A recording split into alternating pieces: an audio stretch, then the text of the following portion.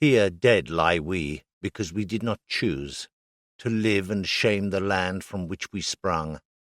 Life, to be sure, is nothing much to lose. But young men think it is, and we were young. A. E. Houseman. Suddenly there was gunfire. The port side 4.5s cracked out with their ear-splitting clatter, soon followed by the thumping drumbeat of the Beauforts. I ran to the portholes on the port side, putting on my tin lid on the way. I stuck out my head. There was a twin-engined Jap, a Betty, getting some rough treatment from the fleet's guns way out on the port beam, where a sea fire from Indefatigable was recklessly trying to engage him at the same time. Coming up on our port quarter was another Betty, flying fast and low. He, too, was taking a lot of punishment from everybody within reach, and, as I watched, his starboard engines started to belch smoke. As he came up to us, going like a train about 80 yards away, I saw flashes from his mid-upper turret. What the hell is he signalling for? I thought. Must be crazy. Then I heard the clang of shells on our hull. Christ, he's not signalling, he's firing. And any second now, Hanson, you stupid bastard, you'll get your bloody head blown off. I pulled my head inside, or rather, I intended to, but the rim of my fine American helmet, only just capable of passing through the aperture, now struck on the outer rim of the porthole. From my right, from the front of the island, 30 or 40 feet away, came a blinding flash. I can't remember hearing the deep clang of the explosion. There was only the concussion whose violence rattled my head inside the tin hat, like a pea in a drum. My head came inside then without any trouble, almost pulling in the porthole with it. As though from miles away, I heard Mike shout, "Come on, Hans, stretchers!" He was already running through the door, pulling one end of a stretcher. I went after him, taking up the back end. We galloped down the ladder and out onto the deck. It was a shambles. Some of the ratings of 854 Squadron had been manhandling 2 Avengers down the deck and had been caught abreast of the island. Both aircraft were in flames, and bodies were strewn around and beneath them, in various horrible forms of death. Mike was heading for the port nets, whence came shouts and shrill screams. Halfway across the deck, I dropped my end of the stretcher to stop beside a chap lying in the middle of the crash barriers. He was flat on his back, spread-eagled, gazing open-eyed at the sky. He hadn't a scratch on him, and there wasn't a drop of blood to be seen. I knelt down.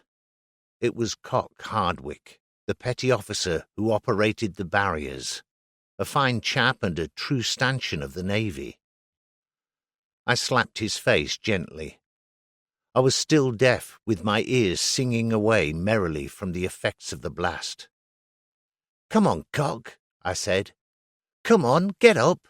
You're all right, not a mark on you. Sit up and I'll get you a quick tot to bring you round." He didn't move. He was deeply unconscious. I moved round to his head. If I raise him gently, I thought, it might help to revive him faster. I put my hands under his armpits and lifted easily and slowly. He had no back. His shirt was gone, and his spine, his lungs, and whatever else a human being has above the waist. I was looking straight at his rib cage. An iron hand of shrapnel, or a chunk of the shell casing itself, had gouged out his back. No blood. The searing hot metal had cauterized him solid as it had rubbed him out in one flashing, fleeting second. There were no guts, nothing. I dropped him and ran like hell to Mike at the nets. There seemed to be a lot of wounded, and the cries and screams were undiminished. But Mike had found another partner to help him lift his customer. Hans, come over here, quick!" It was Charlie Hobbs, the boatswain. Firefighting crews were already smothering the Avenger's engines in foam, and Charlie was pulling the bodies from beneath the aircraft. They were in a hell of a state. All young, mostly under 20. One kid's scalp had been torn from the back of his head, and his hair was covering his face like a grotesque mask. The grey sponge that was his brain was protruding from his cranium. Poor little sod, I thought, but he would never have known what hit him. In split seconds, as I looked at this fearful relic of some mother's pride and joy, I thought of the comments of wives, sweethearts, mothers, sisters. "My Jack, you look lovely in your uniform. How it suits you." I wondered what they would think now. But Charlie was bawling at me again. "Come on, Hans, for God's sake! Move these lads up against the island!" I caught up the legs of one body and pulled it, slowly and tenderly, to the high grey wall of the island. I just felt sad, oddly enough. Not sick, just unbelievably sad. "Oh, for Christ's sake, Norman!" My Sunday name now. "Get a bloody jerk on, son! Those bastards will be back any minute." Charlie was grabbing them by the ankles and fairly hurling them across the deck. He looked up and saw my face. "Don't let it worry you, Hans," he said, surprisingly gently and softly, despite the rumpus that seemed to fill the deck. "They can't feel anything, you know. You can't hurt them any more." What a great man you are, Charlie, I thought. Somewhere along the years you will tell them that you were the boatswain of Illustrious, and some smooth bastard who knew the sea only from kicking pebbles into it from South Sea Beach will say, "So what?" No one but your shipmates will ever know what a sterling character you really are. That evening, Charlie was sewing those mangled kids into tarpaulin sheets.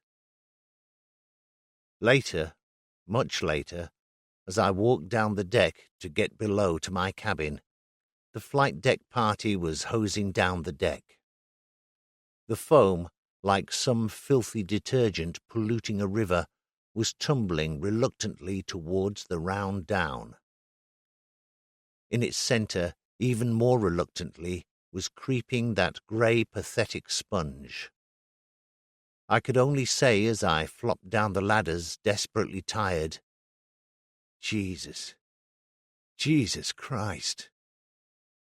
Euryalus, the pivot cruiser in the centre of the fleet, on whom we all kept station, had also been firing at the aircraft which had tried in vain to blow off my head. When Illustrious interposed herself between Euryalus and the target, she had failed to check her fire. Euryalus hit us fair and square with 2 5.25-inch bricks, one mine and the captain's, for it succeeded in shattering his eardrums, hit below the windbreak on the front of the compass platform. It was the shrapnel from this that did the damage on and beyond the flight deck. The second shell penetrated the starboard side of the hull, below the island, and caused chaos and unutterable confusion there for the next 6 or 7 hours. In all, 12 were killed and more than 20 injured. The island is the brain of the carrier, and all the electrical wiring controlling virtually the whole ship was carried down a great trunking before it spread out its tentacles throughout the vessel. The second shell smashed through this trunking, so we communicated for the next few hours as Nelson had done, by word of mouth, passed from man to man. But the Navy and Dartmouth training can rise above all difficulties. The ship's officers and men were magnificent and worked wonders. One of the boys killed was an anti-aircraft gunner, who operated a twin Oerlikon 20mm, mounting from a contraption vaguely reminiscent of a motorcycle sidecar, from a position just below the compass platform. Later, when we cleared lower deck to count heads, we were one short. This gunner. He certainly wasn't in his sidecar, and there was no evidence of anyone having been seen blown over the side. As a final check, Harry Pryor, one of our warrant gunners, climbed up to the Oerlikon position. He looked inside the sidecar and promptly vomited. What he saw there was a pair of legs, cut off at the thighs, a cockpit floor covered with, well, what? And hanging from the handlebars, controlling the guns, were two hands, still grasping the rubber grips, severed at the wrists. Nothing else. That evening, as we cruised slowly southeastwards, 100 miles or so from the coast of Sumatra, we buried them. Our great ship slowed down to 6 knots. George Fawkes read the burial service, standing beside that silent row of Union flags. One after another, the boards were tilted, and the hammock-like tarpaulins slid swiftly and quietly into the Indian Ocean. The plaintive notes of the bugle rang out over the great waste of water, and they were gone.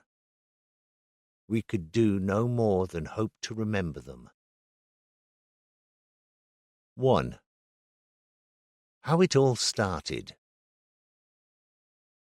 Fun runs in families, and although my parents didn't seem to have had a great deal to laugh about in their early days, at least they had learnt to take life no more seriously than it deserves by the time I came along, in 1914, followed 4 years later by my brother. Fun seems to have occupied the greater part of my life, the sort of fun that comes from doing things. I was never much of a spectator. Having a go has driven me along for 60-odd years, very pleasantly, sometimes excitingly. And although I can't honestly say that participation has provided me with cabinets bursting with silver trophies, the urge to try my hand has brought a wonderful zest to the business of living. My pre-war experience of flying had been limited, to say the least. I must have been about 18 when my brother and I walked across the grass of Carlisle's airfield with a 10-bob note clutched in my hot little hand, to clamber into one of Sir Alan Cobham's ancient Avro 504 biplanes. We sat on a plank in the rear cockpit, an open bathtub about the size of a garden tool shed. There was no safety harness, and certainly no nonsense about parachutes. Flight Lieutenant Tyson took us over the city.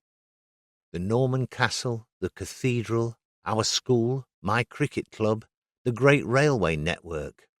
All these were laid out below us, amazing and beautiful. The thrill was unforgettable, and for a cash outlay of 5 bob, a whole new world had been opened up for me. We made our second flight during a visit to the Rhineland in the summer of 1938, the time of Munich, when Neville Chamberlain returned from visiting Hitler, brandishing his piece of paper, which he fondly imagined had brought time for us. We spent most of our holiday in Cologne, a beautiful city in those far-off days, before 1,000 bomber raids pulverized it into rubble. From the airfield on the city's northern boundary, not to be confused with the splendid modern airport now situated between the city and Bonn, we took off in a 3-engined airliner, a Junkers Ju-52. Its austere passenger cabin gave no suggestion of the luxurious fittings to which air travellers would eventually become accustomed. There was no such thing as a pressurized cabin, no seductive lighting, no long-legged air stewardesses. It was utilitarian, and within 12 months it would have shuffled off its cloak of respectability and shown itself in its true colours, transporting the Wehrmacht first to Poland, then with bewildering speed to Rotterdam, Paris, Oslo, Belgrade, Athens, Tripoli, Benghazi, and the Russian front. There had been a time when it seemed possible that it would land at Croydon or Northolt too. It was a regular warhorse, the German equivalent of the American Dakota. On that sunny afternoon over the Rhine, however, the possibility of war was still remote, and we revelled in the fact that we were airborne again. To look down on that smiling city with the great ring arcing through the suburbs on the western side of the river, the massive Gothic cathedral, and the fine Hohenzollern and Hindenburg bridges spanning Mutter Rhine, was a great thrill to impressionable young men. However, on the following day we saw some indications of the coming conflict as we watched in awed silence a brigade moving up the left bank on its way to the Eifel area. Everything was there: motorized infantry, artillery, tanks, camp kitchens, AA guns, anti-tank weapons and ambulances, all moving on pneumatic tires at 30 miles per hour. My brother's only comment — he was currently engaged in building airfields in the south of England — was that our own manoeuvres on Salisbury Plain with cavalry, horse-drawn vehicles, and the usual leisurely approach of peacetime Britain to matters military seemed pretty silly by comparison. That very morning, too, we had seen Jews scrubbing pavements in Cologne's shopping streets, supervised and encouraged with the occasional kick in the ribs by large, fat characters dressed in khaki. Wearing black jackboots and swastika armbands, they carried cudgels in a manner which suggested they hadn't learned that sort of thing in Sunday school. But we were young and carefree, with plenty of good, solid British pound notes to change into cheap Reich marks, and food and drink. Everything, in fact, was cheap enough in Germany in 1938. We considered Hitler to be a rather comical character who took himself frightfully seriously and did the hell of a lot of bawling, but hardly a major contender for the European handicap. How wrong can you be? My brother, at 20 years of age, suddenly became a militiaman in the summer of 1939. He joined a local artillery regiment and was soon busy digging holes all over the Carlisle parks in which to sight 18-pounder guns, an antic which must have frightened the life out of sleepy old Carlisle. September came, and the British Expeditionary Force popped across to the continent on a late summer holiday. One of our friends, a short-service commission pilot in the RAF, was kept frantically busy flying soccer and rugby goalposts across to France, and Hitler didn't seem to mind one little bit. In our innocence, it didn't seem like war at all. Now, in late middle or early old age, I realize that war is never as one imagines it could be. My daughter and her generation, like her father at a similar age, fondly imagine that going to war immediately plunges one into a wild furore, donning uniform, grabbing a rifle, gun, tank, or aeroplane, and firing it without pause, night and day, which doesn't let up for one moment until someone blows a whistle and suggests an armistice. Nothing could be further from reality. Unless someone makes an unforgivable blunder, the man who enlists only for the duration of the war has a year or two to endure before it dawns on him that the war of his dreams, or nightmares, might never happen. The civil service knows this. Certainly, they were in no hurry to see off Hitler when war was declared, and were to the forefront in ensuring that it was kept going until we, the hostilities-only people, had joined. When I suggested through the usual channels that I might relinquish my reserved occupation routing papers from the in tray to the out, via the weird and wonderful machinations of my most uncivil service mind, and dash off to fight the foe, they smiled indulgently and consigned my letter to that favourite of all receptacles in the civil service, the pending tray, there to lie with correspondence from earlier keen types who had tried in vain to get in on the Ashanti or Crimean wars. By dint of writing to my headquarters once every 14 days, however, in terms which became progressively ruder and more basic in their English, I eventually won, and in July 1940 volunteered for the Fleet Air Arm. To do so, I went from Whitehaven to Carlisle one fine Saturday afternoon and presented myself at the Naval Recruiting Office. "Well, young fellow me lad, and what can I do for you?" "I want to join the Navy." "Well now, let's see, have you registered?" This for national service.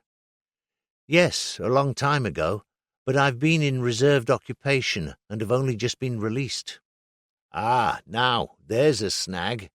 You see, sir, if you've registered, you'll have to wait till you're called up. No other way. Don't worry, though. We'll keep it going till you get in." "Are you sure?" "Course I'm sure. It's my job to be sure. Now, just be patient, lad. Come and see me when you're called up, and I'll see what I can do for you." A week later, I was in Carlisle again. "Oh, it's you again. Been called up?" "No such luck. Have things changed at all?" "Now, don't go rushing around spoiling a perfectly good war. You'll have to wait, like I told you. The only things you can volunteer for are the Royal Marine Commandos and the Fleet Air Arm." The Commandos sounded like hard work for an old man of 26. "So I'll join the Fleet Air Arm. I enjoyed tinkering with cars. Surely an aircraft would be something similar. Wouldn't I just enjoy being an aircraft mechanic on a carrier?" "Right. Name and address, please.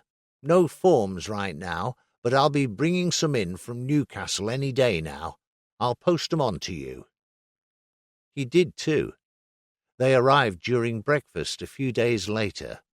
A batch of forms fell from the envelope, and each one was stamped in large capitals, "Pilot or Observer." I handed them to my wife Kathleen without a word. "You," she said with a grin, "you at your age?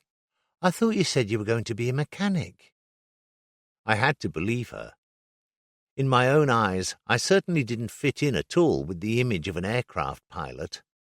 For one thing, I was approaching 27. I wasn't one of the eagle-eyed, dashing young daredevils who were already writing history in the skies over London. I didn't think for one moment that I was brave, heroic, or the material to endure untold hardships. Nevertheless, the forms were completed and posted that very day. The weeks passed. At long last, on the day following a bad blitz on Portsmouth, I arrived by train at the town station to find that the line down to the harbour station was bombed out of existence, that the road to the harbour was impassable to traffic, and that to walk was the only means of getting down to the Gosport ferry. It was quite an experience. Demolition workers were flattening houses, shops and blocks of flats, which, in their broken, smouldering and drunken-looking state, were a menace. The gentle thumps of the dynamite going to work punctuated the shouts of the firemen and workmen who were going about their jobs. Fire hoses wriggling like worms crossed the roadways in their scores. Baths and wash basins dangled tenuously from exposed walls, suspended only by their piping. Wardens were gently dissuading householders from entering precarious ruins, a chance they were obviously willing to accept in the forlorn hope of salvaging some cherished possessions of personal value. There were some sad faces to be seen, gazing mutely and dumb-stricken at what had been cosy homes 24 hours earlier. At HMS St. Vincent I presented my summoning letter to the guard and was directed to a room where some 40 or 50 of us were to await our ordeal. We were quickly divided into two parties, one for medical examination, the other for interviews. I fell to be medically examined. It was quite a rigorous morning. Heart, lungs, blood pressure, physical stature and posture were minutely examined. But the eyesight tests were probably the most searching as far as a layman was concerned. For example, colour blindness tests were of great importance. So too were tests for depth perception, the need for which only dawned upon me some months later when we actually started flying. After a couple of hours it was all over, and I was delighted to find that I was accepted, so far at any rate. The interview was to come after lunch. Age or not, I had now firmly decided that I wanted to be a pilot come what may. The chairman of the triumvirate I now faced, a rear admiral, couldn't have been more friendly in his greetings. Then he handed me over to an instructor lieutenant commander. Forthwith he plunged into mathematics. In 2 minutes flat he had laid bare my ignorance and was regarding me with that leer of genial contempt which, until that moment, I had thought to be the exclusive right of my old maths master, Buster Brown. With a look of, "Christ, we really get 'em," he metaphorically threw me along the table like a bit of scrap paper to the engineer commander. I fear that up to this point the Admiral had steadily lost interest in me.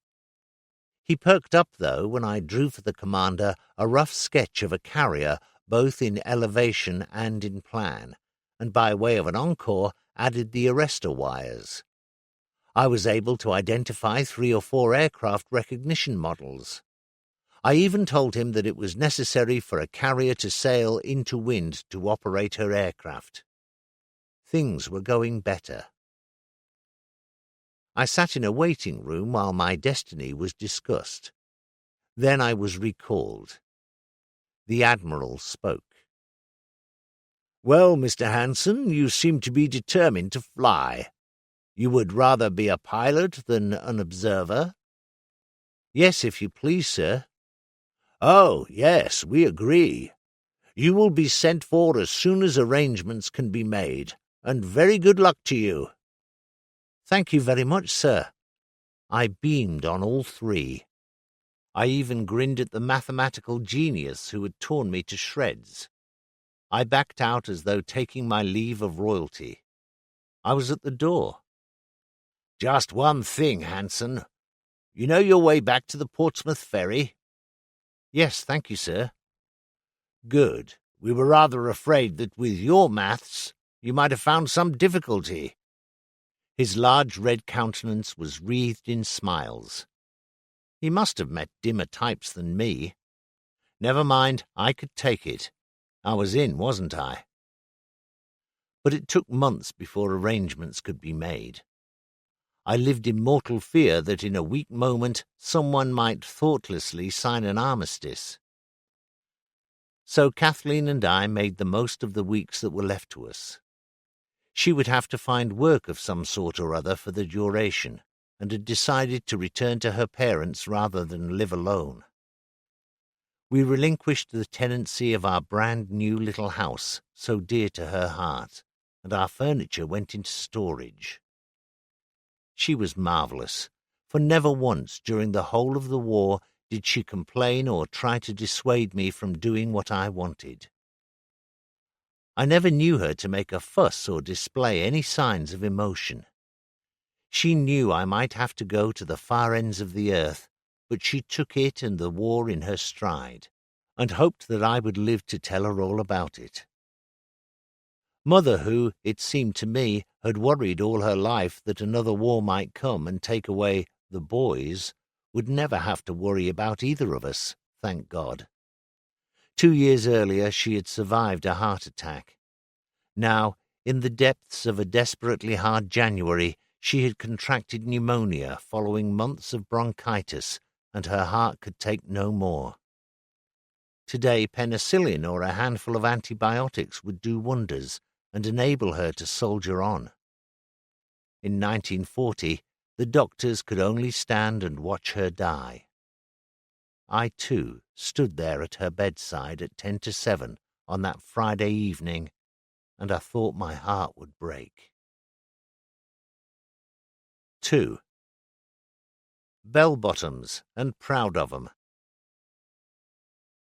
After much impatient waiting, I eventually reported to the Royal Naval Air Station, Lyon-Solent, in company with 100 or so other raw recruits. The atmosphere was one of great camaraderie. We had good, airy quarters and excellent food. We were virtually at the water's edge. It was fine spring weather, and we couldn't have been happier. We were kitted out with commendable rapidity, although the habit of carrying off with an easy nonchalance the wearing of a sailor cap and a bell-bottom suit came much more slowly. Life at Lee was settling down to a pleasurable existence when, true to form, as we were to discover throughout the war, we were abruptly moved off to Gosport, to HMS St. Vincent, that old stone frigate dating from the early part of the 19th century. Now we were formed into courses: observers even numbers, pilots odd numbers. Mine was Rodney 27.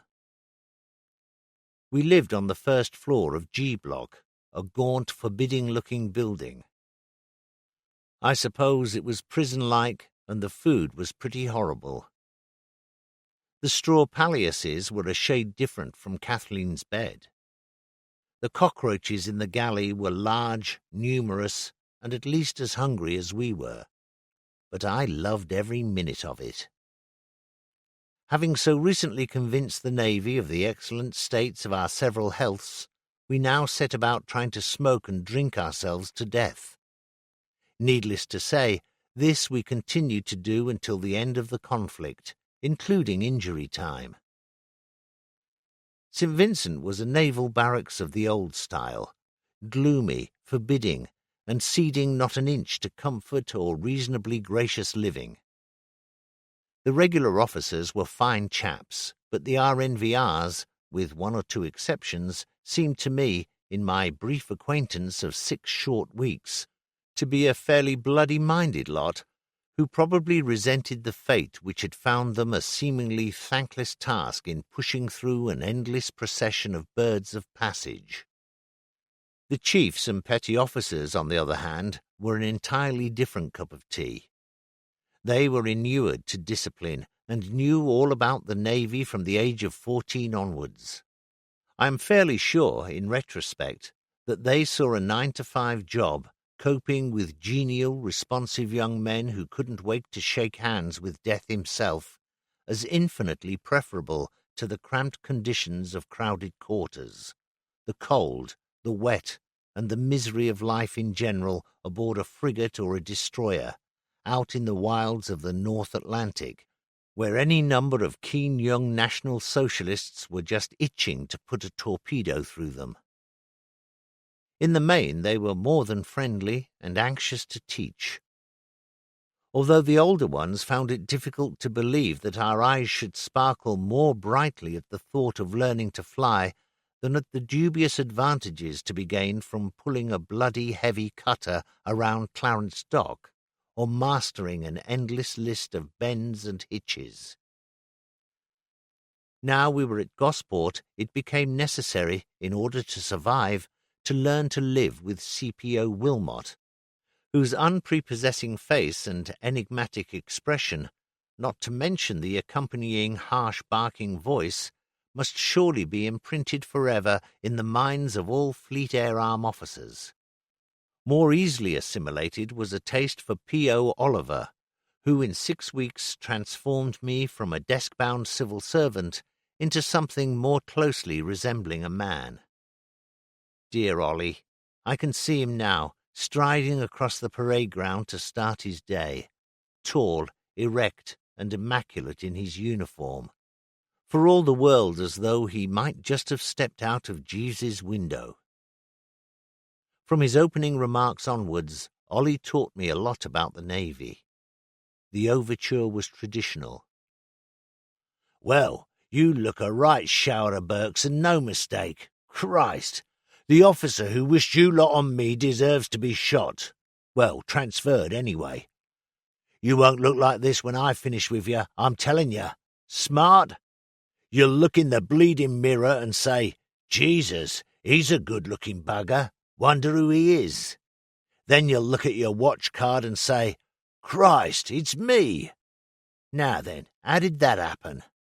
Here's where I show you. You short ass. This to a pale youth about 6'4". Where the hell did you get that jumper? You look like a nursing mother. Get it changed. Never mind the bleeding navy. You're a disgrace to me. He was a marvel, a genius. One morning, as we sat in a circle on the grass, he told us the mysteries of the Vickers gas-operated machine gun. He showed us, beneath the barrel, a similar tube through which the gas generated by the exploding cartridge was carried, its energy then being used to eject the spent round and to put the next up the spout. There is a special type in every class, and Guthrie was ours. He was an artist at daydreaming, and on this particular morning he was doing just that. Ollie had stripped down the gun, describing the function of each part in turn. Now then, said P.O. Oliver, holding up the gas tube for all to see. Now then, Guthrie, what's this then? Guthrie awoke with a jerk.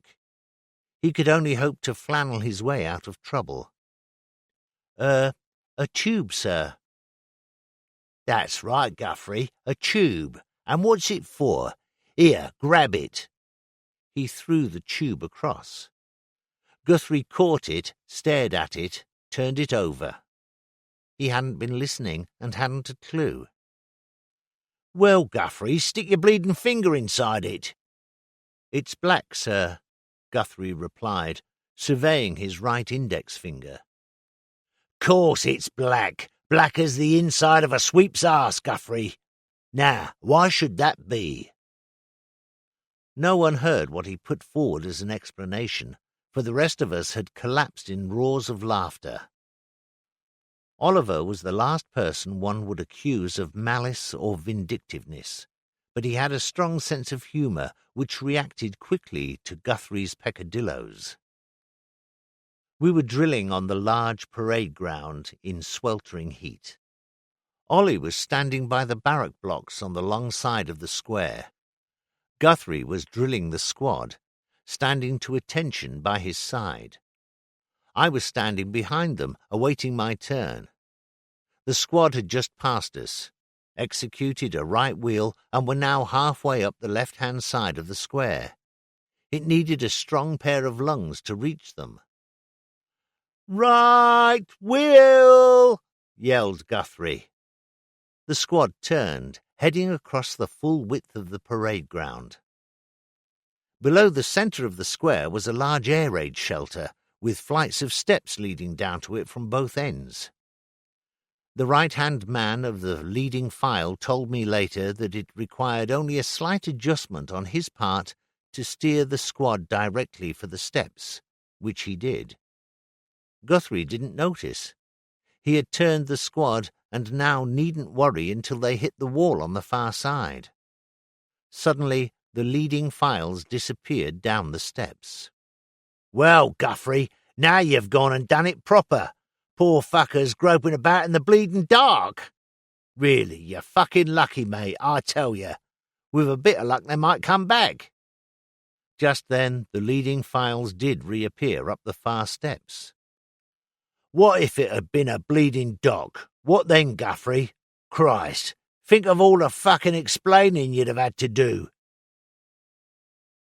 Just before I took over the squad, standing to attention in front of us, Ollie marched with all his Whale Island swagger and polish to the marker, where he stood facing him stiffly to attention.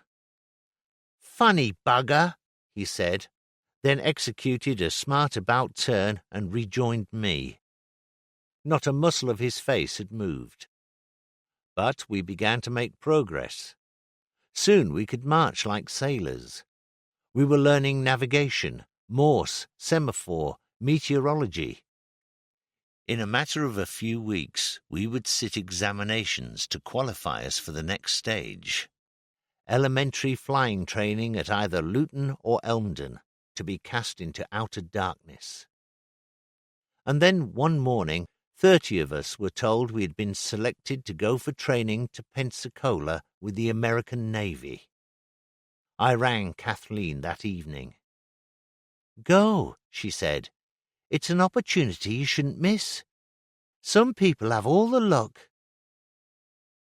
A few days later, bright and early in the morning, we left St. Vincent. We marched to the ferry, and a Navy duty boat ran us to Portsmouth Harbour Station.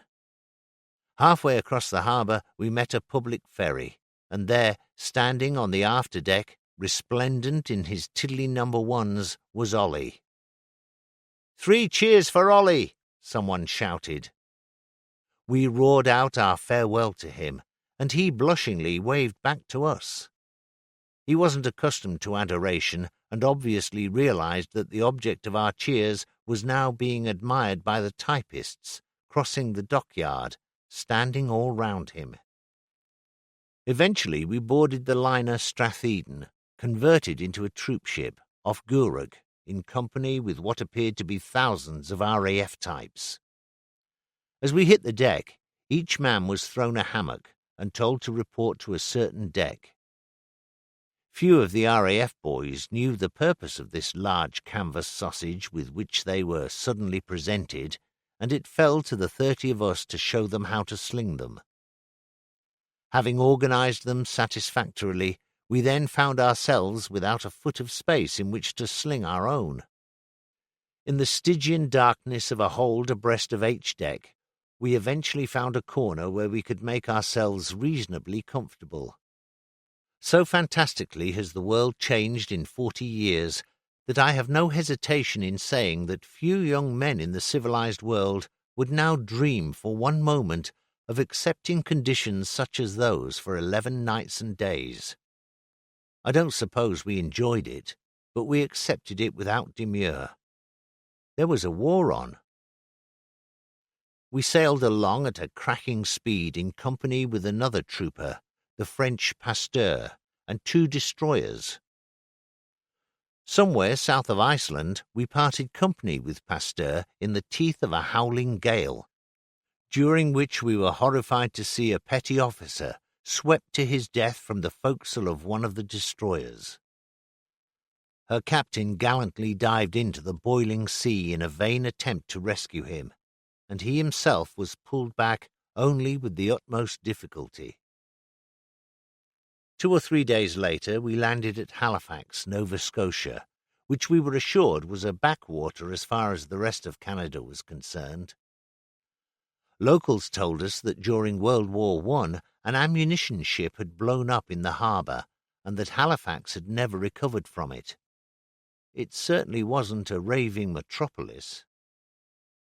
The naval barracks, though, were a joy to behold after Gosport. The buildings were modern affairs with bags of green lawns in all directions. The food, too, was superb, and the few days we spent there were wonderful.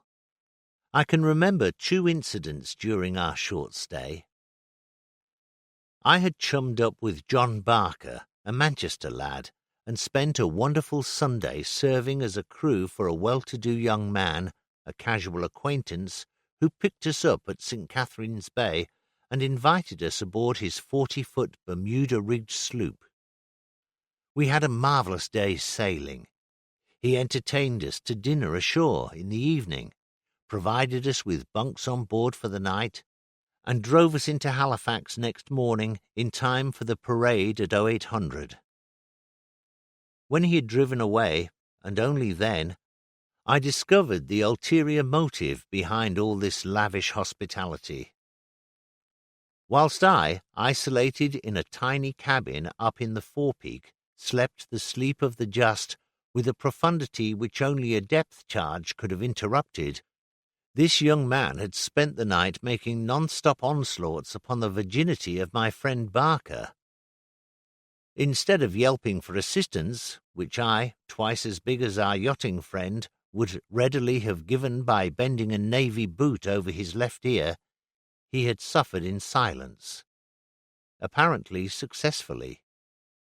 The night before we entrained for Toronto, 5 or 6 of us went out to a local pub for a few beers. Well, the original intention was for a few, but somebody lost count. The New Zealanders were determined to make a night of it, none more so than Des Fife, who set about the local brew as though it was going out of fashion. If indeed there was a last bus, we missed it, and reluctantly trudged off the 3 miles or so back to RCN barracks. We were at last in the dormitory, counting down for the swift drop into our beds, when Des announced himself to be sans teeth. Somewhere near the pub, it had become essential for him to heave to for a while to be violently ill.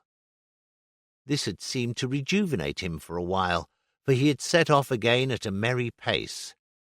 Now, alas, he was back again in a condition of stupor, with rolling eyes, garbled Kiwi speech, and a cavernous mouth full of gums and tongue. We sighed, found a torch, and 5 of us set out on the road again. About an hour and a half later, after a fruitless search, we crawled back into our dormitory, calling blasphemously upon our several gods, and more dead than alive. Someone saw fit to shake the snoring cause of our midnight forced march. At last he succeeded in awakening him. Des grimaced at the bright light, then smiled stupidly. "Thanks, fellas," he said, displaying a blinding array of porcelain. "They were inside my flannel all the time. Nice of you, though." We cried ourselves to sleep. Under a scheme originated by Admiral Towers of the U.S. Navy, his service had recently undertaken to accept 30 naval and 100 RAF cadets per month to augment the flying training programs in the United Kingdom. Our party was the second to arrive at the Naval Air Station at Pensacola, a city within itself, 7 or 8 miles from the town of that name. To the U.S. Navy, Pensacola was known as the Annapolis of the Air. 16,000 men, together with a great number of families in married quarters, were stationed there. The site included 2 churches, shops, bowling alleys, and facilities for sport of every kind. There was a wonderful auditorium capable of holding 2,000 people. It possessed a stage with curtain and lighting sets which any West End theatre would have been proud to own.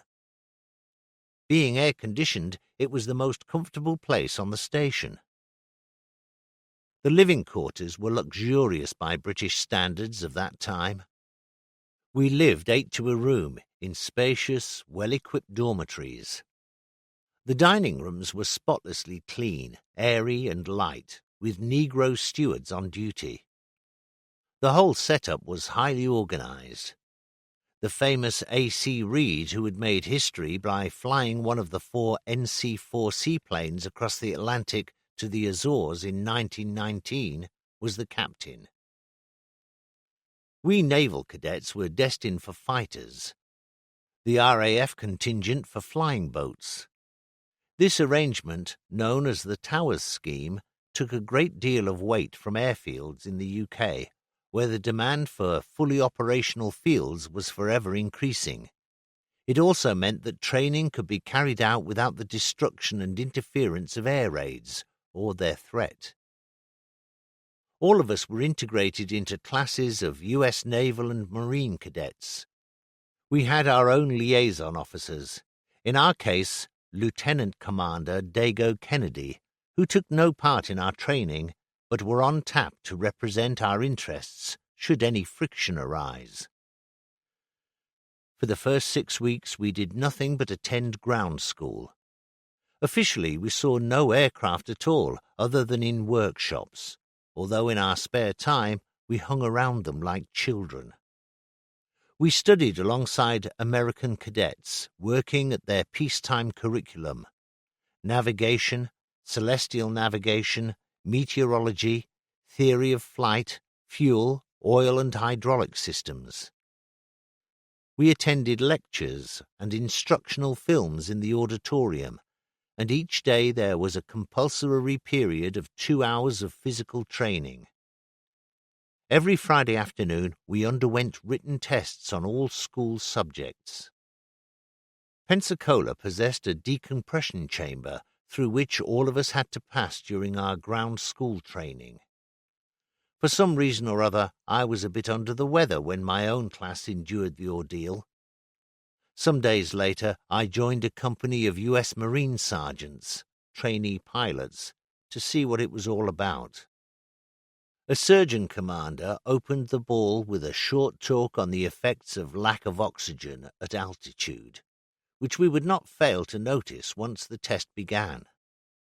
Lips and fingernails turning blue, decreasing ability to concentrate, drumming in the ears, and so on.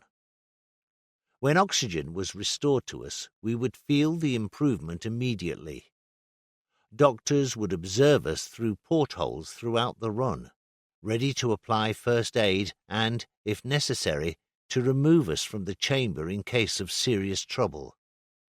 We would be given 3 written tests during the flight, the first at ground level, the second immediately after a simulated flight to 18,000 feet without oxygen. At this stage we would don oxygen masks and ascend still higher to a simulated height of 30,000 feet, where we would complete the last test. Tastes vary, I know, and this was no place for those with tendencies towards claustrophobia.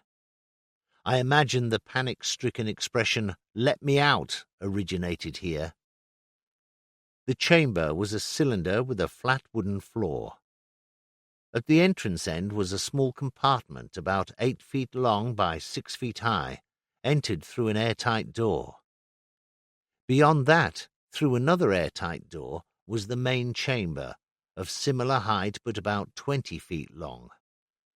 There was an all-pervading hiss of compressed air around the place which did absolutely nothing to encourage tranquility. Great fun. So we trooped in, surrounded by nervous gulps and the odd sick joke, but not too many. The American sense of humor, so different from our own, doesn't normally extend to such situations. We sat down at small individual desks, whereupon a Marine promptly fainted and was carried out, even before the airtight door was locked. We did the first test. A foolscap sheet filled, single-spaced, with capital letters, from which we had to delete every R preceded by A and followed by S. This wasn't as easy as it sounds. There were hundreds of R's, but very few meeting the requirements. And it was all against the clock. The airtight doors were locked with a heavy clang. We handed in our papers, and off we went to 18,000 feet. The hissing suggested that the air was now being decompressed in earnest. The doc was right. My nails did turn blue, and I was fascinated to see that the lips of my neighbor took on a similar livid appearance. Obviously mine did too, for he only took one short peek at me before he fainted. A doctor at the rear of the compartment came forward and clamped an oxygen mask over his mouth. At 18,000 feet, the hiss of the compressor died away. Almost immediately 2 characters were carried into the airlock to be resuscitated. The test was on similar lines to the first. This time, though, I found it tricky. I had to force my reluctant brain to move from one line to the next. It persisted with a surprising obstinacy in reading over and over again the line I had just completed. The clock was stopped only a second or two after I had finished. Now we were fitted with masks. At once all became normal. We galloped off gaily to 30,000 feet, did our last test, then descended slowly to ground level. The doctor now took us into the adjoining classroom for another short chat, mainly designed, I realized later, to give his CPO time to mark our papers. At some stage during the talk, the chief emerged from his caboose to show one of the papers to the commander. There was a whispered discussion, rounding off with his being told to get back in there and check it out again. Finally, he returned with all the papers. There was another secret huddle, then, "Hanson! Which is Hanson? Stand up." "Sir?" I stood. "Ah, the limey." "Yes, sir." "You been through this apparatus before, Hanson?" "No, sir." "You know anybody in the duplicating department? You had a chance to see these papers, Hanson?" "No, sir." He stood for a moment, pensively stroking his chin. "Gentlemen, I want you to look at this guy. He looks human, but he ain't. He's the first man to beat the system. The only guy. Yes, sir, the only guy in 10,000 to pass through this and get maximum marks in all 3 tests. Hanson, just how in hell did you do it?" I told him I hadn't the faintest idea. I even apologized, his only response to which was a very old-fashioned look.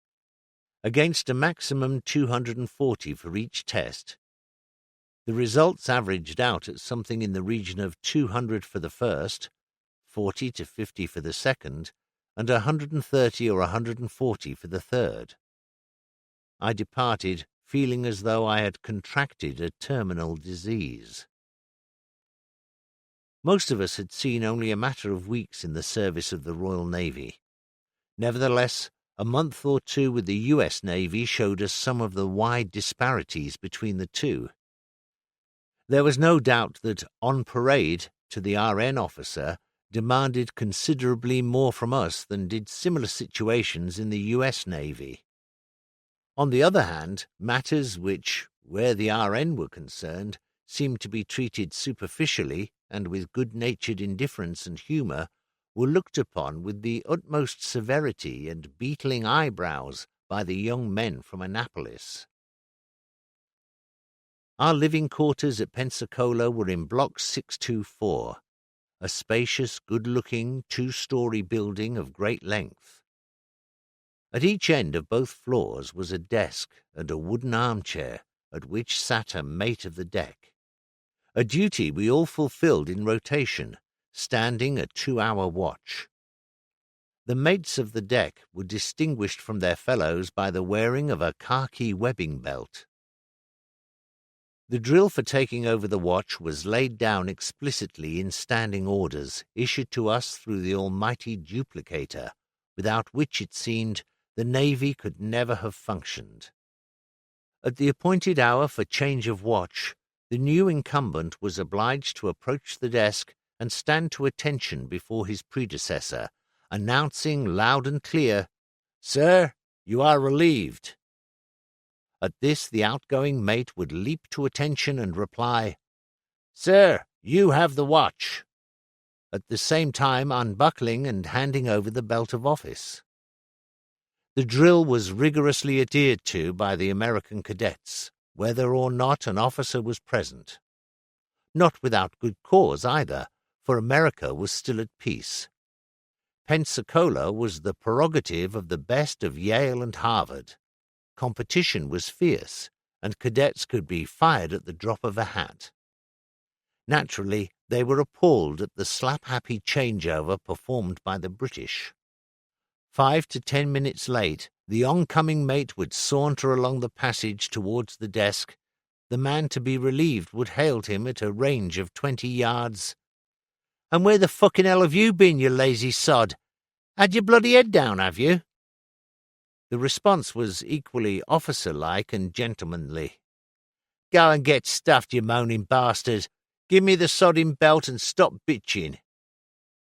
Thus was the takeover satisfactorily achieved, although not without a fair amount of eyebrow-raising from any Americans who happened to be passing. To square matters, however, it must be said that in other respects we showed up well. Our salutes to American officers were punctilious and correct to a degree, and our marching around the station was a model to both American sailors and Marines alike. Not for one moment would one of us have let down P.O. Oliver and his beloved Whale Island. Those 6 weeks seemed to last forever, sitting day after day in ground school. Then we started to fly. In those days, Pensacola possessed many small emergency strips and 4 main airfields. Chevalier, on the station itself, where instrument flying was taught, Curry, between the station and the town, Sorfley, some 10 miles inland, and Ellison, at a similar distance to the northeast. I was allocated to Sorfley, and together with 2 more cadets, placed under the care of Lieutenant Junior Grade Charles Culp, USNR. The basic aircraft, our trainer, was the N3N-3, a 235-horsepower dual-controlled biplane built by the U.S. Navy. It was remarkably uncluttered and had fixed undercarriage and no flaps. There was a throttle lever, a joystick whose fore and aft movements controlled the elevators which caused the machine to dive or climb, and whose lateral movements controlled the ailerons, the hinged section at the outward end of the trailing edges of the wings. Left stick produced a banking effect to the left, right stick a similar effect to the right. Finally, there was the rudder bar, slight pressure on which turned the aircraft, in conjunction with a little bank, to prevent skidding or yawing to right or left, according to which foot was doing the pressing. The instrumentation was simple enough: a needle and ball, an Americanism for a turn and bank indicator, a rate of climb in feet per minute, an altimeter, an instrument which showed how much power the engine was exerting, calibrated in inches of mercury, a simple compass, an oil pressure gauge, and probably, from our point of view, the most important, an airspeed indicator. To stay alive, you must keep an aircraft flying above its stalling speed. If you drop below that danger mark, the aircraft will, with a degree of rapidity which varies according to the particular type of aeroplane, go into a spin. You will then be in lots of trouble, and all you can do is to call on your experience. The snag is that, as a learner, you haven't got any. The instructor occupied the front seat, where he had a duplicate set of controls and instruments. He had a rear-view mirror, and a good instructor spends most of his time in the initial stages watching you through it. He wants to see that you are enjoying flying. If you don't, there is no point in carrying on. You either love it or you don't. There are no half measures. And if you don't fall in love with it at the very outset, you are wasting your time and everybody else's in trying to get used to the idea. The only sensible thing to do is to walk away from it and take up embroidery or flower arranging. You will be much happier, and you won't kill either yourself or anyone else. The instructor also had a speaking tube, known in the U.S. Navy as a Gosport, for all the world like a length of flexible gas tubing, with a mask and mouthpiece for him to speak through and a pair of earphones at your end. He could therefore chat to you until he was blue in the face, in the comfortable knowledge that you couldn't argue. In the business of learning to fly, there is only one guy who should be doing the talking, and he shouldn't do any more than is strictly necessary. I hadn't been at Sorfley more than a few days before death struck, and in a particularly nasty form.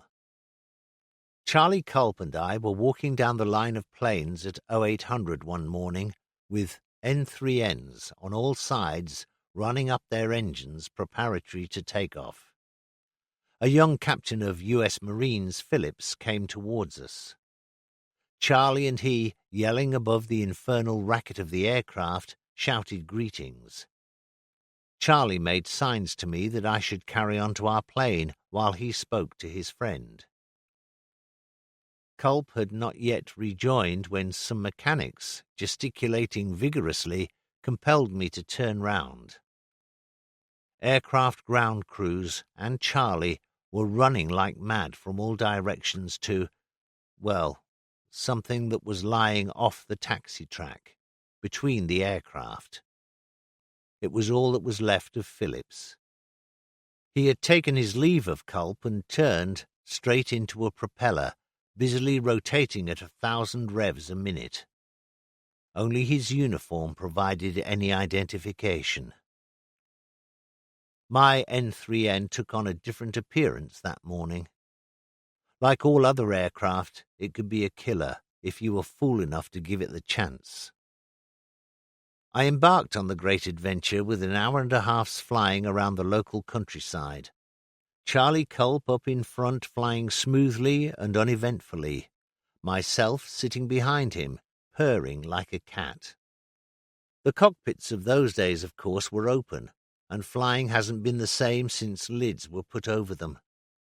The beating roar of the engine and the rush of the slipstream from 120 knots were music to my ears. After a while, Culp told me to place my hands and feet lightly on the controls and to follow him through several gentle manoeuvres. Straight climbs and glides, level turns, turning climbs and glides. He then told me to try some myself. The results were most ham-fisted. As in learning to drive a car, everyone over-controls to begin with. Then the period was up. Learning to fly is a mentally exhausting business in the early stages, and a little goes a hell of a long way. But no sooner are you down than you itch to be off again. It becomes an obsession. So we went on for 9 hours, spread over a number of days. When we climbed down after the last flight, Culp told me in a matter-of-fact way that I would be seeing another instructor on the following day. Next morning, I saw the name Payne against mine on the flight board. I met him at the aircraft. "Okay, let's go. Start her up. Take off. Fly down the lane." This was a corridor marked by high wooden pylons, leading from the airfield into the outlying country. "Then we'll talk some more."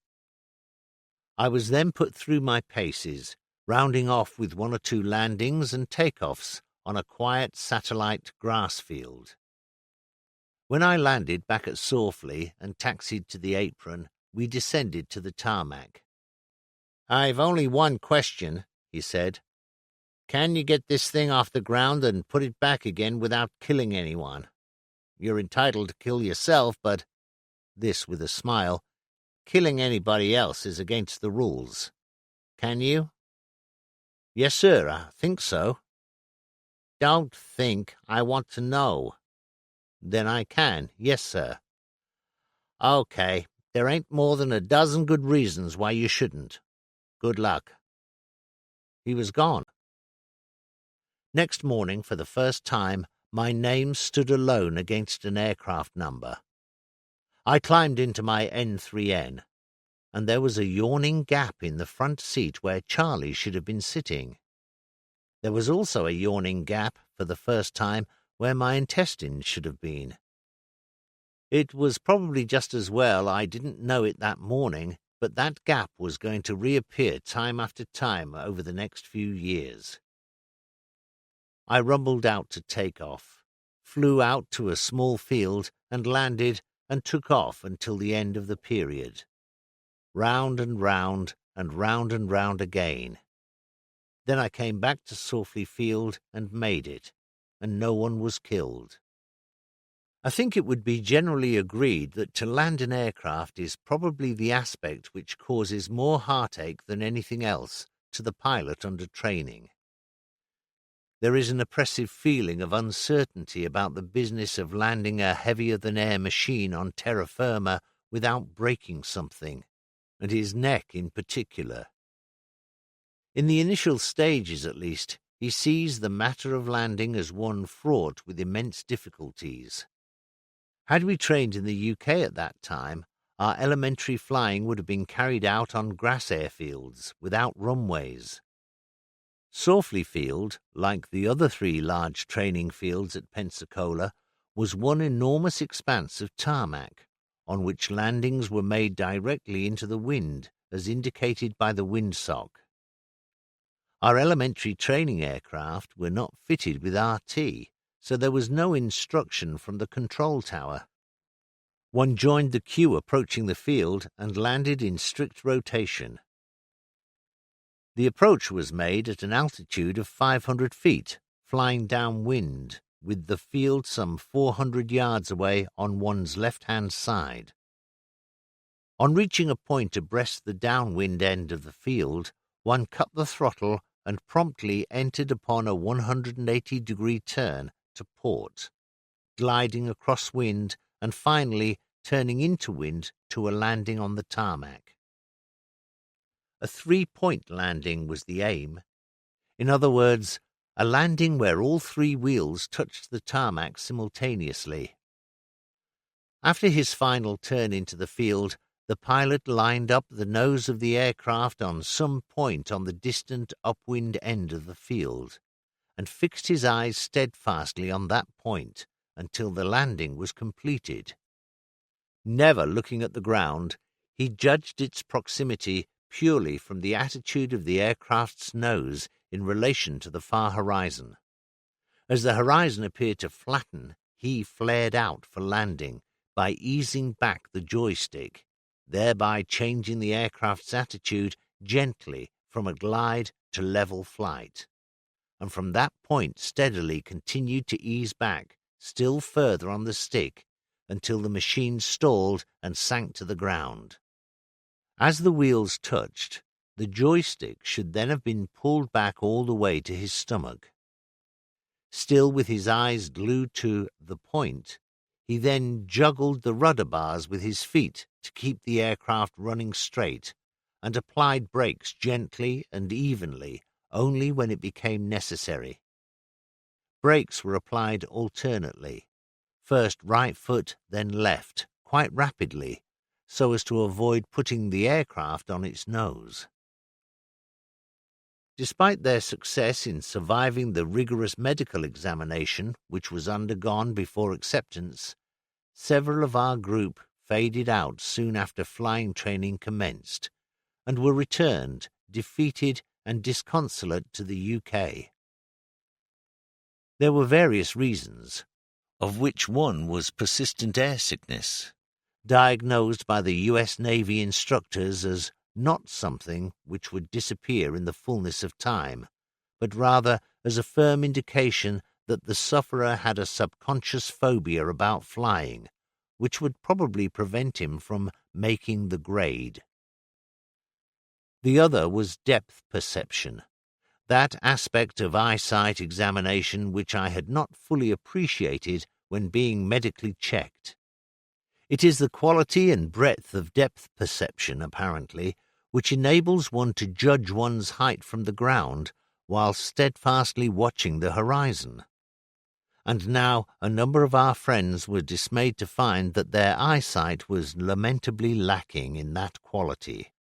One of our boys persistently attempted to carry out 3-point landings while still 50 to 60 feet above the runway, a maneuver which did absolutely nothing for the peace of mind of his instructor sitting up in the front cockpit. It was decided that he would be much safer standing on his own 2 feet in the UK. It will be appreciated that before the advent of the tricycle undercarriage, the extreme nose-up attitude of an aircraft on the ground precluded any forward visibility for the pilot. Taxiing, therefore, was always carried out in zigzag fashion in order to enable the pilot to see where he was going. For a long time, we weren't exactly persona grata with the Americans, servicemen or civilians. It took some time for the reason to dawn on us. There wasn't, though, the slightest suggestion of anti-British feeling about Captain Reed. It wasn't long before some of the boys acquired motor cars, second-hand jalopies, which could be bought quite cheaply and run even more cheaply with petrol at 11 cents a gallon. Pat Reynolds, one of our group, ran a noisy though efficient Chevrolet, and one evening at about 6:30 he departed for Pensacola town and his lady-love. The main gate of the station was guarded by U.S. Marines, and every car was examined, boot and all, on leaving the station. Apart from U.S. Navy personnel, 2,000 civilians were employed in the large air repair workshops, most of whom commuted by car. There was a lot of valuable material in those workshops, and the Marines were taking no chances. After working hours, however, things quietened down considerably, and when Pat reached the main gate in the early evening, there wasn't a Marine to be seen. At this time, Pat's love for the Americans was no greater than their love for him, and he was damned if he was going to dismount to go and look for a guard. He drove gaily through the gate. Seconds later, he was surprised to see part of his dashboard disintegrate before his very eyes. He stopped. From the bench seat on which he sat protruded a mass of fluffy horsehair, and the rear seat was in a similar state. He ran to the back of the car and found a neat hole drilled through the metal. There was a whistle. Standing at the gate was a Marine, waving him back to the gate. Pat reversed down and jumped out again. The Marine in question was standing, feet apart, ejecting an empty cartridge from his .45 revolver and was reloading the empty chamber. "Why didn't you stop?" Pat could hardly believe his eyes or ears. "Did you fire that thing at me?" "Yeah, you know the rules. Why didn't you stop?" "Because there was nobody there. What the hell do you mean by firing a revolver at me?" "You broke the rules, buddy, so I fired, okay?" "Let me see that thing." Pat held out his hand for the revolver, which the Marine handed to him without protest. "Why, you—" and promptly landed a beauty of a right on the Marine's chin, which, with the Marine still attached to it, smartly hit the concrete. Pat was a big boy. There was a sudden eruption of Marines from the guardroom, and before he knew what was going on, Pat found himself carried bodily into the jailhouse at the back of the guardroom, where he was left for the night to cogitate. Next morning he was hauled before the captain. The charges were laid, driving through the main gate without stopping and striking a sentry who was performing his normal duties. All the evidence was heard. Finally, the captain, in friendly tones and with no hint of rancour or displeasure, asked Reynolds if there was anything he wanted to say before being sentenced. Pat was renowned as a gabber. He was not in the least backwards in coming forward. He told the captain quite frankly that he had taken a chance on driving straight through the gate because he was in a hurry. After the captain's explanation, he even went so far as to agree that the sentry was only doing his duty in firing his revolver. "Though the idea in England is that we should reserve our bullets for Germans. But, sir, there is one thing which seems to me to be very strange. With all due respect, I don't go much on a United States Marine who allows me to take his revolver from him and then stands there while I hit him with a straight right." There was a silence, a long one, while the captain thought hard. "Reynolds," he said. "Reynolds, you got something there, my boy." Pat was released from durance vile. The unfortunate Marine went to cells for a number of days. Somewhere or other there's a moral. We found cars very useful in enabling us to explore our own little bit of Florida, which, by the way, was not the glamorous part. We were to see that later. Distances appeared to be no object. Mobile, Alabama lay 60-odd miles away, and we thought nothing of buzzing out there on Saturday evenings for a drink or to see a film. After a quiet drinking session one night at the Battle House Hotel in Mobile, we decided at midnight that it was time we started to wend our way back to the station, using the method by which we had come, hitchhiking. The four of us stood on the pavement of the main street in the direction of Pensacola and waved our thumbs.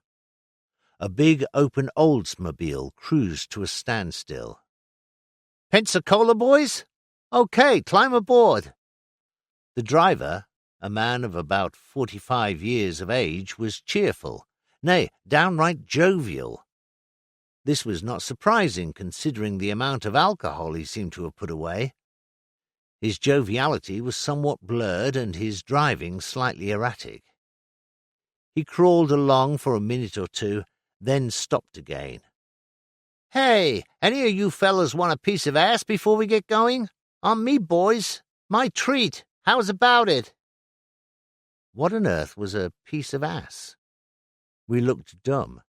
He thought so, too. "You limeys don't know what a piece of ass is? You don't want to jump? Hell, you know, a woman, a good whore. How's about it?" To a man, we declined.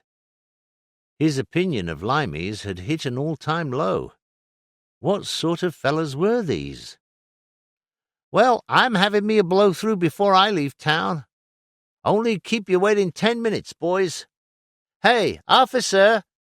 This to a policeman patrolling the street. "Hey, officer, where's the nearest whorehouse?" The policeman wasn't at all put out by the request, the inflammable breath or the bleary, bloodshot eyes. "Second left, third house on the left. Good house, too, okay?" We drove down. He pulled up the car with a screech of brakes outside the brothel. A good-looking 3-story house in a nice enough district. "Sure you won't join me in a piece of ass, boys? Round your evening off nicely," he leered. Then he stood up in the car.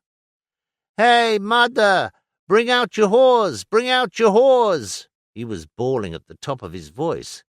"God damn it, woman! Bring out them whores, for Christ's sake!" I wondered how much longer he would create a disturbance before someone did something about it.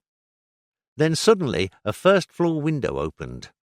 A middle-aged woman, hair in curlers, stuck out her head. Her voice was equally refined. "Now you just get the hell out of this! My girls have had a long, hard day and they're all tuckered out! Get the hell out of it!"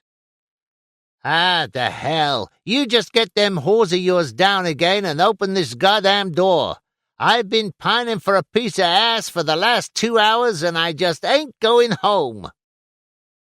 "Mister, you can just fuck off.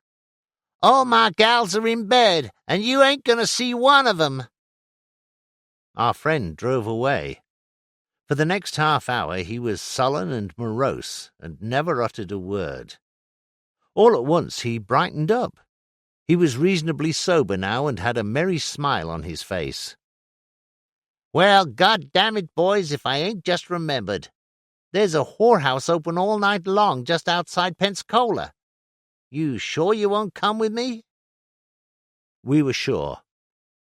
He dropped us at the main gate of the station with cheery shouts of farewell and drove off about 1:30 in the morning to round off his evening. We were soon to learn that certain southern gentlemen dropped into the local brothel with the easy nonchalance Englishmen pop into their local pub, but without their wives, of course. Generally speaking, it was rare for us to leave the station other than at weekends. Our working hours were long and our leisure hours short, so we had to find entertainment within the station. However, almost every day we found time to swim in the lagoon which separates the mainland from Santa Rosa Island, where the big flying boats taxied in and out, the deep rumble of their Pratt & Whitneys music to our ears. We became expert with surfboards. Rectangles of wood about the size of a large tea tray, with a pair of rope reins towed behind a fast motorboat. Was it the forerunner of water skis? The technique seems to have been virtually the same. But whatever one's leisure activities, life revolved around flying. We seemed to talk of nothing else. The progress of our friends, indeed, was just as important to us as our own. Elementary training only begins with one's first solo flight. I carried on for another 60 hours under Charlie Culp. He would take me out for a morning, teach me new tricks, and give me 2 periods of solo in which to practice them. After that, more duel and more practice. Each stage was checked, and, in the event of a failure, that particular stage had to be worked again and rechecked after that. I'm sure that every flying career is punctuated by incidents. Unfortunately for some, the first incident is the last. Lucky indeed is the pilot who lives to count his incidents. He remembers them and bores his friends with them for the rest of his life. Number 1 for me came when I had done 20 hours solo. Charlie had recently been initiating me into the mysteries of aerobatics, not taught, I may say, to qualify the pupil to star in some future air display. The whole purpose is to accustom him to flying in what are known as unusual positions, and to enable him to recover from them into normal flight with a minimum of fuss and danger. And here I was, on this particular morning, out in the country, busily doing my homework. I was practicing loops, a highly satisfying pastime, for in order to do a good loop, it is essential that the aircraft, on its dive out of the maneuver, passes through the column of disturbed air it has created on the upward zoom. The jolt is both noticeable and exhilarating. Now the N3N3 possessed a carburetor of the normal motorcar type. In other words, it had a chamber and a float. When the aircraft was inverted in flight at the top of the loop, the float was apt to fall from the bottom of the chamber to the top. The supply of petrol to the cylinders was accordingly interrupted and the engine cut out. When the aircraft recovered its normal right-side-up attitude, the float fell again to its normal position and the engine cut in. You were in business again. There was the odd occasion, however, when the float didn't fall back into position, and on my 9th or 10th loop this happened. Well, you can't get out of the thing and kick it or belt it with a hammer, so you're in trouble. First, height. I looked at the altimeter. 8,000 feet. All the height in the world. Next, where to put it down. About 2 miles away I saw an emergency grass field. I glided down to it and flew a circuit. The windsock indicated there was a good breeze. Warily watching the altimeter and airspeed indicator, I crept cat-like around the field for another couple of circuits. I could bear the strain no longer. I just had to go in. It was now or never. I might not make another full circuit, in which case the end would be disastrous, something I did not dare to contemplate. So here goes. Of course, I came in far, far too high, but luckily Culp had taught me to side-slip. Plenty of left rudder and the stick well over to the right and slightly forward, and I practically tore the wings off the poor thing in slipping off a lot of height. I touched down in the middle of the field and rumbled to a standstill. God, how quiet it was! Birds and things chirping and rustling all around me. Then I remembered the drill. If in trouble, a pilot had to remove his parachute and place it on the top wing of the aircraft to be seen by any passing instructor. This I did, then descended to the grass, walked a safe distance away, and sat down to await developments. I lit a cigarette. At least, I tried to. But my hand was trembling to such an extent that I was considerably exercised to get the match into the same parish as the cigarette. Eventually I made it. I was alive. I had pulled off my first forced landing, and was now living it over again, wallowing in a sea of smug complacency. Hanson, what a bright sod you really are, I thought. What will Charlie say about that? Another N3N came winging over, heading south towards Sawfley. I saw him droning steadily across at about 5,000 feet. I thought he had missed me when he suddenly went into a steep bank, cut his engine, and glided to a perfect three-pointer alongside my aircraft. The instructor bounced down, full of beans. "Trouble, son?" He was about 3 years younger than I. I told him. "How many hours solo you got?" He whistled. "Why the hell didn't you bail out?" I told him the idea hadn't occurred to me. He gave me a long, cool look, then, "Okay, sit tight. I'll be right back." He returned in half an hour with a mechanic in the back seat nursing a carburettor. The fitter sauntered over to the business end of my N3N, withdrawing from the rear pocket of his overalls a wooden mallet. He delivered a sharp tap to the side of the carburettor. The instructor jumped in and started her up, then switched off again. I made to climb up myself. "No, you don't, son. Not today. Climb into mine. We'll pick this up later." Next morning, Charlie Culp opened the day's proceedings with a quiet, "I hear you did okay yesterday. Let's go." And that was that. Culp was probably a shade younger than I and came from Baltimore, Maryland. Although we never reached the stage of becoming bosom pals, at least we found the odd evening together when we could go out to the San Carlos Hotel, the social and alcoholic center of Pensacola, for a drink or two. He was quiet, reserved, and gentlemanly. I liked him a lot. He was also a very good instructor. One of his colleagues had long assured me that I was fortunate in having one of the best. In the air he was as quiet as he was on solid ground. He only spoke to me when he found it strictly necessary, and long after I had left his tender care, he explained to me why an instructor who nattered unceasingly, as some did, was of no use to anyone. "You see, if I checked you or ticked you off the instant you started to do something wrong, you would never be given the chance to develop that mistake. You would never know what the hell you had been letting yourself in for.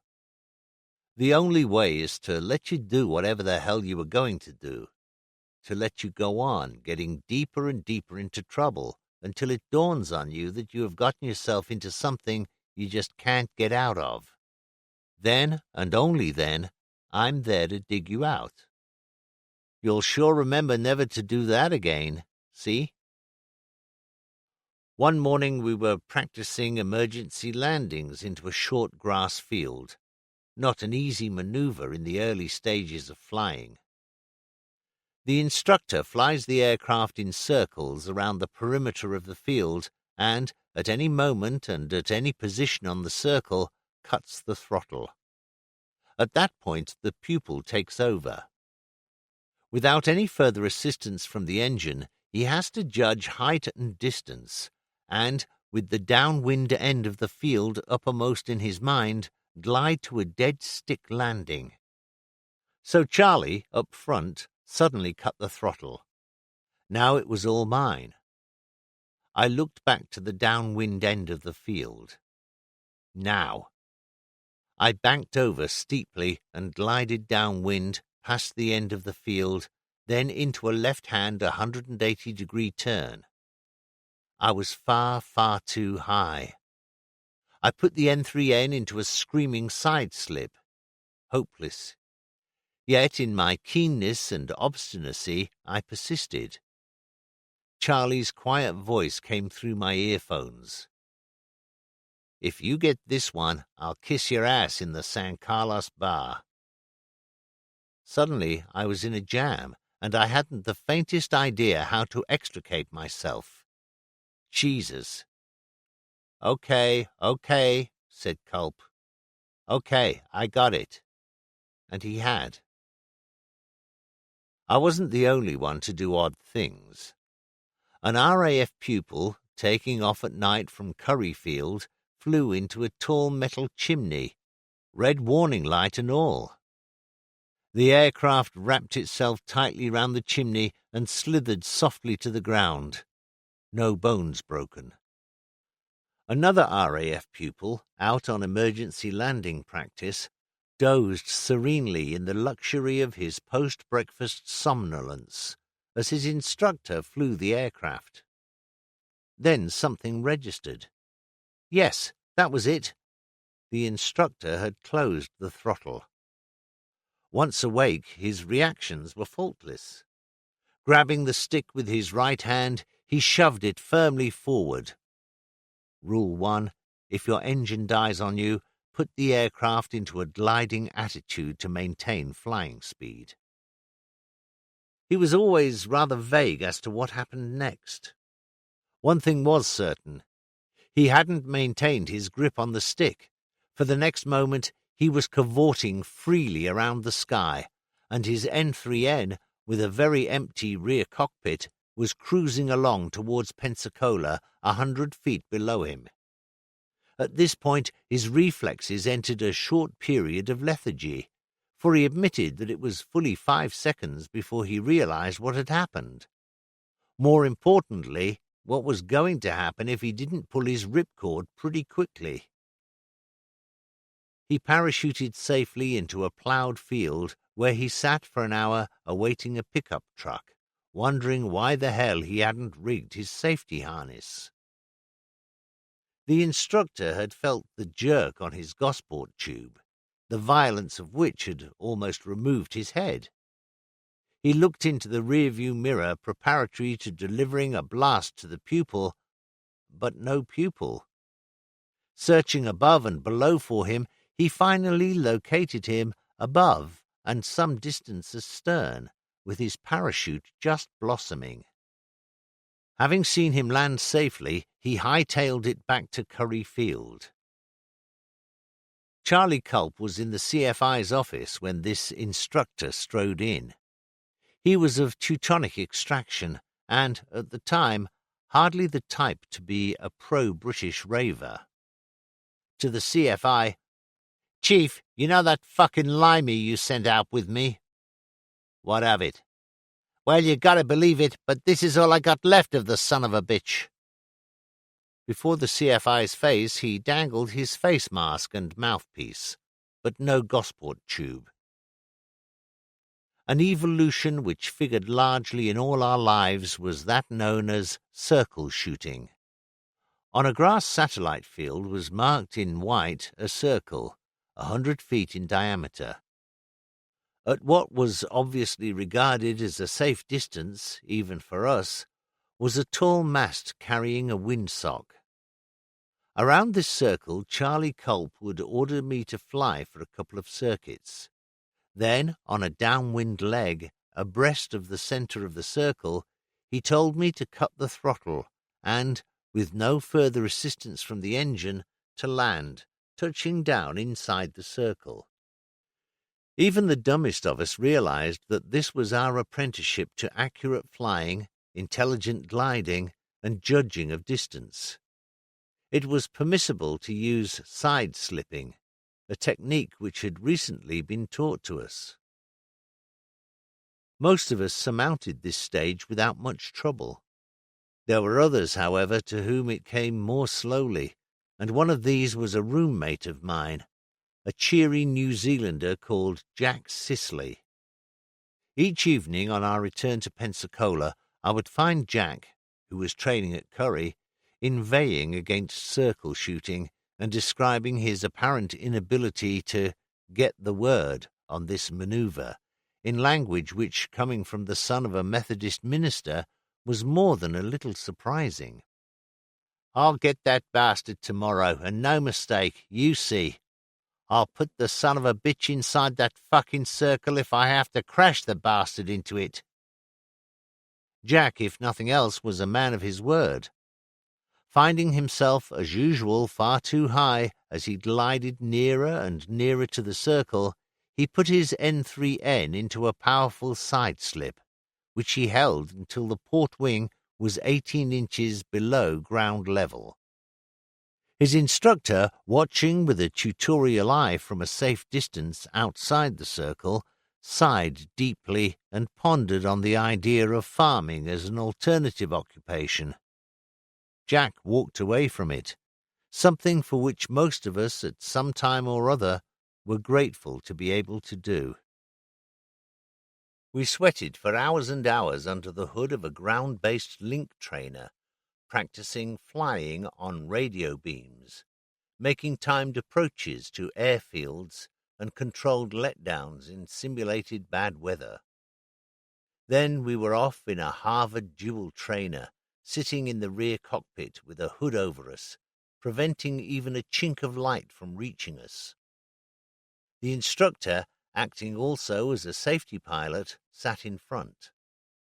He flew the aircraft until we were within radio distance of a small civil airfield, then turned on our radio and left us to it. We had to find the beam, track down it at the right altitude and speed, and finally to put the aircraft in an exact position to let down onto the duty runway. Our ears had to make sense of the radio signals flowing into them. We had to read our instruments and stopwatch intelligently, and our hands and feet had to transmit all this correlated information to the aircraft controls.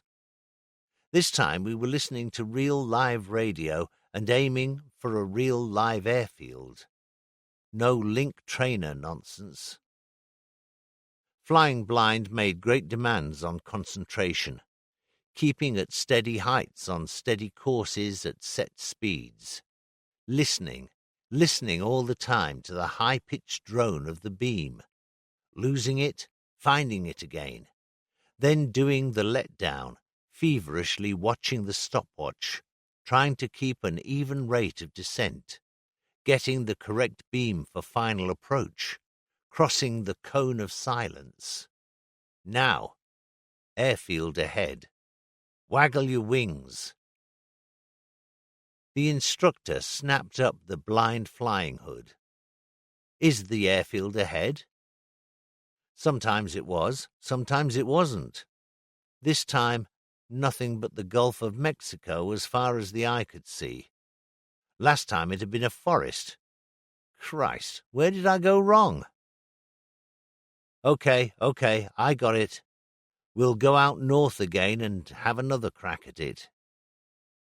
Then it was goodbye to Sawfley and across to Ellison, where we took on something heftier for an hour or two in the shape of an O3U-1, an ancient Vought Sikorsky biplane, reminiscent of a swordfish. Its rear cockpit reminded me forcibly of Brother Ray, for it was almost identical to the one in which we had first become airborne those many, many years ago. After that we moved on to a more sophisticated model, the OS2U-3, known as the Kingfisher, an aircraft which, fitted with floats, the U.S. Navy employed aboard its cruisers and battleships. Our model had an undercarriage and was now used solely as an advanced trainer. At this stage we were introduced to landing flaps and constant speed propellers, and training was confined mainly to formation flying. We were making progress. So the flying hours droned on, and more pages of our logbooks were filled. We now felt ready to tackle what we were pleased to refer to, in a rather blasé manner, as real aircraft. One of the final tricks of the trade, in which we had to be checked out before leaving Pensacola, was the inverted spin. If you feel that life is becoming a bore, that you are fed up to the back teeth with politicians, and that the daily grind offers nothing by way of relief, excitement, or novelty, try your hand at recovering from an inverted spin. A spin in the right side up position is exhilarating, to say the least, and would consign the average layman to a nursing home for neurotics for the best part of a month. When a spin occurs out of the blue, so to speak, one is too busy recovering from it to devote much time to thinking of its violence and dangers. But to put the aircraft deliberately into a spin is much more exciting. One pulls back the throttle until the aircraft sighs from lack of forward impulsion. The stick, too, is eased back until the aircraft loses flying speed and stalls. At that moment, the average aircraft will drop a wing. If it doesn't, a firm kick on one of the rudder pedals will certainly cause the wing on that side to fall smartly, and you are away in a spin. The nose of the machine is pointing towards Earth at an attitude of some 60 or 70 degrees, and the aircraft is milling around in a circle with its nose in the center of that circle at an ever-increasing rate. The more spins it completes, the more violent the motion, and the more difficult it becomes to recover. The faster and more sophisticated the aircraft, and the higher its wing loading, the faster and more violent its spin. The classic method of recovery is to kick on full opposite rudder to stop the spin, center the ailerons with the joystick, and then to ease forward on the stick to regain flying speed. The main thing is to remain cool. Provided you are not too close to Mother Earth, all you have to do after that is to ease gently back on the stick until you level out from the resultant dive. On the other hand, if you are too close to those green fields, you will quite rapidly, and altogether too noisily, cease to take any further interest in the proceedings, and will henceforth be nothing more than a shovel and wheelbarrow job. But an inverted spin? Just like the other, but more so, decidedly. For everything is happening in the upside-down position, which adds considerable quantities of relish to the operation. I took off one morning with an instructor who, until at that moment, was a complete stranger to me. He was what the air arm called a short-assed little bastard, about 5'3" in his regulation socks. Unlike Charlie Culp, he was a great talker who beat my eardrums to pulp all the way up to 8,000 feet. At that altitude, he uttered something intelligible for the first time. "Well, this is how she goes, son," he confided to me in a bellow down the voice pipe. "No need to be afraid. Just listen to every goddamn word I say." I had little option. "And here we go, Limey. Keep your ass in one piece and hold on." Flying straight and level, he then half-rolled to invert the N3N, and we were hanging on our safety harness. I heard the engine die and saw the nose climb away from me. Then came the jerk as he kicked the right rudder bar, and we were flung into an inverted spin.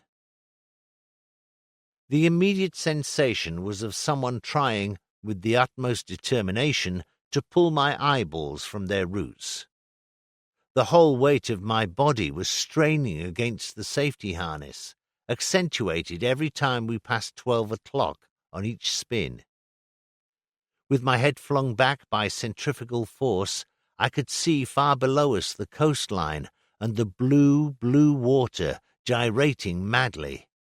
The aircraft was buffeting roughly in the disturbed air from the stall, bouncing over its wings. I felt like Dante romping around in his inferno. To add to it all, our friend up front was screaming his head off. He was almost hysterical, and no sense whatsoever came through to me. Eventually, over the tumult I interpreted what he was bawling about. "Kick the ass off the goddamn rudder, for Christ's sake!"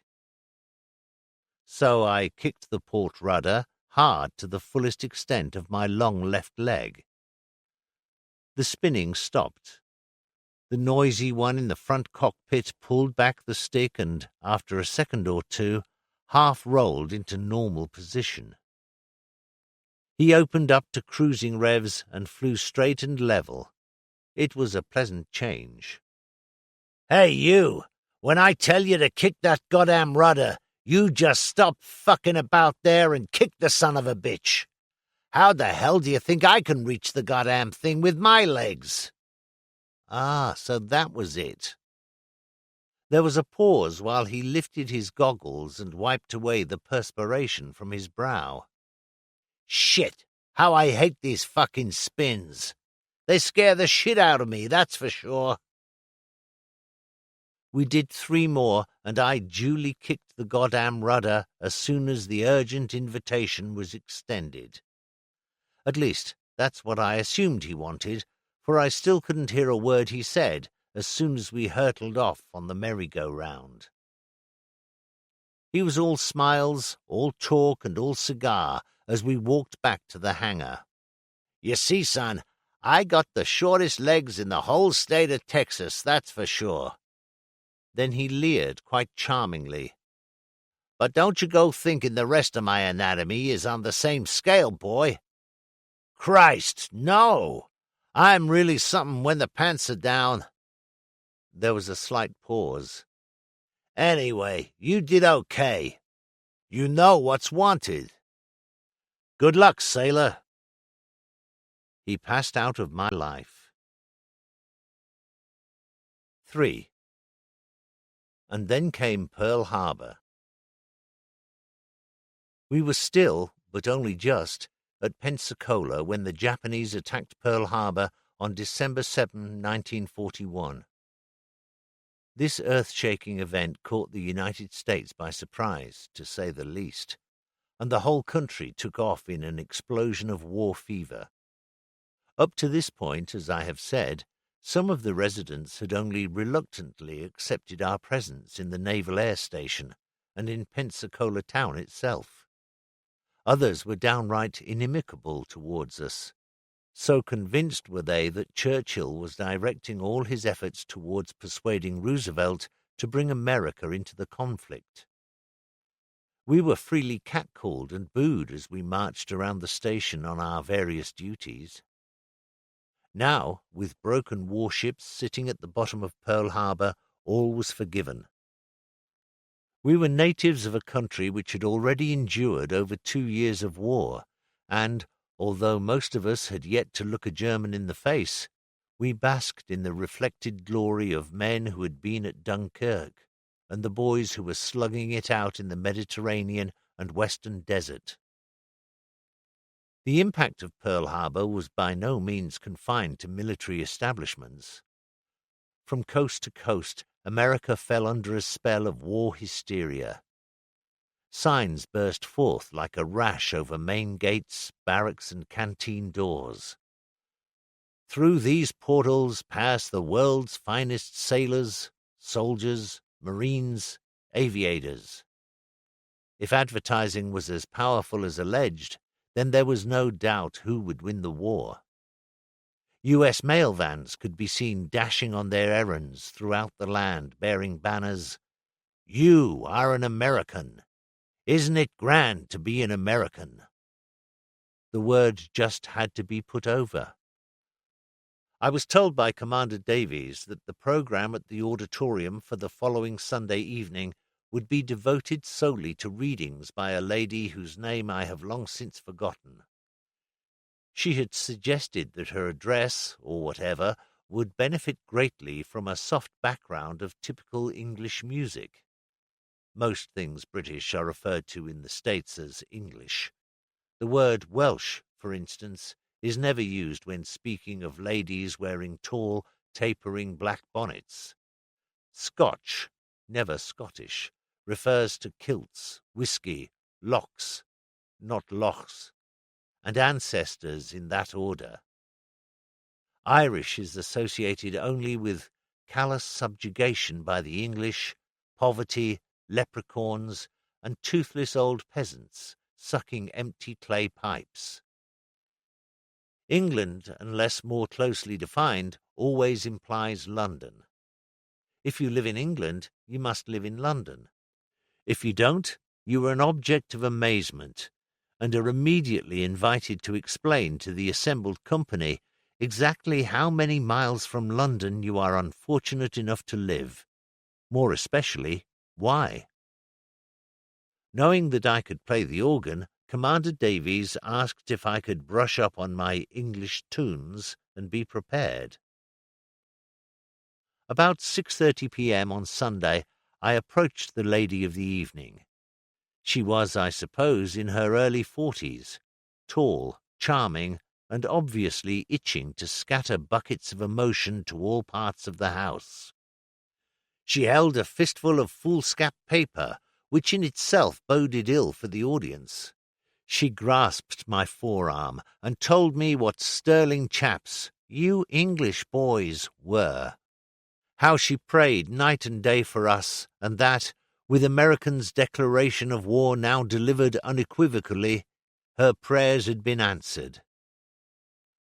We sang one or two patriotic soul-stirrers. Then Commander Davis introduced our Dizos.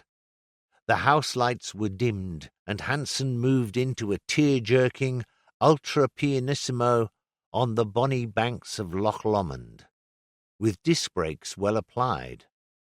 Madame turned to page 1. 10 days earlier, it would have been difficult to find more than a couple of hundred true Anglophiles throughout the smiling state of Florida. But here we had the mother and father of them all.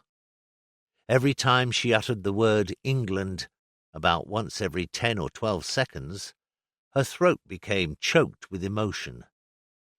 She read everything from Browning to Wordsworth, from Rupert Brooke to Henry Newbolt, and never missed a trick. She read with a wealth of emotion, a highly expendable commodity with her, things which I had never heard, and the audience was treated to a fully detailed description of the white cliffs of Dover with the bluebirds aviating over them in swarms. It was all very moving. God knows how long it went on. Long before we had reached Dover, I had run out of music relating to the British Isles, even that written by Americans, which accounts for most of it, and had resorted in desperation to variations on original themes.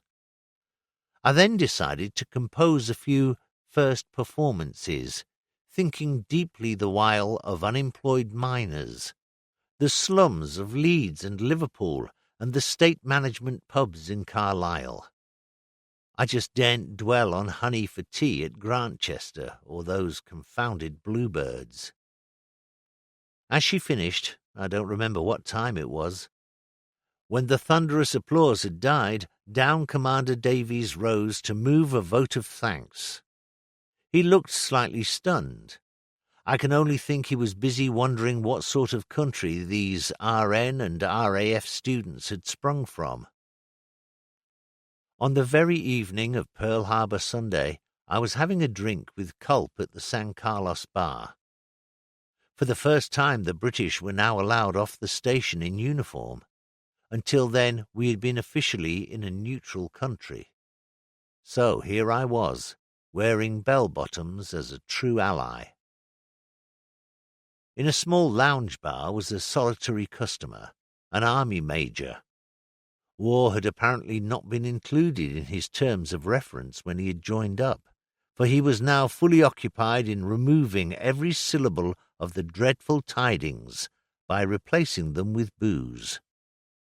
He was working very hard. As we moved to the bar, he put down his glass very, very carefully, stared at me for what seemed to be an eternity, then slowly and with great deliberation recited to me, 6 inches from my face, every obscenity and filthy expletive to which he could lay his tongue, rounding off, of course, with "fucking limey."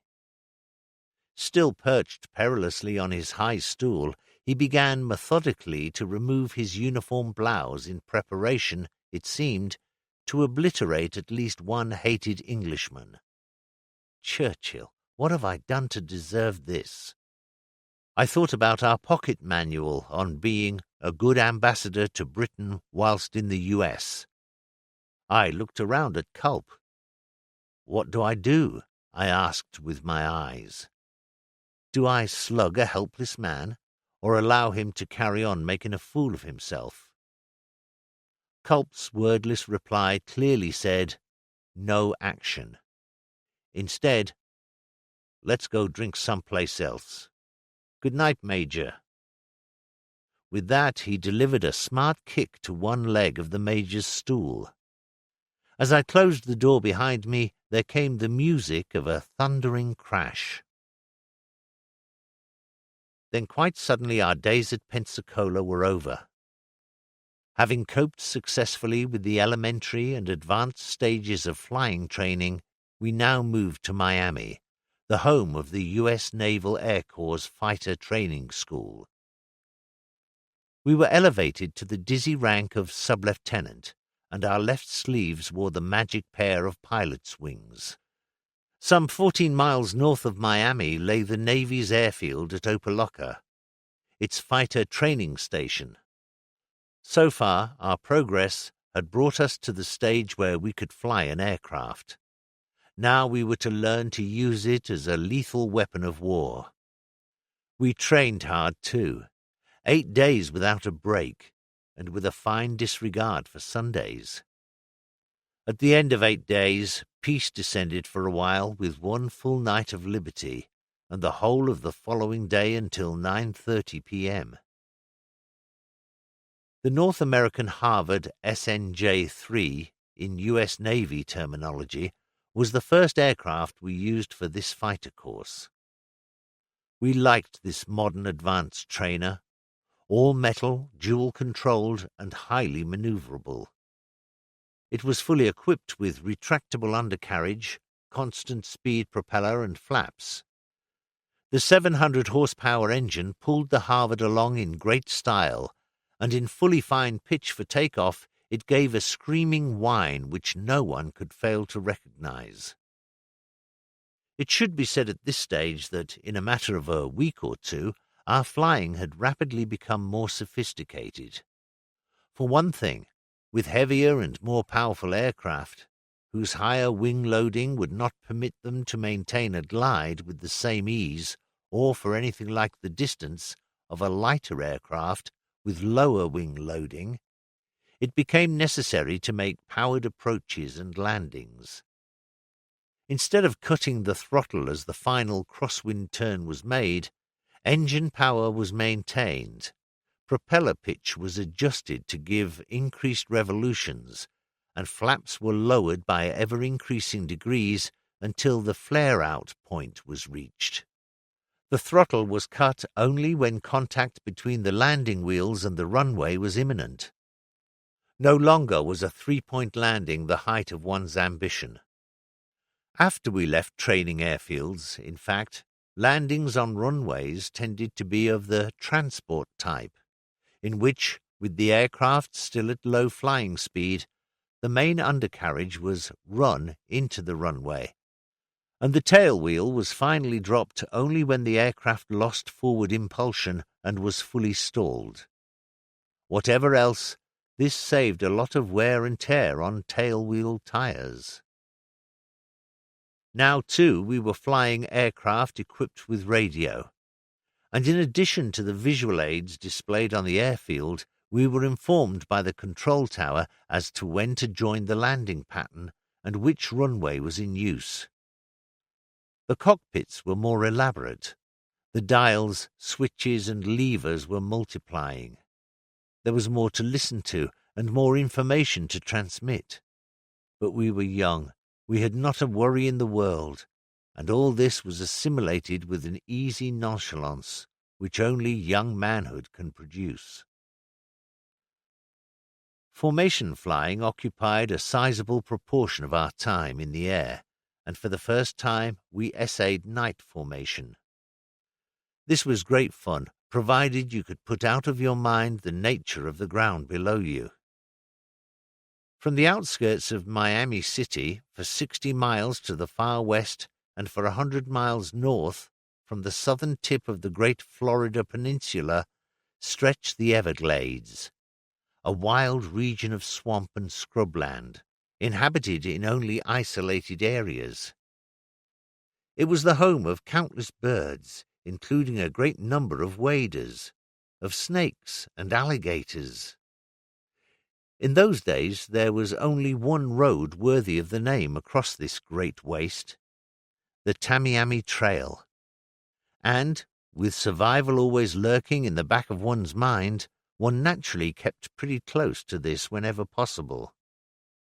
Because of the swampy nature of the ground, from the air, something like 40% seemed to be underwater.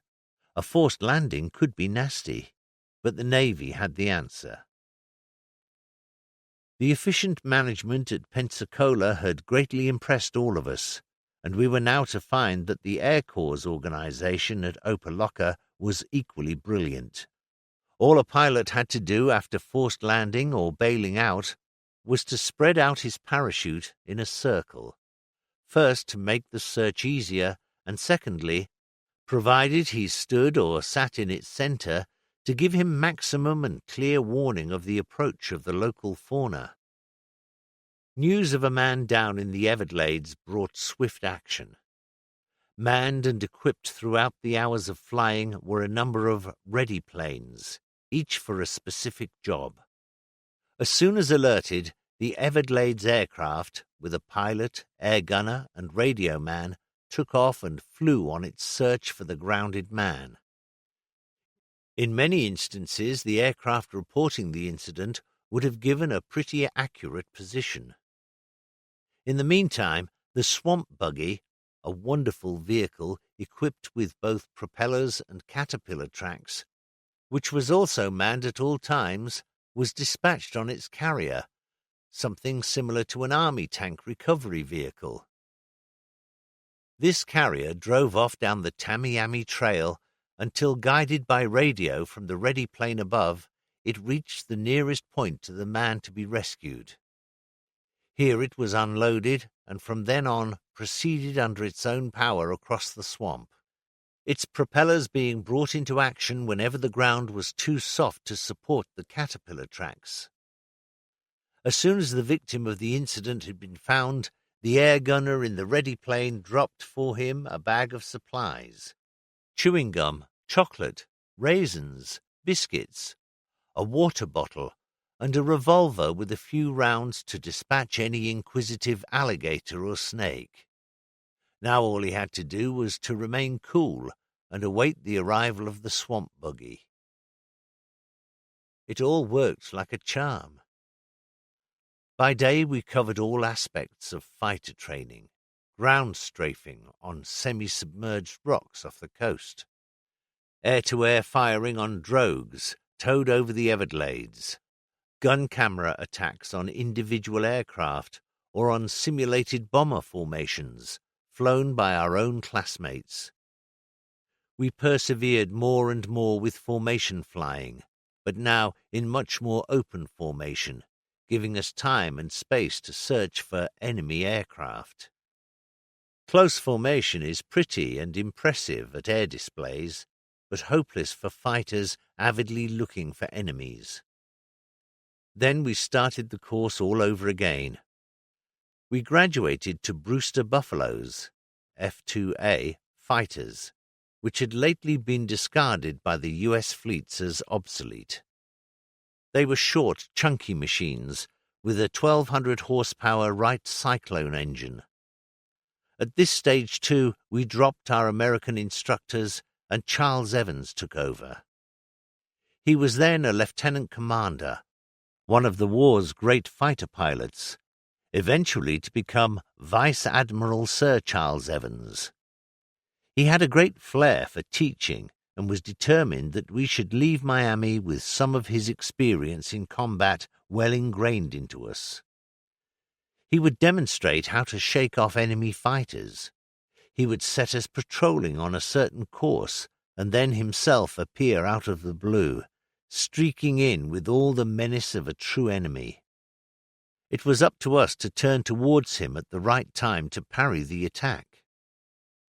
At other times he would set a similar exercise, but instead of attacking himself, he would send in individual pupils, whilst he sat high above, watching, assessing, and criticizing our ability in both attack and defense. My nearest approach to a crash whilst at Miami came when I was landing a buffalo one afternoon. Everything was checked and in order as I approached touchdown. She sighed as I cut the throttle, flared out and touched down on 3 points. As she ran down the runway at something like 70 miles per hour, the port wing dropped slightly. Despite a touch of right stick, it went on falling until it eventually touched the tarmac.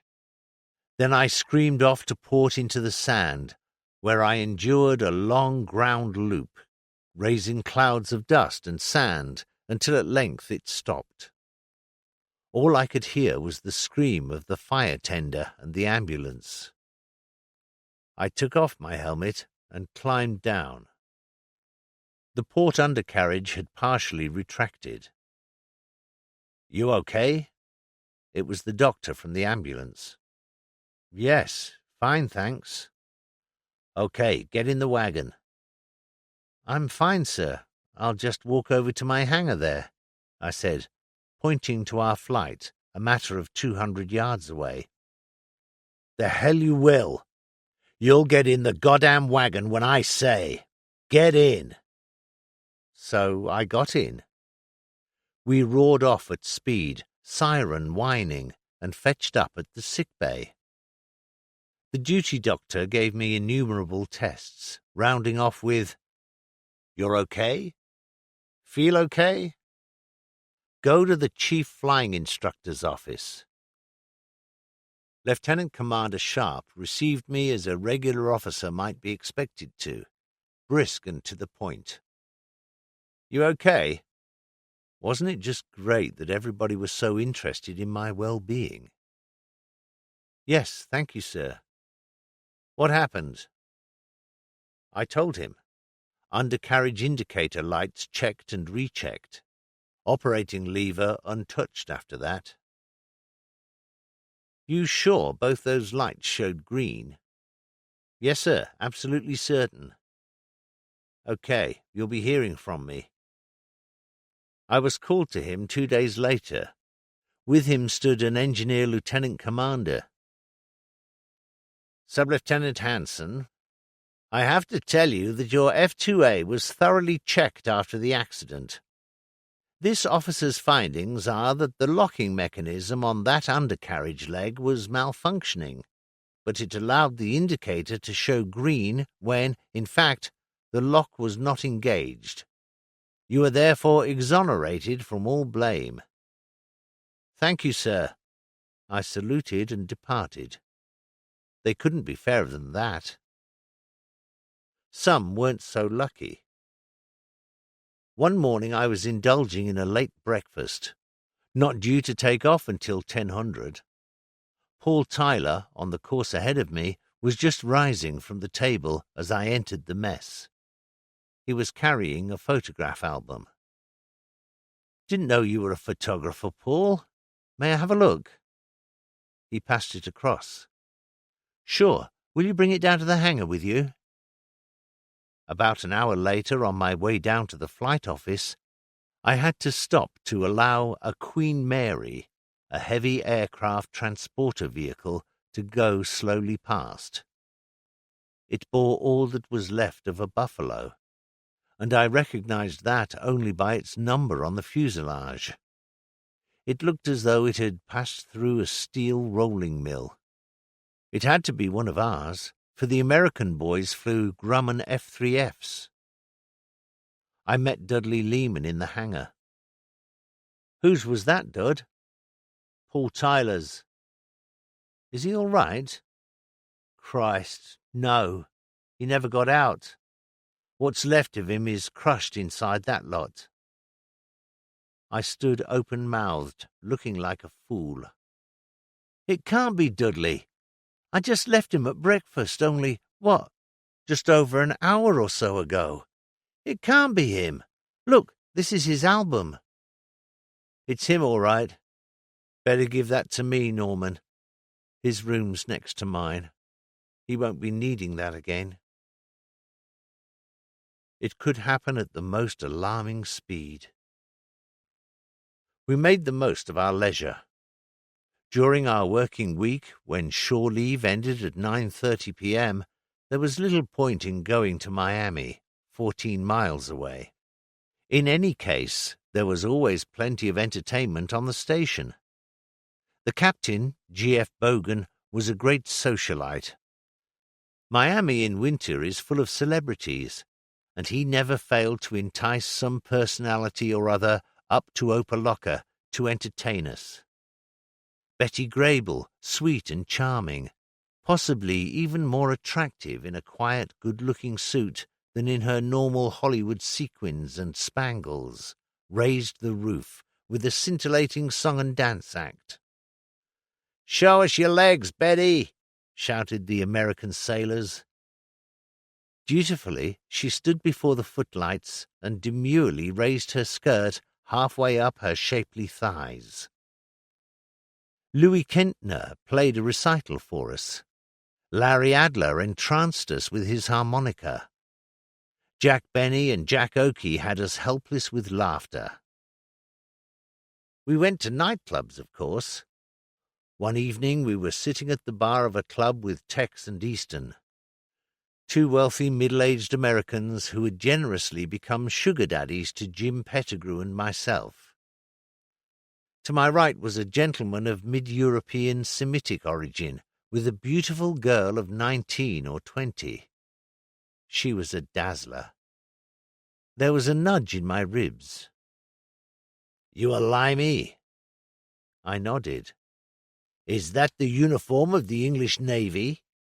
I nodded again. "Hey, tell you what, my little girl wants one of them fancy buttons on your jacket. How's about it?" Fancy buttons, indeed. The proud symbols on my sub-lieutenant's uniform. I knew precisely what to say, but I had to remember the bit about being our country's ambassadors in a foreign country. "Sorry," I said politely. "No can do." "It's worth $5. Interested?" I was interested only in kicking him in the teeth. "No, I'm sorry, she'll just have to be disappointed." "Okay, sailor," he said, removing the cigar from his mouth. "So you're going to play hard to get. $20. Again I shook my head. $25, and that's my last offer."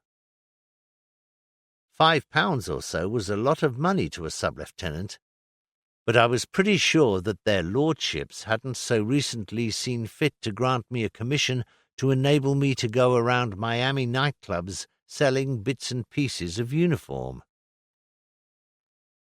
"I'm afraid you don't understand. It isn't the money. We don't give or sell pieces of uniform to anybody. All this stuff has come from Britain the hard way, and I'm not parting with it to you or your sugar baby." Tex's head interposed between us. He wasn't a visitor, and accordingly didn't feel as inhibited as I did. "You heard what my friend said, Fatso," he growled. "His uniform ain't for sale. I'm sure you wouldn't want him to press the point. This guy's all of 6 feet standing up." Little by little we were increasing our knowledge of the American way of life. Pettigrew and I were at the Villa Venice, one of the better nightclubs on the beach, with a very good well-dressed floor show. We had sat through 2 shows, but Jim, whose world revolved round girlies, insisted on seeing the third and last performance. He had established in-shop talk, visual contact with the young lady in the second rank of the chorus. Having already made a fair guess at her vital statistics, he was determined to know more. The last show gave him his chance, for the girls appeared clad in only wonderful headdresses, gauntlets, high-heeled shoes, and G-strings. Jim shook me back to life. "They're on!" So they were, and Jim was right. She was a honey. Blonde, about 19, and everything came out and went back again in exactly the right places. She smiled at him and made his day. We were cold and shivering outside, despite our greatcoats. We had a long way to go back to the station, and it was nearly 3:00. At the lamp-post at the corner, Jim stopped. "What's the matter?" He was looking up the avenue on the side of the club, gazing towards the stage door. "I'm waiting for her. You just carry on." "Don't be a bloody fool, Jim. You'll never make first base with her." "Just watch, boy. You just watch." He was an incurable optimist with a fine conceit where women were concerned. Eventually she emerged, looking lovely enough to eat. Her hair under the lamplight was beautiful. She wore a mink coat, which she must have earned the hard way. Her legs beneath it were the pride of Florida. As Jim moved towards her, she declaimed from 20 yards in a rasping voice which can't have done a thing for Jim's ego, "It'll cost you $30. It must have been a hard life for a high kicker in Miami. $30? Jim said incredulously. $30? Jesus! I only want to borrow it, not buy it." She swept past us with a look of contempt. Her perfume and the swish of her mink wafted over me. Strange things, girls, I thought, and how bloody awful to be so hard at 19. Already she must be sick to death of men. She isn't young any more. Boys, young men, have been left far behind, and the wallets of the well-to-do, men of any age, shape, or colour, are her only interest. We started to walk. Opaloka felt a long way away. We were halfway across the causeway, bridging Biscayne Bay, when a cab slowed to a halt by my side. "Going to Opaloka, boys?" When a taxi pulls up beside you at 3:00 in the morning in Miami, you watch your step. However, the jockey was alone and looked reasonably harmless. "How much?" I asked with Yorkshire canniness. $20, he said. "Bollocks," retorted Jim, his recent encounter having set the iron in his soul a-clanking against all Americans. "Bollocks, I'd rather walk." We settled for 14, a very good buy from our point of view. We got in and started rolling. As we were approaching the end of the causeway, the driver said over his shoulder, "You boys ever been to the Boulevard Club?" "No, where is it?" "On the Boulevard, about 19th Street. Tell you what," we already knew, he got a rake-off for the customers he brought. "I'll drop you in for an hour and wait. No extra charge." All I wanted was my bed, my own bed. But Jim had tasted blood, and there was no holding him. I resigned myself to a no-sleep night. The club was a fairly big L-shaped job, with a stage at the end of the long leg of the L. It was reasonably furnished and decorated, but the bartenders looked ugly customers, and they set the tone. We were shown to a table. Before we could sit down, a couple of broads flopped into the other two chairs, a little blonde and a big brunette. Both chewed frantically. "Pass a drink, boys? Okay? Scotch and water?" A waiter brought the drinks. There was no conversation. The hell with it. I wished I was asleep. Come to think of it, I wasn't very far away. Jim set the drinks up again. When the waiter arrived, he removed our 2 beers and, turning to the waiter, said, "And can you take that horse water away and bring Scotch? When I order Scotch, I want Scotch. The waiter gave us a studied look and glanced at the bar. We were marked men. Blondie was the first to leave. She reappeared on the stage in a matter of minutes and did a fast strip, to loud cheers and deafening applause. Most of the patrons seemed to be of the see Miami and die variety. Our big brunette followed her. She stripped slowly to the strains of Temptation, as far as her bra and a G-string. The band played it well, too, but then all bands in Miami were good. A short and total blackout followed. Up came the lights again. Now she stood naked, holding across the front of her well-built body a large black chiffon square. She left the stage and disappeared from our view to the other arm of the L-shaped room to our right. There were regular bursts of laughter, shrieks of ecstasy, and drunken catcalls. Eventually she gravitated to our table, weaving her black chiffon to and fro in what she hoped was a highly seductive manner. She was with the limeys, and a hush fell upon our neighbours. $5 to see my pussy, boys, she announced, loud and clear. I shook my head. My friend is asleep, honey, said Jim, and I've seen all I want to for this week. He flicked a coin at her. She caught it with an adroitness that comes of long practice, looked at it, and flung it back with an outburst of obscenity. All hell broke loose. The holiday-makers from Pittsburgh roared with anti-British sentiments. The barmen prepared for action, hurriedly removing their dentures. I thought we were in for a rough trip and stood up, now thoroughly wide awake and ready for trouble. Jim did the same. Okay, fellas, relax. This your first time here? Round the corner of the L appeared 9 U.S. Marines, a tough-looking young sergeant in the lead. Here's the drill. Grab a chair. His chums already held chairs at the high port and had formed a defensive circle. We joined them. The barman hung around waiting for a straggler. We moved slowly and evenly towards the door, then threw the chairs at them and beat it. We were laughing and shook hands all round. Our cab driver was standing outside, shaking with silent laughter. As we climbed back into the taxi, the guys I see coming out like that, say, you were great, great. Oddly enough, it was Jim who had to be awakened when we reached the station.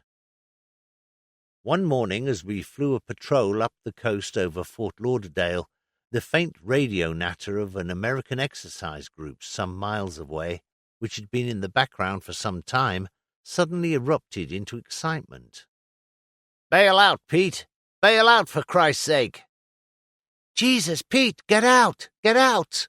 Bail out, quick!" Then mumbo-jumbo and bags of hysterical yelling. After lunch, Derek Forbes and I went along to our room for a short siesta. I just flaked out on my bed when I heard the sound of a woman sobbing. "Where's that, Norman?" "Some crafty sod has worked a woman into the block. Bachelor's officers' quarters, no less. How do you like that? And now she wishes she wasn't here." He jumped off the bed and crept across the floorboards in his socks. He eased open the door. "These bloody Americans don't know how to handle women. She needs a bit of comfort from New Zealand." I snorted. "I know what she'll get from New Zealand, and it won't be frozen lamb." Then he was out of the door. A few seconds elapsed before he returned. "Next door. Those 2 American boys, crafty sods." I went over to the wall myself, listening acutely. I thought it didn't sound like a girl now. I went to their door and knocked. "Anything I can do to help?" "Get the hell out of it!" It was a boy's voice, shrill and hysterical. "Leave me alone! Leave me alone, can't you?" I was still standing there wondering what to do when an American cadet came along. I told him. "Oh, just let him be. His roommate, his buddy, was killed over the Everglades this morning. Leave him be. He'll be okay." They had been firing at a drogue. Pete had apparently gone in on a high-side run, had lost the drogue from his gun sight, and flown slap into it.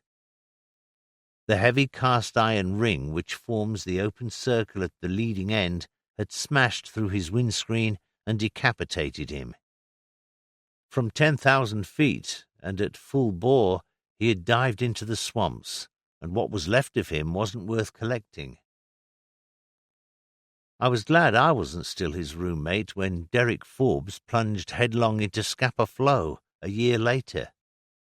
He was too nice a kid to die like that. Segregation between whites and blacks had astonished most of us during our time in Florida, and in such places outside as we had visited. Later on in the war, we were to see plenty of evidence of apartheid in South Africa, but for the life of me, I saw little or no difference from attitudes in the southern states. We boarded a bus in Pensacola town one afternoon, 5 or 6 of us, to go out to some beauty spot on the coast.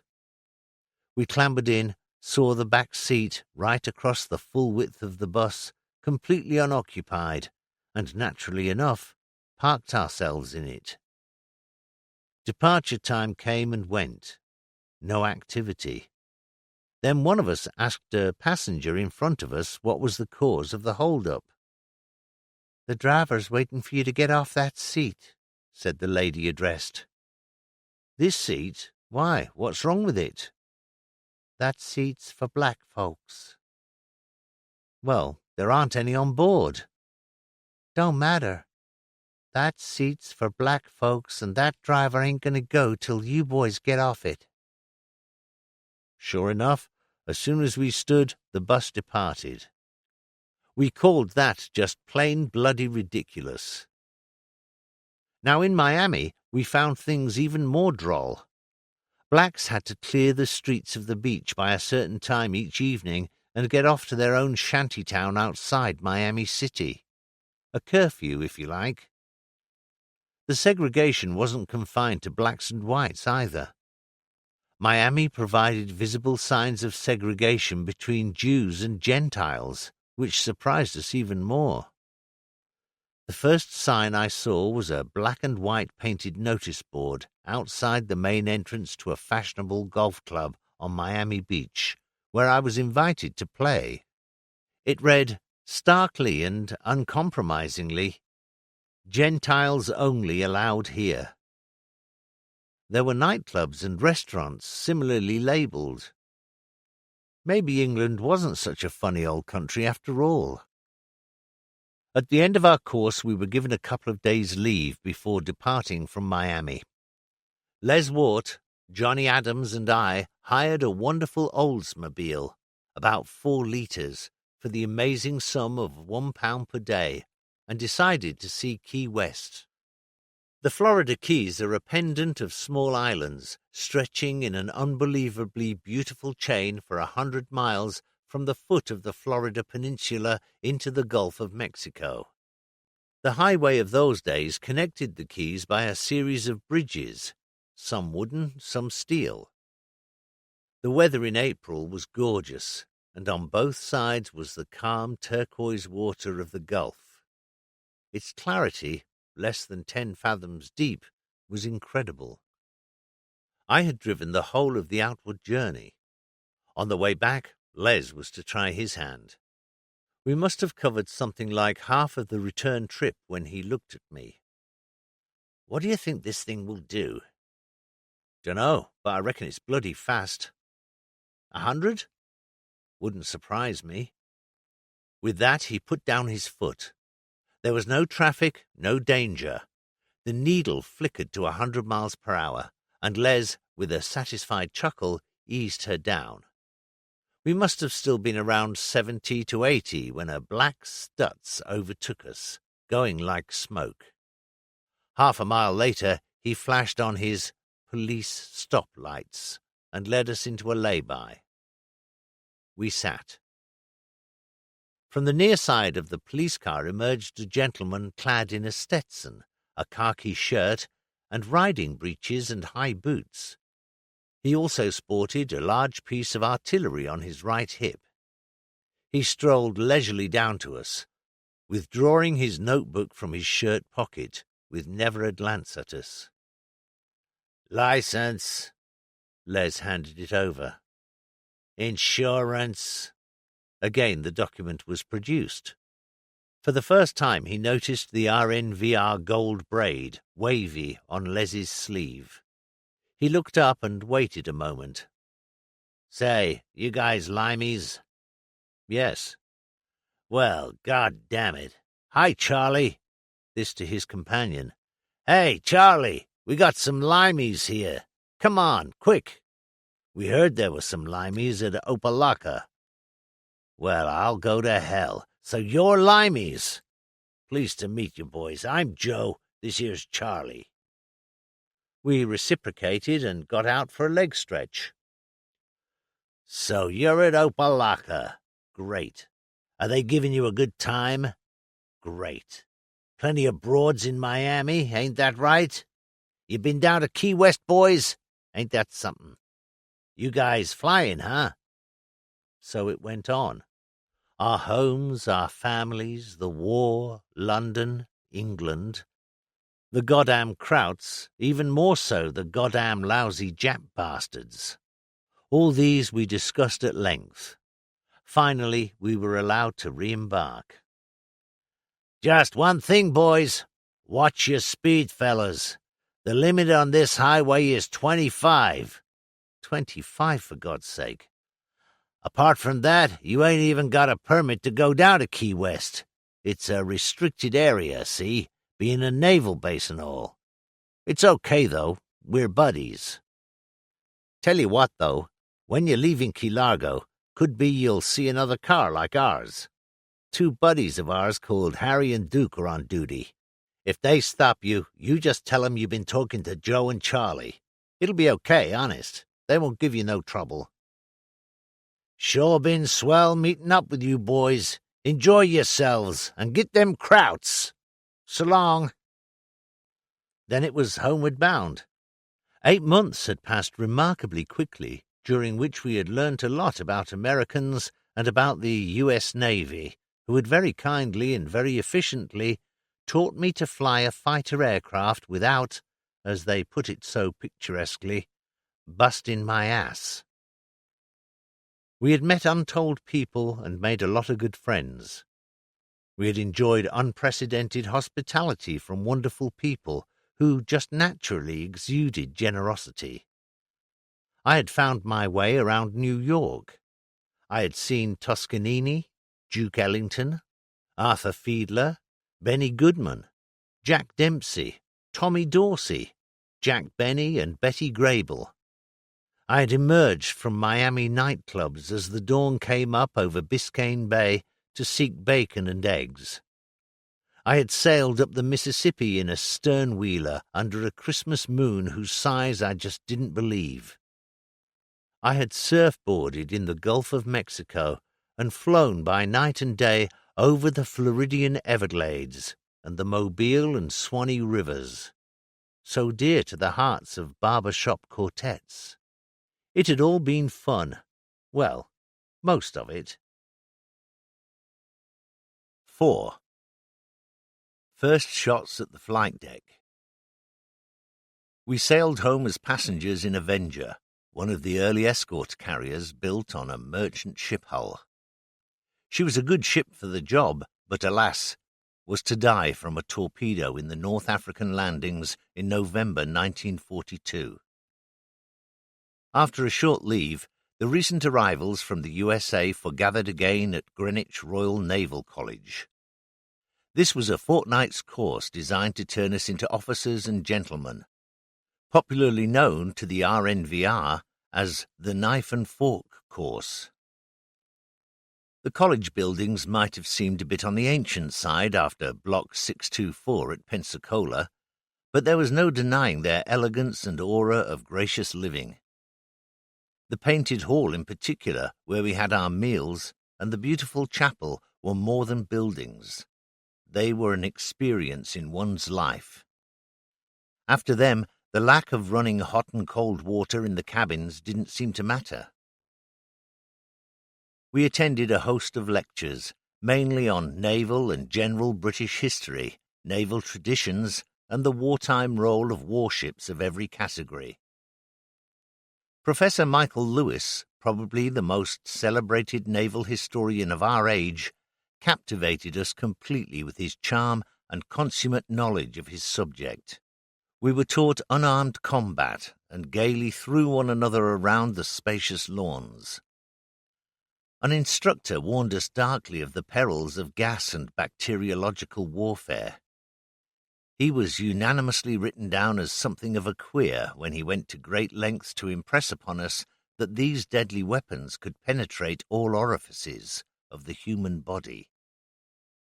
Our womenfolk especially were to be well guarded, for they were equipped with an extra orifice which we didn't possess. "Dirty old bastard! Fancy talking like that when there are men dying in China," was Johnny Johnson's summing up of this surprising lecture. We left Greenwich having, we hoped, been duly elevated. We had recently become acquainted with the saying, "The RN are gentlemen trying to be sailors, the RNR are sailors trying to be gentlemen, and the RNVR are neither, trying to be both." Whatever was happening to us, we were all mad keen and trying like hell. After that we made the long journey by train to Padstow in North Cornwall, and by Navy transport for the few miles to St. Merrin, a Royal Naval Air Station where we were temporarily attached to a training squadron, number 762. The countryside in which it was situated could hardly be described as entrancing, but the coves and beaches, some of them within easy walking distance, more than compensated for it. The station was pleasant enough, its only drawback being that neither of its two runways was ever into wind. Station gossip said that when government Met men had come down with their charts dating from around the Crimean War, the mean wind directions over the years had said X and Y, and the runways had been plotted accordingly. It seems that local farmers, watching what was going on with great interest, could hardly control their mirth when they were told what had been decided, for never in history had the wind blown in either of those two directions. Government charts, however, knew better, and the runways were duly put in, so we never took off or landed into wind. The Fairy Fulmar, an obsolete two-seater fleet fighter with a Rolls-Royce Merlin 30 engine, was a lovely aircraft to fly. Although somewhat underpowered, she more than made up for this deficiency by her complete lack of vices.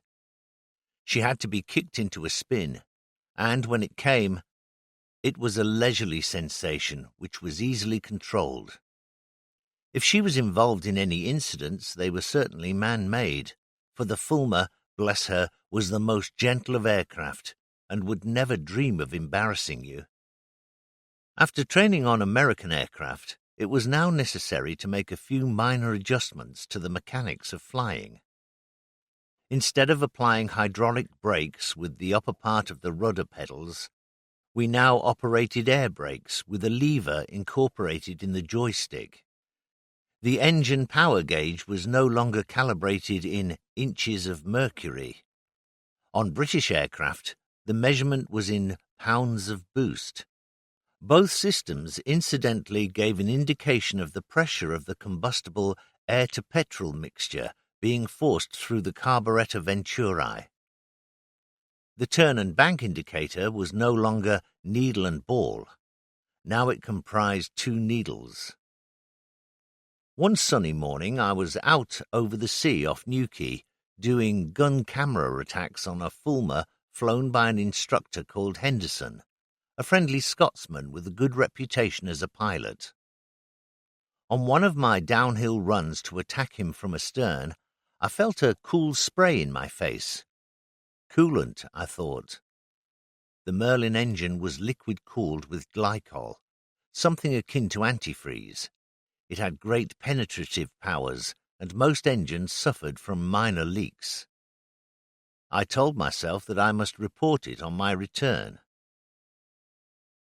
On my next run into Henderson, I had to dive fairly steeply to drop to his altitude.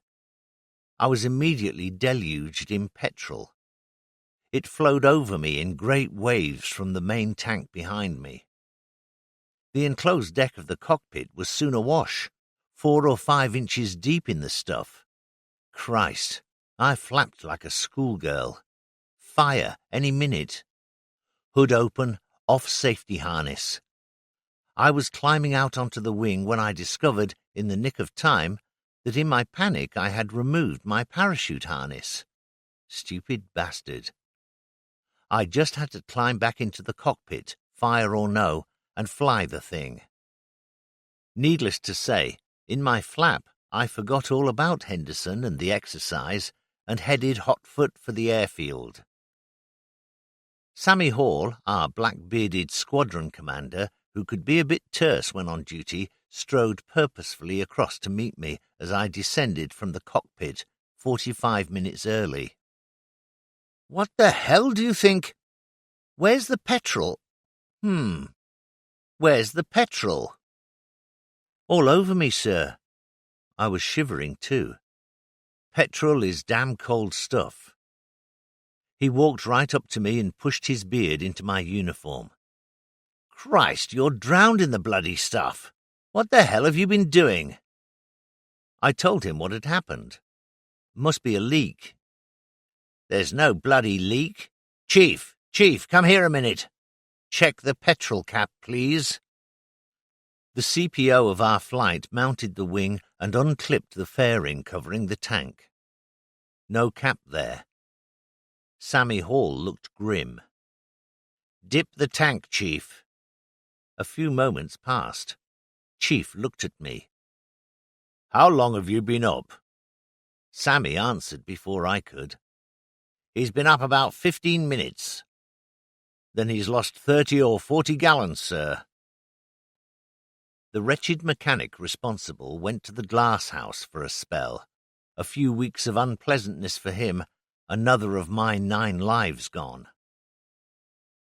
I was sent one morning to do an oxygen climb to 20,000 feet.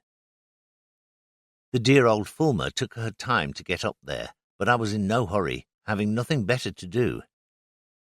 The morning was crisp and clear, and I was captivated to see the whole of Cornwall lying below me like a great relief map. What was more, visibility was so good that the North French coast could be seen quite clearly. It was my first experience of seeing part of Europe as it looks on a map.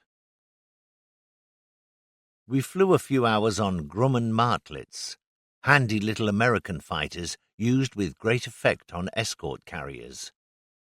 Their only drawback was the manually operated undercarriage, which was held to wind up or down since the handle was on the right side of the cockpit, necessitating a change of hands on the joystick just at the crucial moments of takeoff or landing. It was common knowledge that at least one pilot had wound himself straight into the ground. One of our ex-Pensacola boys was Dennis Hilliard, who, when we first joined up, had seemed little more than a child, having come into the service straight from Ampleforth.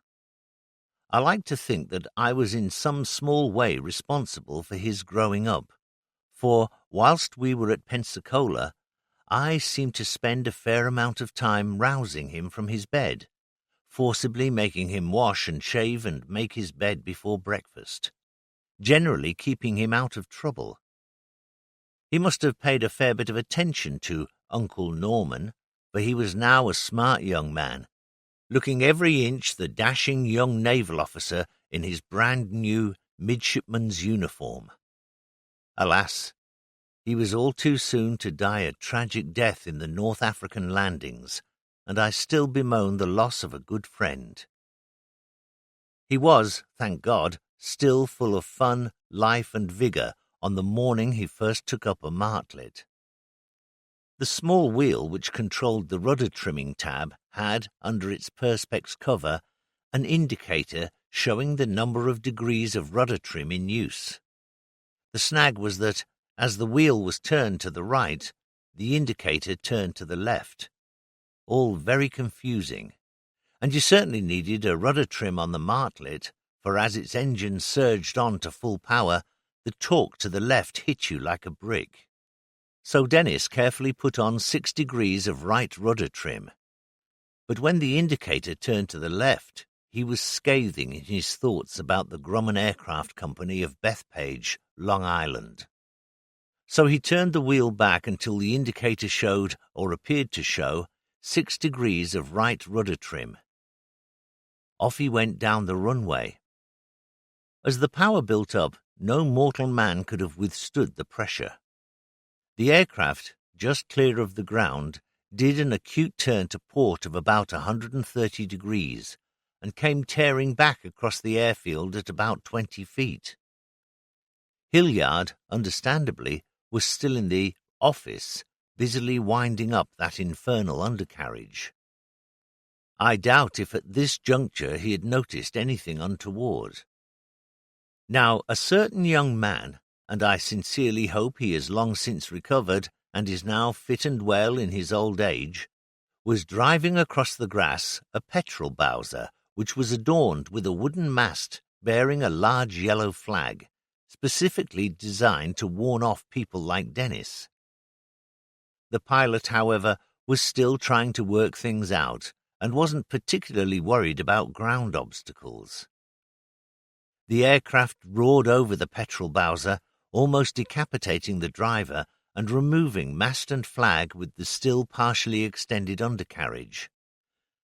The staff in the control tower, looking down from their lofty eminence on this amazing scene, unanimously agreed that they had never seen the likes of it. Neither had Sammy Hall.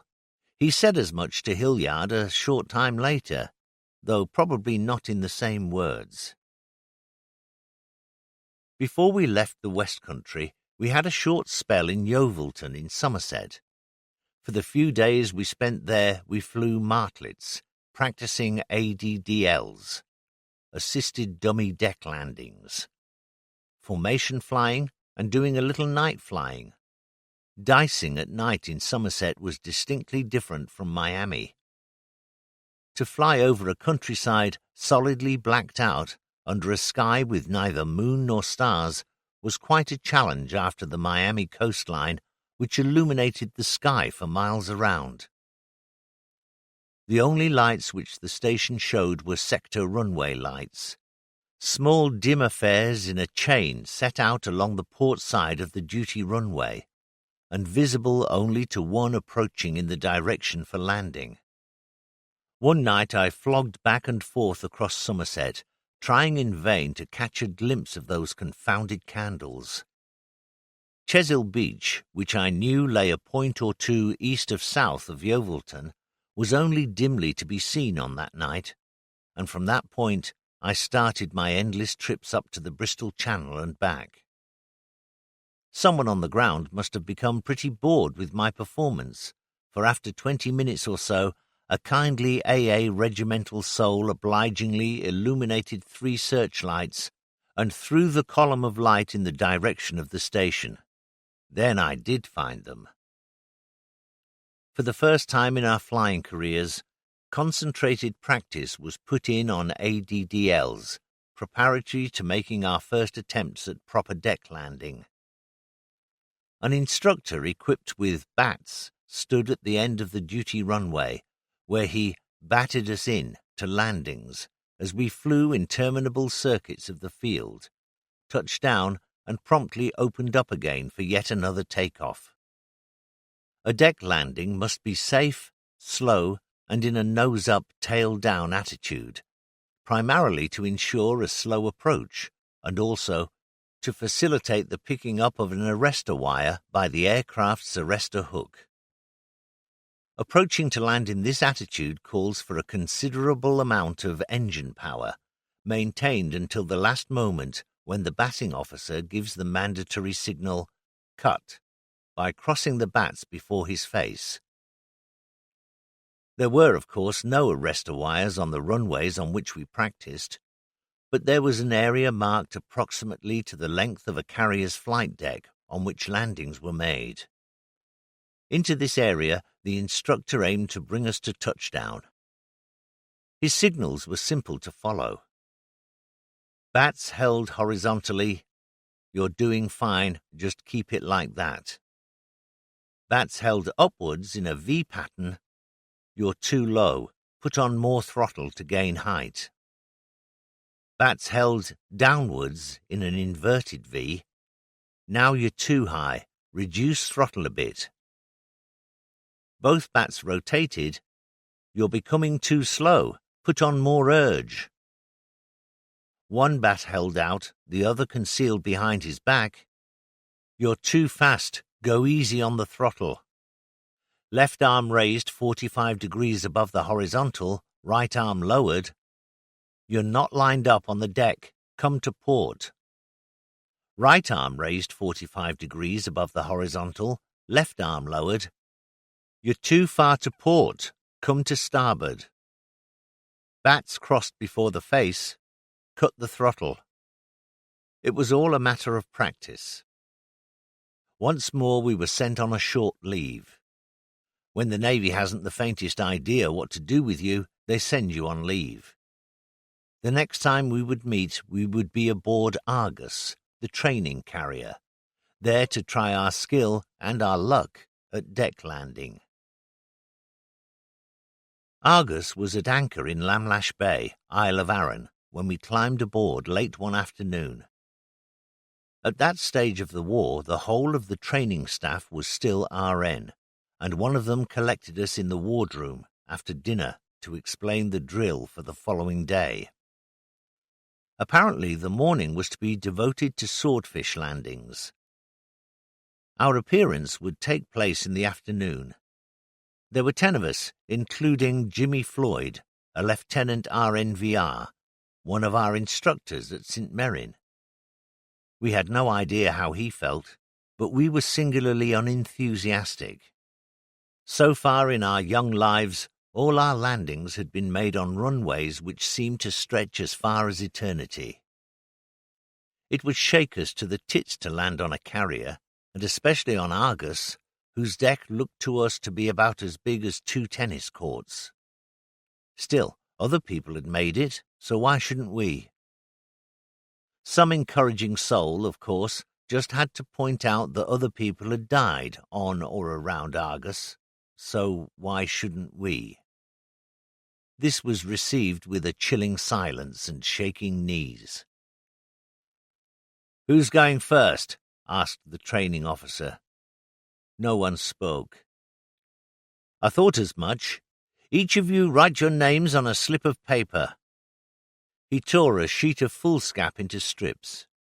When we had written our names, he rolled the strips up and borrowed a cap. Robertson, Laidlaw, Adams, Hanson. Someone wrote them down as he reeled them off. Finally he came to Jimmy Floyd, 10th to go. The great day dawned, real summer. The Clyde looked wonderful under a clear blue sky.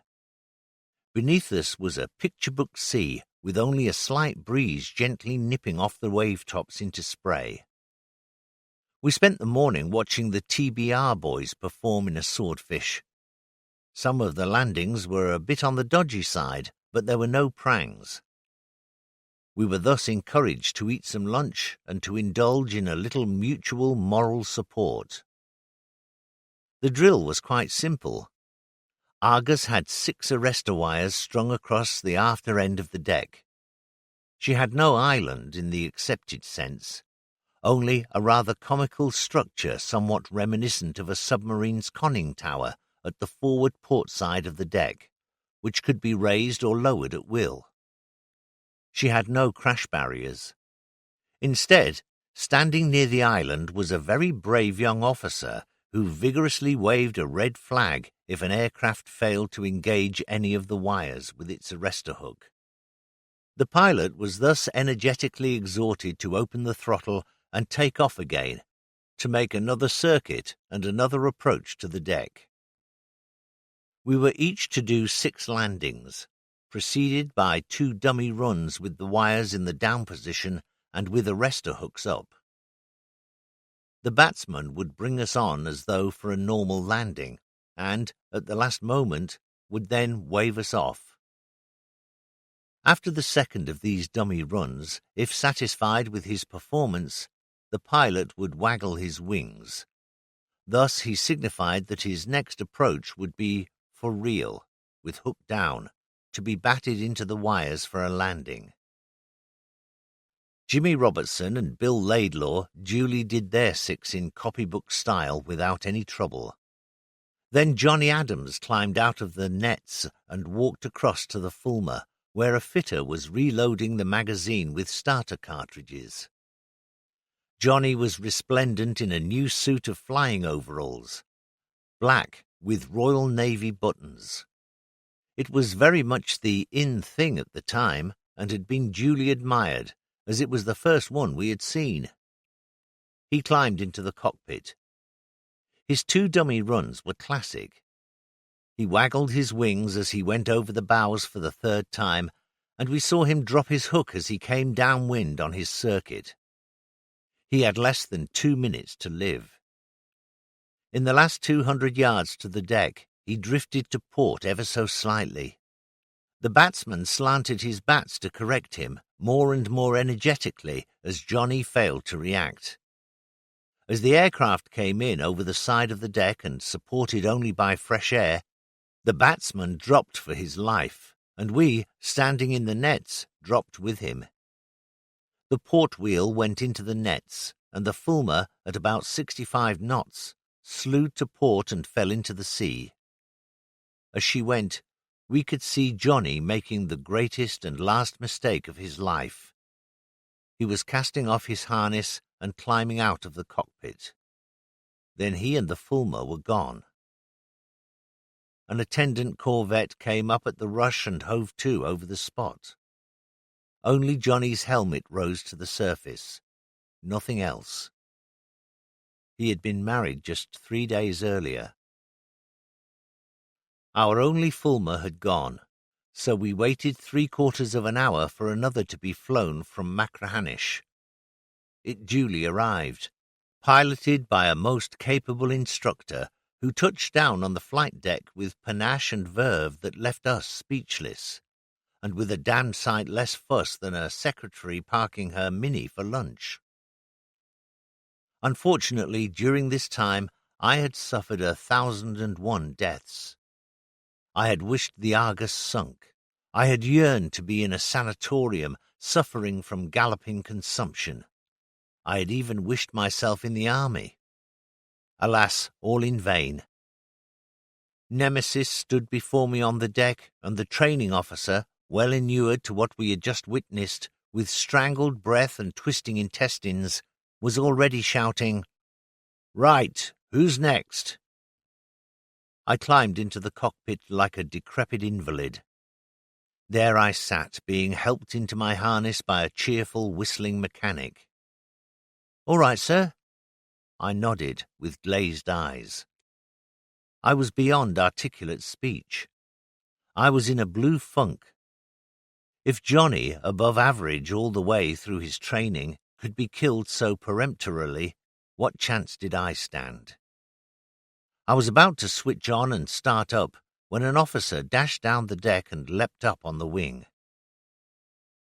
"Okay, take off now, but circle the ship until we give you a green very. The Rear Admiral and his staff are landing aboard in 2 swordfish. When we have struck them below, we'll tell you to start, okay?" I circled for 20 minutes before the 2 lumbering old swordfish arrived, landed, and disappeared into the hangar. That breathing space was sufficient to bring back to me the feel of the Fulmar, an aircraft I liked enormously, and the confidence I so sorely needed.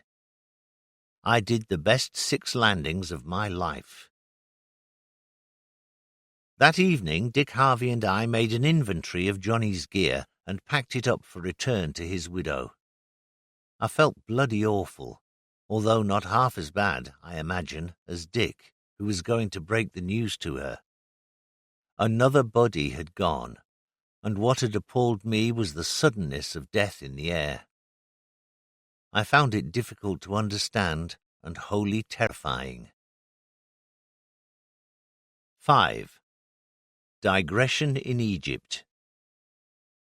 In June 1942, I took my leave again of Kathleen and sailed as a passenger aboard the motor vessel Penrith Castle, bound for the Royal Naval Air Station at Dikila, some 15 miles west of Alexandria, just on the edge of the Western Desert.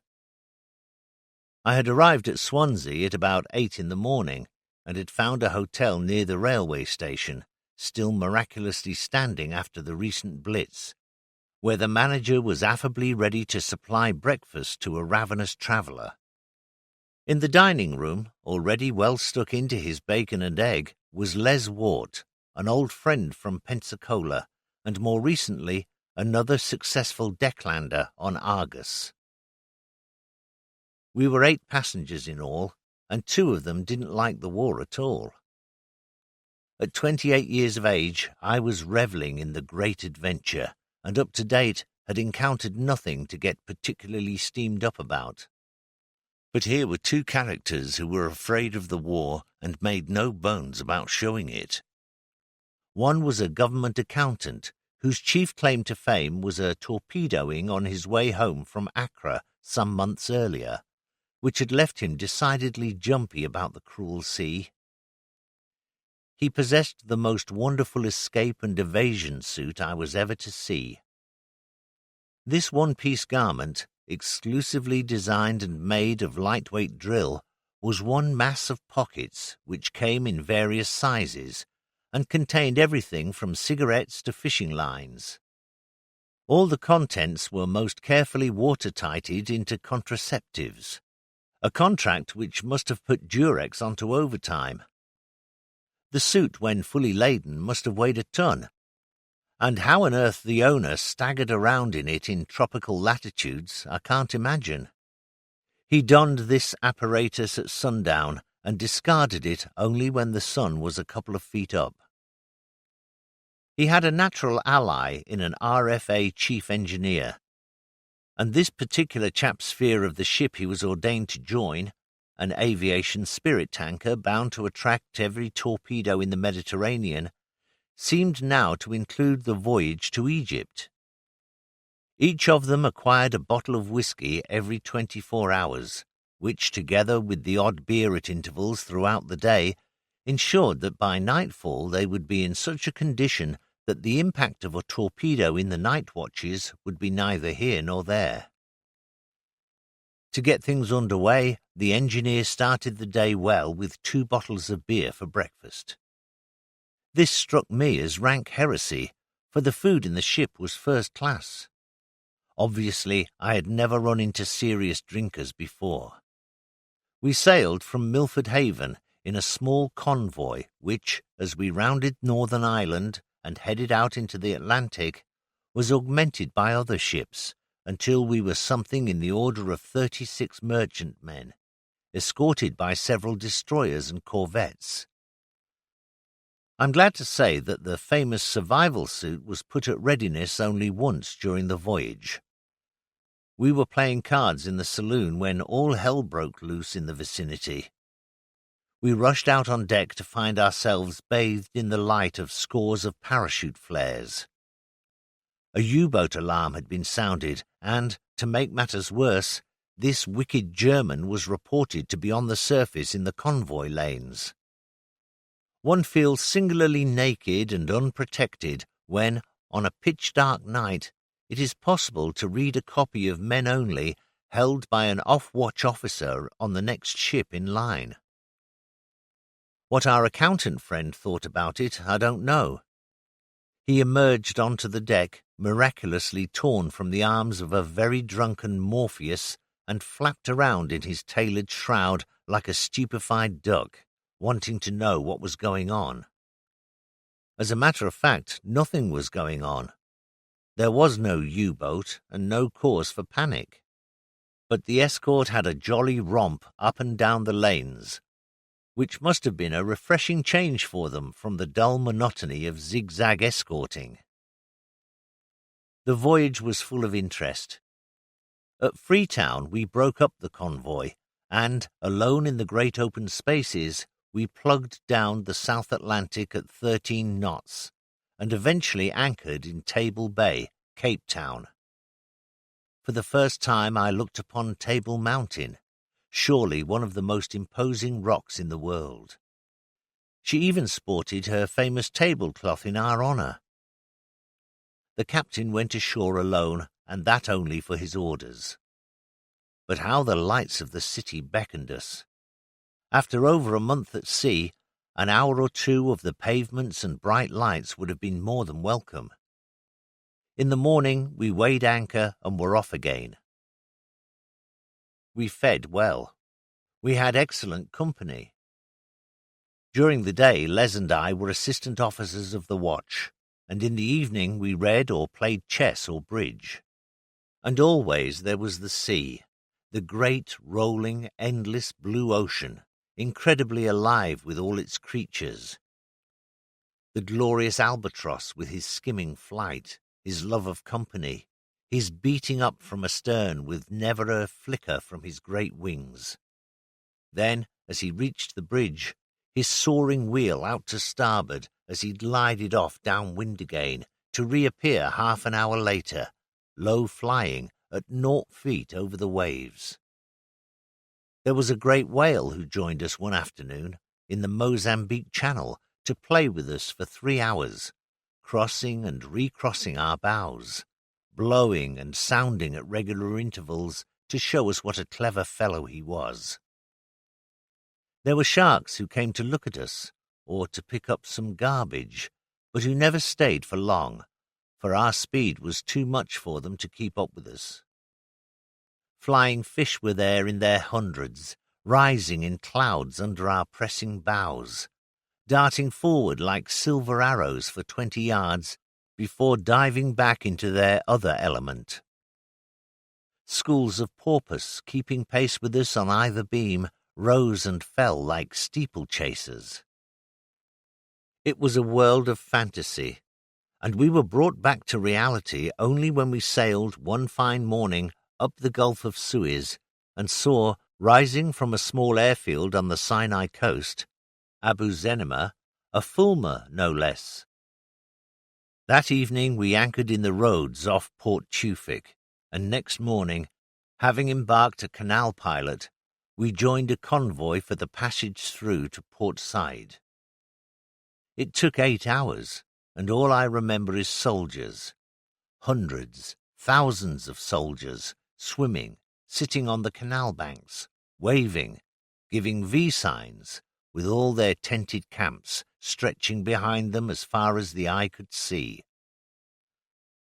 We passed through the bitter lakes, past Ismailia, past Kantara with its great camel stockade on the Asian shore, and finally into Port Said. All this was one long dream. I was fascinated. Until now these faraway spots had been names in an atlas. Now here they were, and I wasn't disappointed.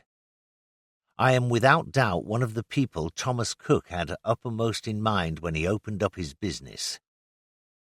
I am a born sucker for exotic places. Next morning, Les Wart and I took our leave of Penrith Castle and our fellow voyagers. We took a hot, dusty train, which was covered with Arabs like locusts on a tree, their nighties flapping madly in the breeze. Back up the canal to Ismailia, across the desert to Zagazig, Benha, just north of the Great Nile Barrage to the north of Cairo, Tanta, Damana, and finally, after 8 long weary hours, into Alexandria. As we came out of the station, there was the roar of aircraft overhead.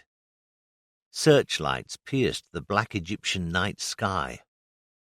God, I said to myself, we'll be at it tomorrow morning. There was a good-looking young leading seaman standing at our side. "You for tequila, sir?" "Yes, thank you," said Les, as the sailor picked up our gear and led the way to a small van parked nearby. He enjoined us to get into the cab alongside him on the big bench seat. "Keep your eyes on that gear if I stop at traffic lights, sir," he said. "These thieving bastards'll have the bloody lot if you don't watch out." We hung upon every word. Here was a man of experience, and we were two green subbies, green as grass, who had never thought of Egyptians as thieving bastards. "Do you have air raids every night?" I asked, amazed at once at the lack of gunfire and his airy nonchalance. "Air raids, sir?" His sailor cap, now flat aback, shook with mirth. "Air raids? Ain't no air raids here, sir." "Well, bar the odd one or two now and again. Bloody sight safer here than London, believe me. If you're going to get killed here, sir, if you don't mind me saying so, it'll be Clap, not Jerry." Bang went another illusion.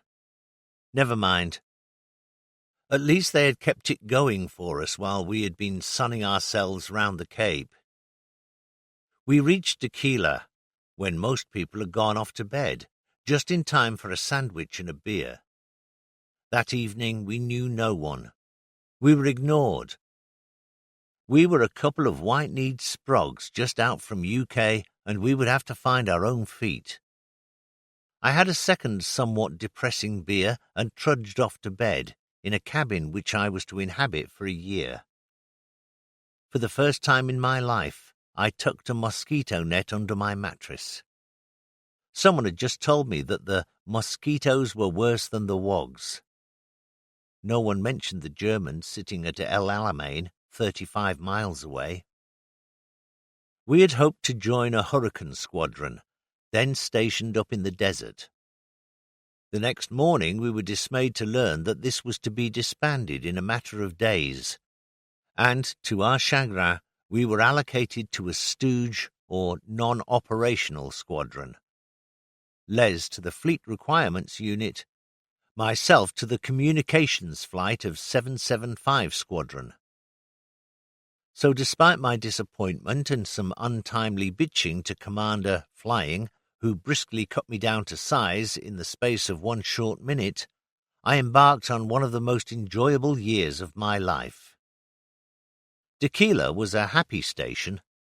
Looking back on it, I recall it as a genial, friendly flying club, rather than a naval air station.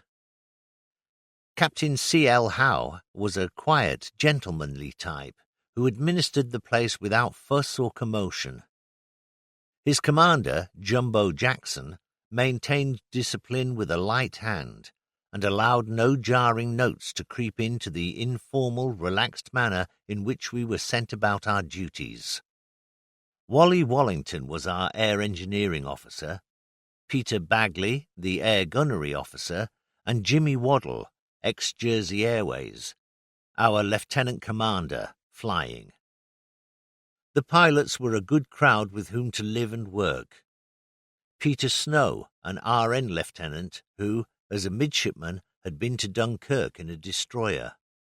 Mick Powell, Jeff Simmons, and not least Jim Pettigrew, my old Miami buddy.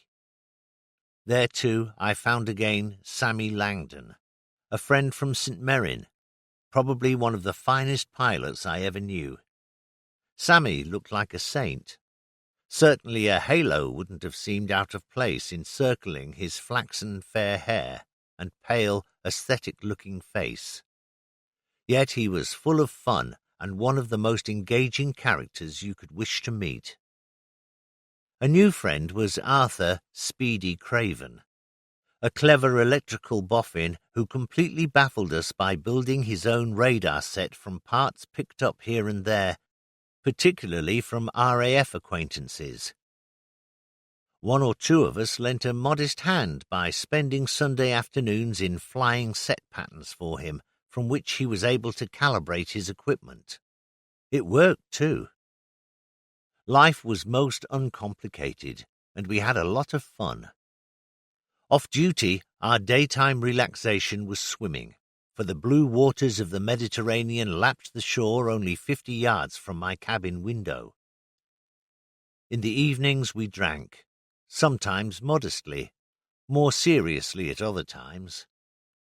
Now and again we would see a film in Alexandria as a pleasant change from Shaftow's horrible cinema on the station, where the comfort was non-existent, the projector erratic, and the screen unmentionable. The building had a corrugated iron roof. When the heavy autumn rains were upon us, the drumming on this made it completely impossible to hear a word being uttered by the speakers. There was an abundance of good restaurants in the city where we could enjoy decent food when station meals palled. A dim-out was imposed in Alexandria during the hours of darkness, though nothing on the scale of a British-type blackout. Walking the streets at night, even in the city centre, was an exercise calling for great caution. Numbers of careless servicemen awoke at dawn in some squalid back alley with nothing more than a thick head and, if they were lucky, their underwear. Taxi drivers took on board a mate after dark, and it was asking for trouble to take a cab alone from the city centre to the harbour or the suburbs. Safety lay only in numbers. The quarters at Tequila, whilst no means palatial, were reasonably civilized, considering there was a war on, and that they had been bequeathed to us by the Egyptian Air Force. Nothing so pansy as running hot and cold water was laid onto our cabins. Our Egyptian stewards arrived each morning with a large enamelled jug of hot water for shaving and washing. Nearby was an imposing row of thunder boxes. Whatever else, the wardroom and dining mess were comfortable enough.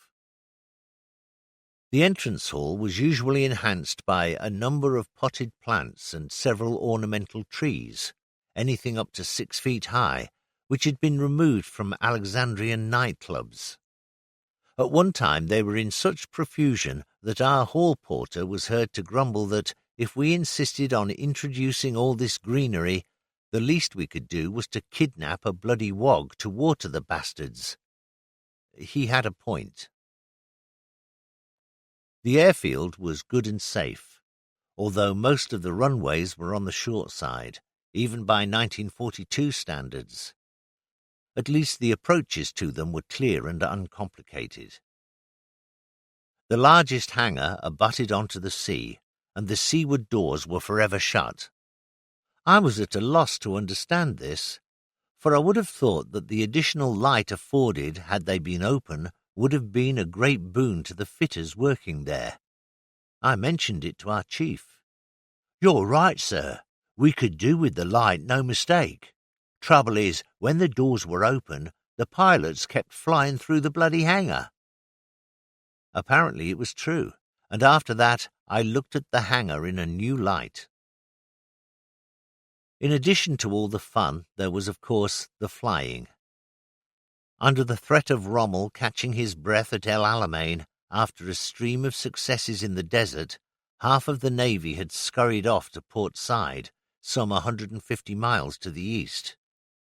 The division caused endless problems, for there was no direct road or rail link between the two across the Nile Delta, and, as I have said, the journey by way of the Delta Barrage took 8 hours, however it was done.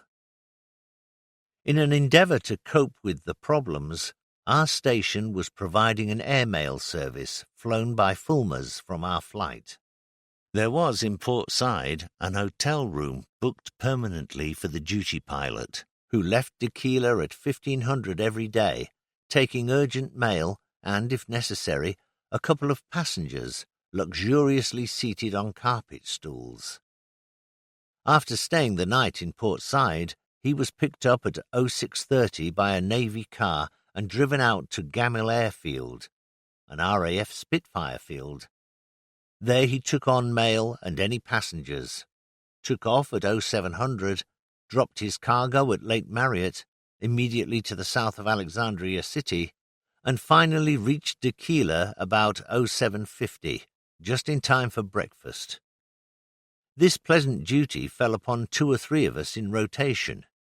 One of my regular passengers on this run was Commander Allen, RN, a charming man approaching middle age who had been pulled out of retirement for war service in the DEMS branch, defensively equipped merchant ships. He was genial and friendly and never failed on arrival at Port Said to entertain me to tea or dinner. It was he who introduced me to one of the best sticky cake shops I ever gorged in, Gianola's, a Swiss bakery cum tea shop not far from Simon Art's famous emporium. I have been an addict of that food of the gods ever since. He used to stay at the Casino Palace Hotel higher up the street, where we would have dinner. After that we would sit outside, drink and watch the world go by, or sometimes go to the movies. This invariably ended up with the playing of the Egyptian national anthem, loudly chanted by hundreds of sailors, standing rigidly and commendably to attention, singing their own translation, which was horrifyingly obscene. Commander Allen's untimely death brought great sorrow to me. He had been to Malta on a duty trip and had been offered a lift home back to Alexandria aboard the fast mine-layer Welshman. This ship, one of the fastest in the Royal Navy, set off unescorted on a high-speed run eastwards down the Mediterranean and was unlucky enough to run into U-617. On that night in February 1943, the U-boat's captain, despite the Welshman's fantastic speed, managed to get a direct hit on her. One was enough. Commander Allen, I was told, survived the sinking and got aboard a life raft, but he was too old to survive the rigours of a freezing cold night on the open sea, and perished from exposure. He was a long, long way from his rose garden in the southern counties. My most vivid memory of the Port Said run is the beauty of the sunrises. At 0700 in winter, one took off from Gamil Airfield into a sky just becoming light. I can still feel the cold in the cockpit as I sat there, waiting for the engine to warm up. Although I was grateful for an Irvine jacket, how I shivered there. The wind always seemed to come from the sea, and the climb out of Gamil took one across the sand dunes and out over the Mediterranean. A wide climbing turn to starboard covered the town, and at that moment, with increasing altitude, one brought up the sun, a massive golden ball rising out of the Sinai Desert, still dark, tawny and fathomless. There was nothing at all between myself and India. At 7 in the morning, the earth is a beautiful sight from the air. As I looked down on the delta from 3,000 feet, the irrigation canals were like pieces of silver wire. Faint wisps of smoke rose idly from the collections of wretched mud hovels scattered haphazardly among the lush green vegetation. And I thought of the fellaheen as they stirred reluctantly to face yet another day of misery and unrewarding toil. As I crossed the 2 arms of the Nile, the white sails of the feluccas gliding imperceptibly beneath me were now just catching the morning sun. It was fun to be young and alive and a flyer. Now, with 20 minutes to go, I began to think about breakfast. Wally, our AEO, was a romping, rumbustious fellow who kept the whole station on its toes. He had a more than faint desire to learn to fly. What better way to spend Sunday afternoons? Some few miles south of Dakila, not far from the big army transit camp at Amaria, which thousands of soldiers of the 8th Army will remember with mixed feelings, those memories, I am sure, will consist of sand, and yet more sand. was a small disused airfield. Wally and I used to take one of our tiger moths down there and spend some happy times doing circuits and bumps until we eventually tired of the monotony. After that, it was 15 minutes flying time back to the station for tea. There was one afternoon when we essayed some practice in a fairly stiff northerly wind, an unusual phenomenon hardly to the taste of Wally's limited experience. We did a few touchdowns and decided to go home. No need for a compass course. The road below us led without complications to the western end of our airfield, and Wally set course for the teapot. I told him to fly fairly low in an endeavour to escape the main force of the strong wind. Tiger moths could never be described as fast aircraft, but even I was surprised when an army staff car, heading for the coast as we were, passed us with ease and rubbed salt into the wound when its rear seat occupants indicated by their gestures that we were welcome to a lift from them. Wally, who had been a racing driver of some repute in pre-war years, uttered comments down the voice pipe which were certainly not meant for human ears. Needless to say, he wandered about 30 degrees off course while he was expressing his feelings. The flying business, that is, military flying, abounds in paradoxes. Half of one's time is spent in learning how to avoid death, and most of the other half in doing damn silly things, many of which would appear to be calculated expressly to attain death in one of its nastier and more messy forms.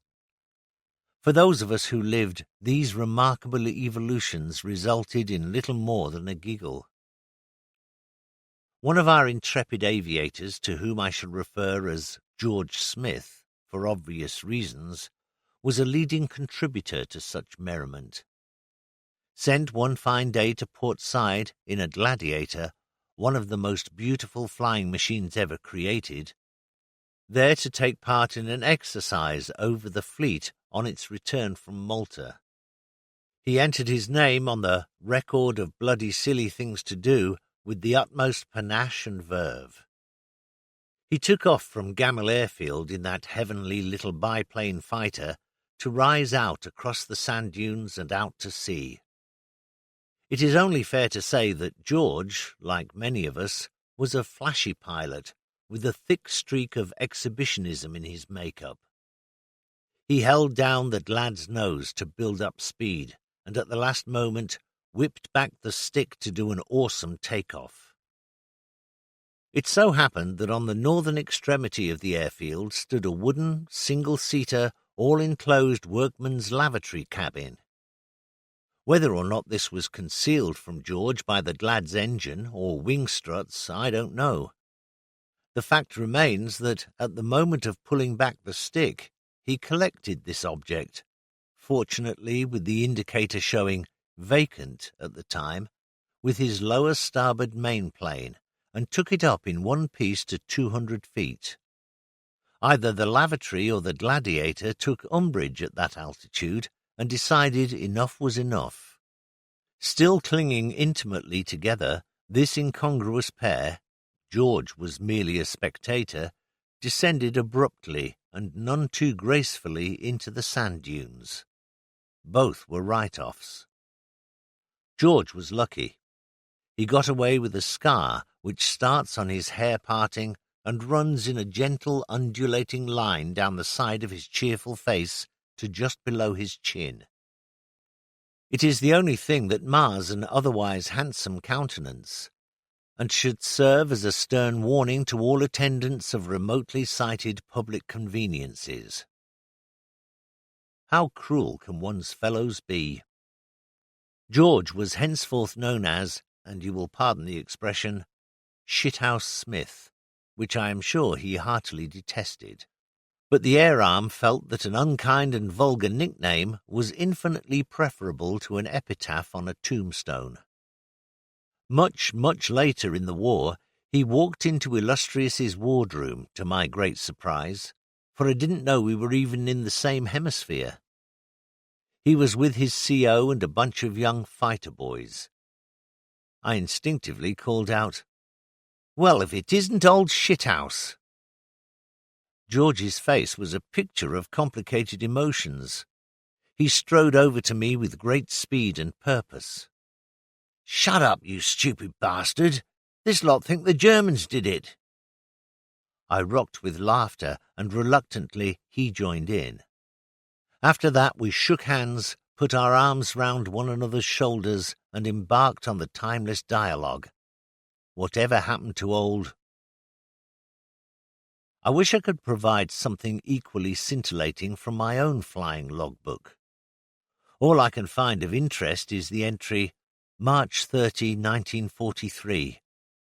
Tiger Moth N9121. Pilot, self. Passenger, Surgeon Lieutenant Sheehan, RN, local flying.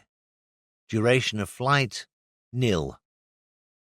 Ran off runway on takeoff and shattered lower starboard mainplane. Other damage. I like the other damage. How laconic. What a masterpiece of understatement. The reality was a little more exciting. Doc and I were having Sunday lunch together, and I was eulogizing on the raptures of flying with one's head sticking out in the fresh air when he admitted, to my great surprise, that he had never flown. "Never, Doc? Good God! What an admission to make on a naval air station." "I've often thought about it, but never got around to it. Why don't you take me up sometime?" "Sure. What's wrong with this afternoon?" "Now? Why not?" I walked over to Jimmy Waddle, who seemed to be skipping lunch in favour of a wee dram or two. He willingly lent me a tiger moth for the afternoon. Now, I must confess that up to this time I had never flown a tiger. To be honest, if it were the last flying machine left on the planet, I would rather take a bicycle. Even after I had recovered from the shame of the prang and the torment from my chums and had mastered the little beast, I could never bring myself to admit the creature to what I regarded as the family of aircraft. It was, and must forever be to me, nothing more than an airborne brown paper bag. How Amy Johnson stood it all the way to Australia defeats me. There was a fair old breeze whipping across the field as we taxied out. A rating shouted to me, "I'll come out to the duty runway with you," and took hold of the starboard wingtip. Now, the Tiger has no tail wheel, let alone a steerable one. It has a small metal skid. Worse, it has no brakes. Without these two civilized aids, I now found it extremely difficult in a strong breeze to taxi across wind without a man on the wingtip. Immediately he removed his hand, the Tiger obstinately, but quite naturally, weathercocked into wind. I reached a runway, probably some 40 degrees out of the wind, a disability that neither a Fulmer nor a Glad would have deigned to notice. I felt that the rating had walked far enough for a Sunday afternoon. I waved him away. The Tiger turned herself smartly onto the runway with no help from me, and we were away. As long as the wheels remained on the ground, progress seemed reasonably normal. As soon as they lifted, the wind from the port side drifted me off to starboard at a rate of knots. In a reasonably heavy aircraft, all one has to do to counteract this is to apply rudder and drop the port wing slightly. I might as well have sucked my thumb. Still, provided nothing got in the way, I would clear everything and climb away. Hard luck, Hanson. Pride was coming before a fall, and bloody quickly at that. In the centre of the airfield stood a German 88mm gun, the mainstay of our AA armament. Surrounded by a solid 8-foot wall of sandbags, it thrust its menacing barrel and flash eliminator defiantly to the sky, looking very tough and very German. I now found myself flying, for want of a better word, sideways towards this obstruction at a surprising speed. The sandbags were topped by 5 faces, crowned with sailors' caps, white, drawn, incredulous and frightened out of their wits. As one man, they ducked out of sight like elusive targets at a fairground shooting gallery. I couldn't blame them.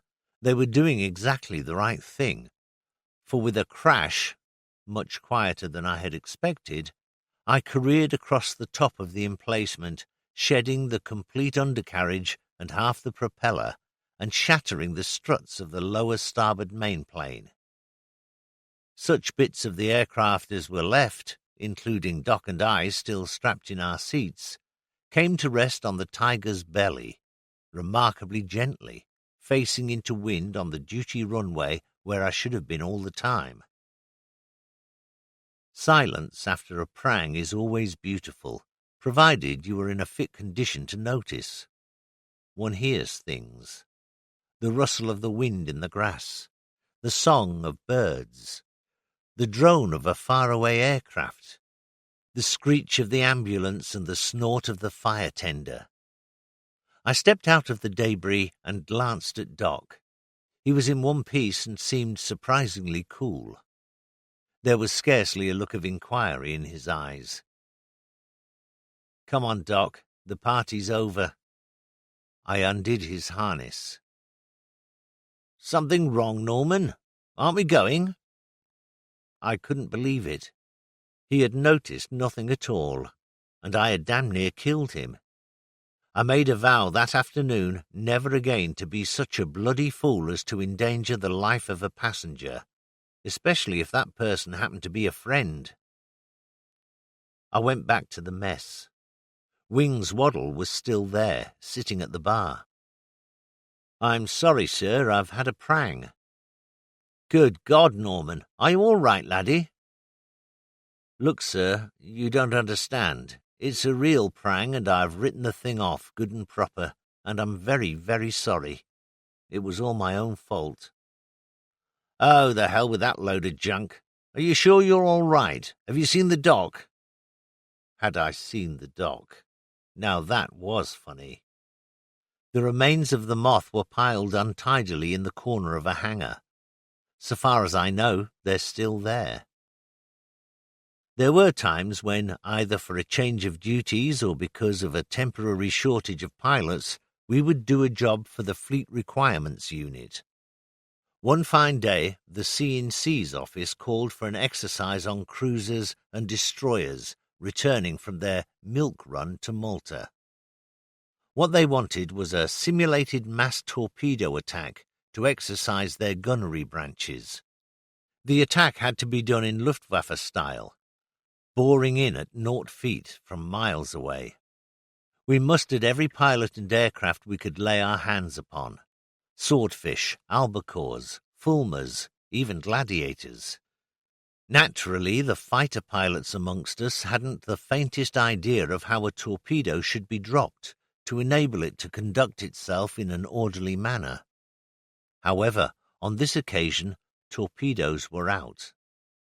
Instead, our instructions were to fly at a ship until it looked like the Albert Hall, fire off a very cartridge, simulating the moment of dropping the weapon, and then to get the hell out of it before we dented the hull. From the position of the aircraft and the distance and time at which the very cartridges were fired, the gunnery officers of the fleet could calculate how many, if any, of the torpedoes would have struck. Today I was lucky enough to grab a Gladiator, an aircraft I dearly loved to fly. Our strange armada batted out at 0 feet at varying speeds until we saw the fleet in all its grandeur, pressing on for Alex. I picked out a cruiser, opened my hood, and checked my very pistol, suspended round my neck on a bit of string. At the last moment, when my lovely Orion seemed to me to be as long as Euston Station and as high as Nelson's Column, I raised my right hand and fired off the cartridge. I then shot at a rate of knots over B turret, giving her captain and myself a full house of peptic ulcers. One of our chaps, Gore Langton, had a much more interesting time as a navigator of a swordfish. GL approached all aspects of life in a highly nonchalant manner. When his pilot yelled, "Now," for his observer to shoot off the very light, GL coolly lowered the pistol over the side of the cockpit and fired. To his surprise, but to nobody else's, the very light passed through the lower starboard wing of the aircraft, setting on fire the doped fabric, highly inflammable stuff. His pilot now found himself in a somewhat embarrassing situation, flying, if you can call the contortions of a string bag flying, over the rear or blunt end of a cruiser, yelling blue murder and fanning at the fire, figuratively speaking, with his hat. Fairies, however, knew what they were building when they produced that old warhorse, and GL and his pilot returned safely to Tequila with only a couple of square feet of the wing fabric remaining. Whilst the enemy caused us little or no trouble in the Delta area, the same could hardly be said of our own side. Our mess at Tequila was Liberty Hall, with "Welcome" written all over it. Thanks to its situation on the coast, our airfield remained open when most other fields were closed down by sandstorms, and forlorn souls in their scores dropped in for the odd night. They were genuinely made welcome, wined, dined, and bedded down, and I doubt if any of them ever saw a mess bill. By awful comparison, it befell a number of us to have to stay overnight at RAF Heliopolis on rare occasions. The difference was unbelievable.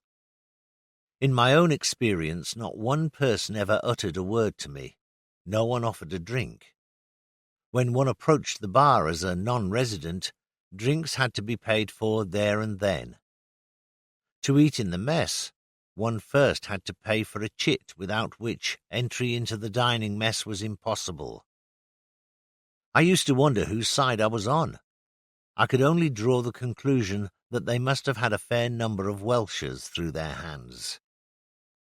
Even favours granted by the Tequila boys as a matter of common courtesy were rarely accepted with grace. I flew early one morning to Fayed, a large airfield on the shore of the Great Bitter Lake, ruled by a consortium of RAF, RN, and USAAF, to drop a passenger. As I prepared to taxi away from the control tower, I received a steady red on the Aldis lamp. An RAF rating ran down the steps of the tower and climbed onto the wing of my Fulmar. "Going back to Tequila, sir?" I nodded. "There's an army captain here, sir, wants a lift to Alex. Can you take him?" I nodded again, switched off and descended to the tarmac. The captain walked across, very much the desert warrior, bush jacket, knotted silk scarf and suede half-boots. He was carrying a small grip. "How far is your base from Alex?" 15 miles, sir. I can organize a lift into town for you." "Right, let's be off." I climbed on the wing again, opened the hood of the rear cockpit, and brought out a harness for an observer-type parachute. I held it open for him to insert his arms. "What the hell's this?" "Parachute harness, sir. The chute's inside the cockpit. I'll show you how to clip it on in case the worst should happen." "Don't be so bloody stupid. What the hell's going on in the Navy? Never heard anything so ridiculous in my life. I've flown thousands of bloody miles with the RAF, and never once have I had to wear one of these bloody things." "This isn't the RAF, sir. Our rules are no parachute, no ride. Sorry if I appear awkward, but those are my orders." I stood fat, dumb, and happy, waiting for him to accept the inevitable. Anyway, what the hell was all the fuss about? I wore one all the time, and I wasn't crying. With remarkably ill grace, he allowed me to harness him up. He got into the cockpit, I showed him the parachute and gave him a helmet and mouthpiece, connected to me by one of the old Pensacola-type Gosport tubes. No fancy electronic nonsense about the old Fulmer. I climbed to around 3,000 feet and headed out across the desert towards the delta. There were heavy rain clouds ahead, black and menacing. You could practically hear the thump as I went into them. I climbed a few thousand feet more, but there was no end to the overcast, so I came down while I still had the chance. This time I went into the rain belt at about 1,000 feet. Visibility deteriorated rapidly, and soon I was scudding along at 500 feet. The beauty of flying in Lower Egypt is that there is nothing to fly into, apart from electricity pylons. The lines are carried across the two arms of the Nile on immensely high pylons, whose whereabouts you have to know precisely in weather like this. Fortunately, they were well to the north of my course, and I had no worries. I pressed on. We had suffered 5 minutes of this blinding rain when my passenger spoke up. He thought the weather was too bad. We should return to Faid before it became worse. I told him we were all right. I was on course for Dekila and there was nothing in the way, and I needed my breakfast. In order to keep in visual contact with the ground, for radar or no, we had no radio anyway. I was soon down to 300 feet. And that looks mighty low to a passenger unaccustomed to flying. The captain was soon back on the intercom. Now he was more forceful. I tried to allay his fears by assuring him that I had no intention of turning my wife into a sorrowing widow. I couldn't soothe him, though. He became a bit rough and finally ordered me, as a junior officer, to obey his instructions to turn round. I pointed out to him that we were well past halfway and might just as well force on. At this he accused me of rank insubordination, to be dealt with in due course. Whatever else he said was spoken strictly to the bottom of the cockpit, for I had now pulled out the plug. We landed in a blinding rainstorm and a wind not far short of gale force, for I succeeded in putting her down only on my second pass, and then only by lifting the flaps as I flared out for touchdown. At the Air Watch office I dismounted to help him out of the rear cockpit. He was furious, white-faced, and frightened. "I see you're a sub-lieutenant. What is your name and the number of your squadron?" I told him. "And where is the office of the captain of the station?"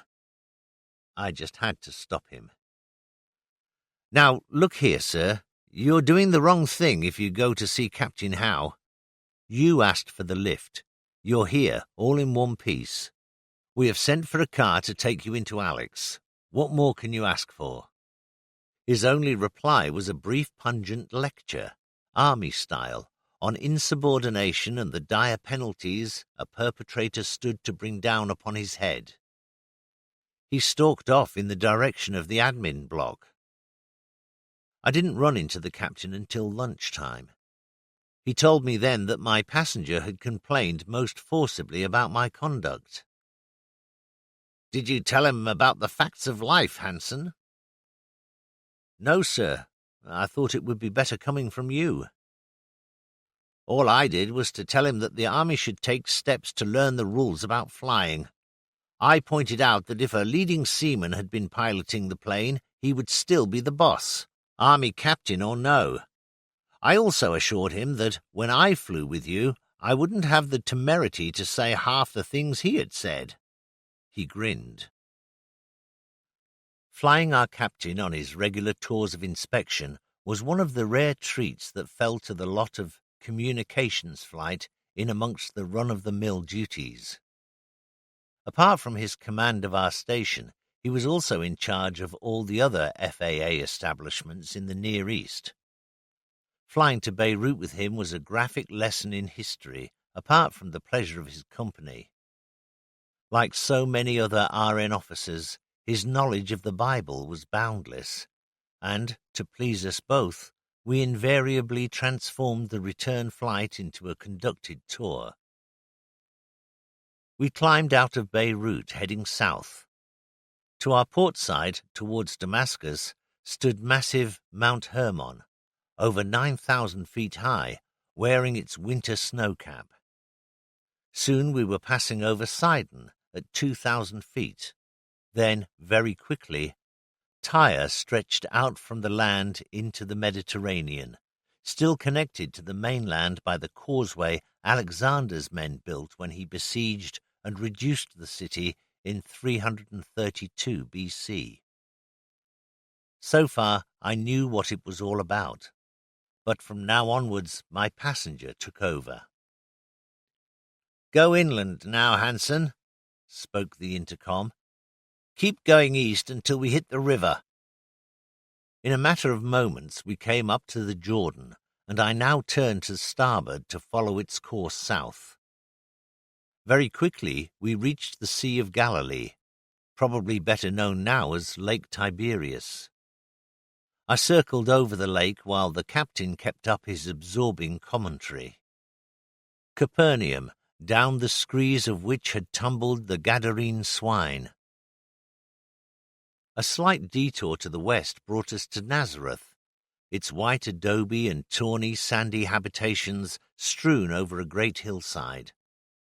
Then we were back to the Jordan, which, down to Allenby Bridge, was now transformed into a madly rushing torrent, diving through dark, narrow gorges.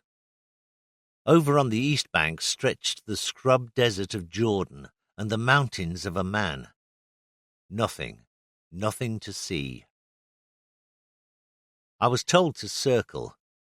We were over the ruins of Jericho, and I could hear the shrill blast of the trumpets as Joshua's men summoned the city to surrender. No doubt, when the mighty walls tumbled down before him, he was as surprised as the next man. What a fanfare! Then we climbed the hill to Jerusalem, sitting astride the backbone of the mountains that reach north and south. More commentaries, more photographs. The temple, the old city, the Mount of Olives, the Garden of Gethsemane. Down the road now, along the ridge to Bethlehem, where it broods from its rocky eminence over the Dead Sea to the east, that great, mysterious, placid lake, 1,300 feet below the level of the Mediterranean. From this point we could make our way home by two routes. Straight out to the west, to the land of the Philistines at Gaza, thence round the corner to El Arish and Port Said.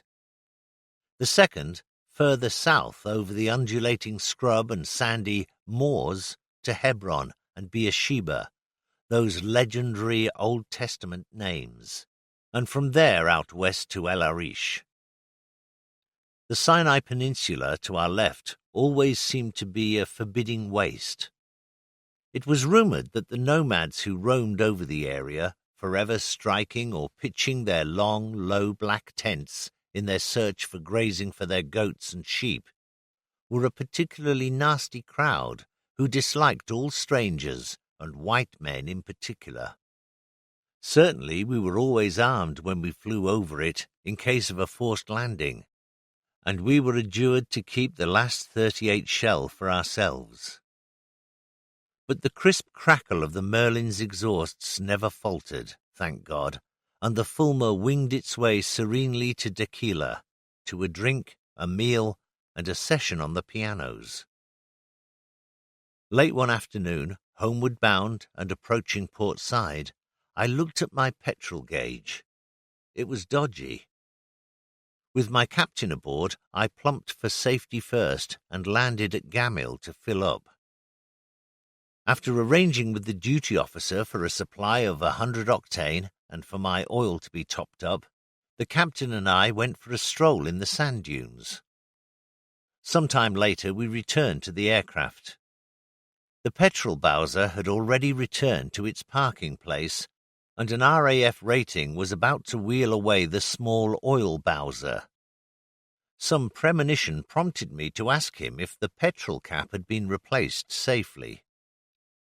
He gave me the look which all RAF ratings seem to reserve exclusively for anyone in naval uniform. When asked a second time, he deigned to climb up on the wing again and unclipped the fairing covering the petrol filler cap. The cap was there all right, but it was sitting on the tank, leaving the filler tube uncovered. He screwed on the cap, clipped down the fairing, and descended to the sand without a word. Well now. And what about the oil cap? Has that been put back? The captain watched in silence. The fairing for the oil cap was on the port wing. This he unclipped, sucking his teeth. No cap. He searched the sand below the wing. No cap. He whistled through his teeth and looked bewildered. What about your pockets? There it was, in the patch pocket on the thigh of his battle dress. I marched him across to the duty officer and put him in the rattle. He had certainly done enough damage for one day. God knows the petrol was bad enough. 30-odd gallons of ice-cold petrol had poured over me in a Fulmer from St. Merrin because of similar negligence, and scared the hell out of me. But the oil was even more serious. 10 minutes out of port side, the oil would have boiled over from the tank. The engine would have seized solid, and the captain and I would have dug a deep hole in the delta. Sure, an accident investigation department team would have discovered the reason for the crash, but we would have been in no position to take any interest. I shudder to think how many crashes resulted from such lack of interest. Let's not beat about the bush. Criminal negligence. There was no doubt, though, that we were learning a lot about flying. We had no maps, for flying over the western desert was like flying over the sea. No oxygen, no radio, but at least we had good, if obsolescent, aircraft. We learned to live by experience and practice, flying over the great wastes of the desert by rule of thumb, round the corner to Palestine and Syria, using such unlikely landmarks as a pranged Wellington bomber, a shattered German tank, a disused airstrip bounded by oil drums, all precisely in the middle of nowhere. When we were luckier, we used as signposts the Temple of Baalbek, the Sea of Galilee, the battered nose of the Sphinx, or the balloon barrage over El Adem. When we found ourselves well and truly lost, we got ourselves out of a mess without help or never came back. The experience was invaluable and saved our lives over and over again in the years to come. We were also learning to be naval officers. Throughout our training, we had been birds of passage. We had been scholars attending a school, with no responsibilities where the running of the air stations was concerned. For most of us, Tequila was the first station to which we really belonged. For the first time, the ratings of our squadron were lads to get to know, people who mattered to us, young men with whom we had to try to cooperate. The aircraft were our aircraft, not something akin to a hired car. The commander looked upon us as his officers rather than a collection of oddbods who were cluttering up his station for a few weeks, learning to fly and keeping the padre and the gravediggers on their toes. For the first time, we were officers. Within 2 weeks of my arrival, I made my debut as Officer of the Day. I took over at 0800 and had a wonderfully easy ride. No mutinies, no fires, no mayhem, and all the boys on their best behaviour. I superintended the issue of rum at 11:50 and tried to look RN, knowledgeable and interested as I strode through the dining hall calling for any complaints. In the late afternoon, I inspected Liberty men and sent them off to Alex for their fun and frolics. At 2100, I accompanied the commander on rounds. All that now remained was to attend colours at 0800 on the following morning. Nothing to it. Well, I was shaving at 07:15 when there was a knock at the door. "Master-at-Arms compliments, sir, and will you please see him at the guard-room right away?" I hurriedly finished dressing, leapt astride my trusty BMW motorbike, a present from the recently departed Wehrmacht, and romped off to the guard-room. There was all hell on. 2 Marines were grappling with a large red-bearded young man, a stoker, who was apparently recovering from an all-night drinking session and wasn't enjoying the process. He was in a nasty, thoroughly homicidal temper, and the appearance of a sub-lieutenant RNVR, he was a regular, did nothing to improve his humour. The Marines were at full stretch to prevent him from eating me. The Master-at-Arms looked at me rather sadly. I could almost hear him. Christ, another bloody rookie. But he was a man of steel. He didn't say that at all. "Morning, sir. Stoker Doughty, sir.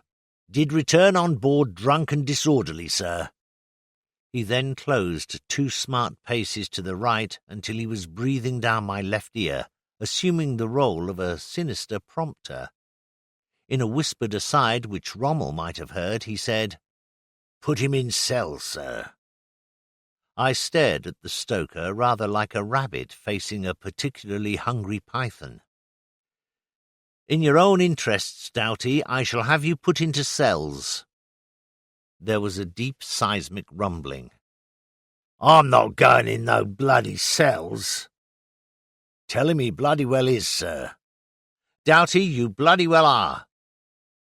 "I want to see a doctor." "He can't see a doctor, sir." "You can't see a doctor."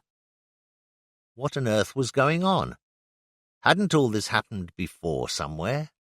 Was it the Marx Brothers or Flanagan and Allen? It was pure burlesque. "I know my fucking rights." "He ain't got no fucking rights, sir." "You ain't got no fucking rights." This was becoming ridiculous. I was almost hysterical. I was in the middle and very much a part of a crosstalk act and could see no way out of the impasse. Fortunately, the Master-at-Arms was a man of resource. He had met plenty of my kind in his time. He was a dapper little man, expert in his trade, smart as a row of new pins. His face, irrigated by a mass of purple veins, and his tight-lipped mouth, precisely machined to accommodate the neck of a beer bottle, bespoke his hobby. He knew all about drunks. He made an agitated sign to me. "Christ, sir, there's the commander's car. For Christ's sake, stop him, just till we sort out this little lot." I rushed out of the door.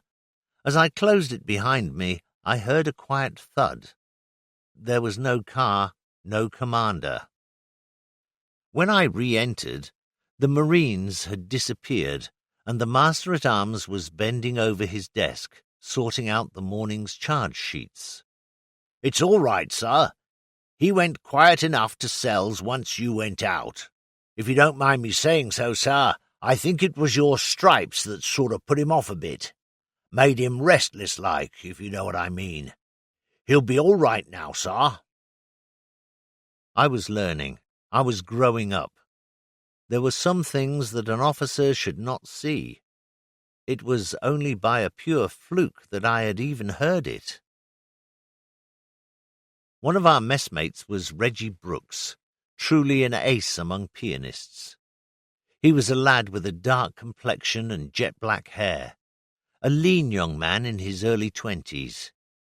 He was a professional, and music of every type flowed from his long, lean fingers in a profusion that baffled description. He had an angel's touch, and his readiness to sit down and to play whatever anyone called for made him one of the most popular fellows in the mess. He was also a capable pilot. One evening after dinner, shortly after my arrival at Tequila, I pulled over a chair, sat down at the bass end of the piano, and joined in with him. We quickly found that we thought on precisely similar lines where harmony was concerned. 1,000,000 to 1 shot. In a remarkably short time, we were swapping and changing ends, having a lot of fun. Our tastes varied from pop tunes of the times through ballads, piano transcriptions to Brahms' waltzes and Dvorak's Slavonic dances. Both of us had good memories, and the total absence of music didn't appear to worry us. Where the bright lights and allures of Alexandria had called us most nights of the week, they now lost their attraction. So much so that, after a few weeks, a once-weekly jaunt for a change of food or to see a new film was the only thing that interrupted the regular after-dinner jollies on the piano with Reg. Brooks, let it be said, had a weakness for old mother alcohol, which he enjoyed but couldn't hold. Being inclined to overindulge at times, he was apt to commit some act of childish exuberance when in his cups, and thereby incur the wrath of our commander, Jumbo Jackson. Jumbo was a genial soul, and it had to be something pretty bloody stupid to make him take notice. The result was that Brooks was regularly off the team, at which times he would cunningly do a vanishing act whenever Jackson appeared. During one of these spells he approached me one day in a state of high excitement. Scrounging a drink in the chief's and P.O.'s mess one evening, away from Jumbo's eagle eye, he had questioned one of his hosts about an upright piano standing in the corner. On finding, as he suspected, that the residents could find better things to do than play a fornicating piano, he had immediately struck up a provisional deal for its transfer. Now he was asking me to pursue it. "You're in Jacko's good books at present. See what he says. The P.O.'s mess will part with it for a couple of cases of Scotch." Scotch whisky at duty-free prices was a bargain in anybody's currency. I said I would do what I could. The commander didn't bat an eyelid. "Organize it, Hanson. Arrange for a removal party, and I'll see to the whisky side of it. Get on with it." That very day we had our second piano in the mess, and Brooks was on the next bus into Alexandria to lay on a piano tuner to come out to pitch the two together. Now we were as happy as two pigs in a farmyard full of manure, if I may tidy up a famous New Zealander's expression. With a good piano each, we had infinitely more scope for our duets, and our hobby now became a nightly affair.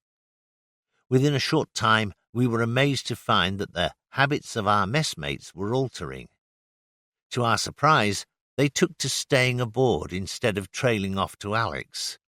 The bar profits soared to unheard-of levels, and to dispose of them became a real headache to our mess treasurer.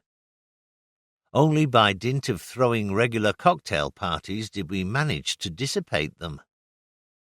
By some means or other, Brooks later made contact with the Fleet Club in Alexandria, where concerts were regularly organized for service personnel. He quickly blackmailed the people in charge into staging a show by Brooks and Hanson, and the program included in this book is the only record I now possess of the fun we had together in those happy days.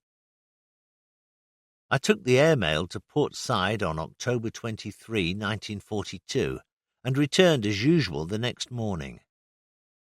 Most of the chaps had just left the mess when I arrived for breakfast, but one of the laggards said to me, "Just come in from Port Said?" I nodded. "Have you heard what's going on?" "No." "Well, all I can tell you is that there must be all hell breaking loose up the desert. At about 10:30 last night, the whole place shook and every bloody door in the mess blew open. Somebody said it was an artillery barrage, but I told him to get stuffed. He was wrong. At about 10 o'clock the previous night, there broke over the Alamein positions the greatest artillery barrage in history, something that would have astounded even Napoleon, the greatest master of artillery of all time. The battle was on. The concussion or shock wave, with not a blade of grass to stop it, had come 35 miles down the desert to us. Things were never quite the same again. For a month or two we had noticed plenty of army movement up the road that ran westwards at the back of the airfield. The attack when it came, therefore, was probably no great surprise to us. Once the balloon had ascended, there was an enormous build-up, and the road was cluttered night and day with convoy after convoy. It wasn't long before hordes of prisoners could be seen wearily filing down from the operational area. A sizable camp for Italian POWs had long been established just over the fence from our field. "For you, the war is over," rapidly became a stock phrase. There was now no shortage of jobs for communications flight.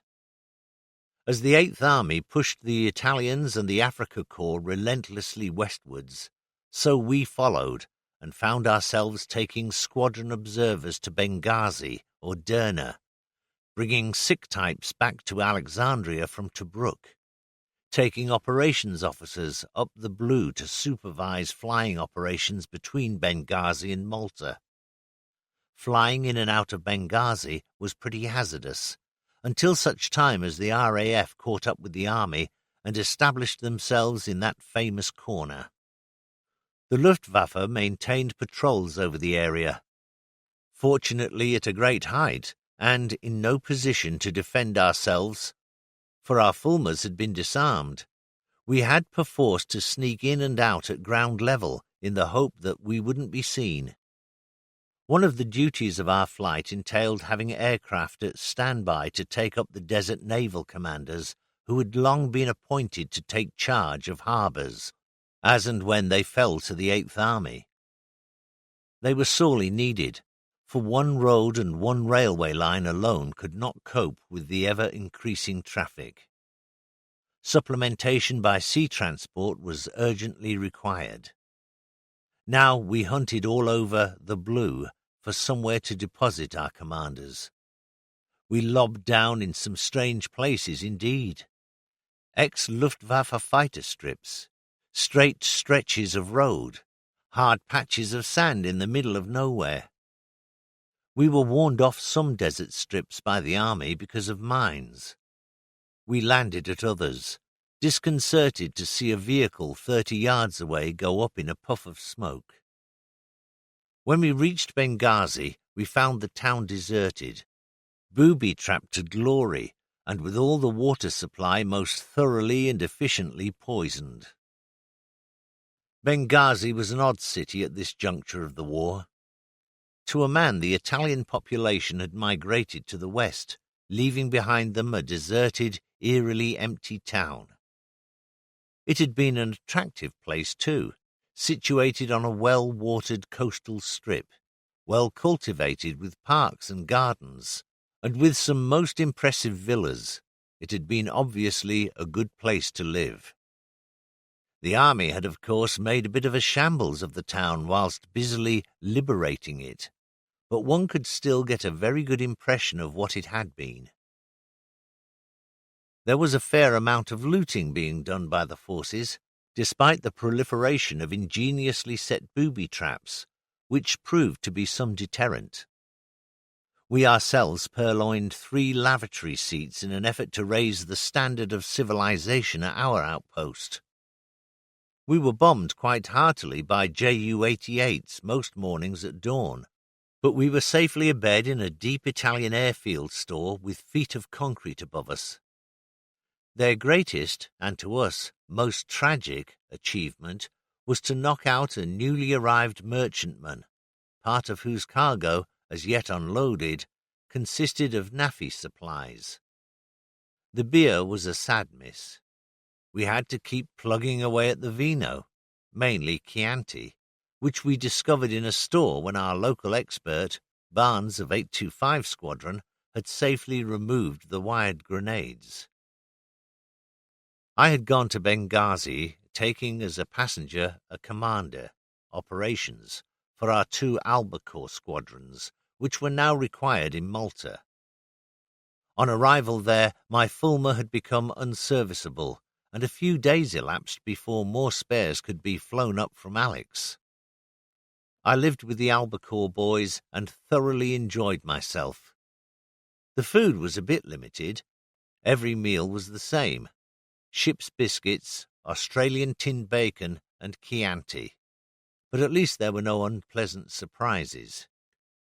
The water, pumped from local oases some miles away by Army engineers, certainly tasted as though the Army had had something to do with it, but the vino helped.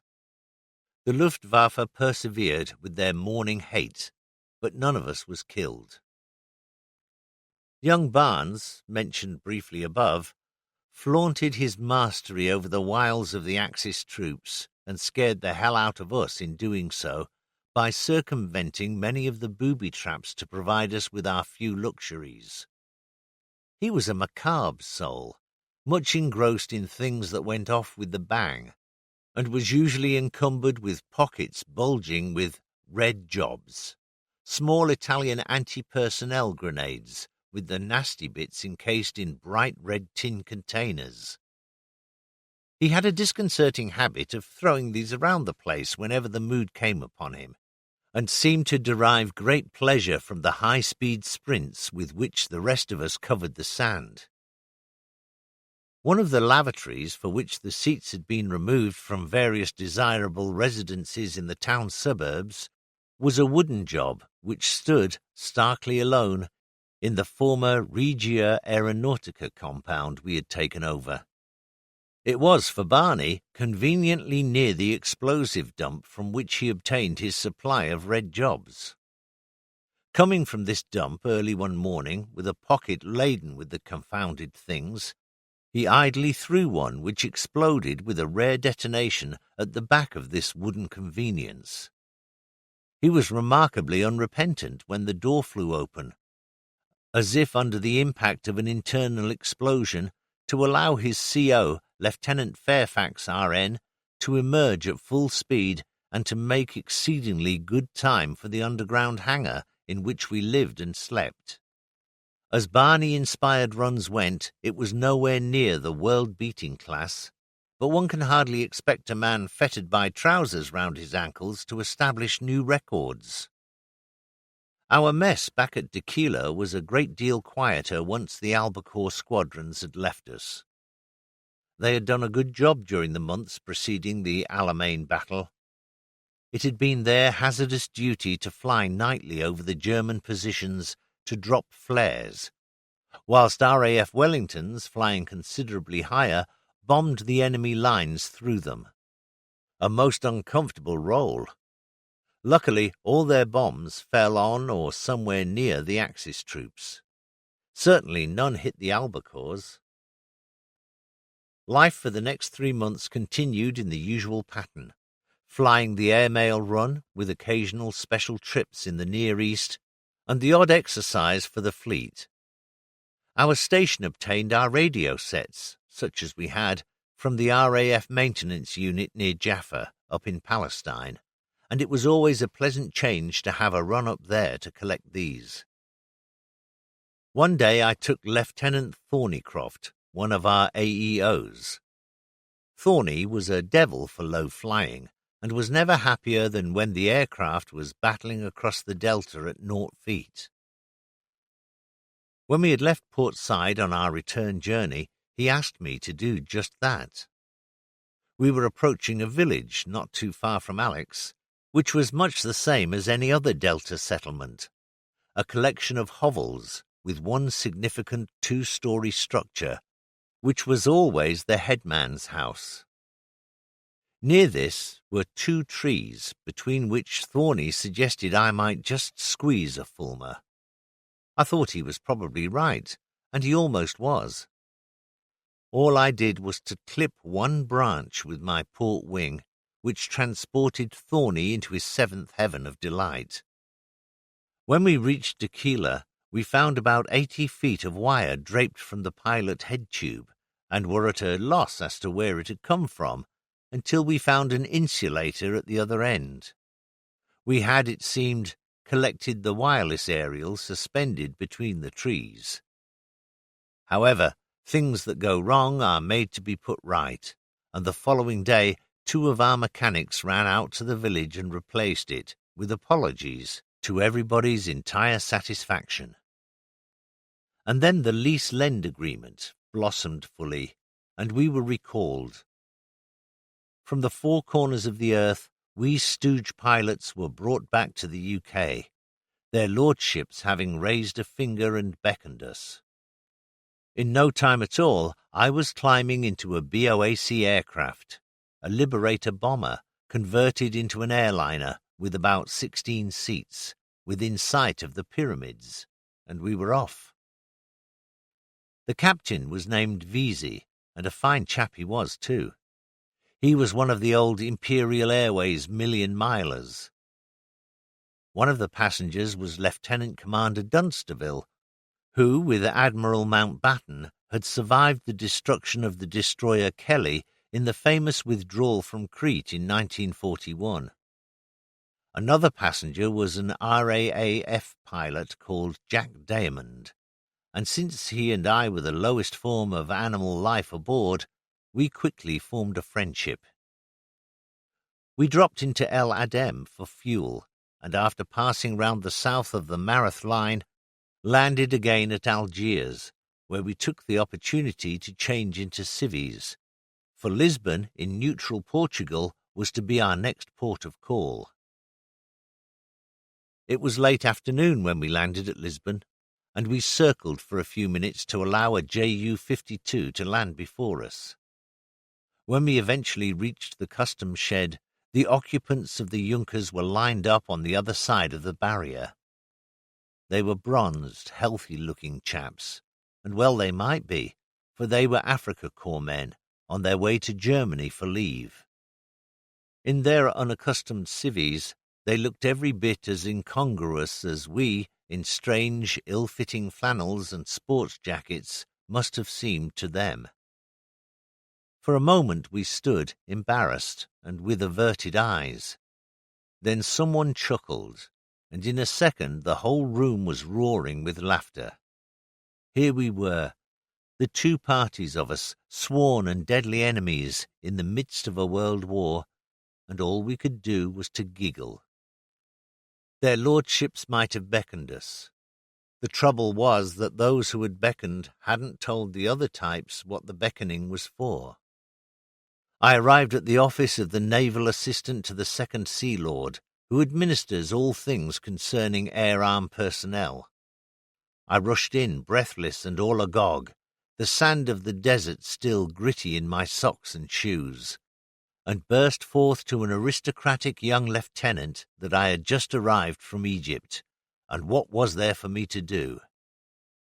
I awaited his reply with bated breath. He surveyed the nails of his left hand, covered a yawn delicately with his right, and sent me on indefinite leave.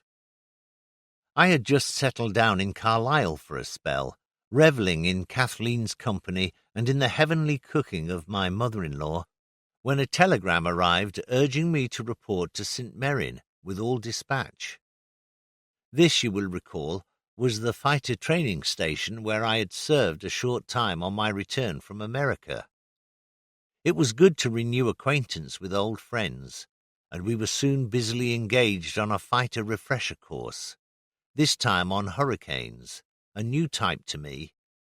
In no time at all we transferred our activities to Spitfire VBs, another new type, and naturally the buzz went round that we were destined for a Seafire squadron.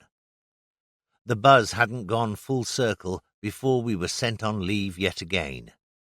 Apparently our aircraft were required for another squadron with more priority than ourselves.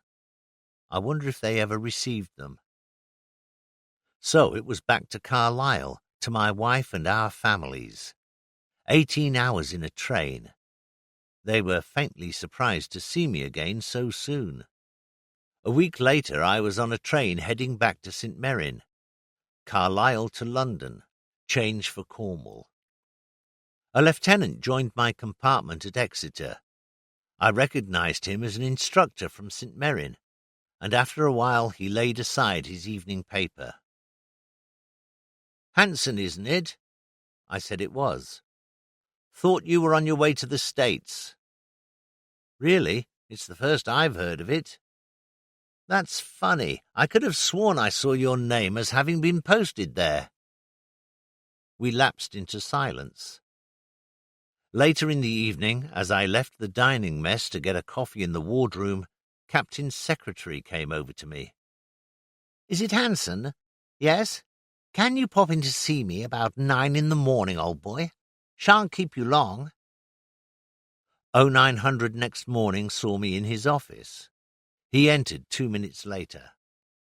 "Ah, Hanson, yes, you're going to the States, old boy. Got a posting for you as senior pilot of 1833 Squadron. New American aircraft. You have to report to Donbristle for passage. Here are your orders." What a bloody outfit to be with, I thought. They really don't know their arse from their elbow. "And when do I go?" "Right now, old boy. In fact, quick as you can. There's a rail warrant with your papers. Crack on. Good luck." 18 hours back to Carlisle. It's just a bit bloody thick, I grumbled to myself. I grumbled even more bloody-mindedly after standing 7 hours in a train corridor from Euston to Carlisle. I stayed overnight with Kathleen. She now wondered, as so many millions have done in their time, if the government really knew what it was doing. There was no call for wonderment. The simple answer was that they didn't.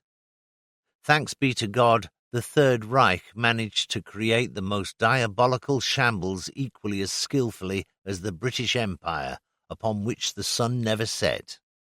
Otherwise, I hate to think what might have happened to all of us. 6. The Bent-Wing Bastard from Connecticut. We sailed from Liverpool's Prince's Landing stage in RMS Empress of Scotland, which was conveying 1,300 Afrika Korps prisoners to the United States.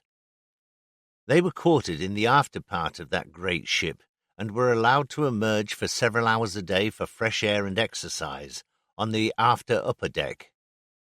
Here they were securely caged in by wire netting and barbed wire, overlooked by Army Bren gunners perched on the surrounding deckhouses. We weren't overdoing the precautions, for these were hard boys, bronzed and fit after their service in North Africa. One of our duties as passenger officers was to stand watches on the after bridge, keeping an eye on the Germans. Our other major cargo comprised several hundred naval ratings going out to man landing craft and assault boats which were building in American yards, ready for D-Day in a year's time. They were young, green, and vulnerable, and the Germans weren't slow to cotton on. They soon got around to begging cigarettes and chocolate from sailors passing their cages.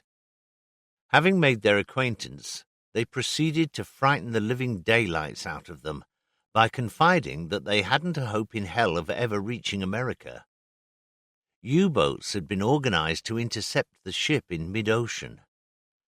The Afrika Korps would take over the ship, and any friends the Germans had made among the British would be well looked after.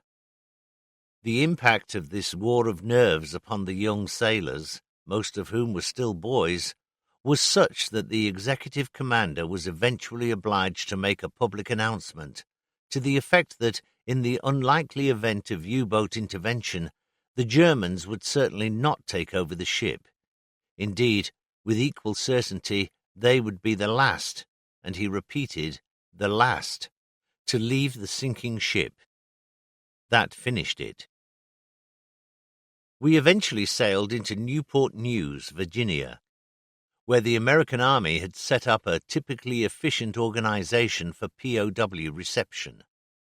The tide was high and the gangway steep, and the Germans, who had disembarked first, found it difficult to keep their feet as they descended to the concrete quay, holding the gangway rail with one hand and clutching all their worldly possessions with the other.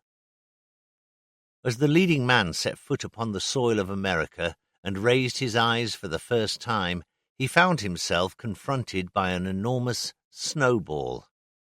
A large young American Negro MP, wearing a white helmet and grasping a submachine gun with no lack of determination. To a member of the master race, this was an insult that could not be borne. He promptly sat down on the concrete, bringing the descending queue behind him to a standstill. This was something the young American hadn't bargained for. He stood perplexed. He had heard of Germans, but had never seen one, and this chap's behavior was beyond him. He walked slowly across to the reception huts to seek guidance from an army lieutenant standing by the open door. We, leaning over the ship's rails watching the fun, saw the lieutenant gesticulating violently. The MP came back at the double. His large boot sank into the backside of the offending German. "Come on, Joe, let's go, eh?"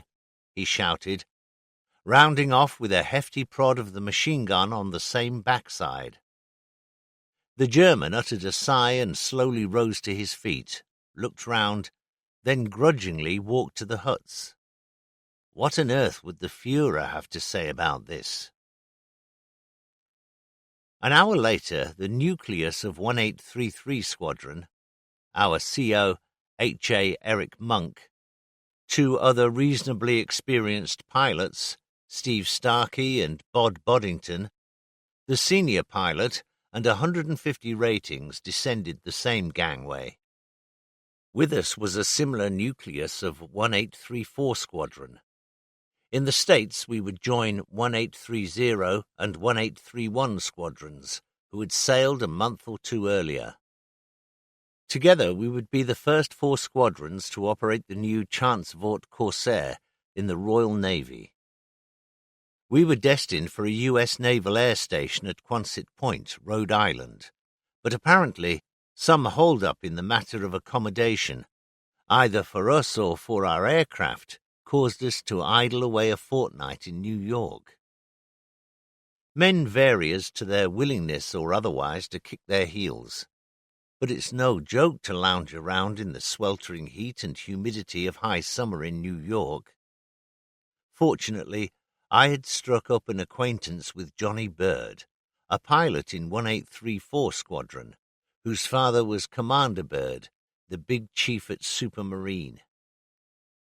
Johnny came across to the States armed with a portfolio of letters of introduction to who's who in American aviation, and invited me to string along. This made life very interesting indeed. We were given a full day at the Grumman factory on Long Island, shown Hellcats in all stages of production, and entertained to lunch by Leroy Grumman himself. His chief test pilot threw a Hellcat around for our special benefit. We met the secretary of the Aviation Institute, and through his influence visited several meteorological and aeronautical institutes.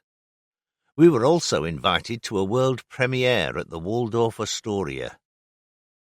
Up to this time, American military aviation was still sharply divided between the Naval Air Corps and the Army Air Corps, and great was the gulf between them.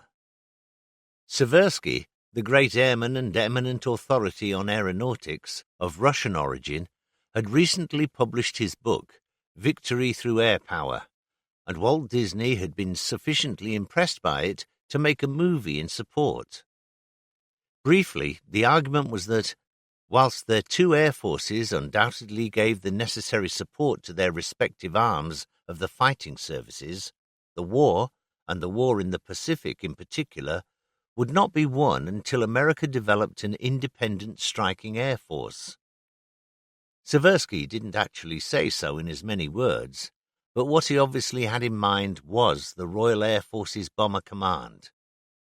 It was to the world premiere of this film that we were invited. It was an evening for young men to remember. We were introduced as though we were admirals of the fleet. We were seated at the high table. We were plied with the Waldorf's best food and wine. We were consulted on matters relating to naval aviation as though we were an airborne Delphic oracle. I like to think that we remembered how green we were, that we didn't allow the liquor to run away with our tongues, and that we didn't say anything too damn silly. But it was all fun.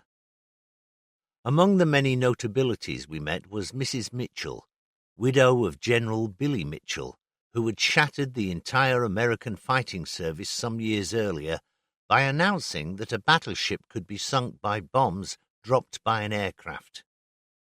He made himself damned unpopular with the Navy by saying so they gave him a battleship, which he promptly sank, thereby making himself more unpopular still.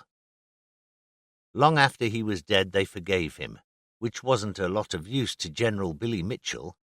Anyway, they were jolly nice to his widow, which I suppose was better than nothing. Altogether, it was quite an evening. I can recommend the Waldorf Astoria. Each morning we heard dreadful tidings of pilots being killed in Corsairs. Then suddenly, when I felt there couldn't be any Corsairs left for us to fly, we found ourselves at Quonset Point. After supper on the first evening, the CO came across to me. "Feel like a stroll, Hans?" We walked up to the hangar that had been allocated to us. There was an armed sentry on guard, but Eric told him to open up and turn on the lights. For some reason or other, we headed up a flight of stairs leading onto a balcony running the length of the hangar. Just then the lights came on, and there they were. Corsairs filled the hangar floor, and I must say that, of all the aircraft I have seen, these were the most wicked-looking bastards. They looked truly vicious, and it took little imagination to realize why so many American boys had found it difficult, if not well-nigh impossible, to master them, especially in deck landing. We stared at them and hadn't a word to say. Let's look round the rest of the setup. We allocated offices. We checked storerooms, crew rooms, repair shops. Everything was in order. There were new typewriters, desks, filing cabinets, everything that we could wish for. The Americans don't mess about. They do the job properly. I tried one of the typewriters, a beautiful machine. I found a sheet of quarto and typed, and what I typed was my last will and testament. I saw no reason why a Corsair shouldn't kill me when it could obviously kill so many other lads without any trouble. It certainly wasn't going to catch me unawares. It can't have been such a damn fool thing to do, for Eric didn't laugh when I told him. He was a bit pensive himself, and I think he reckoned I was employing myself much more usefully than I would have been in practicing "The quick brown fox jumps right over the lazy dog." The next day we collected the rest of our pilots, straight from USN flying schools. W.K. Bash Munnock, Peter Bilder, Reggie Shaw, all from England. Gordon Aitken from Ceylon, Johnny Baker from Toronto, and our only New Zealander, Neil Brynildson. Now we were 10, our full complement. K.L. Bod Boddington was the first of our truly professional womanizers. As the commission wore on, we were to find we had amateurs, both charming and skillful, learners and graduates. But Bod was a master, and for a young man, breathtakingly experienced. He was well built, inclined to chubbiness, everlasting, cheerful, and highly competent in laying on charm to any required thickness. He first demonstrated his paces to us in New York. One evening, suffering from a fiendish headache, he descended to the drugstore on the ground floor of the Barbizon Plaza Hotel. 2 floors of this skyscraper were the compulsory home of every RN officer required to be in the city of New York, to buy some aspirin or some such before setting out on his evening's fun and games. Whilst awaiting service, he started to chat up the nearest female, a compulsive practice where he was concerned. She was, he said, about 30, and he gathered that she had a problem with her nerves, for which she was now seeking something in the way of a tranquilizer. Bod tut-tutted and deared, and, as he hoped, was duly invited to her room to discuss the problem. It seems that some 10 years earlier, whilst sunning herself in Florida, she had fallen in with a Texan gentleman who had taken quite a fancy to her. They had corresponded and exchanged snapshots at long range ever since. Over the years, things had progressed to the stage where matrimony had not been discussed, but had eventually reached probability. Finally, a wedding had been arranged, and she was now en route from her home in Vermont to Dallas, Texas, where the nuptials would be celebrated in 4 days' time. Now, after 10 years, she wondered if this Texan was in fact the man of her dreams. Hence the worry. A doubtful story. Furthermore, her virginal state, even more doubtful, was outraged at the very idea of consummation. What did Mr. Boddington think? Mr. Boddington thought hard, then decided he might think more clearly if he removed his trousers. Having done so, he gave the lady certain advice from the depths of his experience, which prompted her, too, to undress. Bod said later that the removal of her extensive and highly complicated harness was something at which his mind boggled, particularly, as he put it, when the removal of her bra, followed by 2 substantial thuds on the carpet, produced from his lips an involuntary, "Jesus Christ!" However, as an old Whitgiftian, he knew where his duty lay. She was apparently most grateful for his advice, and especially for the dummy run. They had a few noggins together as part of the recuperative process. Next morning, even he was somewhat disinclined to believe her fanciful yarn. He was also doubtful about her age. She could have been 40, maybe 50. But as he said, what the hell? After that he rambled on in a vague kind of way, something about the aesthetic value of a performance of the Elgar Concerto played on an extremely old Amati violin. As far as I was concerned, we had been allocated a fine bunch of lads. All of them were young, in their early 20s. 1 or 2 of them were fairly serious, introspective chaps. Steve Starkey, Reggie Shaw, and Gordon Aitken. Keith Munnock had come from the Royal Marines, somewhat sombre, but with flashes of real fun. Johnny Baker, the Canadian, was old for his years, but with the fresh, uninhibited outlook of a boy from the Dominions, while Brynilsden was a quiet, enigmatic New Zealander, and Peter Bilder, an English boy, was engagingly round the bend. Brynilsden was a slightly built, bird-like young man, quaint and with the driest of wits. There were times when he drank considerably more than was good for him, and in his cups he was capable of doing remarkable things. It was said by his chums that on an overnight journey from Detroit to Miami, a change of trains at Jacksonville had been necessary in the early hours of the morning. When the troops were rounded up to embark for Miami, Neil could not be found. Eventually the panic stage was reached, with every man available milling round like ants, searching the very large station for the absentee. With only minutes to go, one of the lads was surprised to see a Royal Naval officer's cap badge moving up and down within a telephone kiosk, rather like a Punch and Judy show. Closer investigation revealed Brynildson, very much the worse for wear, leisurely and uncertainly struggling into pyjamas. He had looked at his watch and decided it was bedtime. They got him aboard the train in the nick of time, smartly clad in his cap, reefer jacket, pyjama trousers, and with his shoes in his hand, whilst his chum toted the rest of his gear. We couldn't have wished for greater variety. All of them, with the exception of Starkey, Boddington, and the CO, had been trained with the U.S. Navy and were therefore well versed in American aircraft terminology and instrumentation.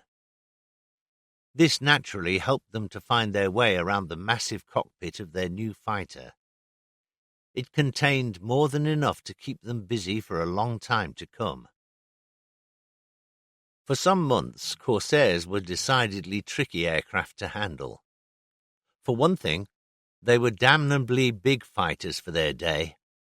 They had a vast length of fuselage between the cockpit and the propeller, which, together with a rather low sitting position and a not too clever hood, both of which were modified and greatly improved in the Mark II version, made for very poor visibility when taxiing and landing. It was pretty long-legged in the undercarriage department in order to give clearance to the great propeller, said to be the biggest ever fitted to a single-engine fighter. To increase the clearance, which undercarriage alone could never have achieved, the wings were of inverted gull format, dipping downwards for about 4 feet from the wing root at the fuselage, then rising sharply to the wingtip. Not for nothing was it called the bent-wing bastard from Connecticut. Its armament consisted of 6.5-inch Browning machine guns, hydraulically charged and electrically fired. The radial engine was a Pratt & Whitney R2800, developing 2,000 horsepower from 18 cylinders, arranged in 2 banks of 9. Fuel was supplied to the engine through a Stromberg injection carburetor, which precluded cutting out on the top of a loop, a disconcerting feature to which aircraft fitted with the normal carburetor were prone. A 2-stage supercharger was fitted. The first stage was engaged at 10,000 feet, and the second at 19,000 feet. The aircraft was capable of producing a genuine speed of over 400 miles per hour at its rated altitude of around 22,000 feet. The Corsair was a rugged machine which could take any amount of punishment on the flight deck and appeared to make light of it. Everything about it was high class, and great attention to detail proclaimed itself wherever one looked. The cockpit was meticulously arranged, with all dials readily visible and every lever and switch comfortably and conveniently to hand, without any need to search or grope. Infinitely superior, I may say, to the cockpits of British aircraft of that time, which suggested, by comparison, that they had been designed by the administrative office charwoman. The aircraft had 2 built-in safety devices, which were worth their weight in gold if hydraulic trouble arose. Both undercarriage and arrestor hook were hydraulically actuated. Should hydraulic pressure be lost, the hook fell automatically, ready for a deck landing. The use of the undercarriage, too, was protected. One simply had to select down on the undercarriage lever and then open a CO2 bottle which effectively blew down the wheels into the landing-locked position. Rumour had it that the prototypes had been equipped with spin chutes in their tails to effect recovery from that deadly enemy, the spin. Whether it was true or not, the pilot's handling notes were emphatic on the point that spins should not be deliberately undertaken, for recovery was dubious, if not downright impossible. It might be mentioned that the notes referred to were a highly important and integral part of becoming a fit and proper pilot for a single-seat aircraft in those days. They had to be studied carefully, first on the ground for 2 or 3 days, and then sitting in the aircraft on the ground, learning the positions of all the bits and pieces in the cockpit. Nowadays, manufacturers build 2-seater versions of most aircraft, so that dual instruction can be given before a pilot is allowed to fly the aircraft solo. The fighter had originally been ordered by the U.S. Navy for carrier use to replace the Grumman F-4F, the Wildcat, martlet to the Royal Navy, but it had proved to be such a handful in fleet trials, particularly in deck landing, that the new Grumman F-6F, the Hellcat, had been adopted instead. The F-4U, the Corsair, could now go to the shore-based squadrons of the U.S. Marine Air Corps and to the Royal Navy, if they wanted it. The Royal Navy accepted it willingly. The only alternatives in sight were the Seafire and the Sea Hurricane, RAF production models fitted with arrestor hooks, and these just weren't carrier material. Their range were pathetically limited, even with drop tanks, and worse still, their structure, whilst perfectly adequate for airfield flying, was not up to the rough-and-tumble life of carrier decks. In both cases, a heavy landing, caused either by the vessel's pitch or by the pilot's ham-fistedness, often brought the undercarriage through the wings. Somehow or other, the Royal Navy would see to it that the Corsair could be deck-landed. Our familiarization flights produced 1 or 2 prangs. Brynilsden put his job onto its nose on the 3rd day, and Starkey turned his aircraft onto its back when braking too enthusiastically. But the 3rd was deadly. Just over a week after we started flying, Boddington was coming in for a landing over the James River when he inadvertently put himself into the slipstream of a Grumman Avenger landing in front of him. He was practically down to stalling speed and had neither time nor airspace to recover from the incipient spin which befell him.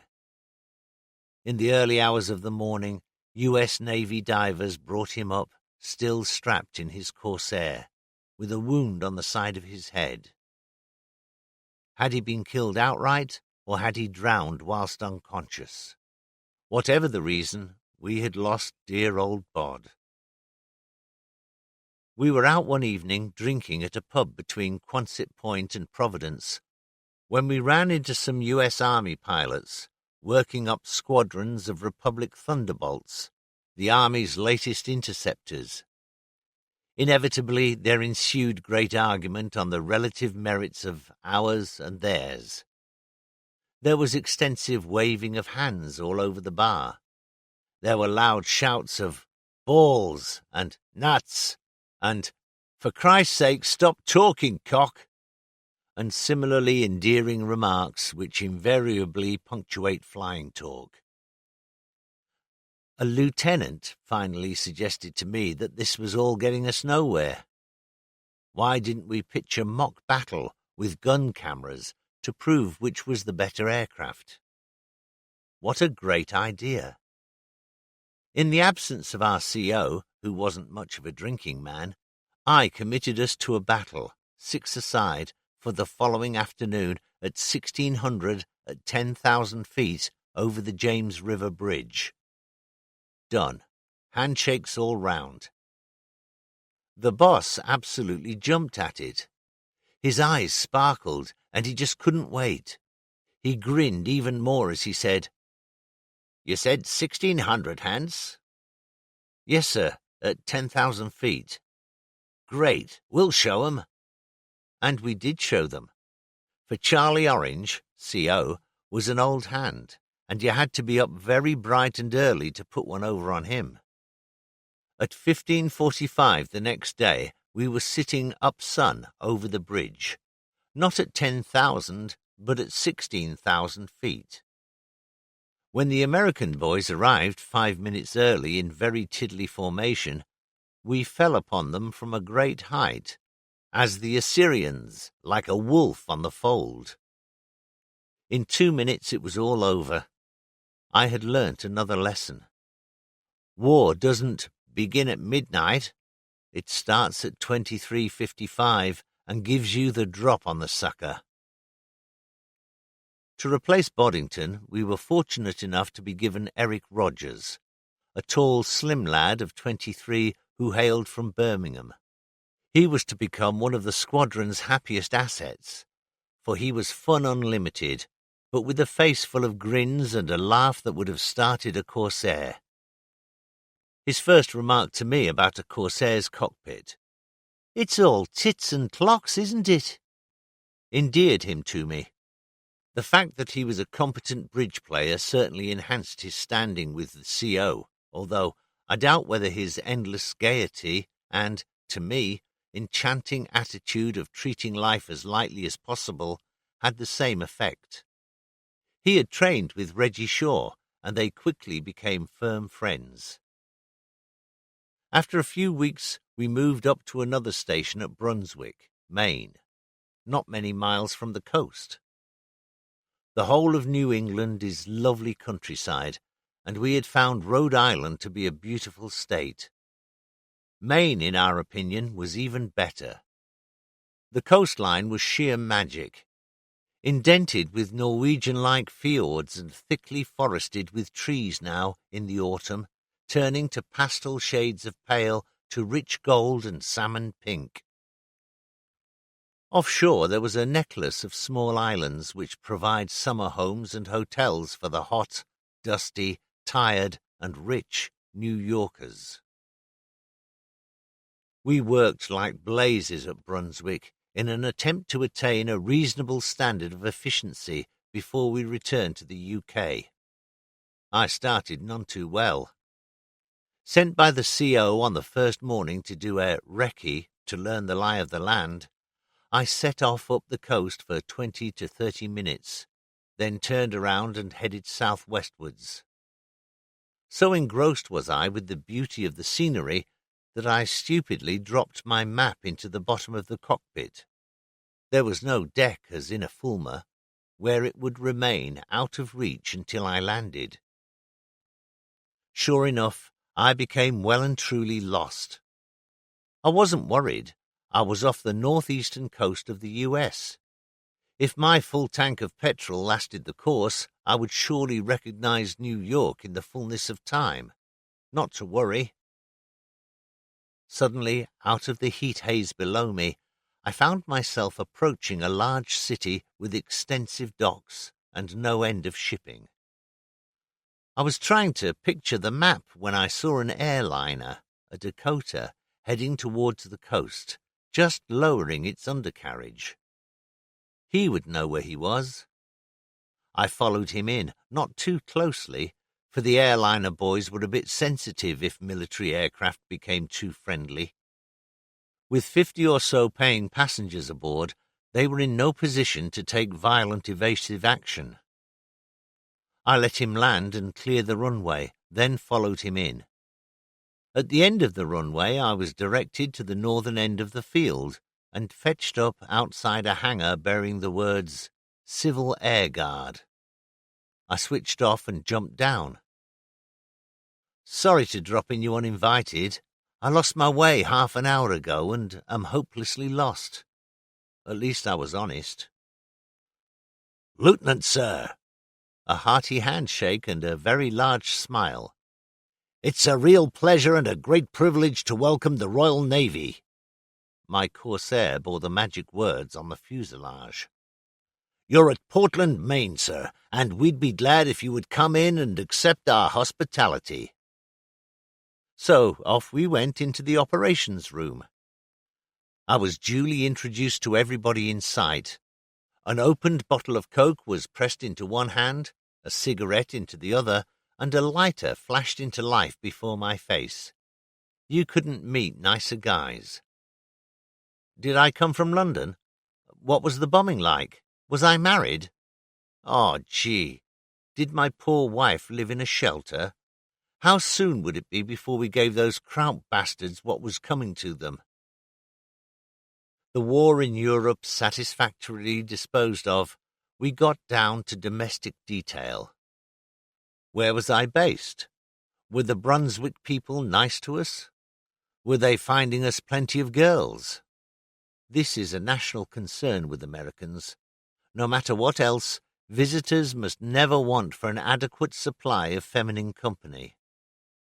What the hell was that damn big fighter standing, so to speak, at the door? Looked a bastard to fly. They sure hadn't had one of them in Portland before. When I had signed the visitor's book with home address Carlisle and Royal Navy in large letters and carefully underlined, duly appended, I was allowed to leave, complete with brand new map and gushing promises of real hospitality and plenty of girls on my next visit. They are the friendliest and kindest people in the world. Monk flew our pants off, practicing formation flying in both close and open patrol formation. We did map reading exercises over the quiet highlands towards the Canadian border.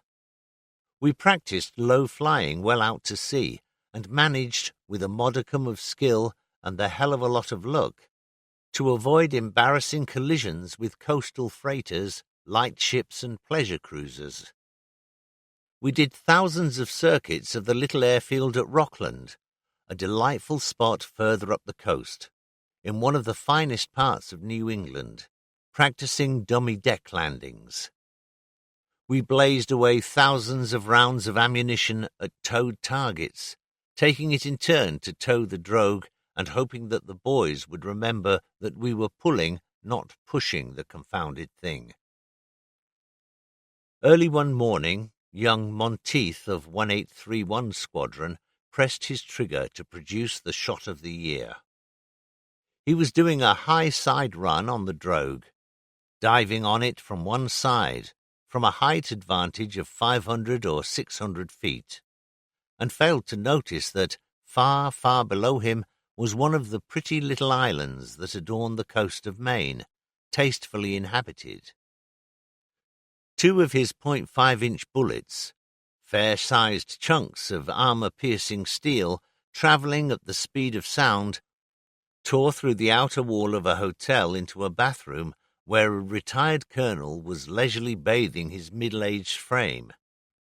Having noisily effected their entrance, the bullets then proceeded to hammer their way through the side of his bath at a downward angle of some 60 degrees, zipped across his thighs into the water and perforated the bath on the other side, thereby making completely unnecessary the removal of the plug for emptying purposes.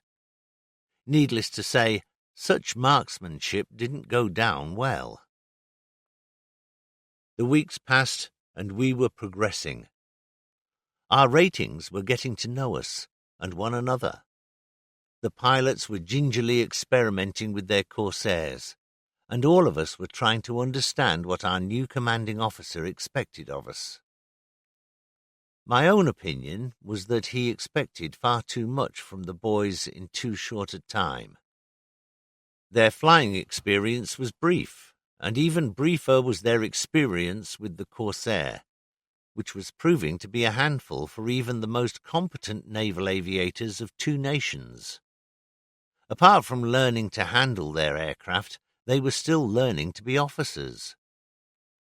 Occasionally, when a suitable moment presented itself, I would remind them that they were still a long, long way from being hotshot fighter pilots. To the young men, for I was by years older than the oldest of them, I tried to explain that the flurries of temper and full-strength nautical language to which they were regularly subjected were all part of the game of being a CO, and that their skins would quickly become adjusted to the required thickness. For let's face it, Eric Monk took quite a time to adjust himself to being the boss of a squadron of RNVR pilots. He himself was RN, and had served in the Royal Navy from the age of 14 until now, at his present age of 25 or 26, he had attained the rank of lieutenant commander. He had enjoyed a brilliant career. From the deck of Ark Royal he had fought over Norway and had been awarded 2 DSMs within a matter of days. He had been at war on the first day, September 3, 1939, when the rest of us were civilians. When some of us, in fact, had been schoolboys. Accustomed as he had been all his life to RN discipline, it was readily understandable to me that it should take him some time to assess what our sort of discipline was worth, for in its informality and fifth-form flavour, it certainly didn't match up to his ideas. The youngsters needed all the courage they could muster, though, for the Corsair continued to exact its toll.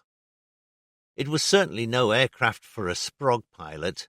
It made no concessions to inexperience or nervousness, and reacted viciously to the slightest ham-fistedness on the controls.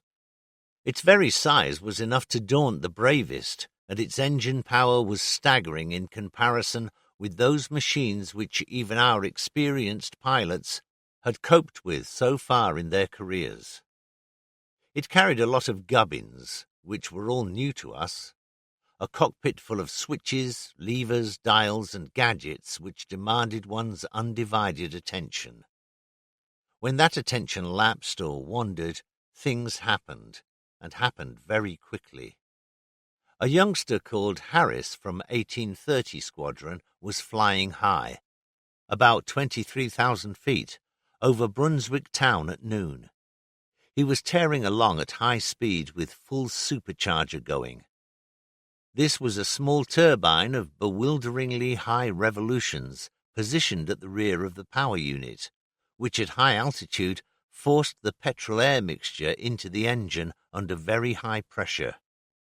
Quite suddenly, the engine packed in through failure of the ignition system.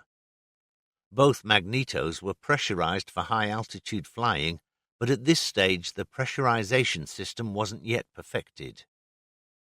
Harris glided down to around 16,000 feet, a height at which the magnetos decided to recommence operating and the engine cut in again.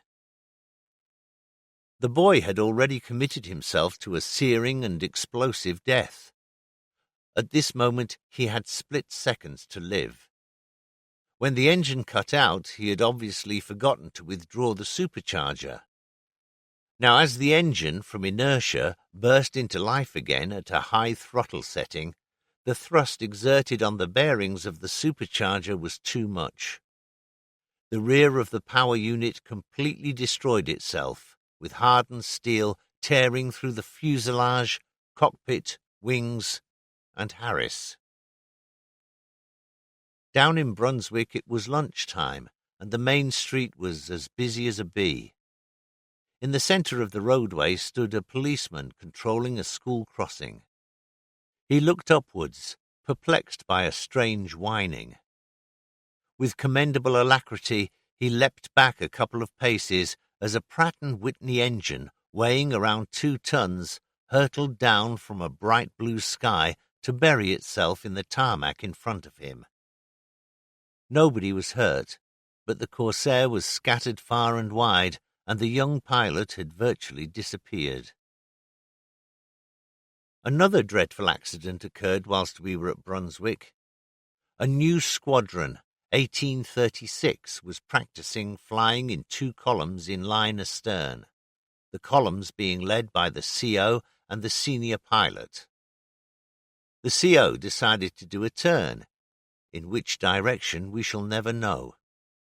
Some faulty communication between the two of them occurred, with the result that he and his senior pilot turned into one another, and both were killed. It was fortunate that the rest of the pilots, inexperienced in this manoeuvre, were not flying as close to their leaders as they would have been in the months to come, and had time and space to avoid doing the same thing to themselves. It was a shocking waste of good, experienced pilots that they should lose their lives in a blinding flash of carelessness or stupidity.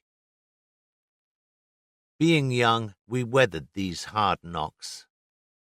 Youth and flying survive on the easy assumption that it can happen to the other fellow, but it will never happen to me. Without that, most of us would never have survived the war. At the end of September 1943, we were posted home to the UK. We were to fly to Norfolk, Virginia for passage in Trumpeter, a newly commissioned escort carrier. Despite the thousands of ADDLs that we had done, there was to be no time for initial deck landings. We would undergo those at home. The intention was to do the flight non-stop. However, as we flew wondrously down the length of the great man-made cliffs of Manhattan, an RT call was made which made me laugh aloud. Our young men were really growing up. Red 3 to Charlie Orange. I'm running out of gas. Over. We were flying down Fifth Avenue, so to speak, in a beautiful tight formation at the time, and this urgent call was something the CO could not afford to ignore, whether or not he believed it.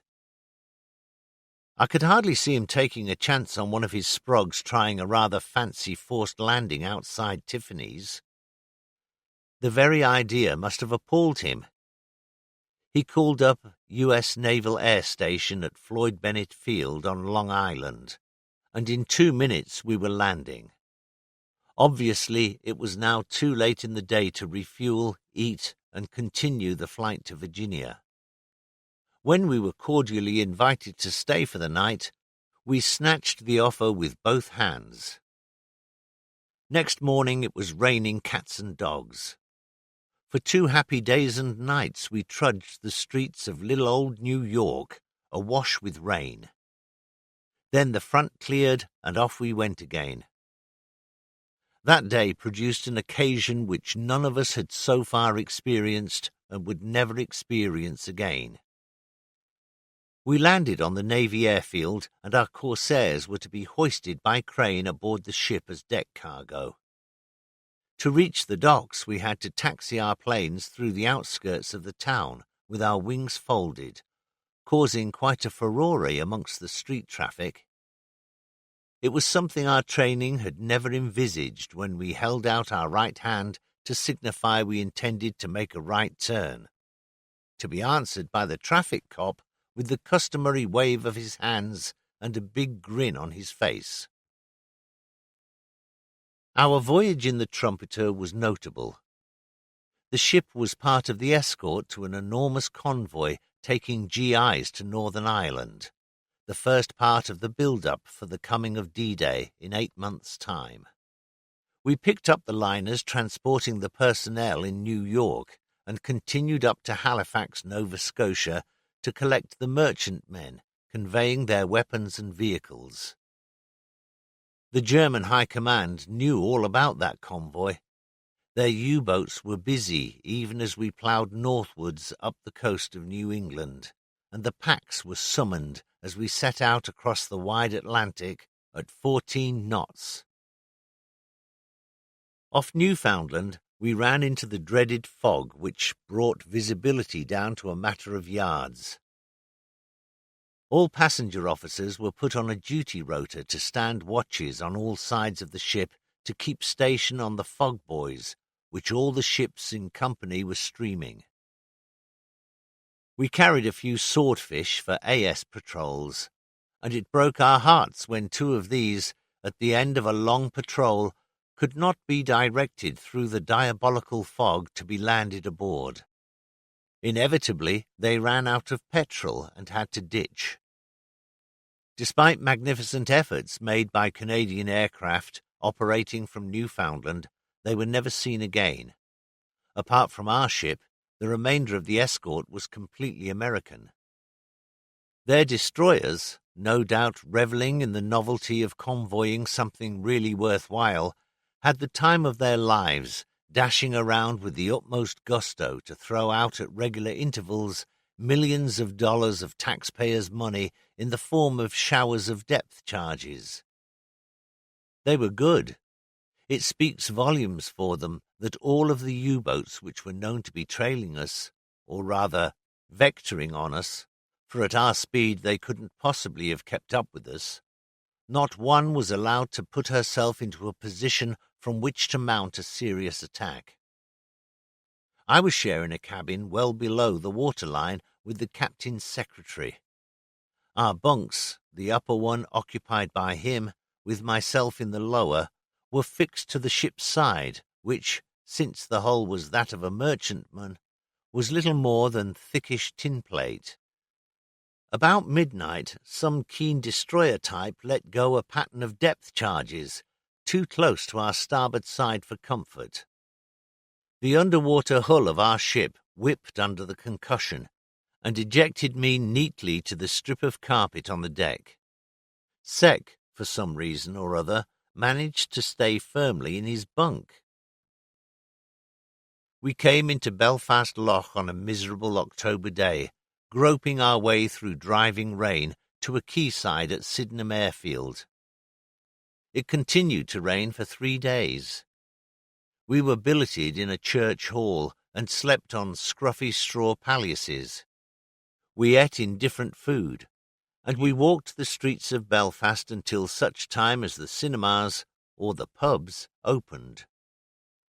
The streets were full of GIs wandering around in the rain looking for something to do, strangers in a strange land.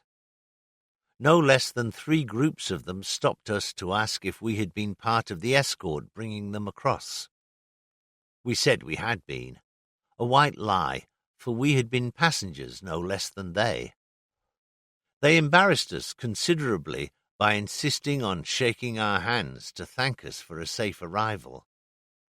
One young boy confided to me that the Atlantic Ocean was one hell of a lot of water.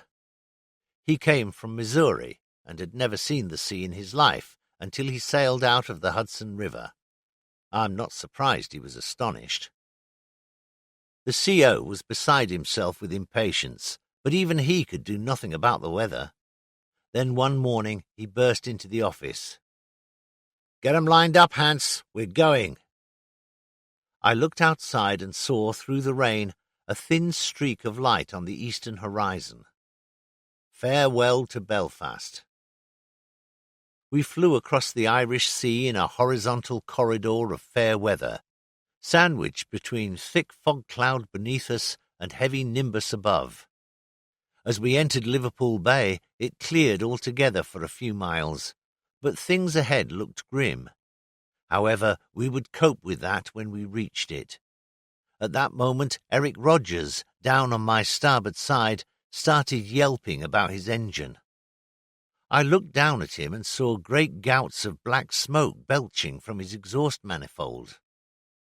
"Stay with him and look after him, Hans," the CO said. I dropped down to Rog. After a minute or two, "There's a lovely fat merchantman right below you, Eric. Ditch beside him, give him a nice kiss, and he might even pick you up." For once Rogers was in no mood for wisecracking. "Sod that for a lark. I've got to get a load of loot in this thing, and I mean to get it in Birmingham." The Wirral Peninsula was coming up now. "Do it your own way. Take the merchantman, or if you can hang on for a minute or two, there's a lovely beach coming up. Keep cool and you'll make it easily from this height." He was losing very little in the way of speed or altitude, and I was now sure that he would make Cheshire safely. I left him to it and batted after the squadron, who were fast disappearing. I caught up with them as they crossed the bar light. As we came up the Mersey, with the famous liver birds just visible through the murk, we hit the rain clouds, which looked solid from ground level to about 30,000 feet. I could practically hear the smack as we hit them. 1 second we were a neat, tidy formation. The next, we were all to hell, milling around in the murk, stragglers fading out of sight. It was a dangerous moment, and nasty collisions could have occurred. The CO yelled, and we turned 180 degrees. 9 of us had entered the cloud. When we emerged again into comparative clear, we were only 7. The CO now put us into line astern, dropping to 2,000 feet, and back we went into the soup. Just then, he told me later, he lost his map temporarily irretrievably into the bottom of the cockpit. Quite a habit with us. Suddenly, we broke out into some sort of sketchy visibility, and below us, too darned close for comfort, was a transporter bridge. "Hans, you're a North Country man. Where the hell is that bridge? Quick!" I remembered that there were only 2 such bridges in the kingdom, and the other was at Middlesbrough. We couldn't be there. "That's Runcorn, sir. We're all right. Just follow the river and we'll come to Warrington." "Where the hell is Runcorn?" "Next door to Warrington. Press on." It was still raining when we landed at Stretton. Johnny Baker parked beside me and stood up in his cockpit, looking down at the rating who was bending down to put chocks under his wheels. He described, as only a Canadian can swear when he really means business, how he saw the recent performance and the CO didn't emerge too well from the monologue. When the rating stood up and showed herself to be a highly decorative girl in bell-bottoms, Johnny was appalled and stumbled through some attempt at an apology. He had just met his first wren. Eric Rogers made it safely to a forced landing on the beach outside the Royal Liverpool Golf Course at Hoylake. Steve Starkey, dislodged from the formation somewhere over Lime Street Station, was an Ellesmere port boy and had no trouble whatsoever in making his own way through the country lanes, as it were, to Stretton. Reggie Shaw never did remember where he had lost us or where he had been since the parting of the ways. At long last he saw an airfield and promptly landed. He taxied over to the tower where a young RAF rating ran down the outside stairs to greet him. "Where am I?" Shaw from the cockpit. "Where are ye?" said the boy, fairly open-mouthed. He came from Manchester and had never heard of anyone being lost within 10 miles of that northern metropolis. "You're at Ringway, of course." Reg was a South London boy, and Ringway, now Manchester Airport, might just as well have been in enemy territory. "Where's Ringway?" he retorted, rather testily. "Where's Ringway?" What on earth was going on? "It's Manchester, of course, that's where." "Then where's Stretton?" "Where's Stretton? Stretton's over there," said the lad, holding his arm at full stretch and pointing. "Good lad," said Reg. "Now, get off the wing, keep pointing towards Stretton, and don't move till I fly over you." So Shaw brought his Corsair to Stretton. 7. The leave-taking.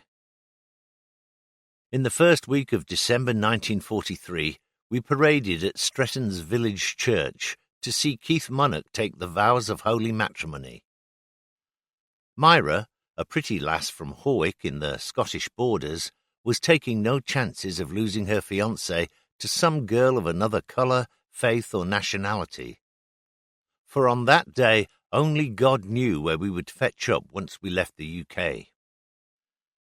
It was a marvellous occasion. Neil Brynilsden was elected to be best man and undertook to ensure that Keith remained 100% sober for his arrival at the altar rail. To his great credit, this was achieved, though where the difficulty came in I never really appreciated, for Munnock was certainly not the type to blot his escutcheon, but only at Brynildsden's own expense. Whether he downed 2 at a time to compensate for Keith's non-participation, or was bolstering up his own courage to face the coming ordeal of appearing so prominently in the public eye, I shall never know. Whatever the reason, there is no doubt that my number 2 was hardly at his best. Apart from some breathtaking lists to port and starboard, he remained fairly vertical during the service, and finally made good a rather erratic course to the vestry, there to perjure himself by signing the register to the effect that he had been fully cognizant as to what had been going on. During the reception he delivered quite a homily, in Damon Runyonese, to the vicar, who was faintly surprised to hear himself being addressed to every other word as Bish. A fair number of wives and sweethearts foregathered at the Victoria Hotel, Stockton Heath, there to spend with us such time as remained before the summons came. 1 or 2 modifications to the aircraft were carried out. The new VHF radio was fitted. Small scoops appeared on both sides of and below the fuselage, designed to disperse pockets of carbon monoxide, which, said the boffins, were inclined to collect in the fuselage. It was thought that because the exhaust stubs were flush with the engine cowlings, they were not throwing the expelled gases clear of the forward end of the fuselage. Influenced to a certain degree by stories, which had preceded us across the Atlantic, of death and destruction on carrier decks, Illustrious sent down her batsman, Johnny Hastings, to give us a good workout on the everlasting ADDLs. We did little else during our short stay at Stretton. Johnny was, and still is, good fun and very charming, and was soon popular with the pilots.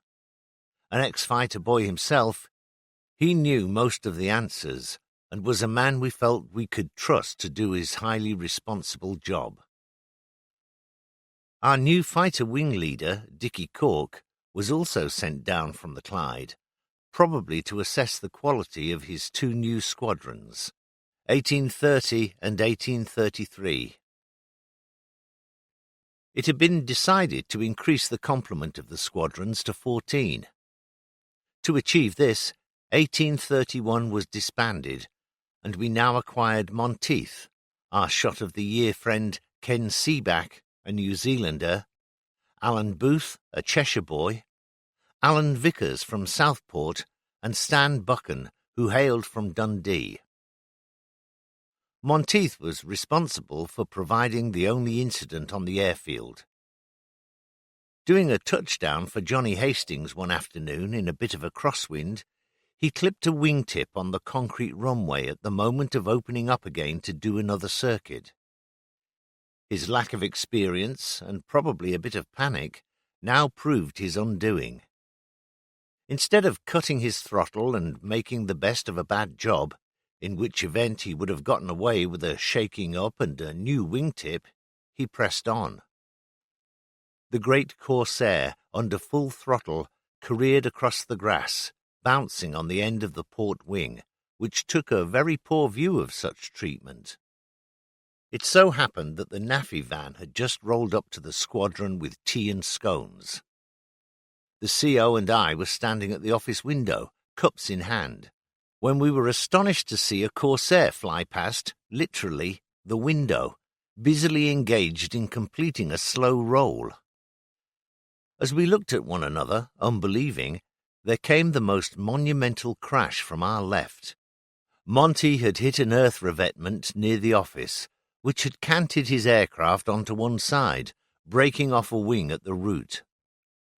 When we erupted from the office and ran across the field to a sizable gap in the hedge, we saw the machine reclining on its belly, smoking gently amid the turnips. No wings, no prop, no undercarriage. Monty was clambering out. He looked somewhat vague. The destruction among the turnips was stupendous. "What happened?" he asked, stumbling away with his parachute waggling behind him like a monstrous bustle. He was still saying it an hour later, sitting in an office chair to which we had led him. He hadn't a scratch. In fact, Johnny Hastings was infinitely more affected. But then, bless him, Johnny worried about all of us. Keith Munnock could only spend a short time with his bride, for all too soon it was goodbye to the girls. We assured them that something would happen to make it possible to see them before we sailed from the Clyde. I must confess that, for my part, I was relying largely on past experience in arriving at this assumption. So one murky, foggy night, with visibility down to 10 yards, dimmed headlights, ice on the roads, and a totally inadequate supply of filthy language, we ferried our ratings, our aircraft spares, bags and hammocks from the airfield to a train in Warrington Station. What with the weather, the usual last-minute chaos, and one thing and another, this operation took us the best part of the night. The next morning we flew off in lovely weather, over Blackpool Tower, Morecambe Bay, St. Bees Head. In the distance I saw my honeymoon hotel, the Abbot's Court, where the incomparable Harry Brownrigg held sway, to Machrihanish on the Mull of Kintyre. Machrihanish was known to the branch under several names, the most respectable of which was Nissen City, for obvious reasons. The most common, and only semi-respectable at that, was Machrifirkin. I should imagine that a posting to this outpost of the Empire in high summer was worth a king's ransom, for the surrounding country is beautiful beyond belief. More than that, to fly on exercises in good weather over the Firth of Clyde, Kilbrennan Sound, and the Sound of Jura can have been a privilege granted only to a few. But in late autumn or winter, Machrihanish was a penance bordering upon a sentence. The weather could be, and nearly always was, foul. Our average evening's entertainment seemed to consist of putting extra lashings on all aircraft exposed to the fury of the gales, while we ourselves were being soaked by driving rain. Campbelltown, 6 miles away, was a typical small Scottish town, though somewhat dour and lamentably lacking in the amenities which might otherwise have transformed it into the Dodge City of the North. One of the redeeming features of Machrihanish for me was that its captain was C.L. Howe, who had been our kindly and tolerant father at Dequila. He was the same reserved, imperturbable soul, and went out of his way to smooth out any difficulties that arose during our short stay. Of necessity, Machrifirkin became its own Dodge City. The excitement certainly revved up a bit after nightfall. If one could hear above the steady roar of the great west winds, there were sounds of revelry on all sides, with many a girlish giggle. It was said, naughty fickle rumour, that wrens posted to the station were hand-picked erotic types, whose underwear was exclusively fitted with Robinson's patent disengaging gear. I find it difficult to believe, but you take things as you find them.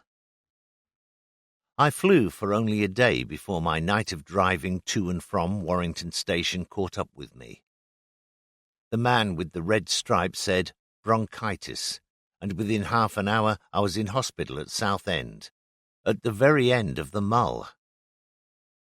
After 4 days there, I recovered from whatever had hit me and returned to the station. Within 15 minutes, Dickie Cork had me airborne. For the best part of a fortnight, apart from interruptions caused by December gales, we flew exercises and ADDLs. During this time, Illustrious was exercising in the Firth for the benefit of the crew at the commencement of a new commission, as well as her 2 Barracuda squadrons, 810 and 847. One wild, blustery evening, the CO burst into the billiards room, accompanied by a trumpeting blast of cold air by courtesy of Greenland, followed by a liberal splattering of sleet as an encore. With a high-pitched yell, he froze the shot I was about to make, demanding to know where the bloody hell the duty boy was, and would Hanson get the hell out of it and find him. I left the pot black to my partner, Eric Rogers, who stood little more chance than I of making it, and went in search of Ken, that most damned elusive pimpernel. After visiting all probable haunts, I finally arrived at his cabin, the skylight of which showed it to be in darkness. Still, it was worth a try. He was in bed. When I turned on the light, he sat up like a startled gazelle, looking most demure in white shirt, stiff collar, black tie and all. I was embarking on my opening remarks when she popped up on the far side of the bed, a pretty little thing with wavy blonde hair. Her neat white blouse and black tie were obviously her copulating attire. I started again. Ken didn't wait for my closing nunc dimittis. With commendable alacrity, he was out from the sheets, donning trousers, shoes, jacket, and duffel coat with practised skill. "What about her? Can you get her back to the Rennery without getting caught? It's the rattle for all three of us if you don't make it." I nodded. "You wouldn't?" "Promise, you bastard." "I'm a pommy, I know, but not that kind of a bastard. Now belt off, for God's sake. Charlie Orange wants your blood." I looked at the girl. 18 if she was a day. "Come on, kid, let's be getting you back." She slid smoothly to the modest little runner of carpet at the bedside, naked from the waist downwards, and didn't give a damn. I went to the wardrobe and found Ken's number 1 trousers. With a bit of luck, they would fit her reasonably well, for Ken was on the short side. By this time, she had put on pants and stockings. I gave her the trousers, dolled her up in Ken's raincoat and spare cap, and we were off. Fortunately for us, the wind was blowing force 7 or 8. The few bodies we met were treading warily in almost pitch darkness, bowing to the gale. We reached the Rennery safely and without detection. I was the worried one. She couldn't have cared less. We succeeded in completing such flying as we did at Machrihanish without any prangs. I had an emergency landing on the field when, during one of my regular scans of the dials, something each pilot carries out, consciously or unconsciously every few minutes, I saw the needle of the hydraulic pressure gauge fall hair-raisingly to 0. I headed back to the field, blowing down the undercarriage with CO2 as I flew my circuit. With such fluid as remained in the system, I was able to get about 20 degrees of flap and put her down in a pretty fast landing. When the fitter was repairing the damage, he called me to the hangar to show me the root of the trouble. He held out to me a short, highly polished steel shaft, about 3 inches long. One end finished in a pinion gear, the other in an uneven fracture. "That's your trouble, sir. The drive from the power unit to the hydraulic pump. Buggered." Funny that something as solid and straightforward as that should go. "It's called metal fatigue, sir. Something about molecules and crystallization. Read about it somewhere." Metal fatigue. A new one to me, yet an expression which in post-war years was to become a household word and bring death and destruction to many a good aircraft. 8. HMS Illustrious. We weren't thinking of death and destruction as 5 or 6 of us walked across the Machrihanish tarmac to our Corsairs in the bright, thin November sunshine. Terence Shaw, our genial commander, operations, intercepted me to ask me to deliver a letter aboard the carrier. His nonchalant assumption that I should arrive in one piece, capable of handing his letter to the commander, took a little of the wobble out of my knees. We took off to the west, Dicky immediately going into a wide left-hand turn to enable us to join up on him. I latched on to his port wing as we swept low over Campbelltown and out over the Firth.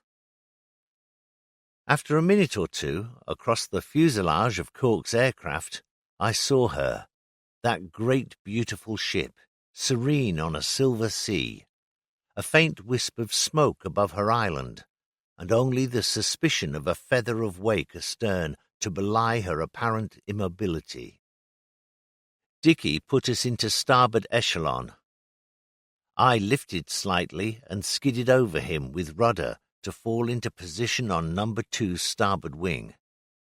After a sweeping turn to port, losing speed and altitude, we flew low up the ship's starboard side. Down undercarriage, down hook.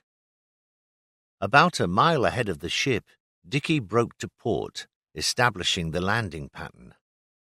Seconds later, I followed number 2, carefully taking up an interval on him, a practice which in a few short months would become second nature. Now we were flying downwind, locking safety harness, locking open the hood, increasing pitch, lowering flaps, first to 10 degrees, then to 20. Now I was a beam of the stern of the ship. Turn 180 degrees to port, full flaps. Already Johnny was signalling for me, "Roger, as you go." A shade faster. Okay. Now come down. Down. Down, damn you! Cut! I chopped back the throttle, held the stick steady as a rock. 3 seconds, then I was on the wire. My body lunged forward against the harness with the deceleration. I was down. A red-capped director of the flight deck party waved me back with both hands. I released the brakes to allow the wind to blow me back a couple of feet, so that the arrestor wire could be disengaged. Up hook, up flaps, and taxi forward over the crash barriers. I jumped the deck, 3.5 inches of armor plating. The air was loud with tannoy noise. Up there on my left, as I walked down the flight deck, was the great island, and the whole ship, alive with men in a variety of rigs, fairly hummed with activity. It was one of the great moments of my life. But it hadn't all been as rosy. Whilst I had been loafing in hospital for 4 or 5 days, Illustrious had been suffering the onslaughts of Corsairs in their first attempts at deck landing. There had been far too many prangs, and one of them had been fatal. Brian Fiddies, CO of 1830 Squadron, despite his experience, had made a bad approach to the deck, and at the last minute had been given a wave-off to go round again. In manoeuvring a shade too violently to avoid hitting the island, he had clipped the port wingtip on the deck and had crashed over the port side into the sea. Nothing had survived. He and his aircraft had sunk like a stone. Accordingly, Captain Cunliffe had decided that more deck landing training was required, particularly in the matter of the approach pattern, and this had been done aboard an escort carrier, Ravager. Mike Tritton, lately the CO of 1834 Squadron, and another very experienced pilot, was brought to the ship to replace the unlucky Fiddies. It should be stated here and now that the trouble with the Corsair Mark I was its built-in bounce. The undercarriage legs had oleo shock absorbers, air on top of oil. As the wheel took the weight of landing, the shock was transmitted to the oil, which in turn compressed the air. Unfortunately, the air expanded again all too quickly and too forcibly. The oleo leg immediately extended again, and the aircraft leapt into the air like a jackrabbit. If the pilot didn't catch a wire on his first contact with the deck, the odds were that he would finish up in the barrier. This happened to far too many pilots, and how you fared in the barriers was sheer conjecture. Some boys were burned to death. Some, as I have said, were thrown over the side. Others didn't need even an aspirin. It was all a matter of luck. But the matter of luck had to be eliminated, and Chance Vought of Stratford, Connecticut, eventually came up with the answer. At the top of the oleo leg, an air valve was fitted. As the air was compressed by the oil, it escaped comparatively slowly through the valve, which, when the aircraft next took off and allowed the legs to elongate by the sheer weight of the wheels, sucked in more air in readiness for the next landing. The expulsion of the air took the bounce out of the oleos, and the wheels remained firmly on the deck. The problem was solved, but the Navy would lose lives and aircraft before it was proved how essential the modification was. The Mark II version, supplied to us when we reached Ceylon, incorporated the modification together with a new and altogether splendid hood. To round off the matter of the Mark II, it might be added that a third modification was incorporated, that of water injection. For those interested in technicalities, the equipment was surprisingly modest and uncomplicated. It consisted of 2 small tanks of water under the engine cowling, containing sufficient water to give 5 minutes of full-bore running. The water was atomized and blown in at the carburation stage, and had the effect of speeding up the atomization of the petrol-to-air mixture. You may have noticed that your car engine runs twice as briskly and sweetly on a drizzly, humid evening. The water injection produced similarly efficient running. The throttle quadrant was fitted at its fully opened end with a micro-switch, protected across the quadrant groove by a piece of wire. To actuate water injection, the pilot, already flying at full throttle, merely had to hit the throttle lever hard with the palm of his hand. The wire snapped, and the lever actuated the micro-switch. The result was startling. The aircraft leapt forward with an immediate jumping speed of 35 to 40 knots. It was nothing short of miraculous. Illustrious wasn't merely an aircraft carrier. She was a legend, a ship which, in her short life, had already made history. Built by Vickers Armstrong at Barrow-in-Furness, she was launched on April 5, 1939, commissioned on April 16, 1940, and joined the fleet at Spithead 6 weeks later. She was a war baby. By the time we first arrived, by various means, she had seen a lot of war. She had fought her way through the Mediterranean with convoys for Malta and Egypt. She had taken the lion's share of the destruction of the Italian fleet at Taranto. She had gallantly withstood all that the Luftwaffe's Ju-87 Stukas could throw at her off Pantelleria on January 10, 1941, suffering incredible damage. She had struggled into Malta only to endure more attacks and suffer more damage at the hands of the dive bombers on the 16th and 19th of that month. After a refit in America, she had re-entered the conflict by providing air cover and attack for the invasion of Madagascar, and had given offshore support at the bloody landings at Salerno in 1943.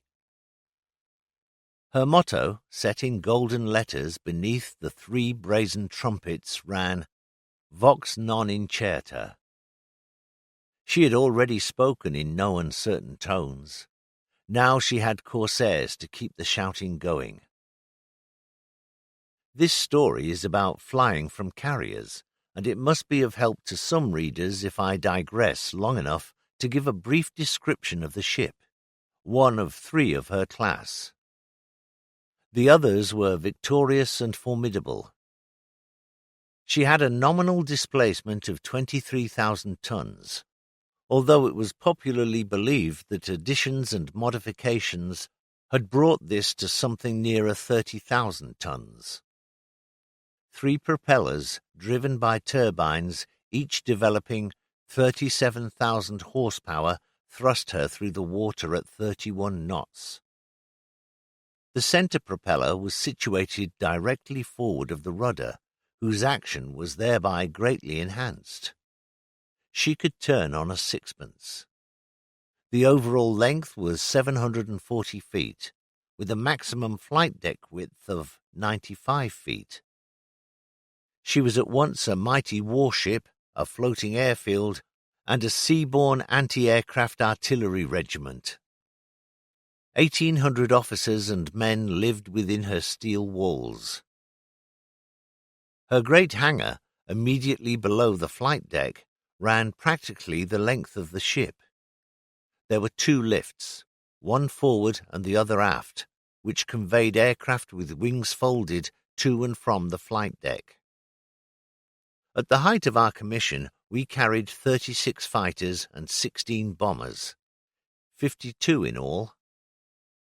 At an earlier stage, when the Corsair squadrons were limited to 14 aircraft each, 21 Avengers had been accommodated. A great trial and tribulation to us was a permanent deck park of 14 aircraft, rendered necessary because of the lack of hangar space. These had to be shuttled back and forth along the deck, according to whether we were taking off or landing on.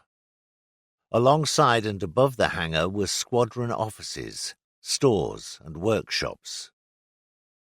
To operate aircraft, the flight deck was equipped with 8 arrestor wires, strong steel hawsers stretched at intervals laterally across the deck. At each end they disappeared round pulleys through the armour-plated deck into the hangar, where they were wound round great spools on which tension under hydraulic pressure of varying strength according to the physical weight of aircraft being operated could be imposed. As a wire was engaged by the aircraft's arrestor hook, so the self-centering wire was pulled from the spools, decelerating the aircraft to a standstill.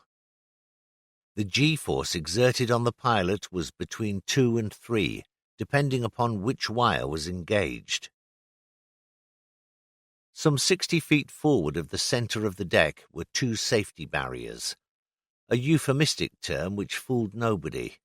To us they were crash barriers.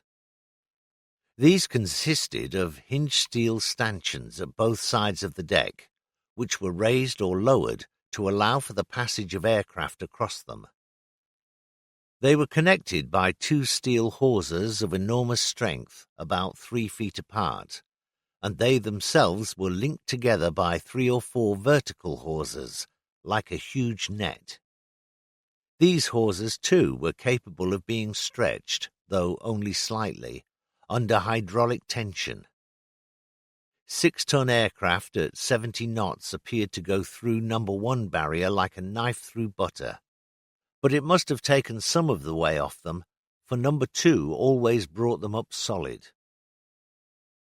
Forward on the port side was the hydraulic catapult, capable of launching an aircraft to flying speed within a matter of 100 feet. On the starboard side of the deck, amidships, was the great island, which was at once the controller of the ship and the aircraft control tower. One up from deck level was the fighter direction office, from which radar and radio information was transmitted to the aircraft, and from which aircraft were directed on courses to intercept the enemy. One deck up from there was the compass platform, known in circles other than naval as the bridge. Here stood the captain, the officer of the watch, the chief yeoman of signals, and in his own chart room at the after end, the navigator. On the port side, a sliding door led out to a small fore and aft bridge, from which Commander Flying Wings controlled all aircraft in and around the ship. Above this level was a flat containing small cabins for senior officers when at sea, and above that again was the Admiral's bridge. Abaft these positions were the Air Operations Room, which also served as the Aircrew's Ready Room, the Signal Bridge and the Air Defence Position. There was, too, an unused area, remarkable indeed in a warship where space is invariably used to the last square millimetre. No one knew what, if anything, had been forgotten, But the fact remains that it was put to very good use, for this was Goofer's Gallery. It was the grandstand, like Liverpool's Cop. Here gathered all those bodies whose pleasure or masochistic agony it was to watch aircraft landing.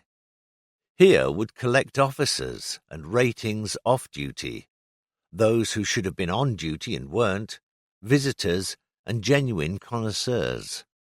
All mustered here to watch the pilots dicing with death. This is no exaggeration.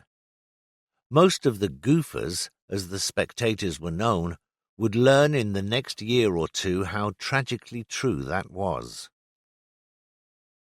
The ship's main defence consisted of 16 4.5-inch dual-purpose guns. They could be used against air or surface targets. They were housed in 4 groups at each corner of the flight deck, arranged in twin turrets in each group. 3 groups were manned by naval gunners, the 4th, X-turret, traditionally by Royal Marines. Short-range AA weapons were scattered around quite liberally in the gangways running down each side of the flight deck, known as the nets, and around and on the island. There were 40mm Bofors guns in single and double mountings, 20mm Ercolon cannon similarly arranged, and multiple pom-poms, which were rather old hat by 1943. Overall, on top of the island, blossomed a great complex of radar and radio aerials. She was quite a ship. The ratings of both ship's company and squadrons were divided for leave and shore liberty purposes into port and starboard watches, and these in turn were subdivided into first and second parts of port and starboard. Liberty could therefore be granted to 1, 2, or 3 parts as occasion warranted. Where duties were concerned, the ship's company, already divided into divisions, seamen, stokers, signalmen, and so on, was again divided into 3 watches, red, white, and blue. Confusing though it may seem, each rating was a member of 2 watches, one for leave and liberty purposes, the other for duties in the ship. The 3-watch system embraced most sections of the ship's personnel. Watch-keeping officers who, in their spell of duty, controlled the sailing of the ship and supervision of her machinery, the seaman branch, engine and boiler room staff, telegraphists and signallers, and engineering and electrical staff. When the ship was at cruising stations, she sailed under normal watch-keeping routine. Certain operations, however, called for more specialized activities. Entering or leaving harbour, refueling at sea, or close manoeuvring alongside another ship brought the navigator up to con the ship and the coxswain to the wheel. Cable parties were required on the cable deck, and special seaboats crews for anchoring and mooring to or casting off from buoys. Action stations, of course, closed up every officer and man to his appointed position. The accommodation ladders leading from the depths of the ship at each corner of the hangar and flight deck levels utilized wells whose main purpose was to provide for the hoisting of ammunition to the 4.5-inch guns. At action stations, therefore, these ladders were removed, and the wells reverted to their main purpose. Personnel had no alternative but to climb up and down vertical ladders fixed to the ship's side inside the wells, a form of exercise which, with the dubious benefit of dim emergency lighting, could be highly diverting. Living quarters in the ship were, surprisingly, not cramped, despite the fact that she was carrying 1,800 officers and men, 500 more than her designed complement. The ratings and the Royal Marines in their barracks lived on the mess decks, open spaces of varying lengths and some 30 feet wide, divided into messes by banks of metal lockers, which provided accommodation for the sailors' clothing and personal belongings. Each mess, the focal point of which was a wooden table and benches assiduously scrubbed to unbelievable cleanliness, constituted home for 12 to 14 sailors. Life hadn't altered much since the days of Nelson. Here they ate, read, played cards and uckers, Ludo to you, wrote their letters home, discussed and argued, and occasionally fought. In colder and temperate climates here, too, they slept, with their hammocks slung from strong hooks fitted into the deckhead. Ventilation varied according to the situation of the mess decks and cabins. All scuttles and portholes below hangar level were closed at sea, and only a very few senior officers were fortunate enough to breathe fresh air. The vast majority of us seemed to thrive remarkably well on forced ventilation.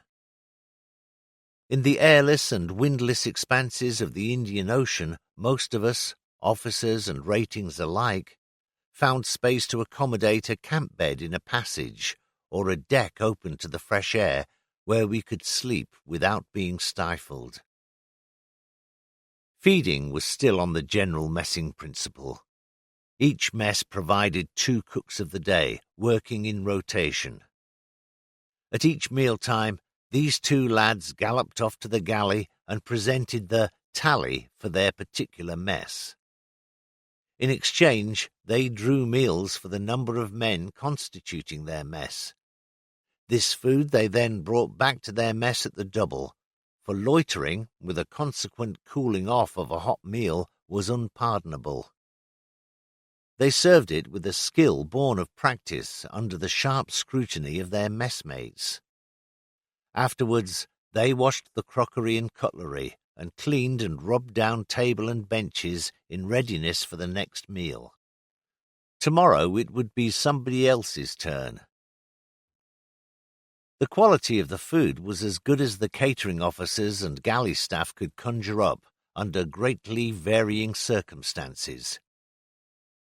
The subsistence allowance provided by the Navy covered basic needs from the ship's supply officer together with additional items up to a certain limit from the NAFI's canteen manager. Any mess overdrawing from the canteen manager was subsequently charged with the excess, which was duly met from a mess fund accumulated by weekly contributions from its members. The officers lived in comparative luxury. Lieutenant commanders and above occupied single cabins, the smallest of which was some 12 feet by 7 feet.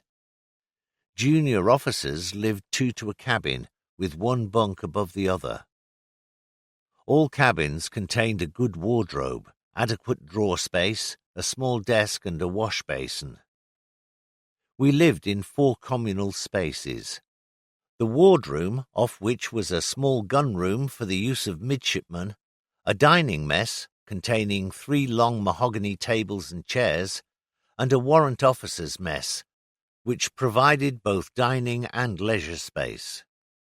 The officers of the ship's company and squadrons numbered about 180, and warrant officers some 30 or 40. Food was on similar lines to that provided for the ratings.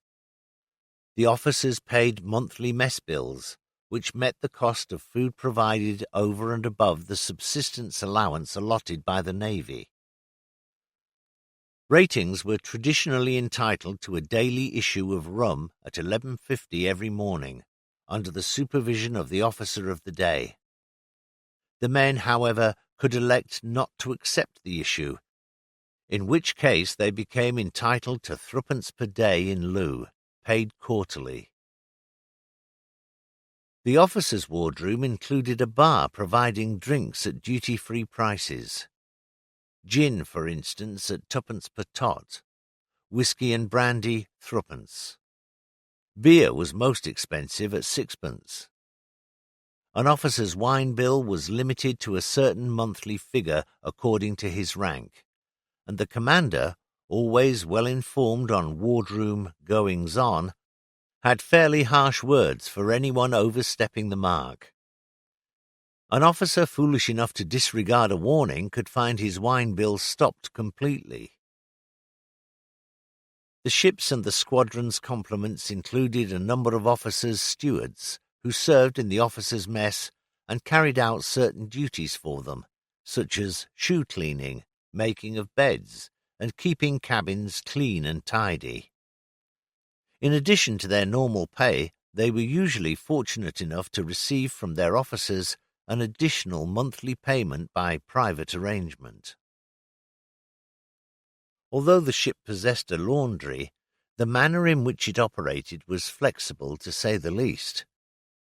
Most ratings, with a deal of pride in their appearance, and most of them had, preferred to wash and iron their own clothing. Some ratings formed themselves into small firms and contracted to launder for other ratings or officers. A number of stewards laundered for their own officers. The versatility of naval ratings never failed to provide volunteers to cut hair or repair shoes.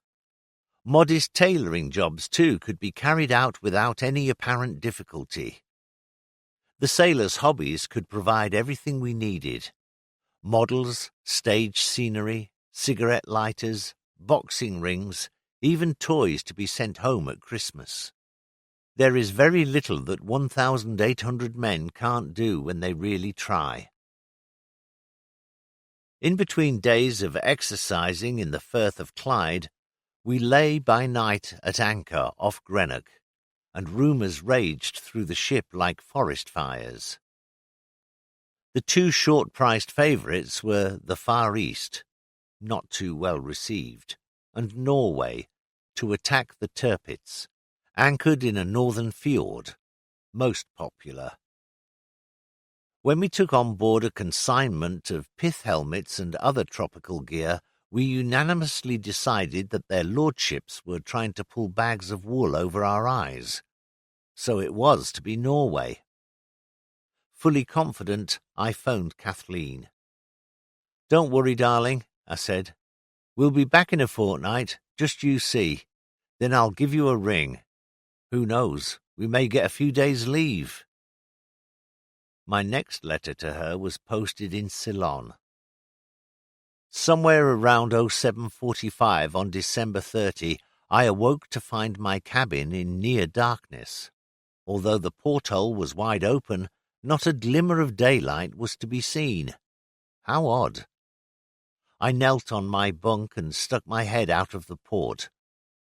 There, moored within a few yards of us, was the towering cliff of Queen Mary's stern. She had arrived during the night from yet another Atlantic crossing, and her unbelievable bulk was completely obscuring such meagre daylight as a December morning in the Clyde can afford. In the late afternoon we left Greenock, with Indefatigable lying at anchor in the stream, and made our way slowly and easily down to the tail of the bank, where we found a vast amount of naval and merchant shipping, including the carrier Unicorn, moored and anchored. We picked up our mooring and spent the evening putting extra lashings on the aircraft on deck, for rough weather was forecast for the middle and morning watches. At 21:15 that evening, we slipped our moorings and passed through the Clyde boom. By 10 o'clock the following morning, we were off the coast of Northern Ireland, in company with the Unicorn, 3 destroyers and 7 frigates. It was a miserable, dark December day, one of those which never really achieves daylight. Suddenly, out of the gloom to the southeast, signal flashes appeared. 15 minutes later, we could discern the vague shapes of Queen Elizabeth, Valiant, and Renown. They were pushing along in a big swell, and mountainous seas were crashing over their bows, cascading green water as far as B Turret. This was another moment to remember. How privileged to see such a sight! Mr. Haig, our master gunner, was standing beside me on the flight deck. He scorned aircraft with all the contempt he could muster, and steadfastly maintained his Whale Island precept that the 15-inch gun was the answer to every problem. "Aye, take a good look at 'em, lad," he said with a sigh of resignation. "If things go the way they seem with these flying machines and all, they could well be the last you will see." How right he was. I was glad I saw them on that dismal December day, as they appeared like wraiths out of the murk, 3 of the last big-gun ships of a navy now long forgotten. Our fleet pressed on southwards in gloomy, damp, and cheerless weather. Grey scudding clouds from the southwest maintained an unbroken ceiling, merging so precisely with a bustling sea which came at us in 20-foot rollers that it was impossible at times to discern a horizon. For the first 24 hours in open sea, some of us suffered from headaches and interminable yawning, sure precursors of seasickness.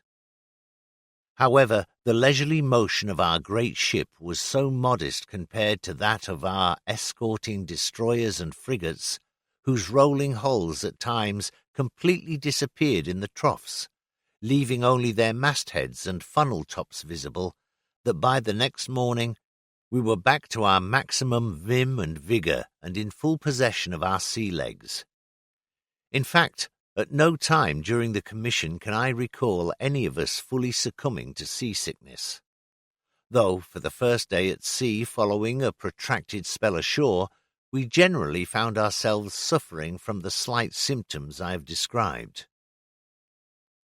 Heading south, the captain and commander, flying, decided that the Corsairs should do no flying. The wintry weather of the North Atlantic was hardly the stuff in which to blood pilots who were still barely conversant with their aircraft, and who certainly had little confidence to cope with deck landings without suffering a sudden rush of blood to the head. The barracudas, on the other hand, were kept busy flying searches ahead of the fleet. One of these, returning to the carrier in the gloom of the late afternoon, had to ditch because of engine trouble, and its pilot, Morgan, was killed. I am amazed by the naivety of the entry in my illegal diary. Our first fatality, and the last, I hope. And what a hope. Within 2 days of that entry, I was awakened by 2 loud explosions, which proved to be depth charges from a barracuda whose engine had cut out as it went over the bows on take-off. Sub-Lieutenant Woolwork, his navigator and air gunner were all killed. 847 Squadron was having a rough time. A day's sailing on a southeasterly course brought us closer to land, and sometime in the middle of the night of January 5, 1944, we slipped through the Straits of Gibraltar into the different climatic world of the Mediterranean. Revelling in the unaccustomed warmth of January sunshine, I was standing on the flight deck one fine morning with Johnny Hastings, amused by some of our young men ragging one another. "Happy crowd, Hans," said John. "Full of beans, and it's good to see." He nodded towards the sea, bustling past us at 18 knots. "I wonder how many of 'em will still be with us when we pass that bloody wave again." I laughed at him. "Don't be so bloody morbid, John. We'll all come back." He shook his head. "Remember, I've been here before, and I know. No, don't bother looking at them. There's no way of telling which ones. Just remember what I said, and then you won't be too surprised." When we started flying again, it came as no surprise when things happened. Reggie Shaw knocked off his port wheel against a 4.5-inch gun and nearly killed Johnny, who was batting for us that morning. Miraculously, he managed to get his Corsair into the air again without further mishap, and the ship gave him a course to steer for Maison Blanche airfield at Algiers.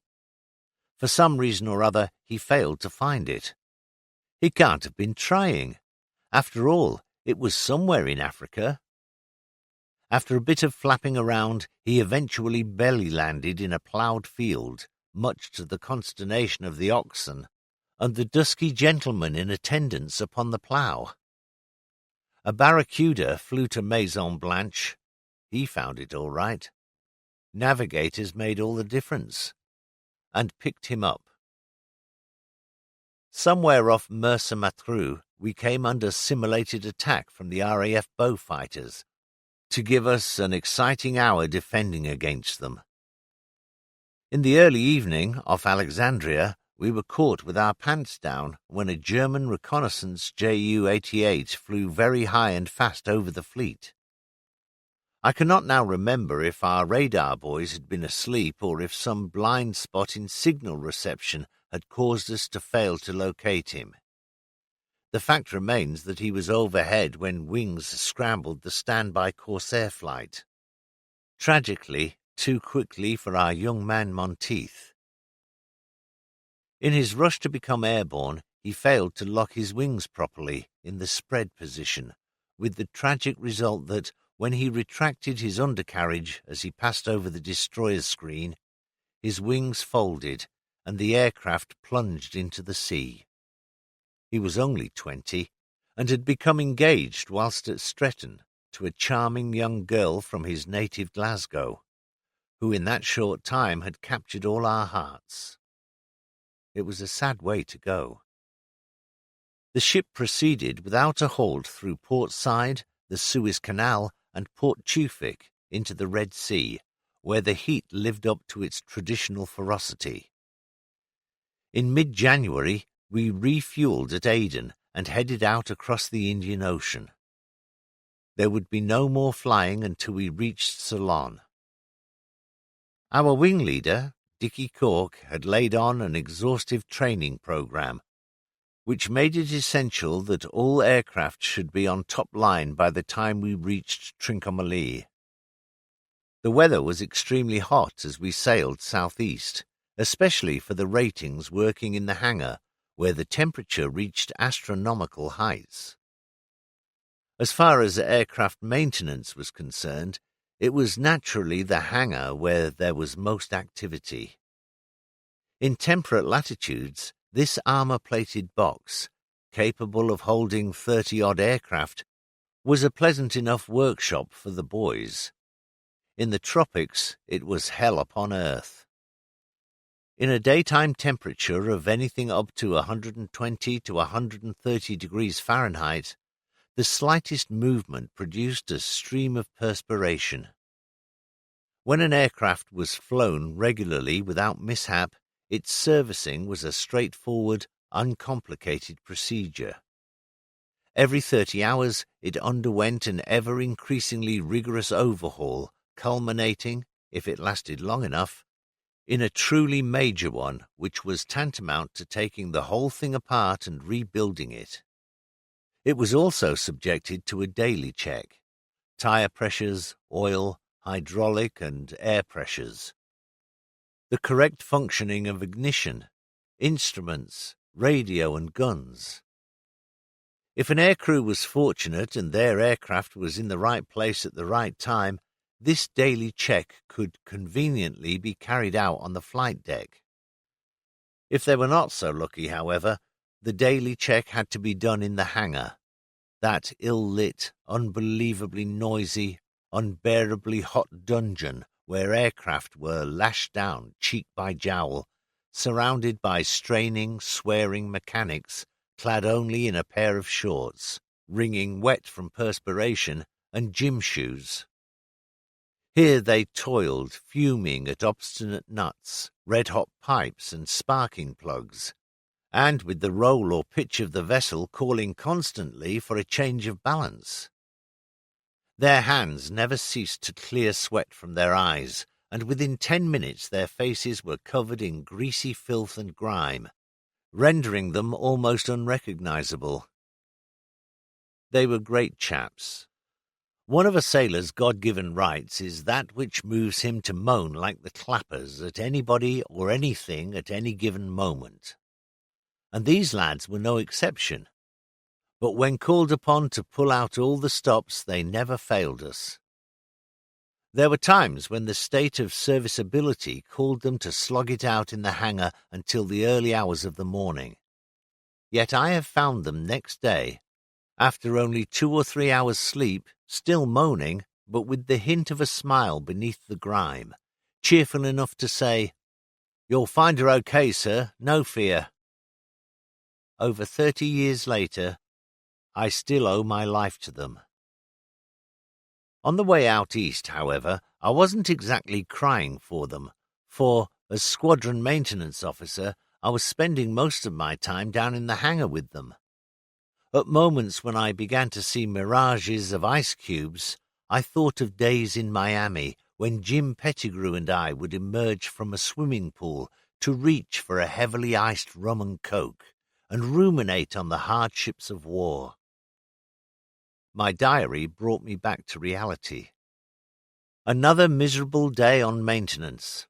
I feel tired out, as though the sight of that steaming, noisy hangar and the poor sweating devils working there will make me scream. Obviously, I was feeling very sorry for myself on January 26, 1944. The next day seems to have brought no improvement. Again, the entry is full of moans, grousing about the lack of cooperation from young officers, and even going so far as to add mutinously, "The CO has done damn all this week." The Mystic East, so far, certainly held no allure for me. 9. First brushes with the enemy. Our fighter wing leader in Illustrious was Lieutenant Commander A. R. J. Cork, DSO DSC RN, one of the great fighter pilots of the Fleet Air Arm, who had established an enviable reputation for himself. He had been seconded to the RAF during the Battle of Britain and had flown with Douglas Bader. He had earned his DSO in fierce fighting over Malta convoys. He was also very good-looking, and, in addition to shooting down a number of Luftwaffe and Italian pilots, had a lot of very satisfied girls to his credit. Dicky, I am sure, could have submerged us forevermore in flying stories, had he felt so inclined. Yet, despite his fine record, he wasn't a line shooter. Persuading him to open up on his exploits was like extracting a very obstinate molar, and great perseverance was called for. He did unbend one evening to hold us spellbound with an account of a daylight raid carried out by the U.S. Army Air Corps Flying Fortresses over an engineering works on the outskirts of Paris. The bombers were escorted by RAF Spitfires, including one flown by Cork. As usual, German reaction was violent. Hordes of Messerschmitts rose to meet the threat, and the escort fighters were soon busily engaged. Too many, unfortunately, were led astray by the Luftwaffe and became involved in dogfights far away from the bombers. Those who had remained faithful to the B-17s found the going rough, so much so that the strike leader, a brigadier general flying the lead B-17, sized up the situation and broadcast to the fighters, "Hey, it's getting rough out there, fellas. Come on beneath us and stay out of the cold." They did as they were ordered. Cork said that the magnificent protection given, 10.5-inch guns from each flying fortress, was more than enough to keep the Bf-109s at bay whilst they enjoyed a breather. As soon as we were installed on the airfield at Trincomalee, he set us to work in earnest. We were roused from our beds while it was still dark, and by the crack of dawn we were out to the west coast of Ceylon, low flying or practicing varied forms of formation flying, then back for breakfast. For the first time we used our Corsairs as true fighters, throwing them round the sky, diving, climbing and turning to the outside limits. Dicky set squadron against squadron, and our dogfights seemed to fill the sky above China Bay. It was all highly exhilarating. What is more, our fighters now became part of us, no longer a machine we were pushing about the sky. What was it like to fly a Corsair? It is no easy matter to describe it to someone who has never handled a fast aircraft, who has never known the thrill of three-dimensional high speed. Once tasted, that thrill remains with the pilot for the rest of his life. He climbs up on the high wing of the Corsair and lowers himself into the cockpit. The seat is a concave bowl of steel designed to fit a packed parachute on which he sits. Between his backside and the parachute itself is a one-man dinghy, carefully stowed into a canvas case and attached to the parachute harness by a webbing lanyard. He straps himself first into the parachute harness, then into the safety harness. Now he dons his helmet and goggles and connects the RT lead and oxygen pipe. He's ready to start up. In front and to either side are ranged the controls, levers, switches, dials, in all about 110 of them. He goes through his check-off list, or as our tame satirist Steve Starkey so neatly parodied it, Chekhov list. Magneto switches off, control locks off, and check too that rudder elevators and ailerons are all turning the right way in response to movement of the controls. They have been known to have been reversed with dire consequences.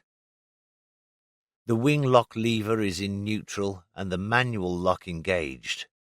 Tail wheel unlocked. The rain cover to the pitot head, the long spear-like projection from the end of the wing which operates the airspeed indicator, has been removed.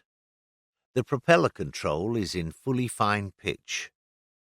The angle of attack of the blades on the air is adjustable hydraulically. Fully fine pitch, offering the least resistance to the air, gives maximum horsepower and is always used for takeoff. Once in flight, the coarser the angle, the lower the speed, the less wear and tear on the engine, and the more economical its petrol consumption. Consumption, as a matter of interest, is about 60 gallons per hour at cruising speed, and no less than 100 at operational speeds. Mixture control to full rich, to give the engine plenty of petrol to get her started. Elevator and aileron trimming tabs in neutral. 6 degrees of right rudder trim. At maximum horsepower, the engine torque is enormous and will try to tear the aircraft round to port. The pilot's own strength on the rudder pedal would be insufficient to resist that force, and the trimming tabs help him to overcome it. Cooling gills round the front of the big radial engine, oil coolers and intercoolers open. Petrol cock turned on to main tank. This large container, holding 350 gallons, is surrounded by self-sealing material and is positioned immediately in front of the cockpit, behind the engine. All this sounds quite a handful. In fact, it took only a few seconds. Now the pilot confirms to the fitter, standing to one side below him, that the magneto switches are off. The fitter grasps the propeller blade nearest to him and rotates it once or twice the wrong way, blowing out. Tough going, this, against the compression of 18 cylinders. Now he moves back and looks towards the pilot, who turns on the master electrical switch, rendering all systems live. He gives the priming switch 2 or 3 short but decisive squirts, injecting a shot of neat petrol into the cylinders. Again he looks to his fitter, who signals to him that no one is standing within range of the great propeller. The pilot turns the magneto switches to on and presses the starter switch, firing the Kaufman starter, which ignites a slowly expanding gas to hit the pistons under enormous pressure. The starter has a deep-throated tiger's cough. It jerks the propeller into life, backfires once, then settles into the comforting roar which signifies a good, clean, fire-free start. He moves the mixture control to auto-rich and advances the throttle to give 500 revs per minute on the RPM indicator. He leaves it there until the oil pressure gauge awakens and climbs to normal. Whilst waiting, he has another look around. Hydraulic pressure is normal. Oil temperature is rising to normal. The blind-flying artificial horizon is dancing around slightly, showing that it too is awake and healthy. He switches on the radio, and the crackling and unintelligible natter from miles away tells him that the set is functioning satisfactorily. At last, the oil temperature and pressure gauges show normal. He opens up the throttle steadily to 1,000 revs, and, keeping an eye on the rev counter, turns off one of the magneto switches. The revs drop by 50. He switches back to both. A pause. Then he turns off the other. Now the drop is only 30. Both are acceptable, for anything up to a loss of 100 is safe. Everything is okay for him to move. He throttles back and crosses and recrosses his hands before his face. The fitter and rigger nip below the wing and behind the lethal propeller to pull away the wheel chocks. The fitter gives a thumbs-up sign. The pilot advances the throttle a little and taxis out to the downwind end of the airfield runway. He makes his final turn towards the runway, which stretches away to the left, disappearing into the haze.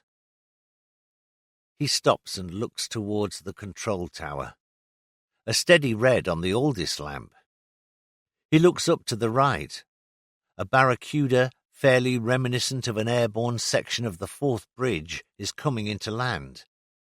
It looks as though it should have Christmas presents dangling from its wings. It thumps into the runway, its wheels leaving a spurt of blue smoke. Now the Corsair pilot closes the cooling gills. He locks his safety harness to hold him tightly against the armoured back of the seat. Then a glance at the tower. He gets a rat-tatting of a green light on the Aldis, as though to say, "Come on, for Christ's sake, get on with it." The Corsair rumbles out to the centre of the runway. He trundles a yard or two to get the tail wheel lined up, then locks it. Now. He opens the throttle steadily up to the stop. It's a sticky, humid morning, and great vortices of vapour fling themselves from the propeller tips. Now the 18 cylinders are developing all of their 2,000 horsepower, and the seat hits him in the small of the back. With no assistance from him, the tail of the aircraft lifts off the runway, and the Corsair is scudding along, faster and ever faster. At about 130 knots, she lifts off effortlessly, and the ground falls away. The pilot closes the hood and raises the undercarriage. The lever is down at his left-hand side, to lessen the drag and build up the climbing speed. He reduces the revs to climbing power, about 2,400 RPM. Now he can cut the throttle to climbing power and, at long last, release the safety harness lock which, whilst still securing him in his seat, allows some freedom of movement. He's really batting along now, soaring up to the virgin whiteness of the great banks of cumulus above him. He climbs through them at 10,000 feet. First stage supercharger is now whining like a great dynamo. He's gone on to oxygen. its sweet taste cold in his mouth. They, this lovely creature and he, level off over the cloud, sailing along on top of the world in magnificent solitude. Below him, the coast of Ceylon stretches away to the south towards Batticaloa. Far away to his right, the mountains can be seen below the clouds. Adam's Peak, 8,000 feet of mountain in the centre of the island, is far below him.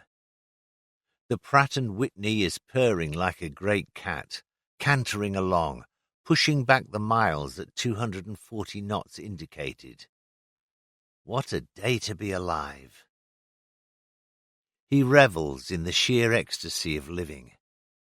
He looks around, underneath, above. Nothing.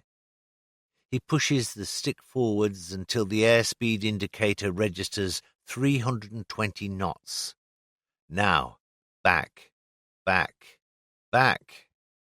He begins to grey out as the forces of G bring on an incipient blackout.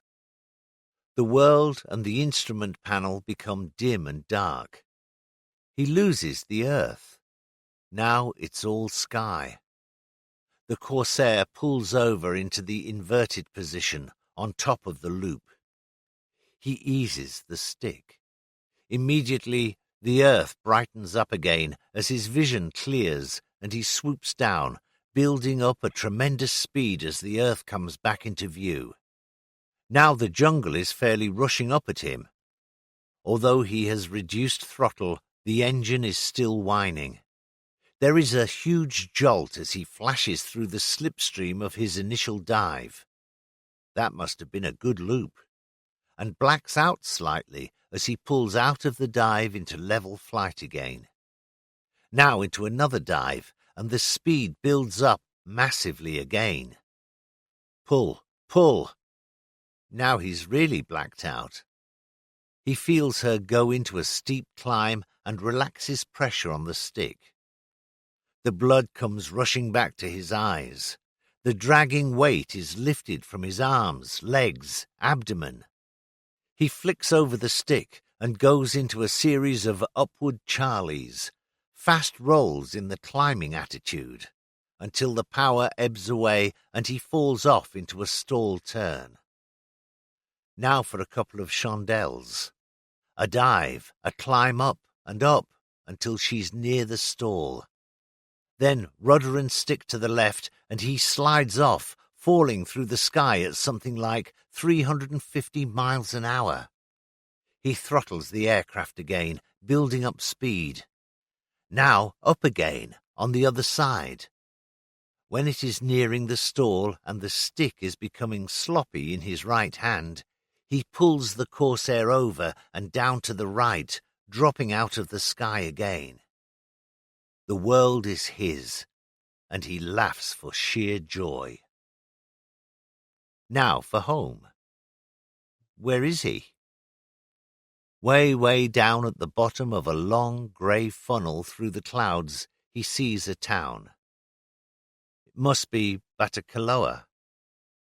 A gentle dive to the cloud tops, then he heads north for China Bay. He flies low, skipping along the tops of the cumulus, weaving in and out of the valleys, going through the tops of the high ones. Beneath him, as though through the fast click of a camera shutter, he catches a momentary glimpse of a cruiser or battleship in China Bay.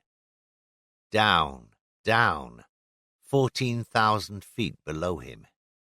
He cuts the throttle, brings back the supercharger lever, hard right stick and rudder. The great port wing towers over him on his left side, and the Corsair falls like a stone, its propeller windmilling. He's diving. In magical silence, near vertically, down the grey, cliff-like wall of a chasm of cumulus, strangely dark out of the sun.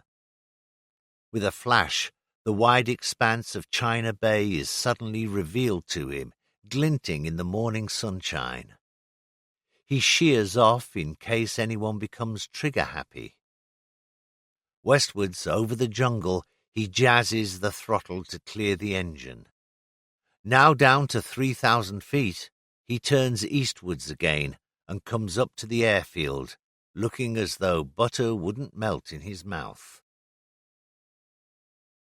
As I said, Dicky now set about turning us into fighters, within the meaning of the act. We practised flying as a wing, both squadrons together, in the manner of RAF ramrods, which flew over northwestern Europe, enticing the German fighters to take the sky and give battle. In this we were to be unlucky, for at this stage of the war the Japanese were already feeling the lack of fuel and aircraft, and in our experience could be drawn into battle only when some cherished prize was at stake. Cork, however, knew what he was doing when he drove us on and on in low-flying exercises. Fighter schools in our days didn't teach ground strafing, as we would have to fly in action. There we had been taught to dive at the target from a considerable height and to open fire when down to about 400 yards. After firing, we had to pull up sharply and disappear from the scene at high speed and low altitude. There were two fundamental dangers in this method. First, to dive from height was simply begging to be shot down, for we were to find that Japanese short-range flak gunners were good and needed no second invitation. Secondly, a monoplane, and it must be remembered that many of our instructors had learnt their trade on biplanes, has an inherent characteristic at the point of pull-out. After the joystick has been pulled back to raise the elevators and thus recover from the dive, it carries on for X feet in the same plane as the line of the dive itself, and only after a second or two does it change its line of flight to that demanded by the new position of the controls. This continued downward trend was known as mushing. If one tried to pull out too near terra firma, the mush would put the aircraft and its occupant firmly but untidily into the ground, very often through the target itself. We were to find that most of the Japanese airfields we attacked were single strip jobs, carved out of virgin jungle. The enemy knew very well that in order to attack such a runway successfully, we were obliged to fly down the field longitudinally. A lateral attack at high speed would have flashed us across the field before we had time or room to bring our guns to bear. With this in mind, the enemy positioned his flak weapons and grounded aircraft accordingly. The fields were generally armed very heavily at both ends, with a liberal scattering of weapons down each of the long sides. The best life policy was obtained by flying low and fast, and the faster and lower the better. Cork had been fortunate enough to take part in some ground-strafing attacks in northern France. With the recollection of these very much in his mind, he led us day after day low-flying at tree-top height the full width of the northern part of the island. Such fun it was, too. Despite the thick undergrowth and the speed at which we were flashing across the treetops, there was plenty to see. Wondrous, the friendly slate-grey apes of Ceylon fled from the high branches as we approached. Water buffaloes looked up from the clearings and galloped off into cover. One never-to-be-forgotten morning, we surprised a herd of wild elephants crossing the railway line, and I fear that the roar of our engines gave them plenty of urge to increase speed. The Mahaweli River, the largest in Ceylon, flows from the hills south of Kandy to the northeast and empties into the southern part of China Bay. The mouth of the estuary consists of acres of tidal mudflats on which crocodiles in their hundreds basked in the sun all day long. They were brutes, too. The estuarine variety, I was told, apparently much larger than the inland mugger type, and from the air I judged their length to be something in the order of 12 to 15 feet. Tears may spring to the eyes of animal lovers when I admit that, whenever I passed across the estuary, I took the liberty of shooting 2 or 3. The fact is that I don't like their feeding habits. I also doubt if they would have given me an even break had I descended in their midst. We lived ashore on the very edge of the jungle. Basher huts, which were long single-story wooden frameworks covered with plaited coconut leaves, were our home. We washed and shaved outside in the dawn sunshine, earnestly watched by groups of inquisitive wanderers. Tree rats, reminiscent of squirrels, lived in the roofs, from which they periodically descended to ransack the chests of drawers in our cabins, in order to gnaw away the buttons from our shirts and shorts. Snakes abounded, with cobras and Russell's vipers among the nastier specimens. The insect life had to be seen to be believed. Day was bad enough, but the nocturnal population was fiendish. Mosquitoes bred in their millions and drove us to distraction. Great four-winged beetles, something like 2 inches long, droned through the darkness of our cabins to thump into our mosquito nets like tennis balls. The only redeeming feature was the firefly. The bright winking lights in their thousands more than atoned, in their beauty, for all the other crawlers and flyers. Our entire entertainment ashore was provided by a primitive bar and an even more primitive cinema. The clatter from the insect life and the thunderous downpours of monsoon rain on the roof completely blanked out the sound from the speakers.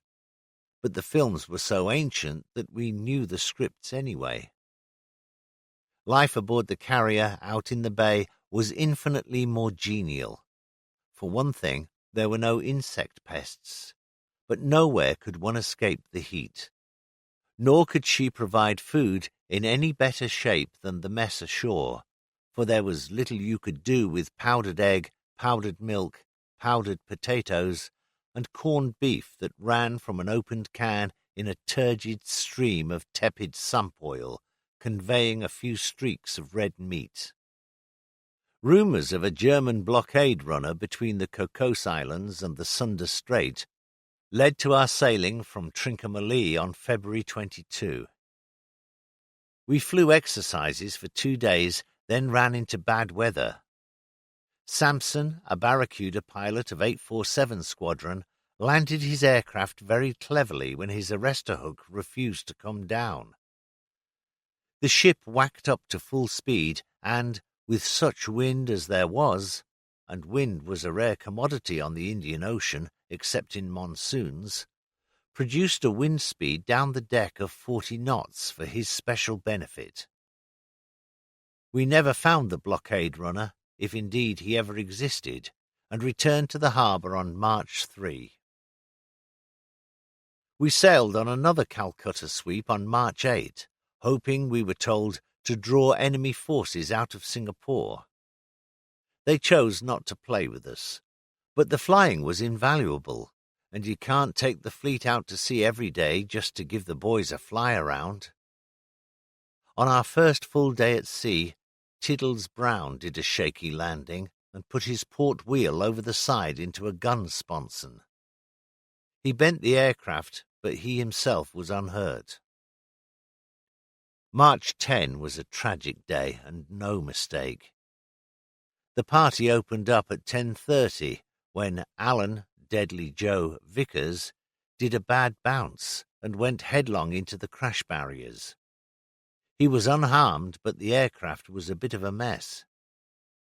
During the afternoon, the Barracudas put in a dummy torpedo attack on the ship.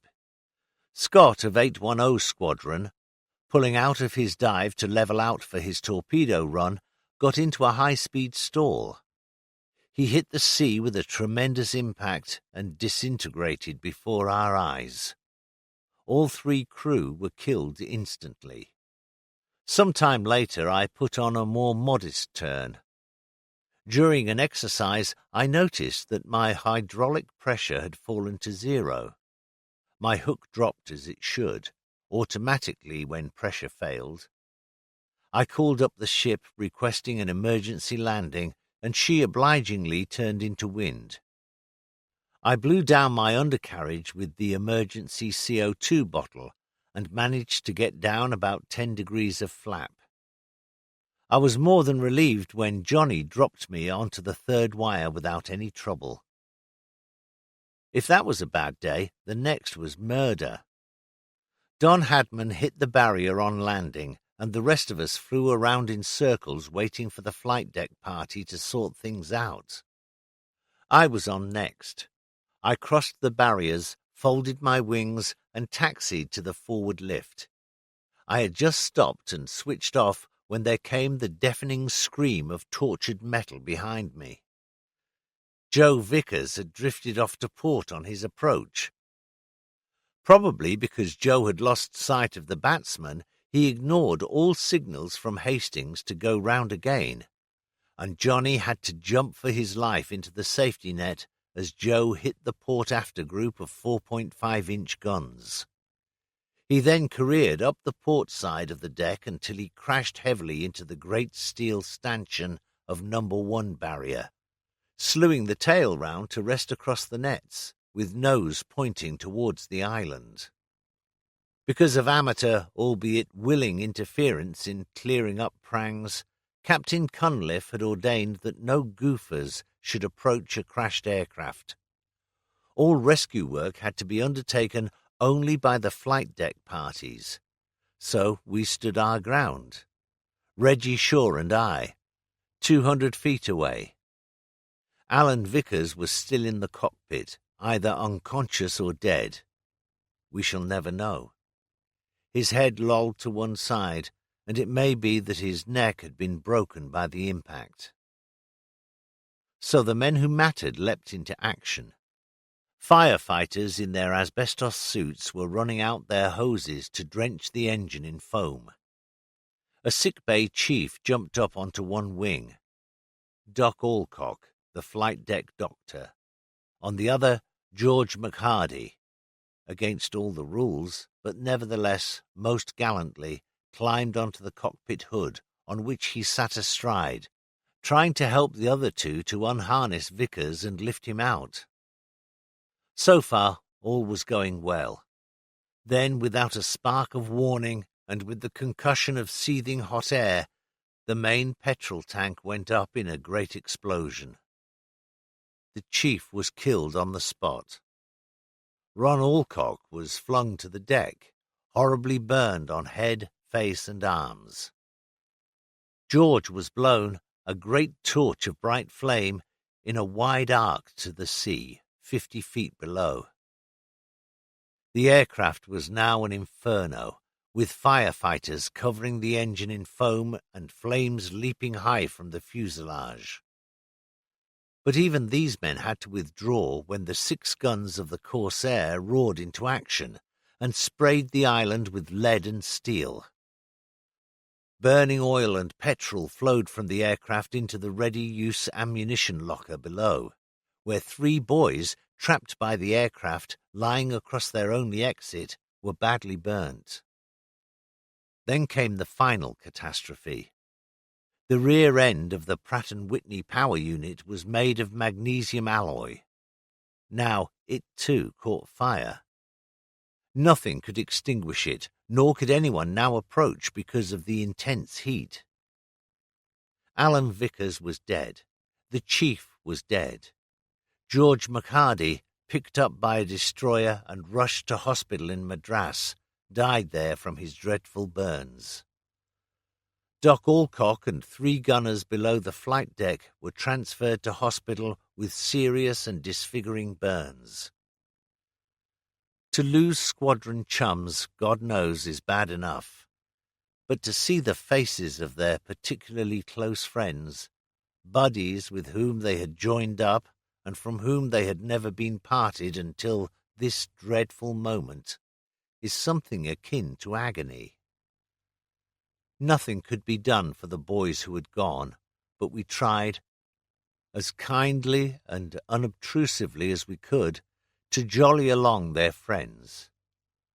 Most of them were very young. Some had volunteered straight from school or university and knew little or nothing of life. They hadn't at this stage of the game accumulated much mental stability and were easily shaken. I have always maintained that carrier life, infinitely happy and enjoyable though it was, did nothing to make it easier for us. As a member of a shore-based squadron, one could at least go off to the nearest town and see a film, or find a few civvies with whom to have a drink and forget shop for a while. One could take out one's wife or girlfriend. But in a carrier, we were there. There was no escape from it all.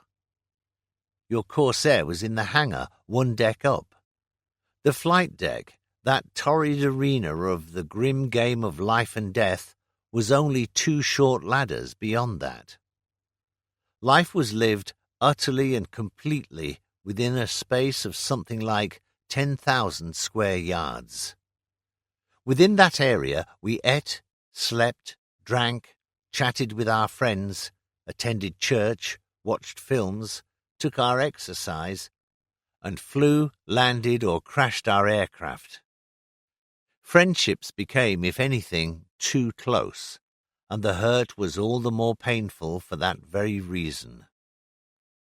It was a relief to get back to Trincomalee. The goofers had had more than their fill for the time being. Once back in China Bay, we cast our sorrows aside. We swam or sailed dinghies in the afternoons. Michael Horden, our FDO and a great friend of the air crews, was the first man I ever saw swimming with flippers and a snorkel apparatus, which, together with a spear gun, helped him to produce a seemingly endless supply of fish, most of them delectable, for the wardroom table. Some characters sought less attractive denizens of the deep. The coast off Trincomalee abounded in sea slugs, singularly unlovable creatures of the same shape and size as a small loaf of bread, which one usually found by standing on them. They registered their objection to this treatment with a slight, slow squirm, which had the startling effect of rocketing the owner of the foot from the water like a Polaris missile. Churchill, a flight commander who joined our squad in the summer of 1944, found unpopularity in several quarters by collecting 2 or 3 of these monstrosities and depositing them, like visiting cards, in the wash basins of shipmates' cabins. They appeared to possess neither head nor tail, moved at a steady inch per hour, and were utterly repulsive in their amorphous, grey, decomposed appearance. There is a type of person who can handle such things without a morsel of squeamishness, but Churchill was almost uncanny in his ability to leave them with people whose revulsion knew no bounds, and who inevitably had to bribe a braver friend to remove them. In the evenings we might watch a film in the afterlift well, sing around the piano, or merely drink and chat. We were a happy crowd, and certainly in the wardroom there was no nonsense about ship's officers and squadron officers. From friends in other carriers, however, we gathered that the absence of any division between the two was not universal by any means. Good or bad things in a ship descended from the top, and our captain and commander set the style. More than any other senior officers, perhaps, they understood the RNVR temperament. Without their endless wealth of tact, goodwill, and infinite good nature, I trembled to think what a holocaust we might have produced. The genius who composed the song, "There's a Bulls Up on the Flight Deck and the Wavy Navy Did It," was speaking from a wealth of experience. A happy carrier such as ours had to be grateful to a captain and commander who, somewhere along the line, had realized that our NVRs were creatures of a type entirely different from anything they had encountered in such numbers so far in their careers, and that, as far as they were concerned, rules might conveniently be bent a trifle and discretion stretched a little further than was customary. God knows we tried, but our valiant efforts to conform were directed largely along civvy lines of good manners and behaviour rather than in a determination to master King's regulations and Admiralty instructions. In any case, these seemed to us so voluminous and detailed that we conveniently decided that they could not possibly be assimilated in just one war. The undoubted fact that it worked was entirely due to these two gentlemen. Towards the end of March we were at sea again, trailing our coat in the Indian Ocean. Some strikes were in the offing, but without Victorious, whose arrival in China Bay we expected very shortly, we couldn't tackle the job alone.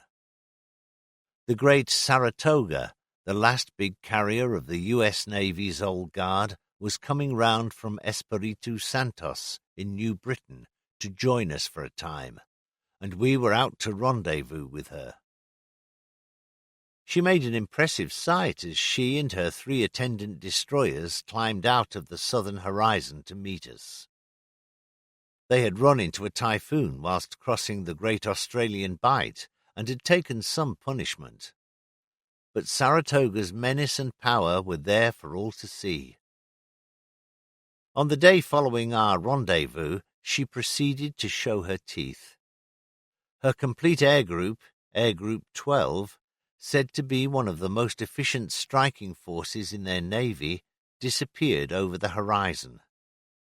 An hour later they returned to deliver a devastating simulated attack on their own vessels. Dive bombers, Douglas Dauntlesses, fighters, Grumman Hellcats, and torpedo bombers, Grumman Avengers, all at the very peak of efficiency, gave a display which took our breath away. We saw quite a lot of each other in Trincomalee. Some of them had been instructors during my time at Miami, and it was good to see old friends. One such was Commander Joe Clifton, the Air Group Commander. Jumping Joe was one of the great characters in my life, and in many others. He was an average-height, thick-set, tough-looking guy, as hard as they come, who had played football for the U.S. Navy, and in America that speaks volumes. He had taught me air gunnery at Miami. He talked loudly and interminably, with only short pauses to allow the intake of breath and smoke from a large cigar, without which he was never to be seen. He was no respecter of persons, and it would be a gross understatement to say that he didn't suffer fools gladly.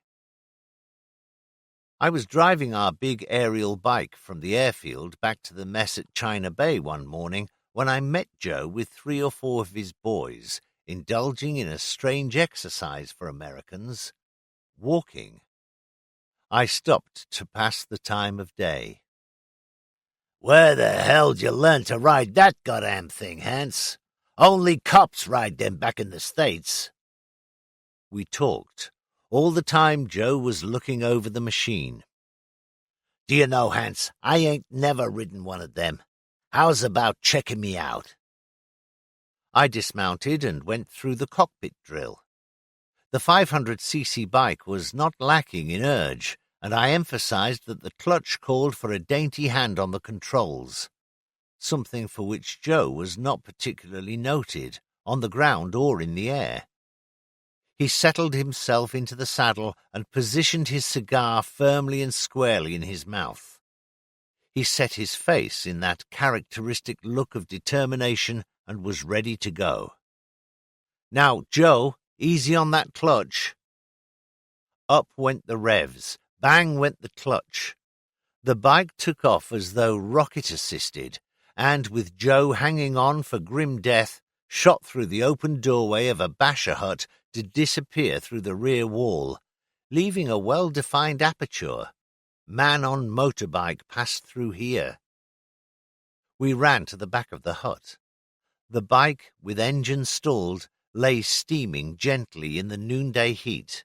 Joe, flat on his back, was laughing gently through a dark brown, sticky mush which had been a cigar.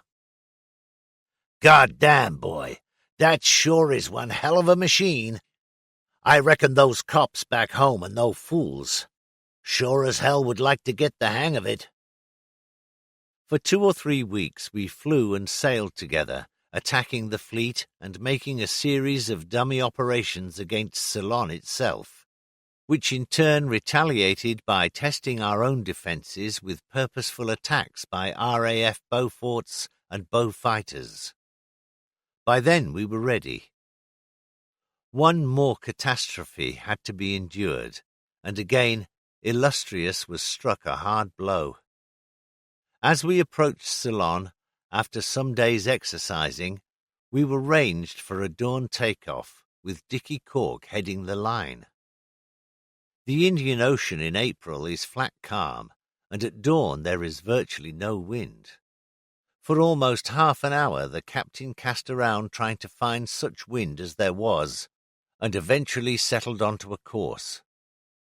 Away went Cork, but the wind was so negligible, and his take-off, including a breathtaking sink over the bows, so hazardous that the rest of the flying program was cancelled. Dickie was given a course to steer for China Bay, and the fleet turned to follow him to the coast. As we came through the boom and sighted the signal station, we were greeted with quick-fire flashes, telling us that the runway was out of use because of a bad crash. Though I believe I was the first to put 2 and 2 together, I claim no pride. Our arrival in port only confirmed what I had surmised already as an appalling tragedy. Cork arrived over the airfield, then controlled by the RAF, and prepared to land in the half-light of dawn. The controller gave him a red on his Aldis, since he had just given permission to a young pilot, Anderson, coming out to do deck landing trials aboard our ship, to taxi down the runway for takeoff. Cork accordingly tucked up his undercarriage and did another circuit. He now made another approach.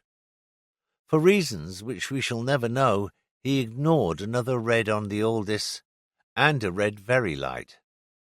He pressed on with his approach and landed on top of Anderson, who by this time had reached the middle of the runway. No wonder the shore station signal had been lacking in detailed information, for both men were burnt beyond recognition. The next morning we took what was left of them to the little cemetery in Trincomalee. We had never met Anderson. Cork was one of us, and would be sorely missed. I was a long time getting over that one. Silently, I swore like a trooper to think that someone like Dickie, who had already gone through hell and high water, should throw his life away so contemptuously. He deserved a better fate. Sad, yes, but they would both have been proud and happy to see the full Saratoga air group lined up with our own as a guard of honor, as we slow-marched them to their final landing. During the first month or 2 of our long stint based on Trincomalee, it became necessary to change our Corsairs to a later mark. The aircraft were brought in crates from the States to Cochin on the southwest coast of India, thence taken by road some miles inland to Coimbatore, where there was a Royal Naval Air Repair Yard. Here they were reassembled and test-flown before being issued to the carrier squadrons. We flew our old machines up to Coimbatore and brought the replacements back to China Bay. And now, at long last, with a trail of destroyed and broken Corsairs and Barracudas, and a lamentable loss of young men behind us, we set off to war. The objective was Sabang, on a small island off the northerly tip of Sumatra. The harbour was used by shipping servicing the Japanese armies in Burma, and this, together with a large airfield at the back of the town, was a target worthy of our attention.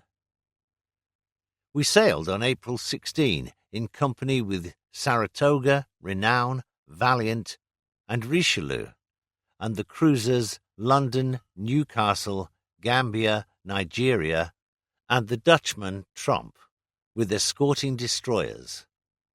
These numbering 10 in all, including 3 Americans, and the Dutchman Tjerk Hiddes, joined us at sea together with the cruiser Ceylon. At 0650 on the 19th, we flew off, our component being 17 Barracudas and 13 Corsairs.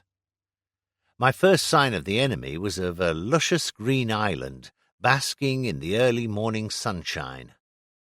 It was also very beautiful that when red flashes burst from the deep verdant green, I felt considerably put out. Good God, it's enemy fire!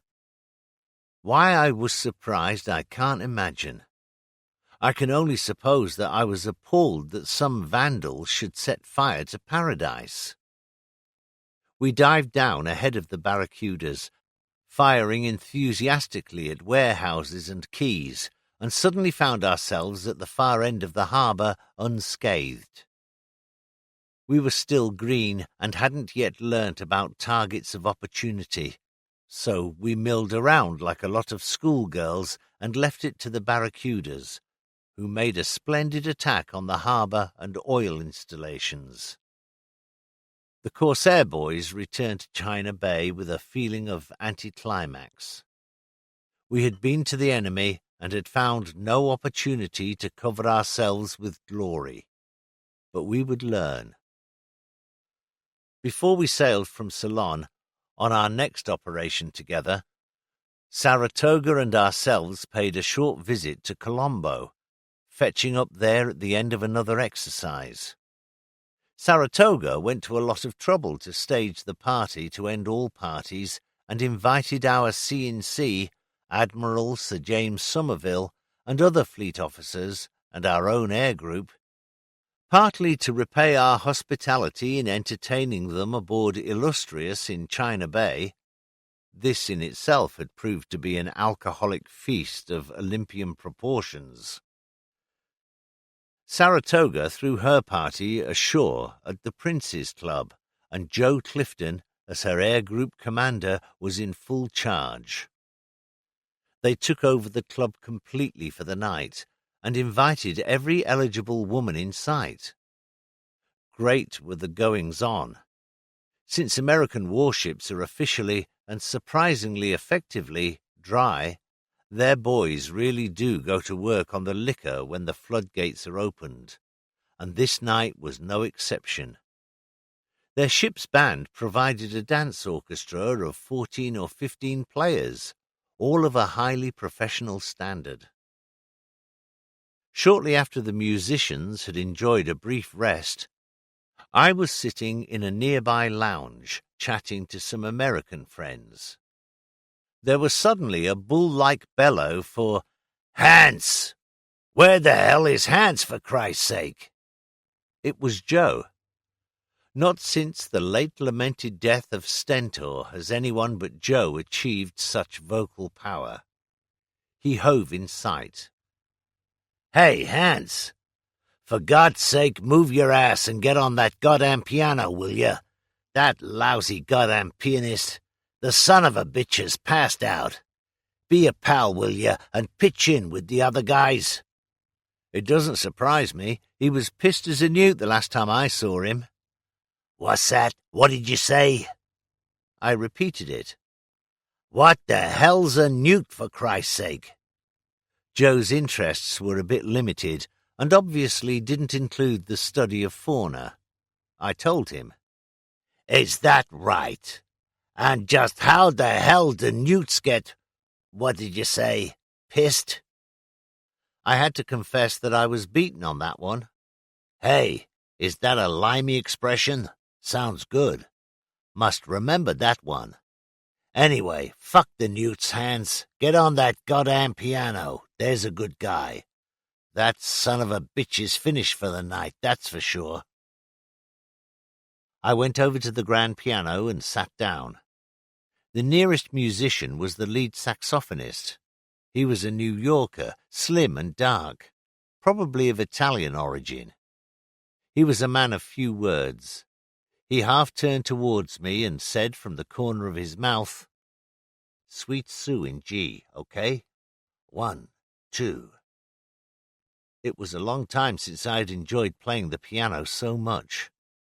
These boys were, as I found later, all professional musicians, drafted into uniform for the duration. They played the whole night without a note of music in front of them, and never put a foot or a finger wrong. It came as an exciting challenge to me when I found that they automatically assumed that I was in the same category. With only a couple of bars' notice, the leader would remove the reed of his instrument from his mouth, half turn to me again, and laconically call upon me to modulate to F and play a piano break for half a chorus. For an hour and a half, I revelled in the company of true musicians, and I learned more than any teacher could have imparted in a year. On May 3 we sailed again, for a final exercise before another operation. Shortly after leaving harbour, 2 of our barracudas collided in mid-air, and Walmsley and his crew of 2 were killed when their aircraft went into a spin. Buckland managed to ditch safely outside the harbour, from where he and his crew were rescued by the American destroyer Dunlap.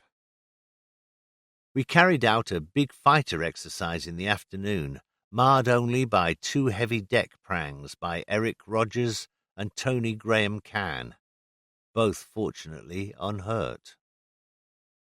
Whatever was in the wind, it called for Avengers, good torpedo bombers built by Grumman of Long Island.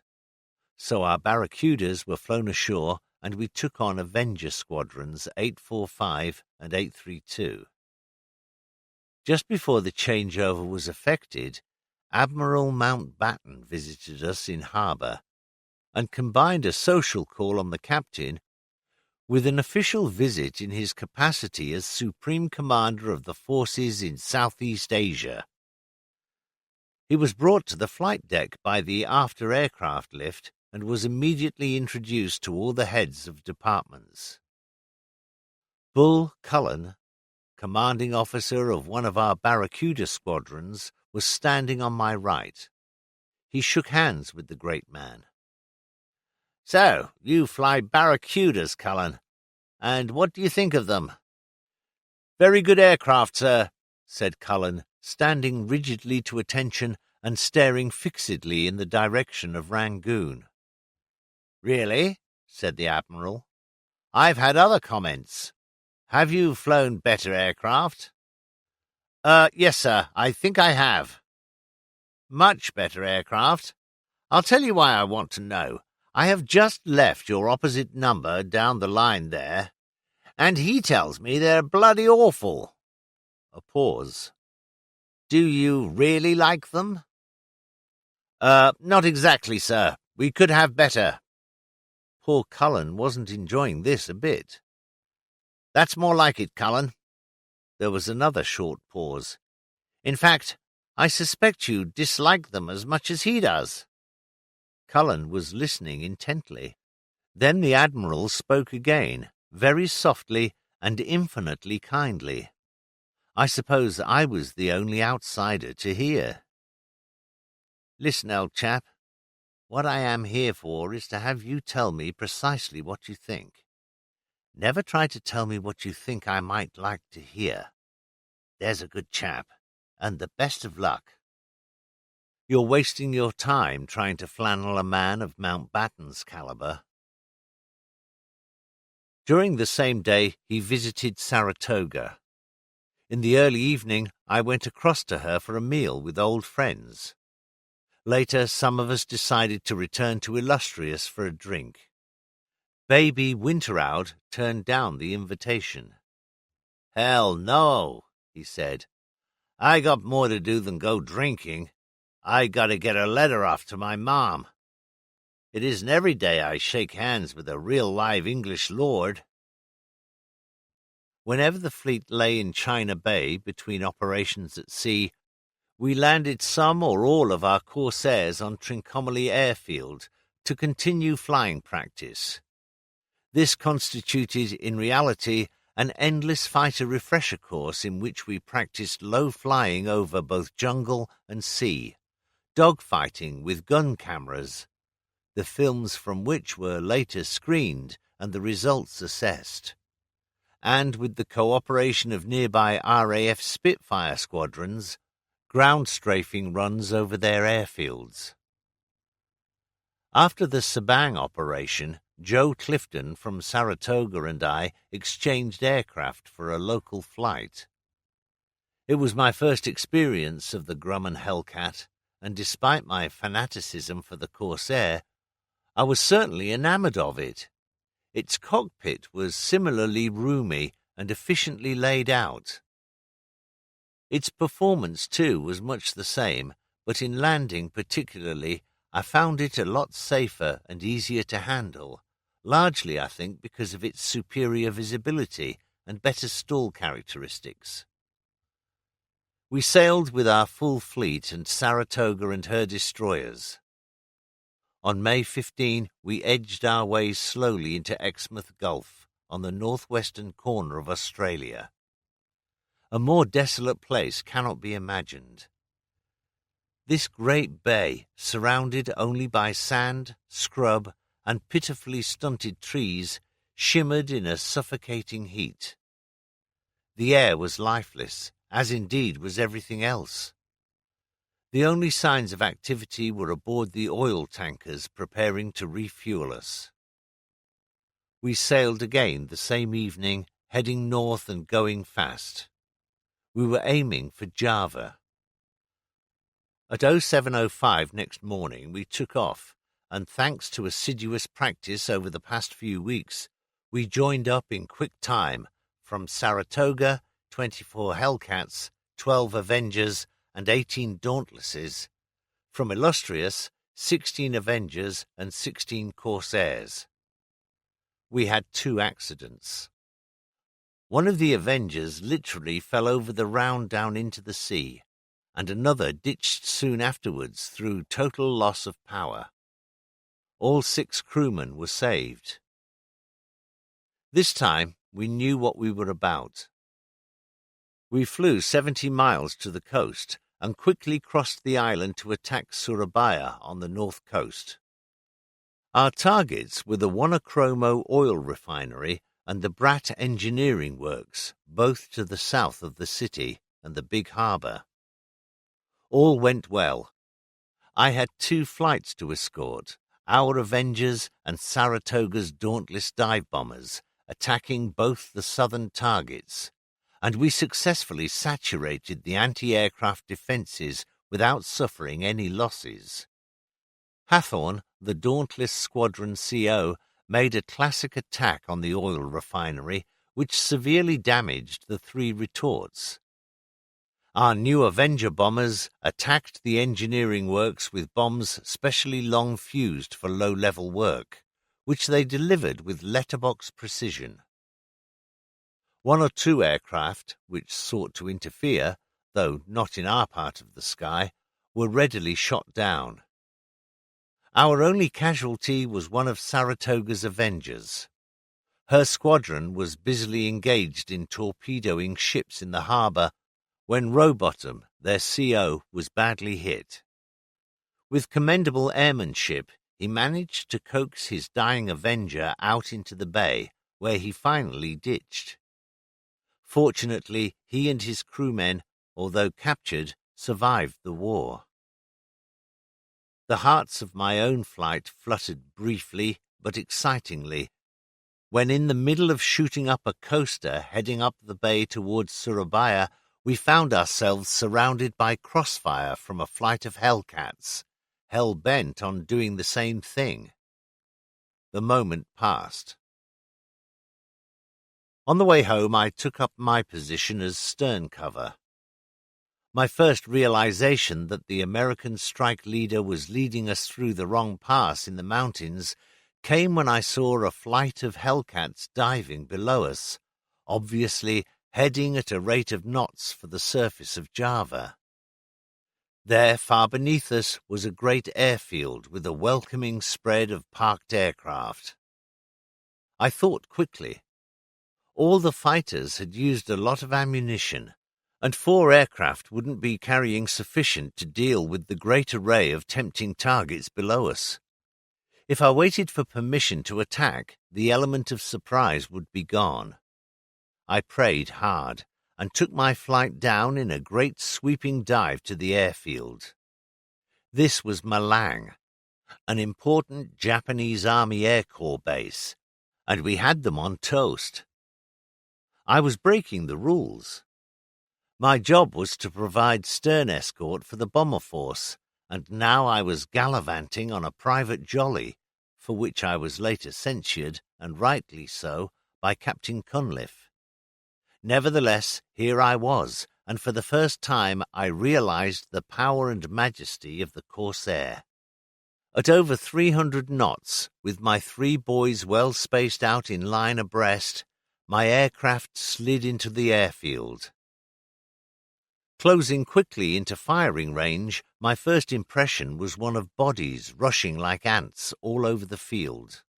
Some were heading for AA emplacements, others dashing for the hangars, presumably to taxi out aircraft from the fires which the Hellcats had already started. As I flattened out at about 30 feet, heading for a row of parked fighters, my first burst blew to hell a machine into which a pilot was climbing. Tracer ricochets were flying in all directions in front of me, and my 6 guns were thudding away with a healthy, dull thump, a bass te deum to the painstaking work put in by my armourer. I flashed across the airfield boundary, went into a screaming low turn, pulling streamers from my wingtips. Then I was firing again, the .5-inch shells banging into a group of 3 two-engined aircraft. There seemed to be no gunfire from the field. Fires were raging all over, hangars, aircraft, living quarters. We made another run at a small group of fighters, and then there was nothing left to hit. We climbed away, joining into formation again, grinning hugely at one another through the perspex of our cockpit hoods. Johnny Baker had a yearning to blow up a railway locomotive, which I sincerely hope he has long since abandoned, and I agreed to loiter over Malang town while he and his wingman went down to the station, probably to consult the timetables to see what was due to arrive. Whilst Brynildson and I circled lazily over the town at about 8,000 feet, I became intrigued by a large black building in the town centre. What on earth was it? One sure way to find out. Telling Neil to stay put and to cover me, I dropped my port wing and fell quickly to around 2,000 feet, then headed down, straight for the mystery building, and delivered a 2-second burst through the roof. The result couldn't have been more dramatic. Doors on all sides burst open to disgorge hordes of people into the streets, milling back and forth like a disturbed nest of ants. Then I got it. I had frightened the living daylights out of a cinema show, or a cockfight, to which I believe the Javanese are more than partial. For a moment I felt myself to be the biggest heel of all time. Then I thought again and decided that they should have more to think about at 10 in the morning. On the following day, sailing back to refuel at Exmouth Gulf, we said farewell to Saratoga. We had enjoyed their refreshing company, both ashore and afloat. We had admired their efficiency and single-mindedness. We had made new friendships and had cemented old ones. It was a sad moment as she steamed slowly past, acknowledging our salute, our full-blooded cheers, and our farewell to good and brave friends. Then she and her destroyers slid into the murk of the gathering darkness to the south. Godspeed. 10. On the road to China Bay, where the flying Corsairs play. Apart from continuous flying practice from the airfield and the occasional 1-, 2-, and 3-day exercises at sea, we idled away a month at Trincomalee. Despite the freedom from operational anxieties, however, we just couldn't escape from the ever-present menace of death. On the last day of May, Brian Guy of 1830 Squadron, taking part in an exercise out at sea, flew into an electrical storm and failed to reappear. Although arduous searches were carried out at sea and along the coastal strip, nothing was found. 10 days later, during an exercise at sea, a Barracuda of 810 Squadron hit the sea in high-speed stall, and all 3 crewmen were killed. Since March, we had been getting acquainted with a new flight deck doctor, Robert Ellison, who had replaced the unlucky Alcock. Bob was, I believe, one of the first RNVRs to undergo a course in aviation medicine, and was, therefore, the ideal chap to look after us. His main purpose aboard the ship was to watch aircrews for signs of crack or strain, and as a result he found himself spending most, if not all, of his time with us. He was a good listener and never appeared to weary of accepting for further consideration all our moans, worries, and frustrations. As time went on, we needed more and more someone of his type on whom we could unload our fears. That same month, too, our CO, who had been operational since the commencement of the war, departed quite suddenly for the UK, and within an hour, after a 3-minute conversation with Captain Cunliffe, I found myself in charge of the squadron. Promotion, after wending its way through the usual channels, followed a few weeks later. Now came another operation which we would carry out alone. The family, of course, came along with us. Renown, Richelieu, Ceylon, Nigeria, Gambia, Phoebe, and 7 destroyers. It can't have been much fun for them, although I reckon it was preferable to swinging round a buoy in China Bay. Our objective this time was the harbour and airfield of Port Blair in the Andaman Islands, that pendant of small islands which appears to be suspended from Calcutta down through the Indian Ocean. We made our landfall soon after dawn on June 19, and the course given to us was a good one, for we hit the main island of the group right on the nose. As we approached the coast, I gave the order to purge the wing tanks. At this time, each wing of the Corsair contained a small built-in petrol tank, both of which we endeavoured to exhaust before going into action. These, unlike the main tank, were not self-sealing, and were extremely vulnerable to gunfire, especially so when they were partially or fully exhausted, because of the highly explosive vapour still captured in them. The Corsair was fitted with bottles of CO2, opened by a valve in the cockpit, with which to purge them and render them reasonably harmless. When I gave the order, Gordon Aitken, a lovable character and a great pilot, but one given to engaging moments when his head became firmly tucked into the nearest bank of cumulus, promptly opened the wrong bottle and blew down his undercarriage. Once extended by this method, the undercarriage could not be retracted again without adjustments by the maintenance crew. This was great. I was, unfortunately, in no position to kick his backside, and had to restrict myself to ordering him to return to the ship. He would have looked a proper Charlie flying around at very limited speed with all that drag on him.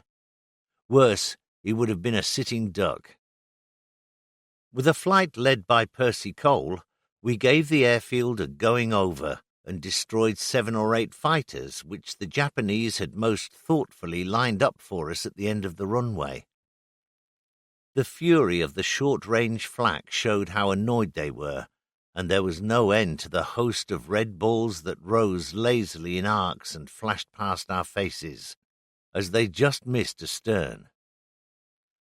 Johnny Baker chased a mechanic across the airfield and put him out of the war. The boys shot up hangars, huts, living quarters, petrol bowsers, and other odds and ends.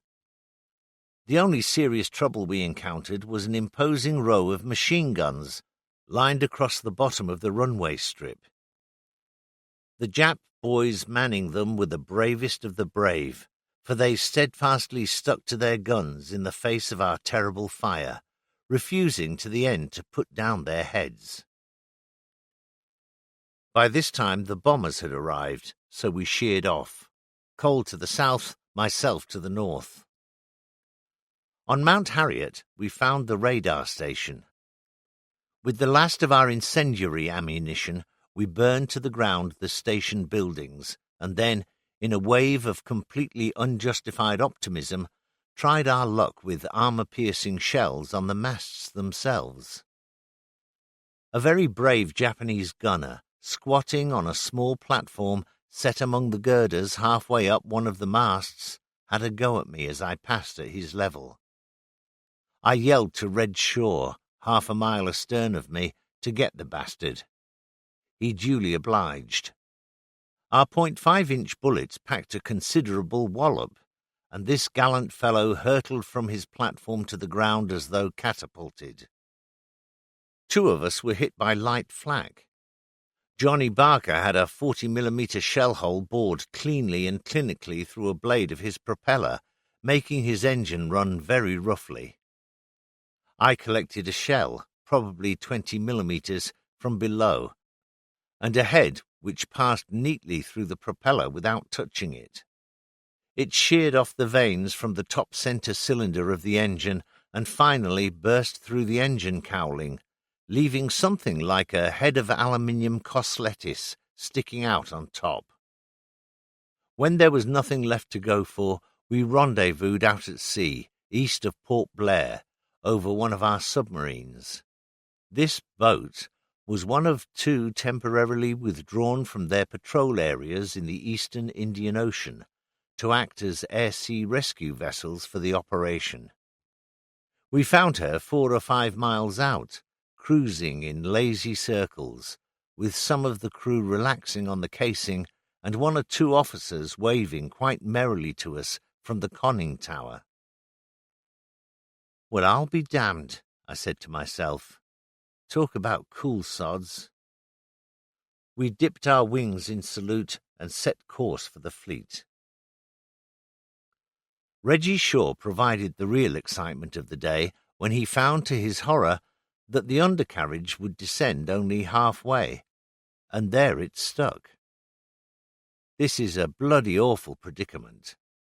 One cannot ditch with safety, for the undercarriage would snap the aircraft onto its back, with possible fatal results. No one can deckland, an effort which would not only tear the deck installations to rags and tatters, but would probably pitch the aircraft over the side into the bargain. The only option is to bail out. So we told him, by the ship's radio, to go ahead of the destroyer screen and get on with it. We suggested that he should open his hood, invert and release his safety harness. He did. Nothing happened. He inverted again. Again, no body emerged. "What the hell are you doing, Reg?" "I can't get out." "Don't be so bloody stupid. Climb out then, you stiff." The ruderies produced results at least. He clambered out onto the wing and after some hesitation jumped. He fell. no sign of a parachute. Standing on the flight deck, hands shading our eyes, we were beside ourselves with horror and frustration. Then we began to shout, "Pull it, Reg, for God's sake! Pull the bloody thing!" The great white flower finally blossomed, and he floated the last 200 feet gracefully into the ocean. God, he had certainly cut it fine. Later, safely back from the destroyer which had picked him up, he told us that the anesthesia of floating, with warm air flowing over his body like a refreshing shower, had robbed him of the vital urge to pull the ripcord. It had brought him close to death. The rest of us returned in more normal fashion, safely and without prangs. Our boss, Ian Sarrell, Commander Flying, never failed to greet our return as a friend. Ian, of course, was a pilot and had taken part in one of the great and earliest actions of the war, when Skua dive bombers had flown from the Orkneys to sink the German battlecruiser Königsberg in Bergen Harbour. For this he had been awarded the Distinguished Service Cross. Watching deck landing from goofers could be more nervously exhausting than carrying out the landing itself. To the onlooker, a barracuda's landing looked hazardous enough, yet it could approach from dead astern in a steady descending drone to the deck. But every Corsair looked a certain crash. The beast's long nose, which gave the pilot extremely poor visibility in the nose-up landing attitude, shut out completely any idea of approaching from dead astern. In order to keep both deck and batsman in view, the pilot had to approach the round-down in a great sweeping descending curve from the ship's port quarter. In many instances, he was still turning as he crossed the round-down. The batsman would then straighten him up, simultaneously giving the mandatory signal to cut the throttle. The aircraft would then sink into the wires. As I have said, to watch this from Goofer's gallery was nothing less than horrendous. It calls for little imagination to realize why Commander Sarrell's hair turned grey during the commission, for he had to watch every landing. Yet he was a quiet, serene man who was never known to flap. He was tall, gentlemanly, with a slim, boyish figure, a ready smile, and an endearing penchant for standing at the end of the wardroom piano with a drink in his hand and a song always on the tip of his tongue. He was a fine officer and a grand shipmate. There is little doubt that the operating of aircraft from the deck of a carrier is a highly professional business, which involves not only the carriers and their charges, but also every ship in the fleet. For both flying off and landing on, the carriers must sail into the wind in order to increase the relative wind speed over the deck and, of course, to enable the aircraft to land as near into the eye of the wind as possible. It will, therefore, be appreciated that if the course to be made good by the fleet is, for example, due west, 270 degrees, and the wind at the time is blowing from due east, 90 degrees, it is necessary for the fleet to make a turn of 180 degrees, and to pursue a course of 90 degrees, until all aircraft have taken off or landed. Why must all ships in the fleet turn? In enemy waters where submarine attack is possible, the destroyer screen is there to cover the major ships, battleships, cruisers and carriers. Against such an attack, if the carriers were detached, unescorted, to operate their aircraft, they would be highly vulnerable for anything up to 30 to 40 minutes. In dangerous areas, therefore, it is essential that the destroyer screen remains intact. Every minute sailed on the course for operating aircraft, therefore, is delaying the fleet's progress, and to reduce that time wasted, it is essential that the squadrons drill in the operations of landing or taking off shall be as expert and efficient as is humanly possible. The main requisites, so far as taking off is concerned, are efficient spotting of the aircraft on the deck, so as to maintain a steady flow of machines from their spotted positions to the take-off point, and a fairly exciting turn to starboard by each aircraft as soon as possible after leaving the deck, so as to take its slipstream away from the line of the deck and clear of the path of the following aircraft. The great art in landing lies in the interval of time and distance taken by aircraft on their landing pattern around the ship. If the interval taken is too great, time is wasted, since valuable seconds are being thrown away, while the batsman awaits the oncoming of the next aircraft. If the interval is too short, the batsman may well have to wave off an oncoming aircraft because the preceding one has not yet cleared the barriers. Valuable time elapses until such time as the next aircraft makes his final approach. Slick work, too, is demanded of the flight deck parties. As soon as an aircraft hooks a wire, members of those parties must rush from the nets to disengage the wire to allow the aircraft to taxi forward. The wire operator must quickly rewind the wire in readiness for the next landing, and the barrier operators must lower both barriers as soon as an aircraft is hooked, and then re-erect them immediately the landed aircraft has taxied across them to the forward end of the deck. With every man concerned doing his job efficiently and with squadrons at peak performance, aircraft in our ship could take off at intervals of 12 seconds and land at the incredible rate of one aircraft every 22 seconds. The official form on which to report an accident was the A25. Since most naval pilots have completed at least one of these during their service, it is hardly surprising that the form figured largely in song and story. The chorus of the A25 song ran, "Cracking show, I'm alive, but I've still got to render my A25. The verses were legion and varied from faintly respectable to downright obscene, but they were all uproariously funny. Since deck landing alone accounted for so many reports on this form, the song naturally returned again and again to incidents on the flight deck. For instance, "As I float up the deck and I see Wings frown, I can tell by his look that my hook isn't down. A dirty great barrier looms up in front. Then I hear Wings shout, 'Switch off that engine, you—' And again, 'When the batsman gives lower, I always go higher. I drift off to starboard and prang my sea fire.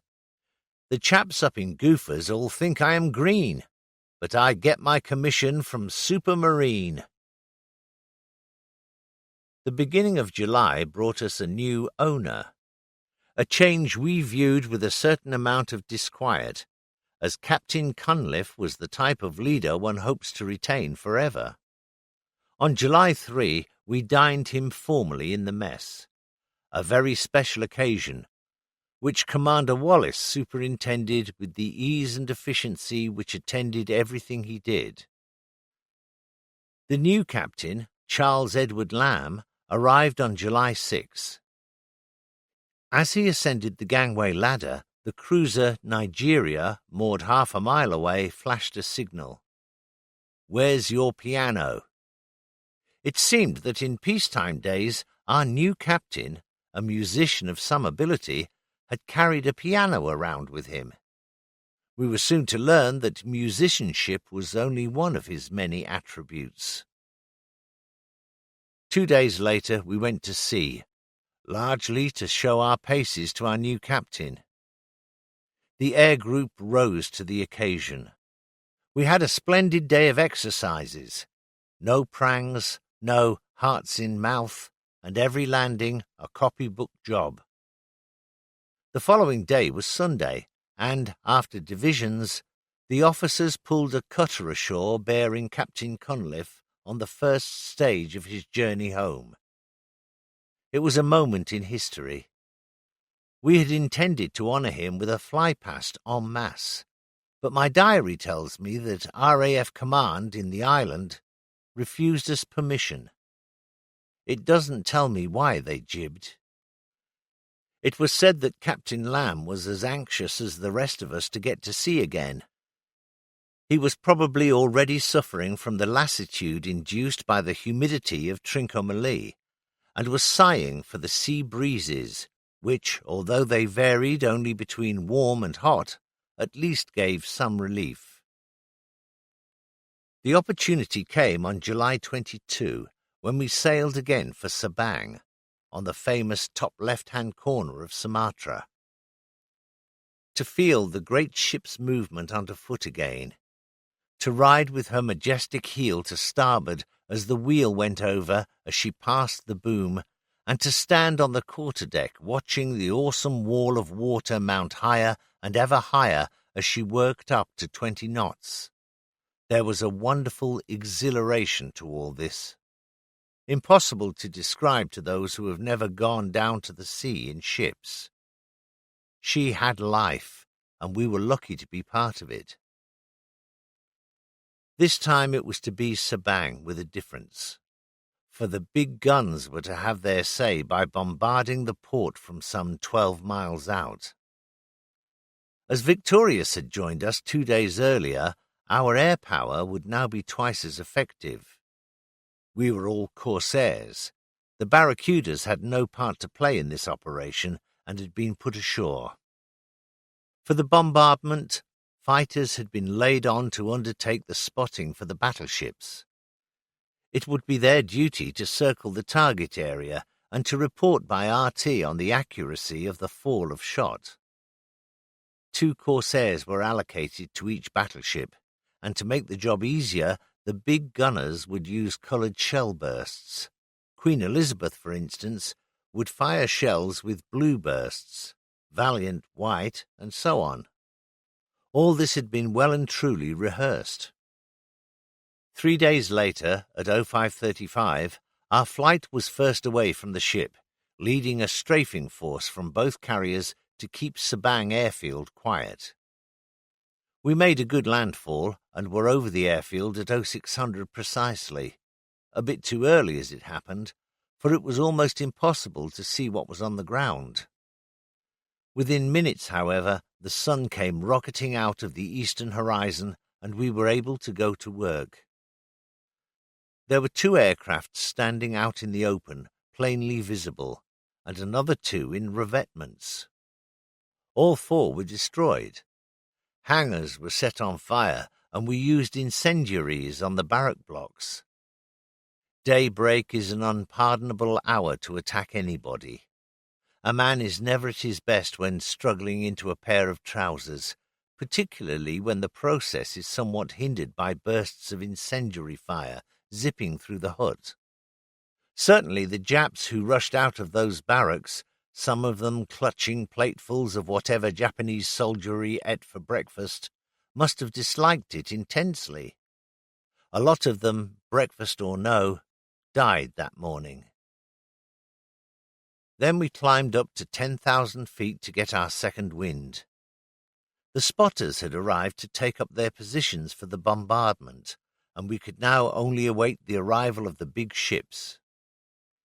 In the meantime, we were scanning the harbour and set off quite a panic when I reported to the fleet the presence of a submarine moored alongside one of the quays.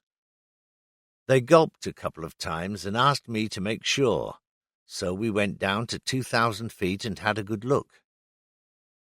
With a very red face, I had to admit that I was wrong.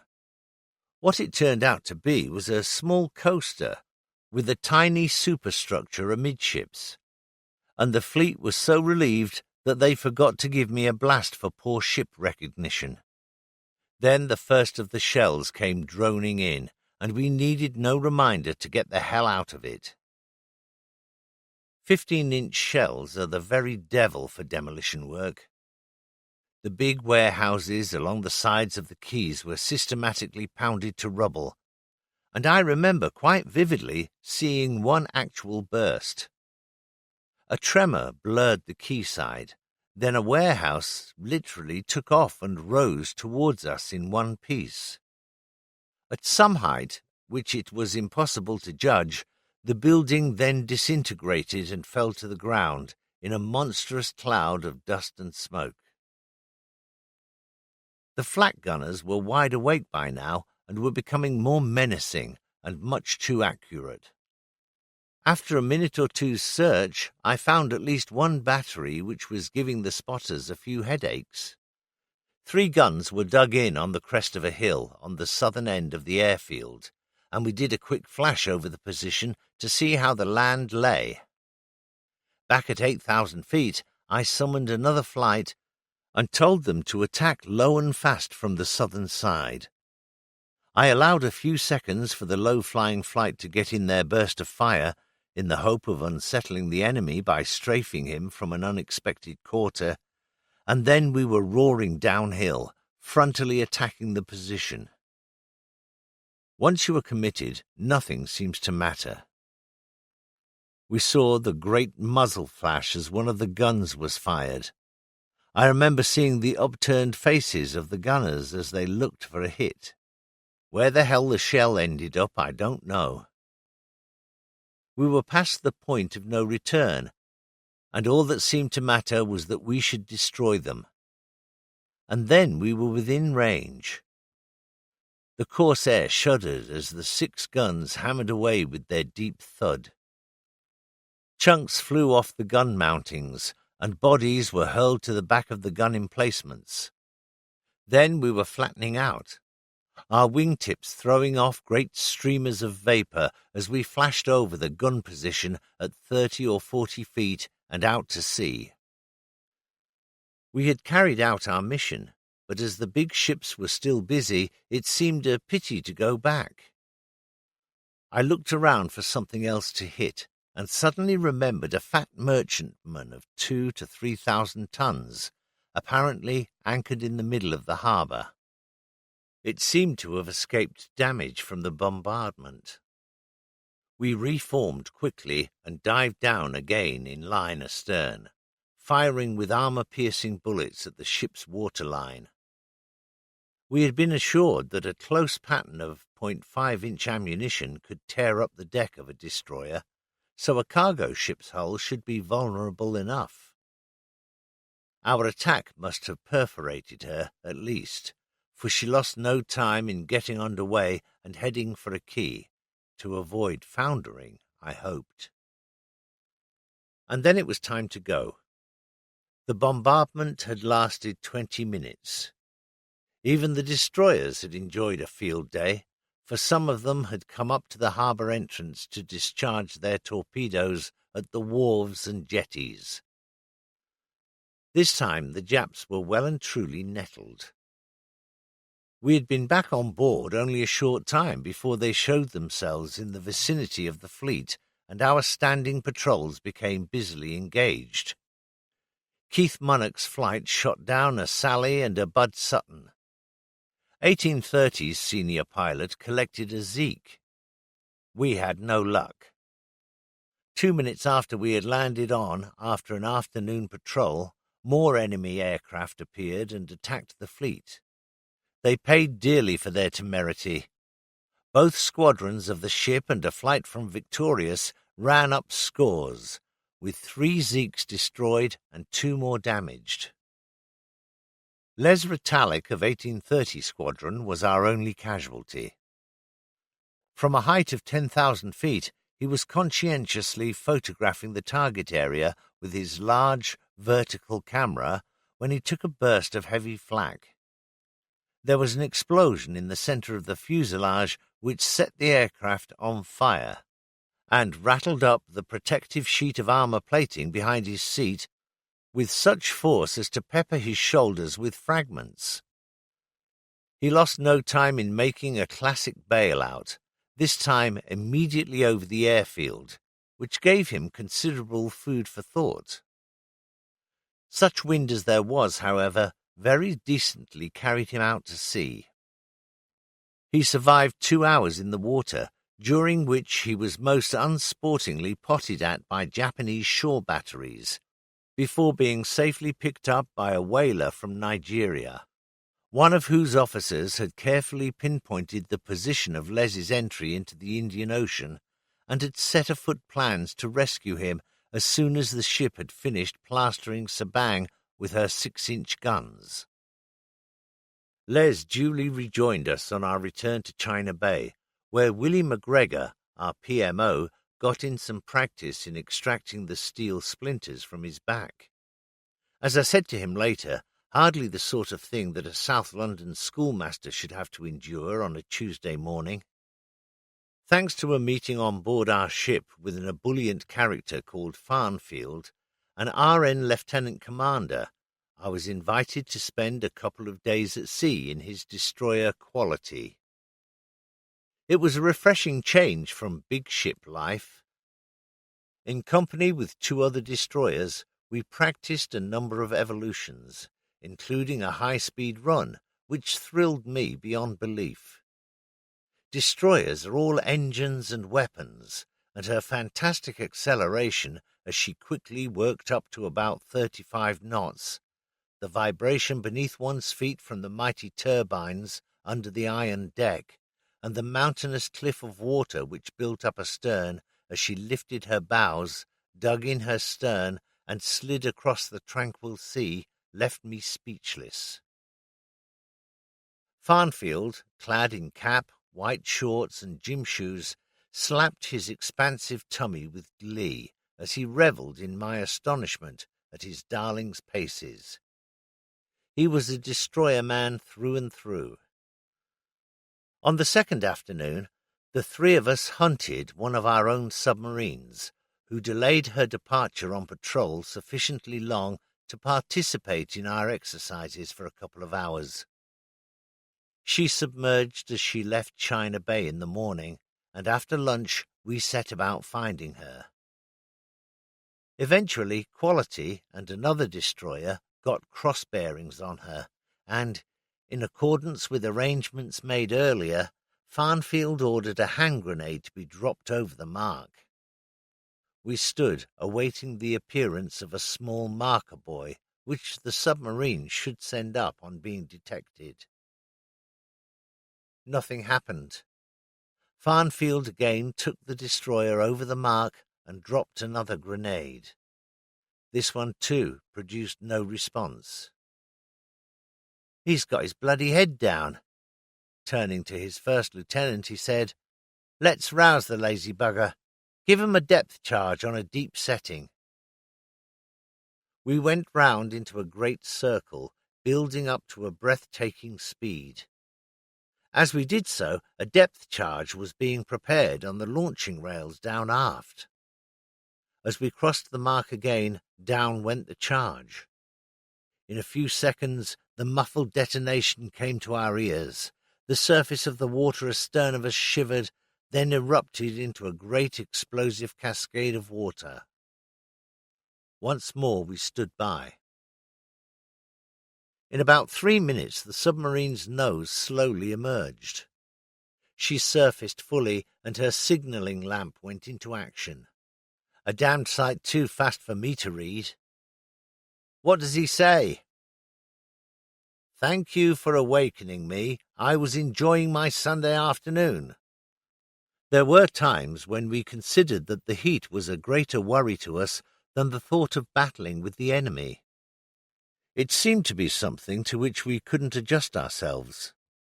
British ships of that generation weren't designed for those latitudes, and in the absence of any form of air conditioning, even the shortest possible time spent in an enclosed space could be purgatory. Our life in Ceylon and the Indian Ocean was certainly subjected to the onslaughts of this oppressive heat. It affected our tempers and efficiency, and a great deal of understanding was necessary to maintain morale. Certainly a great deal of imagination, which King's regulations and Admiralty instructions didn't cater for.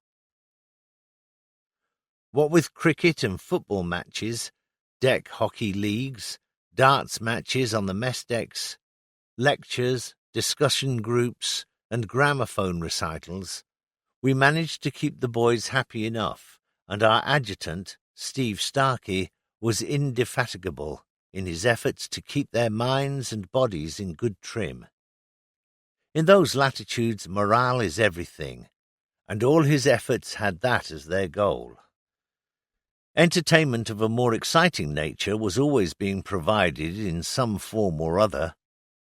I was in the hangar about 1600 one afternoon when a messenger summoned me to see the commander in the wardroom. "You have a young man called Demain in your squadron, Hans. What is he?" "Electrician, sir. A good boy." "Yes, I'm sure. He wants my permission to dive from the Admiral's bridge." He grinned at my expression, and well he might. Good God! What height was that? Hell, it was 80 to 90 feet. But the commander was carrying on. "He's your man. Provided you have no objections, it has my blessing." He paused for a moment. He obviously has every confidence in his own ability, and I don't like battening down on a good man. I went up to the flight deck. A fair gate had gathered from which rose a hum of anticipation and excitement. I ran up the ladders to the Admiral's bridge. Demain was standing on the outer rim of the deck, only his hands on the upper rail preventing him from falling into China Bay. There was a sea of upturned faces beneath him, their owners clinging to every possible projection from the starboard side of the deck and ship. Demain grinned at me as I walked over to him. "Tired of the food, Demain, or are you having electrical trouble?" "The lads want me to have a go, sir. I can do it all right, if you say it's okay." "Off you go, then." He braced himself for a couple of seconds, then he was off. He sprang out away from the ship in a great arc, his body arching as he fell away from me at an incredible speed. He straightened out to a knife blade an instant before he hit the sea. He clenched fists battering a hole into the water. There was only a plop, no splash, as he sliced into the water. Magnificent. A burst of cheering greeted him as he surfaced. It came from the other ships nearby, too, in addition to our own. He crawled quickly to the starboard bow and met me at the door from the flight deck to the island. "The lads want an encore, sir," he gasped, his great chest heaving from his exertions. "I'll bet they do. Jack, you were great. I didn't know we had a star on the strength. But no more, old son, and don't take any notice of them. Believe it or not, the same crowd watch deck landings, and you can take it from me that a fair percentage of 'em are hoping you'll break your bloody neck. Be happy with one. You're too good a lad to risk your life again." One of the benefits emanating from a happy ship or squadron was the remarkable absence of trouble among officers and ratings alike. Naturally, there were occasions when their halos tilted a little, but only one serious incident comes back to me. Since the squadron's days at Stretton, almost a year earlier, we had been bedeviled by petty thieving in the ratings quarters, and some of it was quite serious. Petty Officer Turner and I had spent a lot of time and effort trying to apprehend the culprit, but without success. Most crimes rear their ugly heads at some time or another in the Navy, as in any other organization where men in large numbers are gathered together. The great majority of them are dealt with in a calm, gentlemanly manner, with neither rancor nor hard feelings. Drunkenness, setting fire to bunks or hammocks whilst in a drunken stupor, absence without leave, striking a superior officer, all these are taken in the Navy's stride. But theft is something the Navy finds impossible to forgive. There is no privacy in a ship, no lockable drawers or cupboards, no private safes. If one cannot trust one's messmates, life is not worth living, and the stability of the system falters. Eventually this lad was caught. Another rating, living ashore at Trincomalee, and suffering from a mild attack of sunstroke, was confined to his bed. Resting in his bunk behind his mosquito net one afternoon, he saw the culprit systematically rifling through his messmate's gear. He leapt from his bed and grappled with the thief, who pitched out of an open window a wristwatch he had just found. Later I was asked by the commander to read the warrant which would commit the rating to detention. The fatal document in hand, I went up to the hangar lock. There on the lift was the squadron drawn up in a hollow square. Officers lined up facing the ratings. I took my place in front of them and read out the sentence. I was halfway through when the prisoner started to sob as the solemnity of the occasion overwhelmed him. With an unbelievable effort, I managed to keep my own voice steady. Some of the ratings began to shuffle with embarrassment, to be stopped in their tracks by a rasping censure from Turner. The Marines marched him away to his weeks of hell upon earth. I felt as though I were about to serve his sentence for him. When in harbour, we had, of course, the cinema. On board, our Odeon was situated in the well of the after-aircraft lift, the screen suspended on its forward bulkhead, with the projector shining from the after bulkhead. If we were lucky enough to be in harbour on a Sunday, this was officers' night at the movies. Naturally enough, the quality of the films, both in content and physical condition, varied. What never varied was the quality of the wisecracks from the audiences. Film stars of the time would quickly have acquired inferiority complexes had they known that, despite their best endeavours, every film became a farce.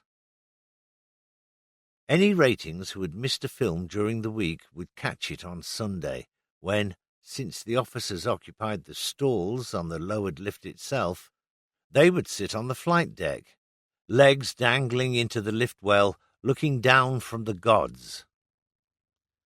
Their ribald comments on any film were worth a king's ransom, and were even more hilariously lurid whenever tragedy or high drama appeared on the screen.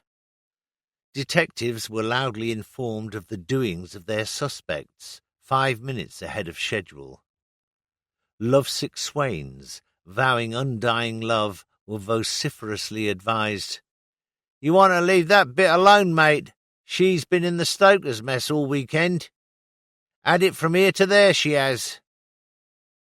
Movie-tone newsreels probably took the biggest beating of all. Their commentators, no doubt in a laudable endeavour to boost civilian morale during those depressing middle years of the war, were inclined to turn every slight advantage gained in the field into a major victory, and every reverse into a temporary and trivial setback. There was much talk of our brave lads, with their tails well up. This was enough to send our matelots into paroxysms of Rabelaisian ecstasy, from which the much-maligned Pongos emerged none too well. When 1,800 of you are obliged to live together in a big iron box, you have to try, don't you? Perhaps more so in harbour than at sea, the wardroom could burst into song at the drop of a hat. Sometimes, after supper, around 2100, there would be a suggestion that the piano should be brought across. Manhandling quickly moved it from the dining mess, across the passage, into the wardroom, and in a matter of seconds the sing-song was under way. Most of our songs were sung with everybody word-perfect, as they roared out the full-blooded choruses. And there was no shortage of soloists, each of whom had a verse or two of his own pet ditty to contribute. We were lucky to have as shipmates the well-known actors Michael Hordern, Robert Edison, and Douglas Storm. One of our company, for 6 months or so, was the BBC producer Malcolm Baker-Smith, who was collecting material for a projected film on the subject of life aboard carriers. These indispensable shipmates not only joined in the singing with professional gusto, but were, from their calling, clever enough to write new and topical material for us to sing. More than that, they would stage one-act plays at short notice, write pantomimes, and contribute in every way to the wonderful spirit that abounded in the wardroom. Standing around a piano, singing songs, drinking, with perspiration streaming down one's face and dripping from the chin, might well fail to appeal to modern young men as a relaxation. To us, it was a lifesaver.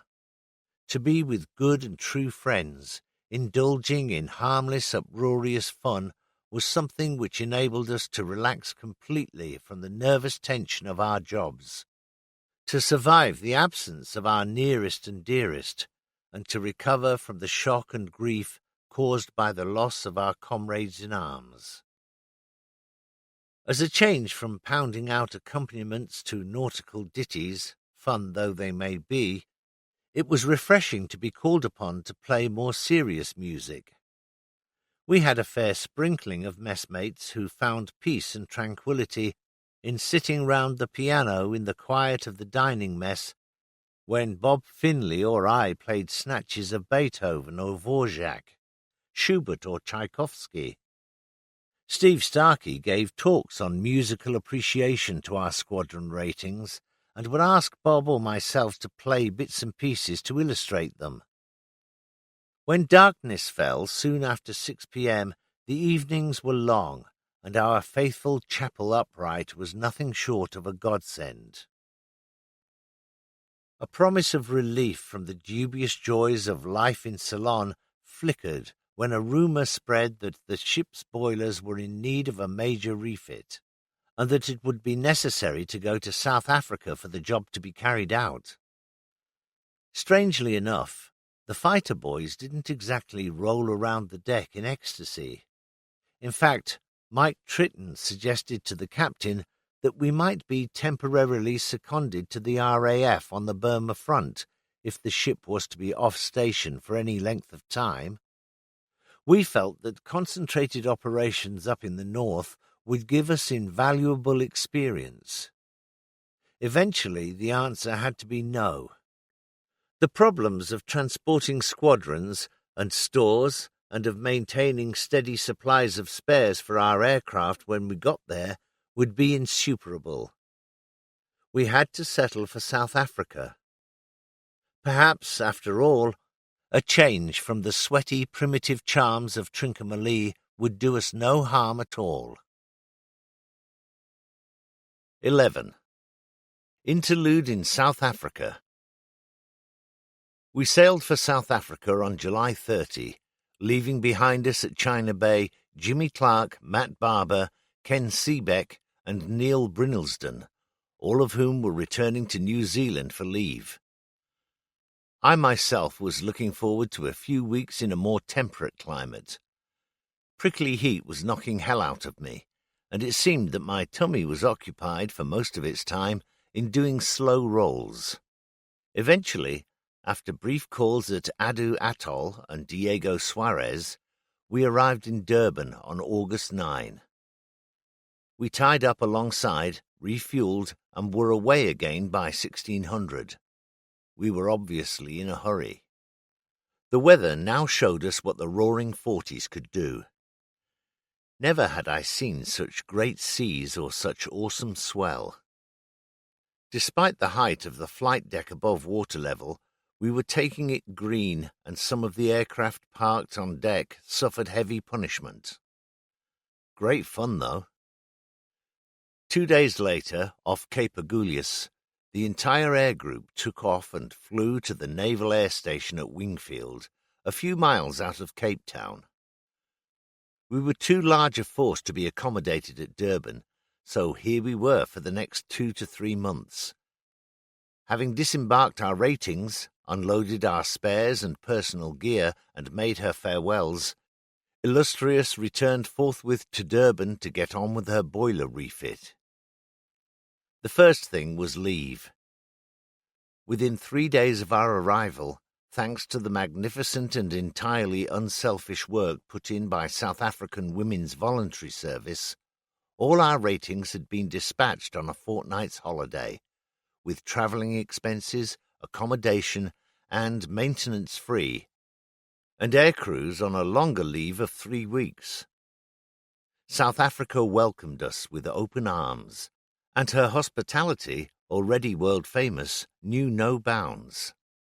Fanny Ford, our Barracuda wing leader, had been there at some time earlier in the war and had an open invitation to stay with a family in Johannesburg. What was more, the invitation included a friend. He asked me to join him in spending our leave there, and a telephone call fixed it up. We spent 36 hours on the famous Blue Train, rising out of the Cape to the Great Karoo and steaming, hour after hour, across the wide, boundless veldt. During that wonderful train journey, I saw for the first time wild ostriches speeding across the flat, featureless landscape with their amazingly fast trot. At 8:30 in the morning of the third day, we pulled into the main railway station of the City of Gold. For 3 happy weeks we lived the life of princes at the home of Eric and Kay Gallo, whose lovely house out at Sandhurst was laid wide open for our enjoyment. They were the finest of hosts. Never for one moment did they try to organize us, but whatever we wished was simply provided without a second thought. We had a wonderful time. There were plenty of the lads spending their leave in Joburg. We ran into them in bars, in restaurants, and in night spots. One afternoon I ran into Gus, quietly sinking a few beers. "That was a lovely girl I saw you with last night at the Stardust. Where on earth did you gather up sufficient influence to meet her?" "Isn't she a pippin, Hans? Talk about a lovely face. Did you ever see anything like it? And what about that pair of tits? Legs, too. Haven't seen anything like it for years." He paused to put away the bottom half of his glass of beer. "Trouble is, she's such an old bag." I ran into Mick Ritchie in a nightclub where we had gone with Eric and Kay. Mick was red-faced from the pressure being applied to his abdomen and chest by the arms of a beautiful wren, who wasn't the least bit ashamed to be seen making powerful advances to a great seduction. When the moment offered itself, I told Mick that I feared for his safety. "But by God, Mick, she's a lovely girl." "Yes, as a matter of fact, I met her at a private party an evening or 2 ago. She was with a big Pongo captain then. Now I find her here with a couple of girls. I thought I'd better find out the score before going into action, so I asked her where the field marshal was. 'Oh, him,' says she. 'He's gone back to his unit. You know how it is. The king is dead. Long live the king.' 3 weeks of hectic living passed all too quickly. It was a sad moment for me when I leaned out of the carriage window of the famous Blue Train to wave goodbye. We had enjoyed a never-to-be-forgotten holiday whose happy memories took a long, long time to fade. Life on the air station at Wingfield was luxurious after the confines of the ship and the primitive life ashore at China Bay. The sight of fresh fruit and vegetables, jugs of milk at every meal, unlimited butter, bread with not a trace of weevil, all these appeared in endless profusion. South Africa, it seemed, was a bottomless cornucopia. And there was news. Terence Shaw, our operations commander, had left the ship, to the sorrow of every officer in the mess. He had been replaced by John Smallwood, who had decided to come to Wingfield to make our acquaintance rather than await our return to the ship. There was excitement for the squadrons, too. Our pilot complements were now to be increased to 20, with 18 aircraft, and as a result of the disbanding of 1838 Squadron, 8 new boys now joined us.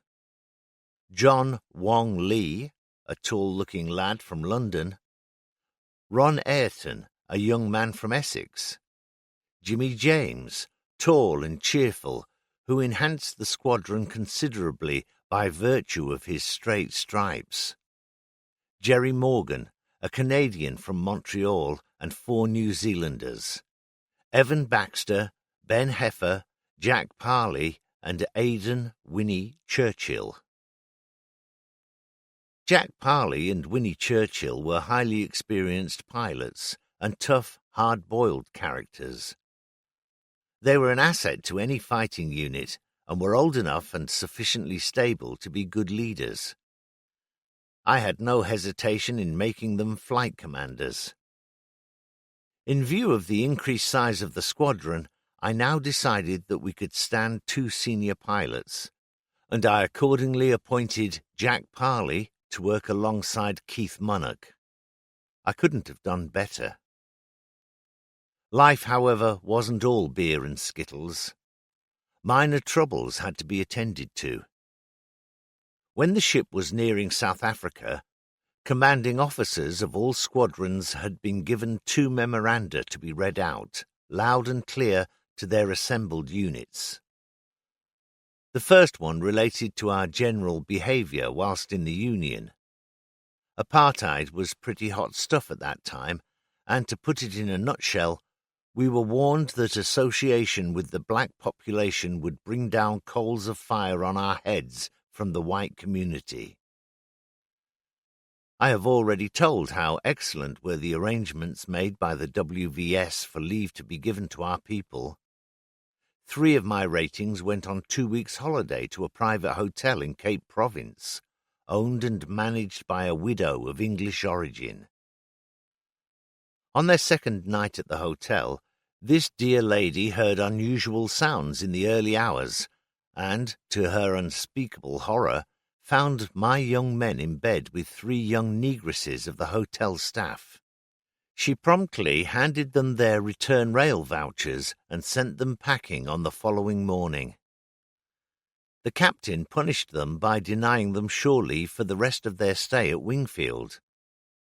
A few days later, they were in deeper trouble when it was found that their escapade had left them with a legacy of gonorrhea. They paid dearly for their defiance in the face of express orders. The other Admiralty Fleet order promulgated at the same time concerned aircraft. The 2 main landing wheels of the Corsair were made of aluminium alloy and carried large tyres inflated to a pressure of 120 pounds per square inch. To inflate these, our ratings used compressed air bottles of a pressure of 1,300 psi. Not the sort of thing for children to play with.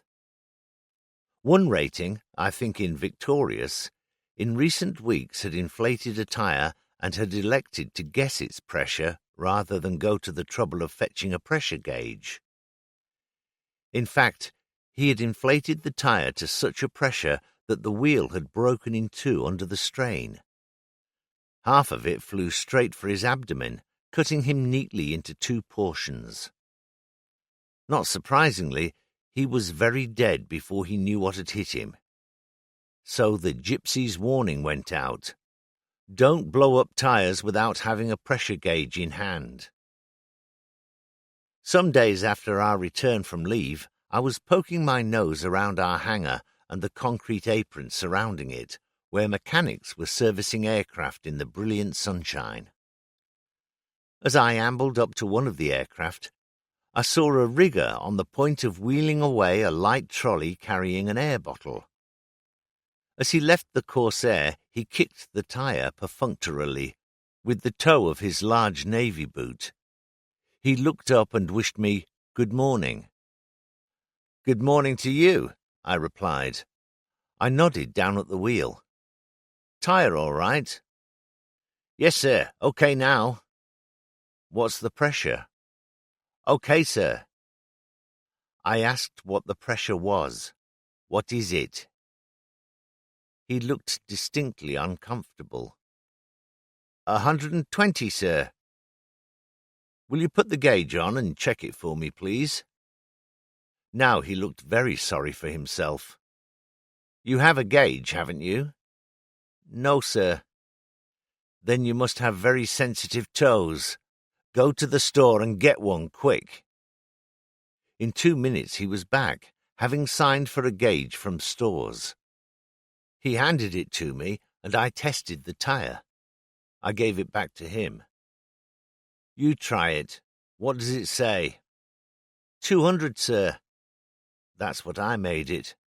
Tell your petty officer to bring you to my office in 5 minutes.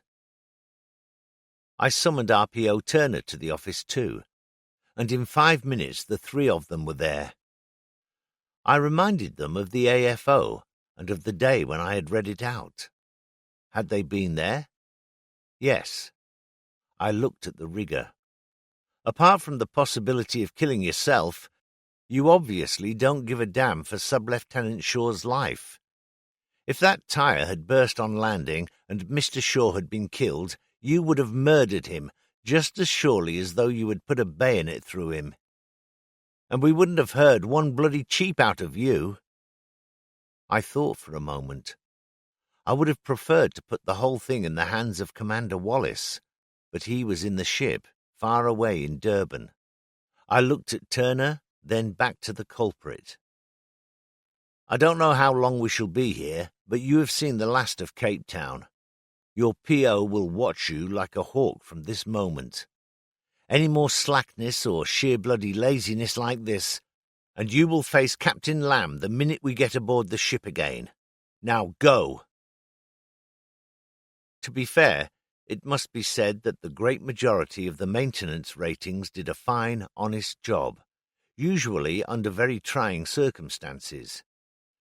The fact that so many of us survived is a great tribute to their skill and devotion to their jobs.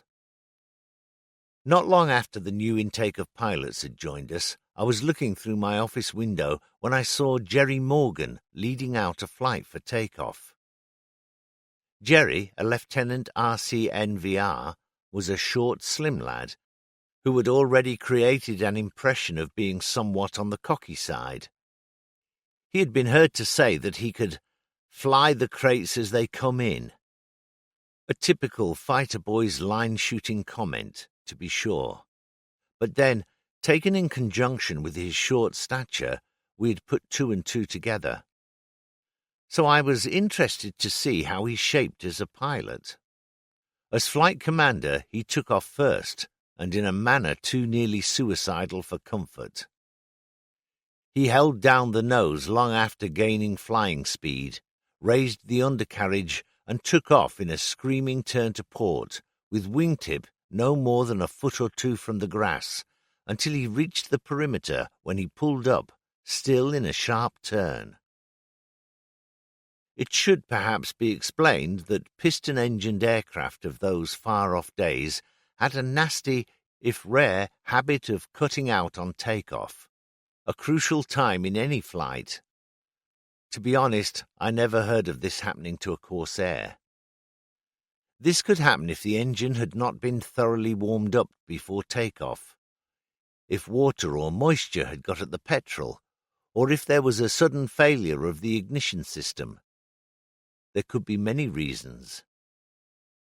Graveyards near airfields contain the bones of many a pilot whose engine has died on takeoff, for generally this means death. Many pilots have attempted to glide back to the airfield, but few, if any, have ever made it. The one hope of survival is to hold a straight course and ease her to the ground. If you're heading for a race course, a golf course, a lake, or even a stretch of motorway, you'll live. On the other hand, if the nose is pointing inevitably at the Albert Hall, the the centre of Wakefield or Winchester Cathedral, you're a dead duck. This is why a pupil under training is taught to climb straight out of a field and turn only when he has sufficient height to give him room to manoeuvre should the worst happen. Morgan's takeoff was contrary to all the laws of survival. I told him so in no uncertain terms when he landed. There was no particular objection to suicide, I said, but to put at risk the lives of innocent people working in the admin buildings which he had only just scraped over on his takeoff was unforgivable. So, don't bloody well do it again. True to form, he chose to ignore the warning, and 2 days later he imitated his first effort, possibly even more spectacularly. Who he was trying to impress, I don't know. His squadron chums, the Rennery, or himself. I ran to my aircraft and called him up on the RT. When I ordered him peremptorily to land, he started to argue. Cutting him short, I told him if he uttered one more word, I would come up and bloody well shoot him down. Shades of Eric Monk. 10 minutes later, he landed. I grabbed him by the arm and dragged him into the office. Full of protests and indignation, he pushed his lieutenant's stripes at me. This I ignored and grounded him for a fortnight. This hurt him, for he loved flying as much as the rest of us. When he chose to remonstrate, I added insult to injury by committing him to be duty boy for the same period. This certainly went in deeply, for he was very conscious of his rank. He stormed out, hating my guts. As he closed the door, I muttered to myself, "Now that should stop you, my boy." But it didn't. One night, during the week following our return from leave, 8 of us emerged from a film in Cape Town about 10:30 p.m., ready for something to eat. We were a voracious lot and ready to tackle any of the marvellous food which South Africa put before us.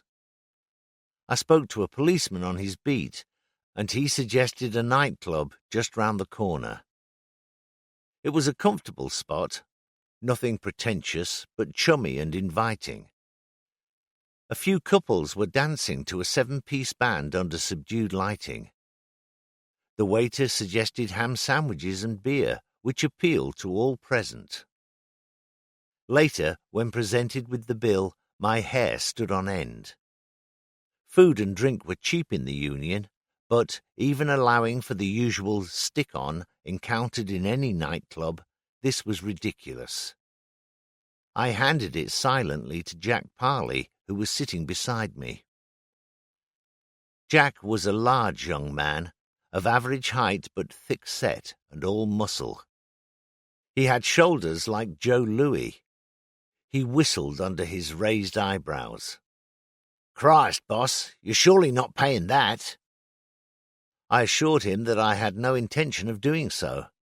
I would see the manager. Jack asked if he could accompany me. The manager was a large, unhealthy-looking mountain of flabby flesh who didn't impress us at all. He bore the look of a man who spent his life indoors and who slept at the wrong end of the day. I showed him the bill and told him what we had consumed. Without any aggression, I assured him that I had no intention of paying it in its present state. He shrugged his shoulders. "You pay it, or I called the cops." So I tried gentle blackmail. There was over 100 of us out at Wingfield, many of whom would be finding girlfriends and would need somewhere for food and drink. If he were reasonable and played ball with us, he would make a bomb. But he didn't see it my way. Pay or else. Jack spoke up. "Mind if I say a word, boss?" I told him to go ahead. "It's like this. What the boss really means, though you don't see it, is this. Alter the bill now or call in the decorators first thing in the morning." The bill was halved before our very eyes. Marvellous. I hadn't realised what great psychologists New Zealanders were. The manager never regretted it. He made his fortune out of us. The Union of South Africa had contributed magnificently to the funds of the Navy League and was still doing so at the time of our visit. The captain suggested that we might put on an air day for the inhabitants of Cape Town, and that an admission charge would raise quite a stack as donations to the League's funds. Fanny, Michael and I got down to it. The bombers put on a show over the airfield. The fighters carried out some aerobatics, singly and in formation. Our aircraft were on view, and officers and ratings were on hand to explain things and to answer questions. Finally, we rounded off the afternoon with a simulated strike on the airfield. We arranged that the Barracuda's attack would be prefaced by a ground strafe by 16 Corsairs. Churchill, Cole, Sutton and I would lead 4 flights of 4 in quick succession across the field. My one worry was Churchill, for Winnie was a mad sod. "Winnie, 1 run, then get the hell out of it. I'll only be seconds behind you, and I don't want you cluttering up the field. Get in and get out, as far as Cape Town if you like." All went famously. We were in the right place at the right time, and Bud Sutton was just clearing the field as we swept in from the north at about 300 knots. We were low, too, down to 10 to 15 feet. At the far end, beyond the airfield's perimeter track, was a sports area with rugby goalposts. Beyond that, a road, and across that, appropriately enough, a cemetery. I was just about to lift over the goalposts when 4 Corsairs appeared over the cemetery, well spread out, low and fast, and coming straight at us. Churchill. How on earth we missed each other I shall never know. At a collision speed of 600 knots, you have no time to think, worry, or dodge. Certainly, you have no time to hope. The audience loved it. They thought it marvellous, and so well timed. "You crazy bastard," I said to Winnie when I had torn him off a strip. "You'll do that once too often." Neither of us knew how prophetic that was. The ship sent down to us a couple of Franks flying suits. They were the most amazing contraptions both in appearance and construction, but there was no doubt that their concept was brilliant. When a fast-flying aircraft is pulled sharply out of a dive, or, if flying in the horizontal plane, pulled into a steep turn, both it and its pilot are subjected to increasing forces of gravity. When the sharp turn or drastic pull-out comes, the tendency is for the blood in the human body to rush downwards because of sheer centrifugal force. In other words, towards the outside of the turn. Blood from the head and upper parts of the body rushes to the legs and lower parts. Furthermore, the weight of the body increases in direct proportion to the number of G-forces imposed. A pilot's first intimation of the oncoming force of G is a greying out of vision and hearing ability. An increased application of G produces blackout. Vision goes completely. The sense of hearing is reduced still further, and the weight of arms, legs, and thighs becomes uncannily and incredibly increased. It becomes impossible to lift one's hands from throttle lever or joystick, or one's feet from the rudder pedals. Yet one can still fly and is reasonably conscious. The next stage is complete unconsciousness. Probably nature takes over then to provide its own remedy by relaxing the pilot's tensions and thereby allowing the aircraft to emerge, even though slightly, to a less acute turning arc. The Frank's flying suit was designed to postpone the moment of blackout which hits every pilot subjected to 6 or 6.5 times the force of G. The effective force varies according to the individual, but generally between those 2 points. The suit encased the abdomen and legs into an almost unbearably tight pair of trousers, which, of double-thickness gabardine, held an enclosed bladder containing 2 gallons of water. As the force of G caused the blood to try to rush to the thighs and legs, this great amount of water rushed downwards before the blood could get around to it, and held the blood vessels of the lower part of the body to their normal dimensions. It exerted sufficient pressure to prevent their dilation, thereby ensuring that the blood remained in the upper part of the body. I rigged myself out in this complicated outfit one morning, under the eye of Commander Operations, at whose orders I was to carry out these tests. My Corsair had been specially equipped with an accelerometer, which would show me precisely what forces of gravity I would be imposing. I flew well out into Table Bay and carried out some pretty hair-raising dives and high-speed turns at over 300 knots. Our resident Chance Vought engineer had expressed an opinion that a force of 9G would cause the Corsair's wings and fuselage to part company, a viewpoint which, naturally, deterred me from trying to pull to 10G. However, there was no point in half doing the job, and I found that I could go to 8G without the slightest suggestion of even a grey-out.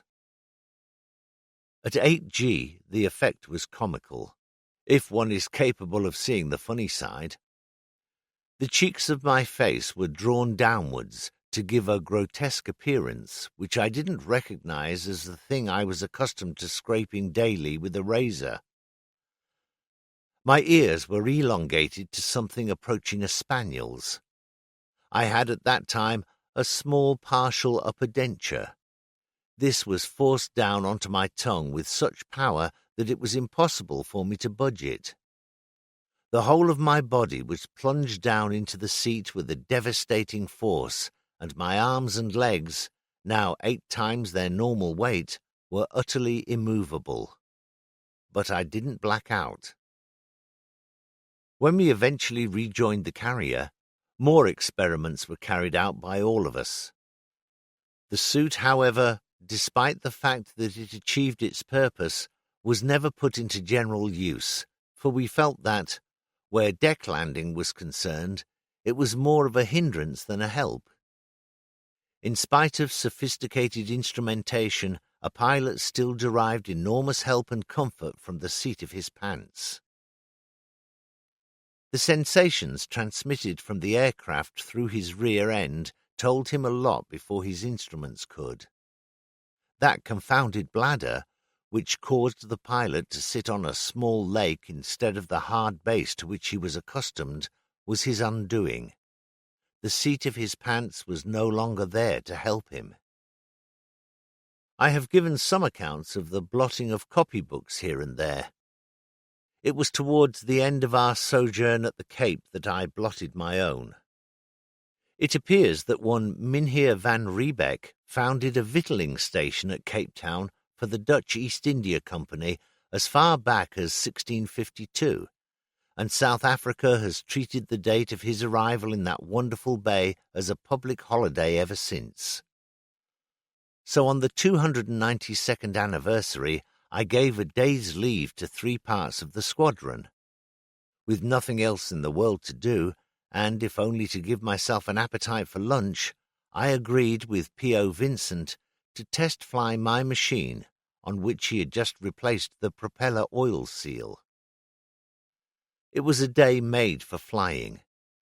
Cape Province basked in the morning sunshine, and all was well with the world, and with me. As I headed home, I found myself passing over Retreat, the rural area where Nick Lowe lived. He was a wealthy Boer who owned a beautiful estate, handed down through his family from the early 18th century, where he grew vines, made wine, and bred hunters. Fanny Ford and I had spent a weekend there with him a week or two back, when he had complained that he had seen nothing of these wonderful aircraft we had at Wingfield. This seemed to be as good a time as any to rectify that omission. I had no difficulty in finding his house, and there, standing by the side of the swimming pool, was Nick himself, waving madly. Still full of zest and the joy of living, I treated him to his own private low-flying display, rounding off with a sequence of aerobatics. My exuberance was short-lived. When I landed, our new commander, Operations, John Smallwood, awaited me, with puffs of steam rising from his collar. I tried a bit of straight-faced flanelling, but John was too clever for that, and in no time at all I was standing before Captain Farquhar, whom I had known earlier in the war at St. Merrin. Regrettably only slightly, for he was an affable and most gentlemanly soul. It must be said that we were having trouble getting used to John Smallwood's ways. Obviously, as a new broom, he felt constrained to sweep clean. His manipulation of the broom seemed a little energetic after Terence Shaw's gentle approach to life.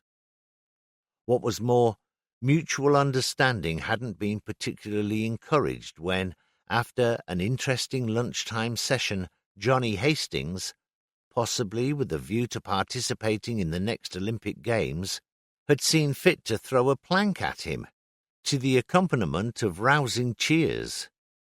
The fact that he missed was neither here nor there. Still, I couldn't blame John for carpeting me.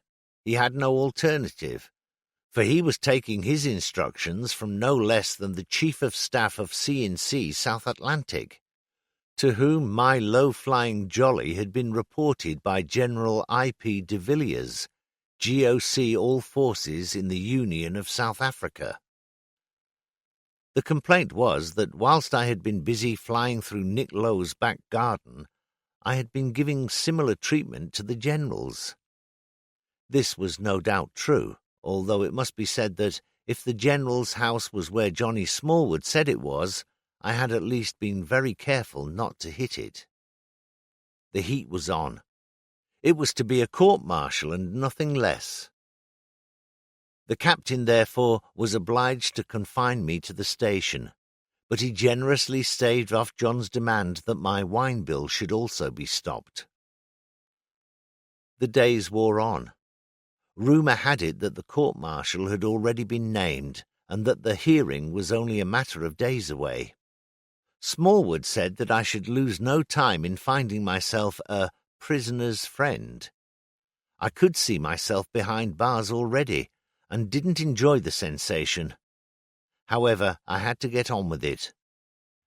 The best person I could think of was Ian Sorrell, whom I felt sure could be relied upon to say nice things about me. I rang him up in Durban. He called me a lot of extremely rude names, but asked me to let him know as soon as I had further information. He would hold himself in readiness to come. I felt depressed and very angry with myself. On the other hand, I hadn't killed anyone, nor had I damaged any property. I tried to believe that nothing too drastic could happen to me.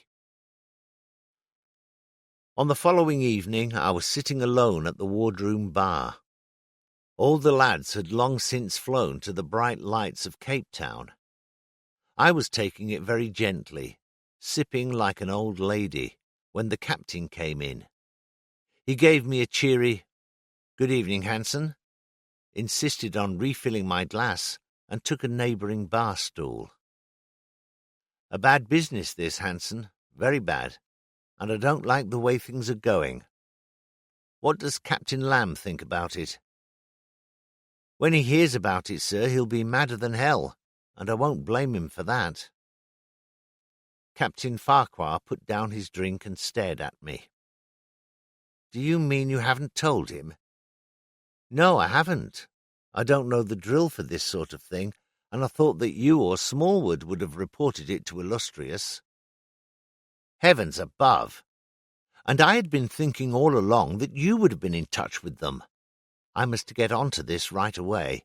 We haven't a moment to lose. He knocked back his drink and ran. It must have been the best part of an hour before he returned. He was smiling. A good sign, I thought.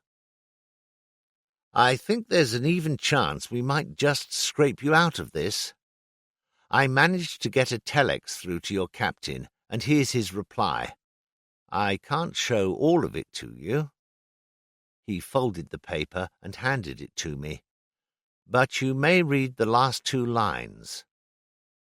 What it said was, "Above all, tell Hans not to worry.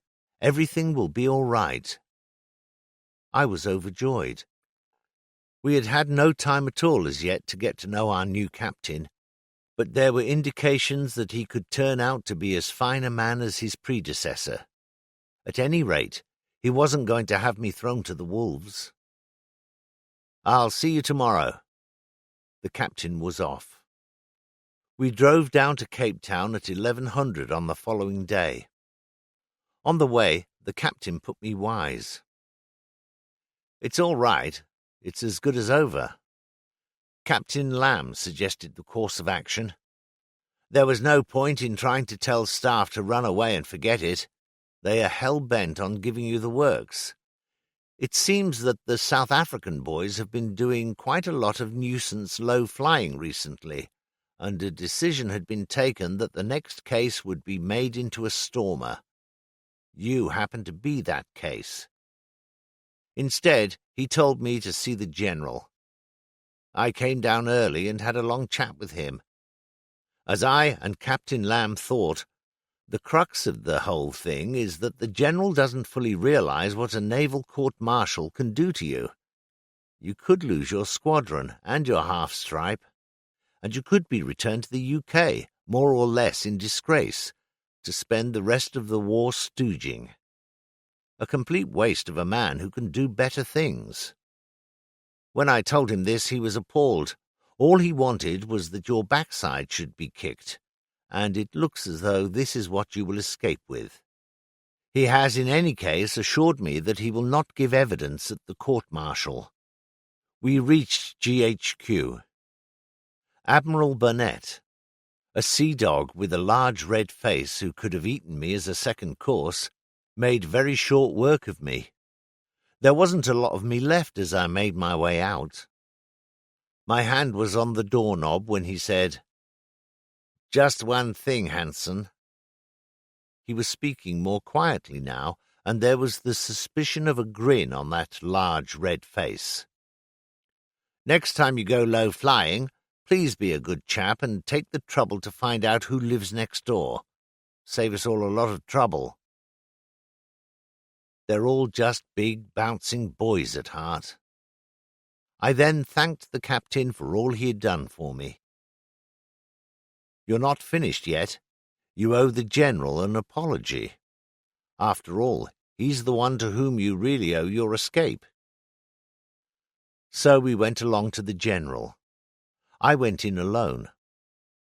General de Villiers was a great man. He was of the same vintage as Smuts, and had served with him in the Boer War, leading his own commando against the British. He was a great gentleman as well as a great soldier. "Come and sit down, my boy. Would you like a drink, eh?" "Thank you, sir, but it's a bit early." "Really? I understood you Navy chaps drank at any time." Then we talked about it. I tried to tell him that low-flying was our job and our life, but I didn't pursue it. It was evident that he thought all flying machines were unsure things. I was more than a little touched, because, despite the fact that my misdemeanor had caused him no little concern, he had been more worried about my own personal safety than anything else. He was marvellous, and we parted the best of friends. When I emerged at length, I took a deep breath and told the captain I felt a new man. He just grinned and drove me back to the station. I celebrated my acquittal by going to a film in Cape Town with 5 or 6 friends. Later, we dropped into our regular nightclub for a sandwich and a beer. We hadn't been there long before the club hostess, Sophie, drifted across to greet us. She was a cheery soul and readily sat down to accept a drink. After 2 or 3 more, she declared herself to be in the mood and surveyed the faces around the table with a look of confident expectancy. Now, Sophie was about 35 and a fine mountain of a woman, of enormous proportions. I would have said that Sophie was on a loser from the start. She wasn't just fat. The blubber hung from her in folds and was scarcely restrained by a black evening gown which bulged ominously and terrifyingly from neck to ankle. There was a silence of utter disbelief, broken only when one of our young doctors spoke up. "What you need, Sophie, in that condition, is a good doctor to give you the once-over. Where's the examination room?" Sophie stood up without a word, and they disappeared. She had a flat on the top floor. Doc reappeared some time later. He resumed his seat and started in on another half-pint of beer. "Remarkable woman, Sophie," he said. "Wonderfully manoeuvrable for someone of her displacement. Handles really quite well at all revs." We were lost in admiration. Thanks to some excellent organisation by Steve Starkey, we threw a party for the squadron at the Kelvin Grove. It was a night for the ratings to sit back and enjoy themselves, with the officers taking care of the chores. They had managed to muster an incredible number of females, and the amount of food and drink consumed was staggering. Everybody had a thoroughly good evening. Later, not unexpectedly, some of the kids took decisive steps to develop acquaintances they had made during the party. Evan Baxter, one of our new pilots, seemed to have proved himself a worthy successor to Ken Boddington and Dickie Cork in the field of womanizing, and had a track record which left Casanova very much in the amateur class, with L-plates back and front and egg on his face. He had found himself a pretty little number at the party and had danced with her for the entire evening. With true hospitality, he was invited to spend the night with her. He needed no second invitation. In order to be back aboard the ship, now returned to us from Durban, he asked the girl to set an alarm for 0700. They beat the alarm to the drawer and pressed the button before all hell was let loose. Evan kissed his girlfriend.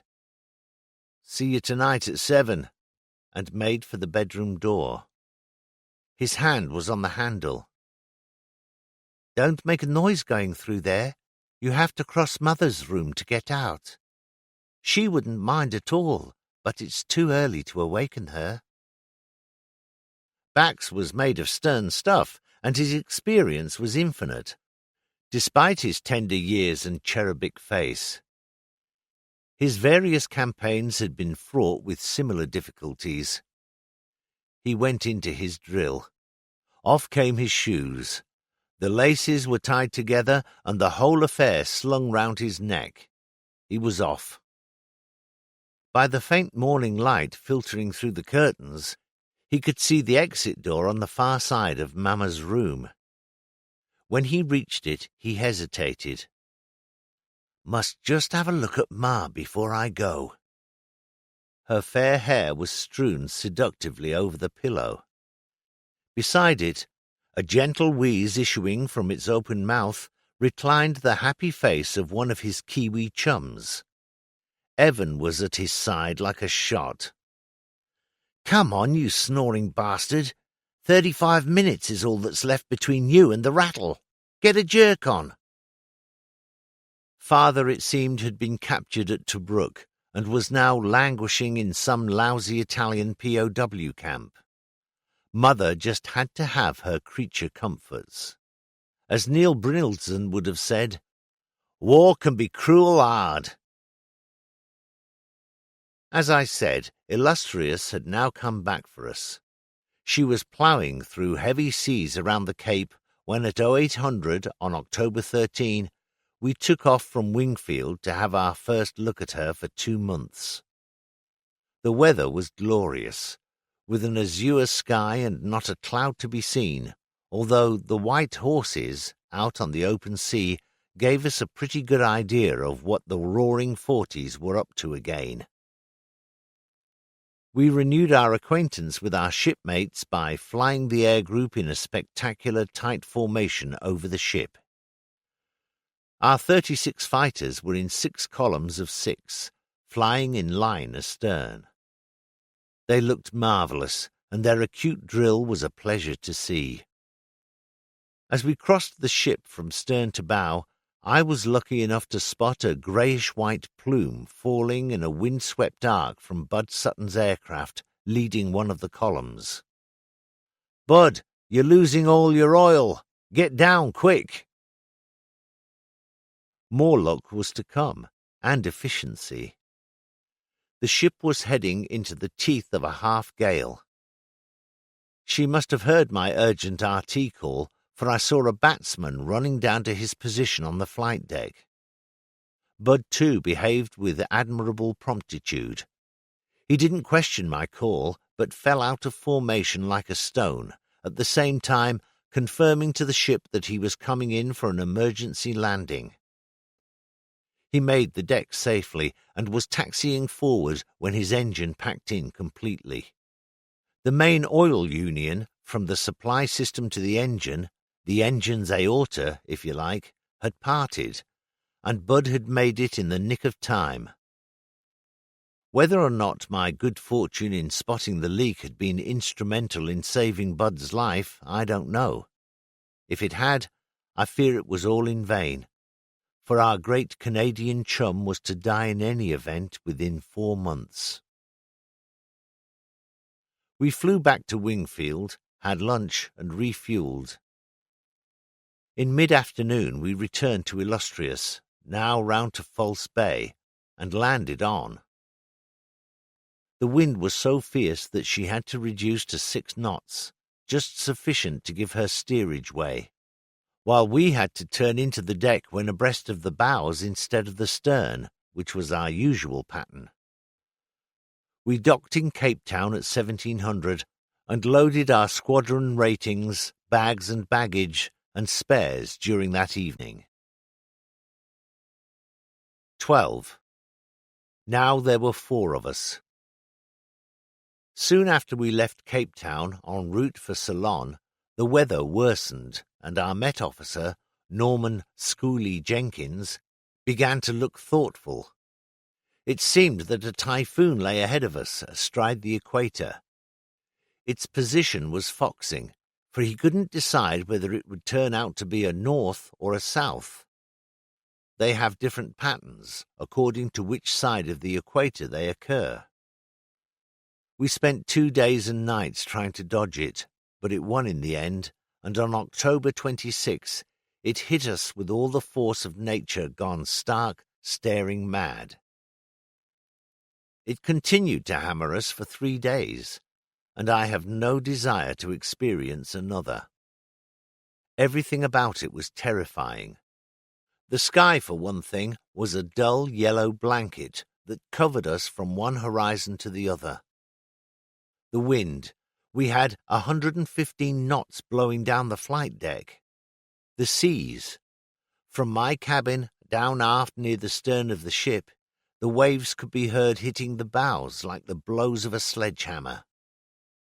The ship's speed was pulled down to the minimum, just sufficient to keep her head into wind.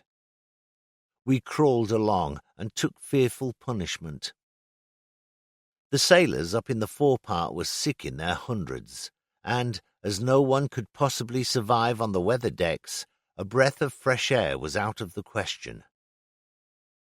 Our deck park of 14 aircraft required continual vigilance, and sailors were held by lifelines as they moved gingerly from the island onto the deck to fix and check extra lashings. The wind was actually turning the propellers of these aircraft, and that against the compression of 18 cylinders. Everyone had to use the starboard passage to reach the island, and to stand on the compass platform was an awesome experience. Outside was a mad, mad world of elements gone crazy, where the noise of the wind was that of the endless high-pitched whistle of a steam locomotive. On the evening of the third day, the sky began to clear. Next morning we had sunshine, although the sea still retained its gigantic, terrifying swell. 2 off-duty petty officers, sitting on the forward round-down in the agreeable sunshine after being so depressingly cooped up in the bowels of the ship, were swept away by a gigantic wave of 50 or 60 feet. One was never seen again. The other one, luckier, fetched up in the forward starboard gun turrets with broken ribs and limbs. By the next day we were flying again, and once more making good progress towards Ceylon, which, after another short call at Adu Atoll, we reached on November 1st. As we sailed into China Bay, we found the battleships, King George V and Howe, lying at anchor, and what an imposing spectacle they made. We refueled and sailed again in the afternoon. Illustrious was sailing for Colombo, and, as she rounded the southern coast of the island, my squadron flew off to land at an RAF station at Kogala, near Gala, there to learn fighter bombing. It was a wild spot.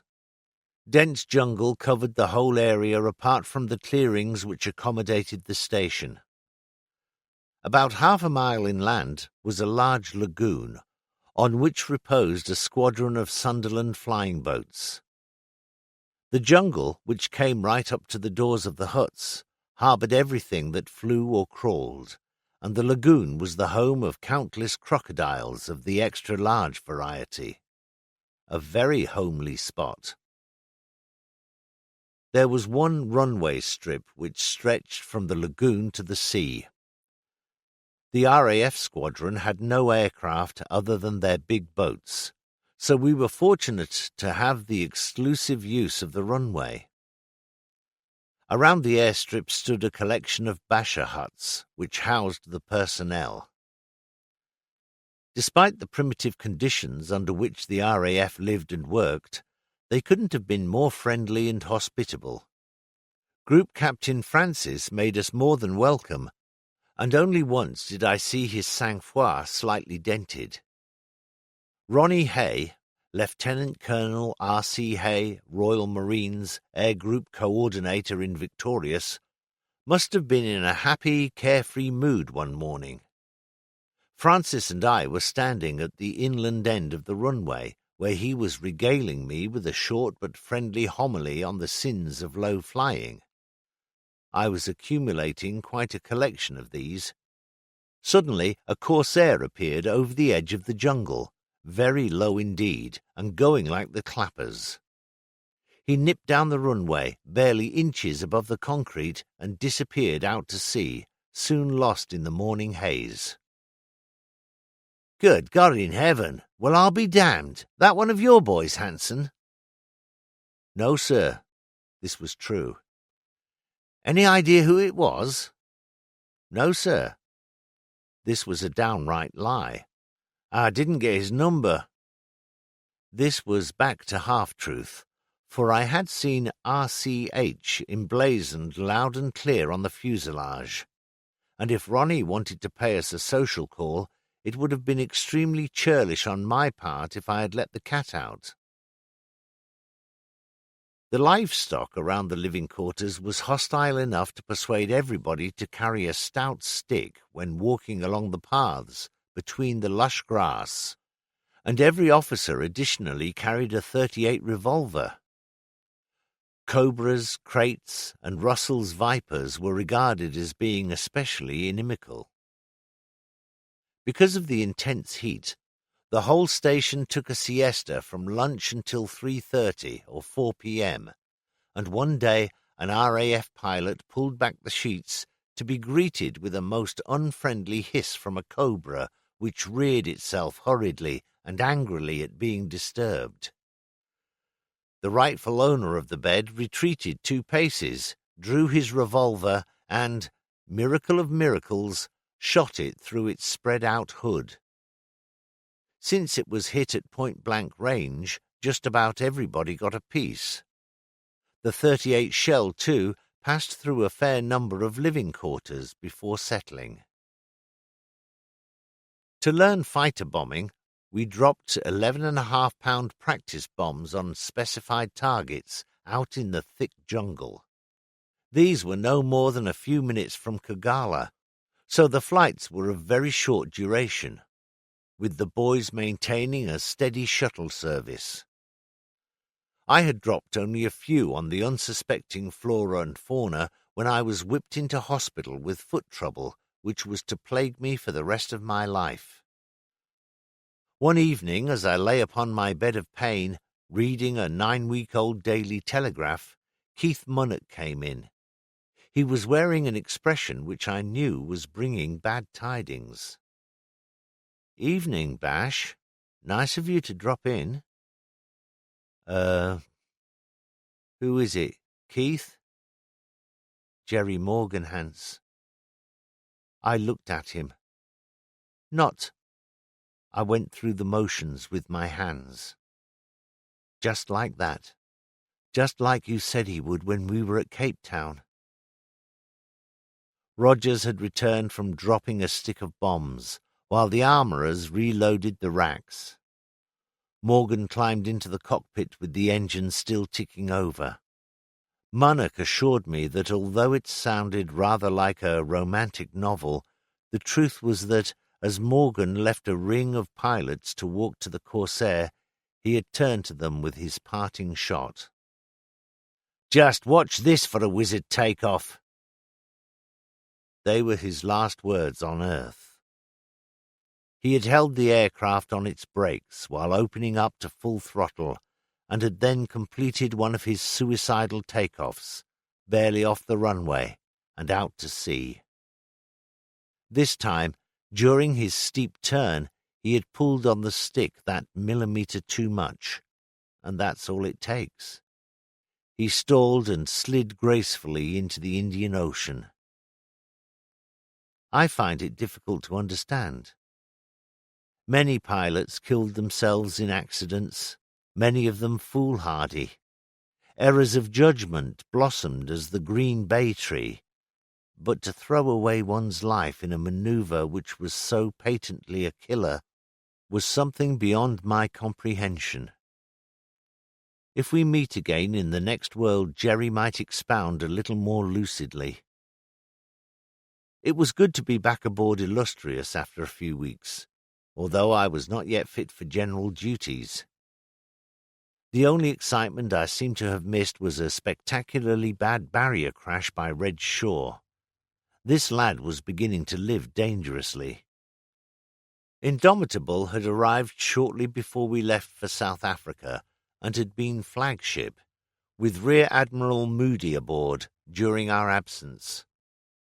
Together with Vic, she had undertaken some operations against the enemy-held Nicobar Islands in the Bay of Bengal and certain targets in Sumatra.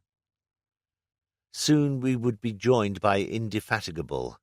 Then we would be 4, the complete striking force of the new British Pacific Fleet, with Philip Vian of Cossack fame as RAA.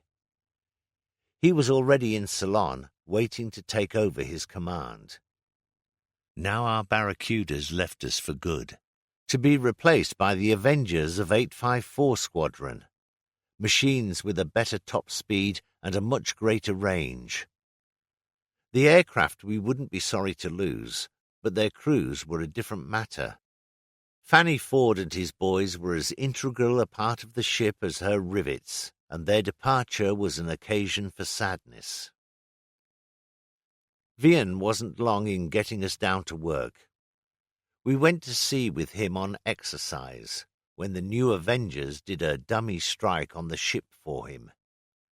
We too showed our paces, with an escort for the Avengers and some frighteningly realistic strafing attacks on all the ships in company, firing live ammunition just over their heads. News gravitated down the grapevine that the great man was pleased with us. I think our captain, who by now had won all our hearts, was even more pleased to discover how pleased Vian was. 3 days later, in company with the Indomitable as flagship and our usual friends, we sailed on an operation. The objective was Pangkalan Brandon, an oil refinery in northeastern Sumatra, about 8 miles inland from the Malacca Straits. Between us we provided 28 Avengers, 16 Hellcats, and 12 Corsairs. Additionally, we took along 4 Corsairs, each armed with 2 500-pound bombs, if only to show that we hadn't been wasting our times at Kogala. It was 5 more shopping days to Christmas, and a lousy time of year for weather off the Asian coast. We took off at 06:30 into weather in which no self-respecting householder would have put out the cat. Doc Stewart, Indomitable's bomber wing leader and strike leader on this occasion, had the unenviable job of taking us there, and I wasn't the least bit surprised when we ended up by milling around in the clouds like London transport buses in a thick fog. Not that I blamed Doc for one moment. No one without the aid of radar could have led us straight to that confounded oil refinery. After some minutes of hanging around and the expenditure of some fruity language, Doc rightly decided that the coast might provide better weather. He accordingly pushed off the few miles to the east.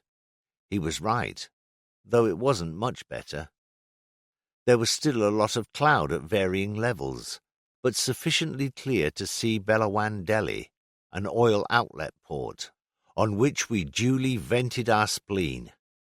We strafed anything worth hitting, and some of our fighters, either lost or frustrated, attacked the airfield near Medan with moderate success. The operation had been singularly uninteresting, but the return more than compensated. I like to think that Doc knew what was going on, for I am sure that the rest of us hadn't a clue. The utter abandonment of all RT discipline caused unbelievable confusion. I latched myself onto a group of Avengers, which, I assured myself, I was now escorting. In reality, I was hoping that their navigators would lead me back to the fleet, for there were moments when I began to wonder precisely how far from, or how near to, Singapore we were. These lads immediately dived for the sea, taking me rather reluctantly with them. We burst through low cloud to sea level, where I was horrified to see the whole gaggle of the strike flying in circles in about 200 feet of airspace. Eventually, we set course to rejoin the fleet to the north of Sumatra, and, on instructions radioed by the Admiral's staff, sent in 2 flights to attack whatever they could find on Sabang airfield as we passed a beam of it. It must have been about lunchtime on the following day before I realized what a field day a handful of enterprising Jap fighters could have enjoyed in the midst of that melee. Christmas came with all the traditional naval trimmings. One of the ship's boys toured the mess decks, adorned in Captain Lamb's cap and reefer jacket. We served Christmas dinner to the ratings of our squadron and sang a few carols with them. In the afternoon the fleet held a regatta. The highlight, which I recall most clearly, was the officers' whaler race. Victorious was tipped to win, so something clearly had to be done about it. At the crucial moment, as the starter was raising his pistol to fire, Jack Parley very adroitly swam beneath the favourite's boat and dislodged the bung. The Vic's officers started to pull away, with water already surging round their ankles. Alas, it was too much of an anticlimax when the starter realised what had happened, stopped them in their tracks, and ordered a restart. We had a good party in the evening, with no end of entertainment. Our acting fraternity produced a one-act Noel Coward play. Churchill and Parley staged one of their sensational wrestling shows, and of course there were songs. Bob Edison rose to the occasion with a new song, Penelope Prang, which brought the house down. I'm Penelope Prang, and I don't give a hang what they do to me when I'm on the booster. But they still get a thrill from that joystick, my dear, and caress it and press it without any fear, till I'm really quite chocker when up goes my rear. Crash, bang, Penelope Prang. Elsewhere, too, there were fun and games. Some high-spirited character from Victorious swam down to King George V and removed all her boats from the booms to tow them quietly down to Vic. Later that evening, Vic's OOD, who had patently entered a shade too enthusiastically into the spirit of Christmas, was surprised to see a middle-aged gentleman in swimming trunks emerge from the Stygian darkness of China Bay onto his gangplank and climb the ladder to the port gangway. Having shaken off most of the water like a great Labrador, he then addressed himself to the OOD, naturally RNVR, with a polite request that his boats might be returned. The OOD countered with an alcoholic, peremptory, "And who the hell are you?" The dripping gentleman retained his composure. "The captain of KGV." Not unexpectedly, this brought forth a great guffaw and the classic reply, "And I'm fucking Napoleon." When the bather quietly stuck to his guns, the OOD adjourned to the wardroom to find the commander, who lost no time in reaching the gangway. There he stiffened to attention, tearing off a smart salute, and "Good evening, sir." Seizing a moment, he turned to his unfortunate subordinate and hissed, "He is too, you bloody fool."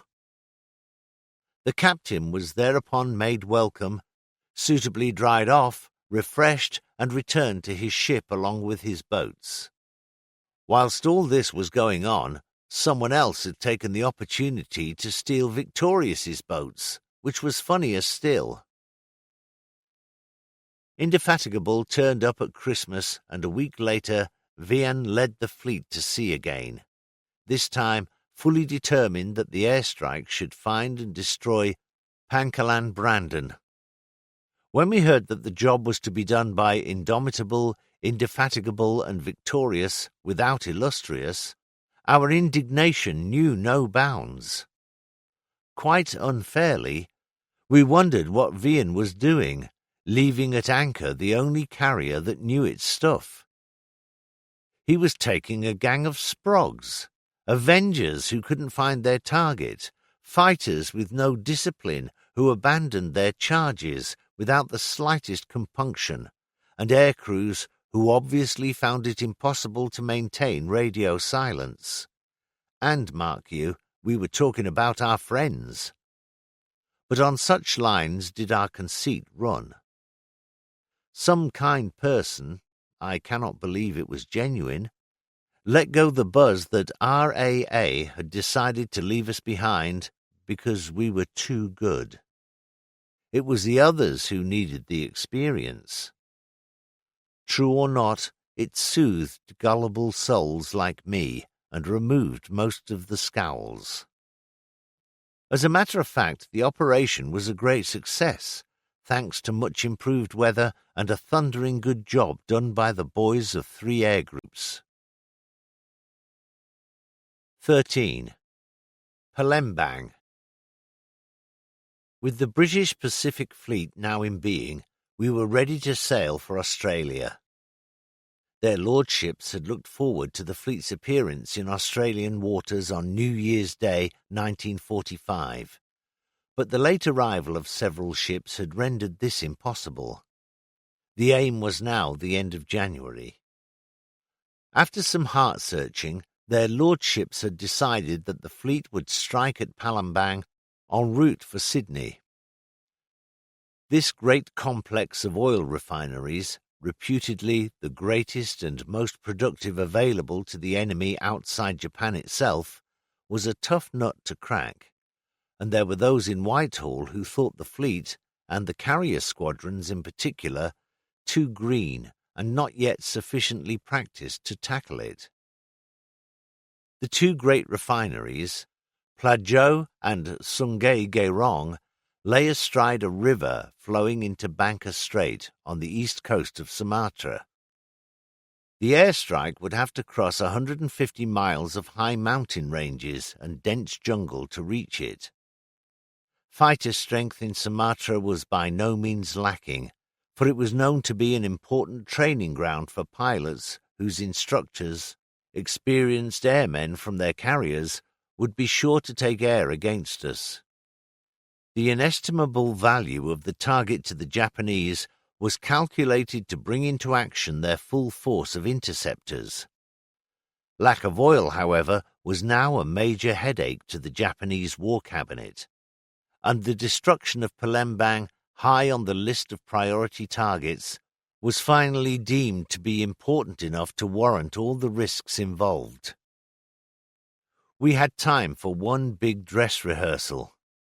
On January 13, 1945, we were steaming around the Indian Ocean to the east of Ceylon, carrying out day-long attacks on the island. Our 4 carriers worked like demons. Colombo and Trincomalee suffered heavy simulated attacks from Avengers and Fireflies, escorted by Corsairs and Hellcats, and every airfield in the island was subjected to ceaseless ground strafing by swarms of fighters. The Navy's shore-based squadrons and RAF fighters were up in strength to do battle with us. The air was full of planes from dawn to dusk, yet, miraculously, there were no collisions. Each with 3 or 4 sorties under our belts, we were dog-tired by the end of the afternoon. Around 15:30, the fleet stood in towards China Bay, and by 16:30 the last flights were landing on. 4 flights of us collected in the area astern of the carrier, waiting for her to turn yet again into wind. Landing commenced. 1 or 2 Corsairs were safely on the deck when Graham Cann approached the round down. Normally a safe and dependable decklander, he made a bit of a mess of this one and drifted up the deck, failing to catch a wire. He hit the first barrier full on. His belly tank unhooked with the sudden declaration, leapt forward and was cut in two by the propeller. A sheet of flame sprang out which, in a 30-knot wind, quickly engulfed the after part of the deck in a sea of blazing petrol. Tony got out of the cockpit, made as though to jump forward, which would have saved his life, changed his mind and jumped aft.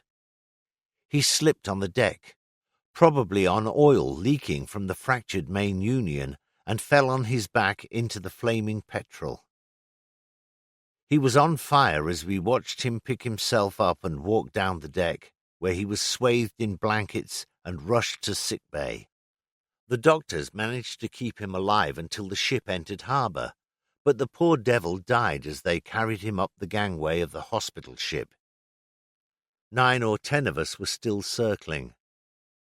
As we were now running short of fuel, I spoke to our FDO, John Parry, to obtain permission to take the boys into China Bay, refuel, and await further instructions. He came up on the radio a minute or two later to give me the go-ahead from wings. The deck was in a hell of a mess, and would have to be sorted out. So we flew into Trinco, landed, parked our aircraft, and started to refuel.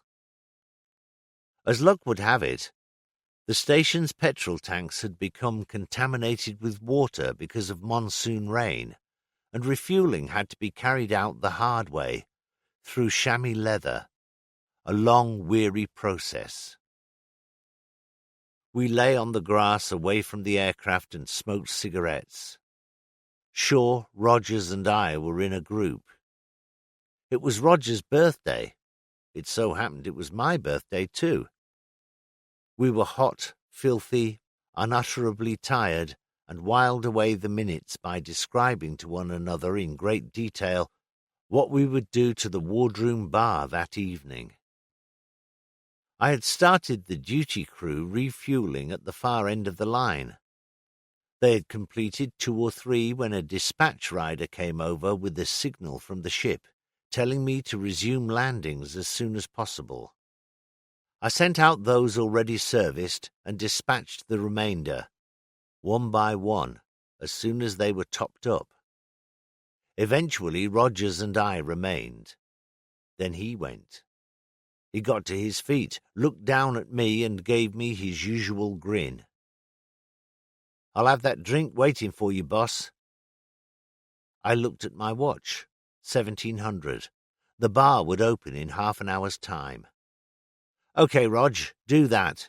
See you soon, provided they put more petrol than water in my cab." 15 minutes later I took off. It was a wonderful evening. The setting sun was spreading gorgeous colours over the sea, fading to dusk, or what goes for dusk in the tropics, out to the east. I felt better again after rest and threw myself into a couple of snap rolls, just to assure myself that I was still firing on all cylinders. My lovely Corsair, worked to death all day long, was still purring like a leopard and revelled in the throwing about. As I came up to within 3 or 4 miles of the ship, now alone on a salmon-pink sea, serene and majestic, I saw a splash on her port quarter. Presumably one of the boys was ditching a belly tank, or maybe it was an Avenger getting rid of a hooked-up depth charge. Yet, weren't they all aboard by now? I came in on Johnny's bats and landed comfortably on the 3rd wire.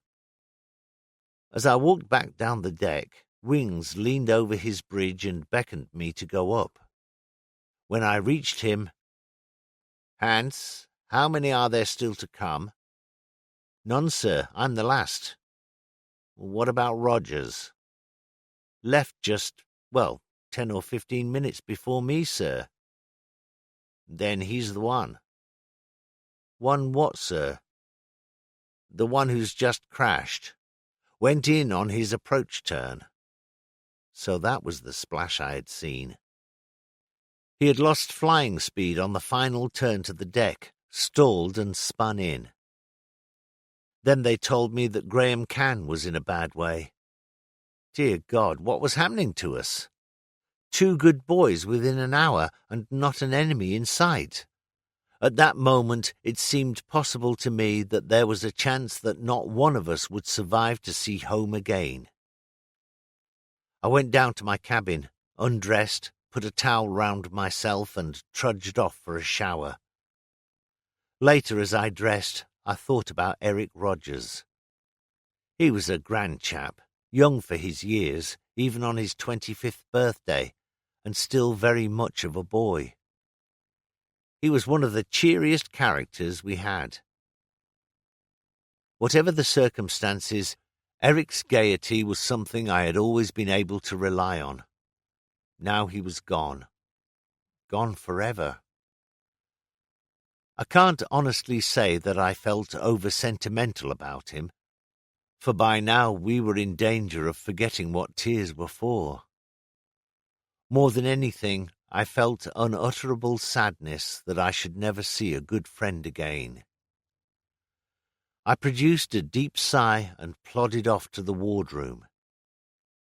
There I ran into Steve Starkey, who, sensible as ever, had already made arrangements for an inventory of Roger's gear to be taken. Whatever one's feelings, the mundane things of life still had to be attended to. I joined an unnaturally quiet bunch of the lads for a drink. We hadn't much to say. What the hell can you say? In another corner were some 1830 boys, obviously talking about Graham Cann's death, news of which had just reached the ship. My God, the atmosphere was like a morgue. Then through the doorway came an old friend, Freddie Smallwood. He came over and we shook hands. Freddie had made a name for himself in earlier years by pranging a walrus. Somebody said in a high-speed stall, which, as Euclid had pointed out, was impossible. Now here he was, large as life. I knew Amir was in harbour, but I didn't know he was her batsman.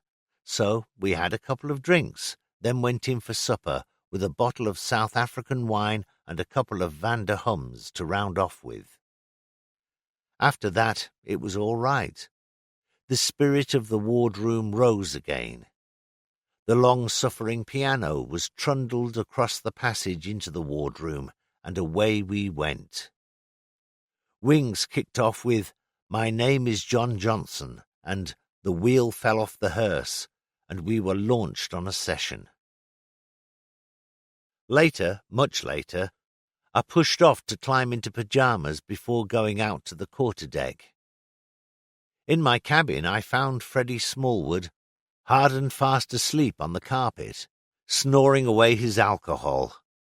He looked as happy as a sandboy. I found a pillow, stuffed it under his head, and left him to it. A messenger found me just leaving the quarterdeck at 0700 next morning, with the signal from Amir to say they were sending a boat at 0800 to recover what was left of Fred. I roused him to life, encouraged him to have a brisk wash and shave, and eventually saw him away from the gangway, looking as though he would probably live. I was grateful to him. He had soaked up for me all the trials and tribulations of yesterday. Today was another day, and I felt, although somewhat shakily, confident that I, too, would get through it, despite the little men who were busily hammering a tunnel through the back of my skull. After all, it had been my birthday. January 24, 1945. A dark, unpleasant morning at 0600, with occasional light squalls of rain blowing over. I was strapped in my Corsair at the head of the range, cold and shivering, with the usual butterflies doing circuits and bumps in my tummy. There was chatter all around me on the deck. Ratings, manning the chocks, were calling to one another. Cunningham and Hastings, the two deck officers, moving around with lucite torches, blue and theatrical, in their hands. I was nervous, like a racehorse ready to go. My eye caught a hiccup of oily black smoke as it puffed from the funnel. The boys down in the boiler rooms were flashing up more burners to increase speed. So it wouldn't be long. My aircraft conveyed the vibration through to my backside. She really was opening the taps. Wings came up on the tannoys. "Fighters, start up!" There was the usual brief pause while the lads moved to safety, away from the reach of those deadly propellers, which would soon be thrashing the air, lethal and invisible. I was all set. All I had to do was to press the tit. The Kaufman starter coughed like an angry tiger, and the prop, just visible now against the lightning sky to the east, disappeared from view in a wreath of blue smoke. The engine was running as sweet as sugar. Just stay like that all day, baby. Check, check, and check again. Everything okay. The sweet, sickly taste of oxygen in my mouth tried to spoil what little breakfast I had eaten. Never mind, I'll have a real breakfast when I get back. All pressures up, temperatures normal. I was ready. The sky was brightening by the second. A choppy sea, but nothing to worry about. Come on, Ian. Come on, let's go for Christ's sake. He must have heard me, for the port olio gave slightly, and the Corsair with it. We were turning to starboard into wind. Any second now. The ship was pushing on, turning on a sixpence with a great heel to port. I could feel the increasing wind speed over the deck. I saw Colin wave away the chocks with a gesture from his torch. Then his torch came up, wound me up, and I was away. The British Pacific Fleet was at sea off Engano Island, to the west of Sumatra, and the greatest airborne task force of the Royal Navy was taking off for Palembang. 5 minutes later, aircraft from the 4 carriers, carrying navigation lights, were milling around the fleet, virtually in darkness, trying to form up into one cohesive unit, and, despite all the odds, managing to achieve it. There were surprisingly few non-starters.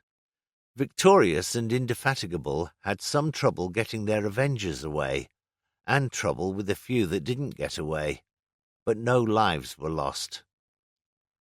The bombers, 43 of them, were Avengers. To escort them, we had a top cover of 16 Corsairs, led by Chris Tompkinson of Victorious, a middle cover of 16 Hellcats and 8 Corsairs under the command of Tommy Harrington, the fighter wing leader of Indomitable, a bow escort of 12 Fireflies, led by Major Cheeseman, R.M., of Indefatigable, and as stern escort, myself with 8 Corsairs. It was a powerful force. With each Avenger carrying 2,000 pounds of bombs, its potential destructive power was considerable. The Air Group Coordinator, boss of the whole shebang, was Lieutenant Colonel Ronnie Hay, R.M., fighter wing leader of Victorious. Leading his own flight, he was responsible for directing the attack. 3 Avengers ran into problems on the climb and had to return to Victorious. The rest of us fought for altitude quickly, for we had a mountain range of something over 10,000 feet to cross shortly after reaching the coast of Sumatra. Palembang lay 100 miles beyond the mountains. In all, I suppose, we had a flight of well over 200 miles before us. We were too busy on the climb to take much interest in the rest of the escort. The Avengers were clawing for altitude, and their speed was accordingly pretty low. To weave our flights at a diabolically low speed and still keep in close company with them gave us a perspiring time. What was more, climbing steeply as we were, we just had to be on Jap radar. We could therefore expect to be jumped by their fighters at any time. I was sufficiently nervous about this to pull my 8 Corsairs out of line, where we could open the taps and crack on more speed. There was no future at all in being jumped when we were floundering around at about 150 knots. Once we levelled out on top, however, I was more than shattered to find that our 8 Corsairs constituted the whole of low cover. Where the hell were the Fireflies? I hadn't the faintest idea what had happened to them, and at this stage couldn't break radio silence to find out. We positioned ourselves over the centre of the bomber formation and hoped for miracles. The country below us was impressive. As far as the eye could see, and that is quite some distance from 13,000 feet, stretched the rich green of the jungle, broken only by the wondrous range of mountains, running peak after peak on both sides of us. Then quite suddenly there was no more time to goof at the scenery. Things began to happen. The Avengers opened the throttle and cracked on more speed. Our eyeballs were now rotating as though on swivels. I kept checking and rechecking oxygen pressure, gun switches, supercharger. Yes, it's on, you stupid bastard, like it was the last time you looked. And all the time searching for those black dots which would mean rats, enemy fighters. Palembang appeared, and away in the distance the Bangka Strait gleamed in the sunshine, with the river, glinting snake-like, winding through the green flat country to join it. There, astride the river, lay the massive refinery. God, what a size! A town in itself. I was still taking it all in when, "Rats, 11 o'clock up!" Top cover was shouting the odds, and the battle was on. The air became alive with warning shouts, orders to close up, and all the natter that excitement generates. And then I could see them. Over to the north, pinpricks were hurtling downhill from a great height, and contrails streamed out across the azure sky as our fighters pulled tight corners to get at them. The Avengers were now deploying for their bombing run, and their line was lengthening. Christ, I could do with 20 more Corsairs right now. Suddenly, a Jap levelled out over on the port side, coming at us like a thunderbolt, making his run to take the bombers below us on the beam. "Break left, go!" And the flight wheeled over onto its wingtips. We gave him a burst head-on, and he ducked. Whether or not we hit him, I don't know. But fire from 24 machine guns of .5 caliber is enough to make the bravest man put his head down. I hadn't turned the flight back to the Avengers before someone yelled, "Rats, 3 o'clock up!" And there were 2 more, belting in at high speed. Churchill had already turned his flight at one of them. We took on the other. One of the 4 of us must have been a damn good shot, for bits and pieces of it flew around as it dived down. The pilot had forgotten all about the bombers now. We had given him something else to worry about. There was a great temptation to chase him, but our job wasn't to mount up scores. Our purpose in life was to keep them away from the bomber boys, whether we hit them or not. Now we turned back to the line of the attack. The Avengers were diving on their run to the target and were going like the clappers.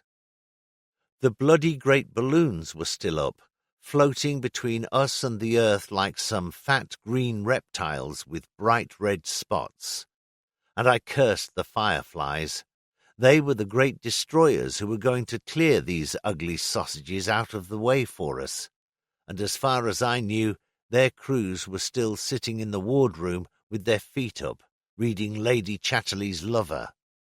Where the bloody hell were they? We were searching out ahead, weaving all the time like bastards, when Tracer flew past us, fired from astern.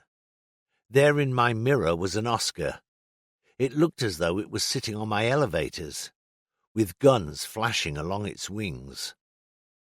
I had time neither to shout nor to brake before it dived beneath us, only to reappear in a split second, pulling up in front of us, the length of 2 cricket pitches away. We all heaved back on our sticks and gave it the works. No need for gun sights. The silly bastard was half-stalled, sitting there like a broken-down old whore. Its port aileron took off and sailed over our heads. What looked like a section of flap fell away to our right. Someone must have hit the engine. The aircraft fell, smoking, down on the port side, and Matt Barber must have nearly flown through it. God knows how he missed it. I yelled and did an aerobatic turn to port where another fighter, a Tojo, was boring in. No, it was another Oscar. We gave it a long burst, tearing chunks out of the back end of the fuselage and tail section. And it sheared off to starboard. Jesus! Business was brisk, and we were tearing around like frustrated virgins. I straightened up on the line of the last Avenger or two and had a quick shufty around to see how the boys were faring. Reggie Shaw and Matt Barber, numbers 3 and 4, had vanished. I did a quick scan around the sky. Not a sign. How had they gone? Had that Oscar got them? Certainly not the one we had hammered up front. They had been with me then. What about that last desperate turn from the bombers? Had the speed of my turn taken them by surprise? When you lose a fast-flying formation, you can be miles away before you realize it. I just couldn't remember when I had last seen them. Whatever the reason, Jimmy Clark and I were alone. Winnie and his flight had disappeared. Perhaps he was already on his way to the rendezvous on the far side of the target area. So we pushed off in that direction, diving to get up some more speed. Thick black smoke was now obscuring a lot of the target, and Ronnie Hay would be having a few words to say about that. I was still worrying about Shaw and Barber when a Nick rose out of an empty space, a sleek 2-engine fighter. It came up like a rocket on our starboard side, very close, and the aircrew hadn't seen us. I saw quite clearly the 2 Japs sitting side by side in the greenhouse. Jimmy was the nearer of the 2 of us and turned to give it a quick squirt. I lifted and horsed the stick over, firing over the top of Jimmy's Corsair. A rash of bullet holes appeared on the Jap's port wing roots as he fell off to starboard, faster and even faster, plummeting down to the chaos of the refinery below. Again, for one fleeting moment, I damn nearly followed him, but again I remembered what my job was, and it certainly wasn't that, and flew on to the rendezvous. We came up to some Avengers, all of whom seemed reasonably relaxed and unworried. One of their pilots looked up and gave me a grin and a thumbs up. We formed over them and soon were joined by 2 more Corsairs, victorious jobs. There were still a few calls for rats, probably some fighters loafing around upstairs, waiting for easy pickings. One whipped in at the Avengers, and the victorious boys on the starboard side of the weave sheared it away. There were Hellcats about 1,000 feet above, in classic open formation. Things at our level remained a bit disorganized. No wonder. And still someone was calling rats. A Jap scudded across in front of us. A Tojo, I thought. Looked a bit like a FW-190, way out of range. It was a full deflection shot, and I hadn't more than one chance in 10,000 of hitting it. I let fly anyway, just for the hell of it. Then it was suddenly quiet. Oh, so unbelievably quiet. And for the first time, I saw that we were over the mountains again. The blessed sea came up. Safety. I felt like old Xenophon. Thalassa! Thalassa! I could have yelped with joy. We struck out towards the fleet, keeping a wary eye above and behind us. At last, beneath us, spread the pride of the Royal Navy. And how bloody marvellous they looked. 2 great battlers in the centre, 4 carriers in square formation around them, spaced out with all the precision of guardsmen, and cruisers and destroyers as far as the eye could see. They were already into wind, and we started to land on. We sorted out our various carriers, waited a minute or 2, then I led the flight, we had just been joined by a couple more of our Corsairs, up the starboard side of Illustrious and lowered hook and undercarriage. Undercart okay anyway, down and locked. About a mile up, then round to port in a great 180-degree turn. Down 20 degrees a flap, 10 degrees more. There was something wrong. What in God's name was the matter with the thing? The flaps just weren't taking the speed off it. I started to juggle, working out how to go about the business of landing, and sailed on, well past the stern end of the ship. Eventually, somehow or other, I got it down to manageable speed and turned in towards the ship. I was low, too low, down to about 350 feet, and a long, long way astern. Should I go round again? No, Bats was giving me Roger, so I pressed on and gave it a bit more throttle to get some extra height. I was in a bloody awful position, but he obviously thought that I would make it okay. Then, from the port side came a Corsair in a steep turn, doing its approach to the deck, and was upon me before I saw it. I heard the roar from its engine above my own. God, it was close, and the pilot couldn't see me beneath his wing. I crashed the throttle wide open to clear out of its way and promptly stalled. I had collected all its slipstream. My Corsair fell out of the sky like a stone, port wing down. I screamed. I knew without a shadow of doubt that I was done for. From 400 feet in a 6-ton aircraft, you don't stand a dog's chance. The stick was whipped out of my hand by the sudden stall and was far to the left, set as though in concrete. I took both hands to it. No good. I got my left knee behind it, still solid. The sea was coming up at me at a sickening speed, any second now. Then the stick became free. I had regained flying speed. Thank God I did the right things instinctively. I kicked the starboard rudder hard and she stopped spinning. I straightened up the wings and started to pull, gently though. I didn't want to go into a reverse spin, which a Corsair would do without any trouble. For one wildly optimistic moment, I thought I was safe. The sea was close, horribly close, and I was going fast now, but I was pulling out of the dive. Gently, gently. Everything went black, as they say. I never heard the bang. I came back to consciousness in a world of water, dark and frightening. I was drowning, hanging upside down, suspended in my harness. I moved to put my hand outside the cockpit, but there was no opening, only a jumble of levers which I didn't recognize.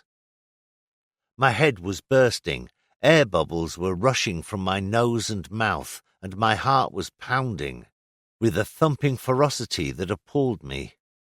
I put my left hand above and behind my head and felt the perspex of the cockpit hood. Now forward. A gap. It was about a foot wide. I undid my safety harness and, somehow or other, clambered upwards, squeezing my body out. Blast it, I couldn't get my chute out. Back through the gap into the cockpit again, off parachute harness, and I remembered to tear off my helmet with its restraining RT and oxygen leads. Now I got through the gap again and looked up as I fought to rise, the whole of my body bursting for relief from this killing anguish. The water above me was pale green, and the Corsair hung beside me, motionless, tapering upwards to the tail. I pulled the lever of the CO2 bottle of my Mae West and urged myself to the surface. I emerged into a grey, featureless world and a nasty, choppy sea. 4 feet away was the Corsair's rudder, projecting 3 or 4 inches above the surface. As I watched it, it sank. I had escaped in the nick of time. But my heart was my chief concern. I could feel it. Even more, I could hear it, banging away at a hell of a rate. My mouth was wide open, and the mad, frantic rate of breathing was something I didn't believe could last. The lop of every wave hit me in the face and pushed more and more water inside me. I couldn't stop it. I had to try and breathe or die. In my bewilderment from having been knocked out cold, I hadn't the wit to release all the gear that pulled me down into the water.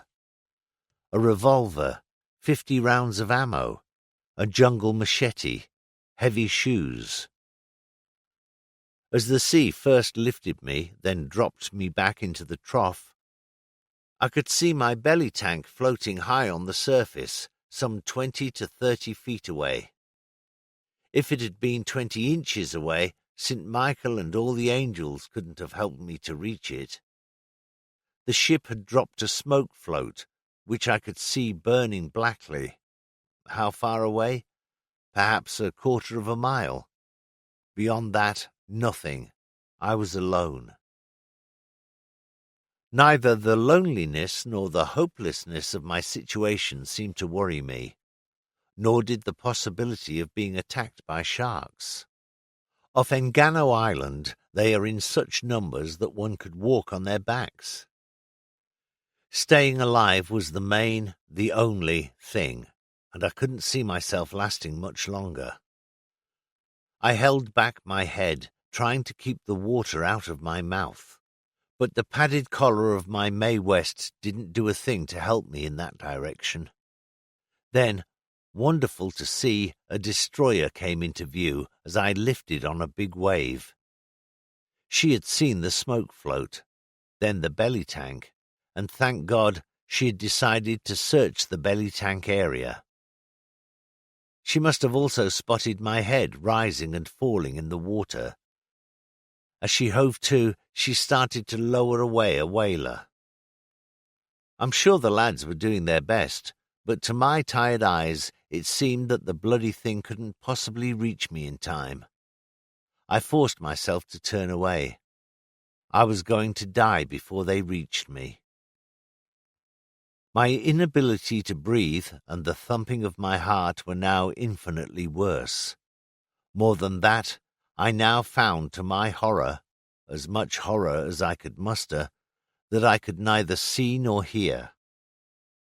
I lay motionless in the water, my strength and the will to do anything fast ebbing away. Then someone grabbed the collar of my Mae West. Another bod, presumably, took a handful of the seat of my flying overalls and hoisted me inboard. They dropped me to the boards like a great fish, and water surged from my mouth. I coughed, half choking, and they lifted me up and sat me on a thwart. The destroyer, Wessex, with Lieutenant Commander R. Horncastle, R.N., in command, was at action stations. As soon as the whaler was out of the water, she was off again at a rate of knots. The whaler was swung inboard, and the crew got out onto the iron deck. Now I could see somewhat vaguely, and my hearing was returning. Fortunately for me, Wessex was big enough to carry a doctor, and this young man was standing by, ready to give me a helping hand. He grasped my arm to help me onto the deck. From some hidden reserve, and I certainly didn't have much of that left, I found the energy to wave him away. Something inside me said that I would die if I moved. I just sat there, feeling like death himself. I put my head down in my agony, and water gushed again and again from my nose and mouth.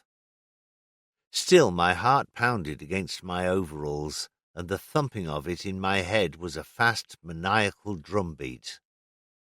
I just couldn't understand how I stayed alive. I sat there for the best part of an hour, and the doc, bless him, stayed with me. He didn't interfere, nor did he say a word. At long last I made an effort and rose rockily to my feet. He took my arm and led me, still unspeaking, to the sick bay. There he stripped and examined me. A lump on my head like a duck's egg, a rip on the inside of my left knee where I had tried to force the joystick, and that was all. He wrapped a blanket round me and took a long look at me. 2 minutes later he came to me with a glass. "That's about all I can think of. I'm sure it won't do you any harm." It was a half-tumbler of neat whiskey, and it tasted like nectar. He gave me a large enamel bowl and told me to take it easy. Every few minutes I put my head down, and the salt water continued to burst from me like a siphon. Hell, I must be full of the stuff. And then, suddenly, I was much better. Lunchtime arrived, 12 o'clock. I had been picked up at 10:05, and already I was getting back to normal. I had some lunch and a drink and felt even better. I hasten to say that a drink was strictly for me. The ship's officers were at action stations and were on the wagon for the time being. In the afternoon I joined the bridge party, captain, number 1, and officer of the watch.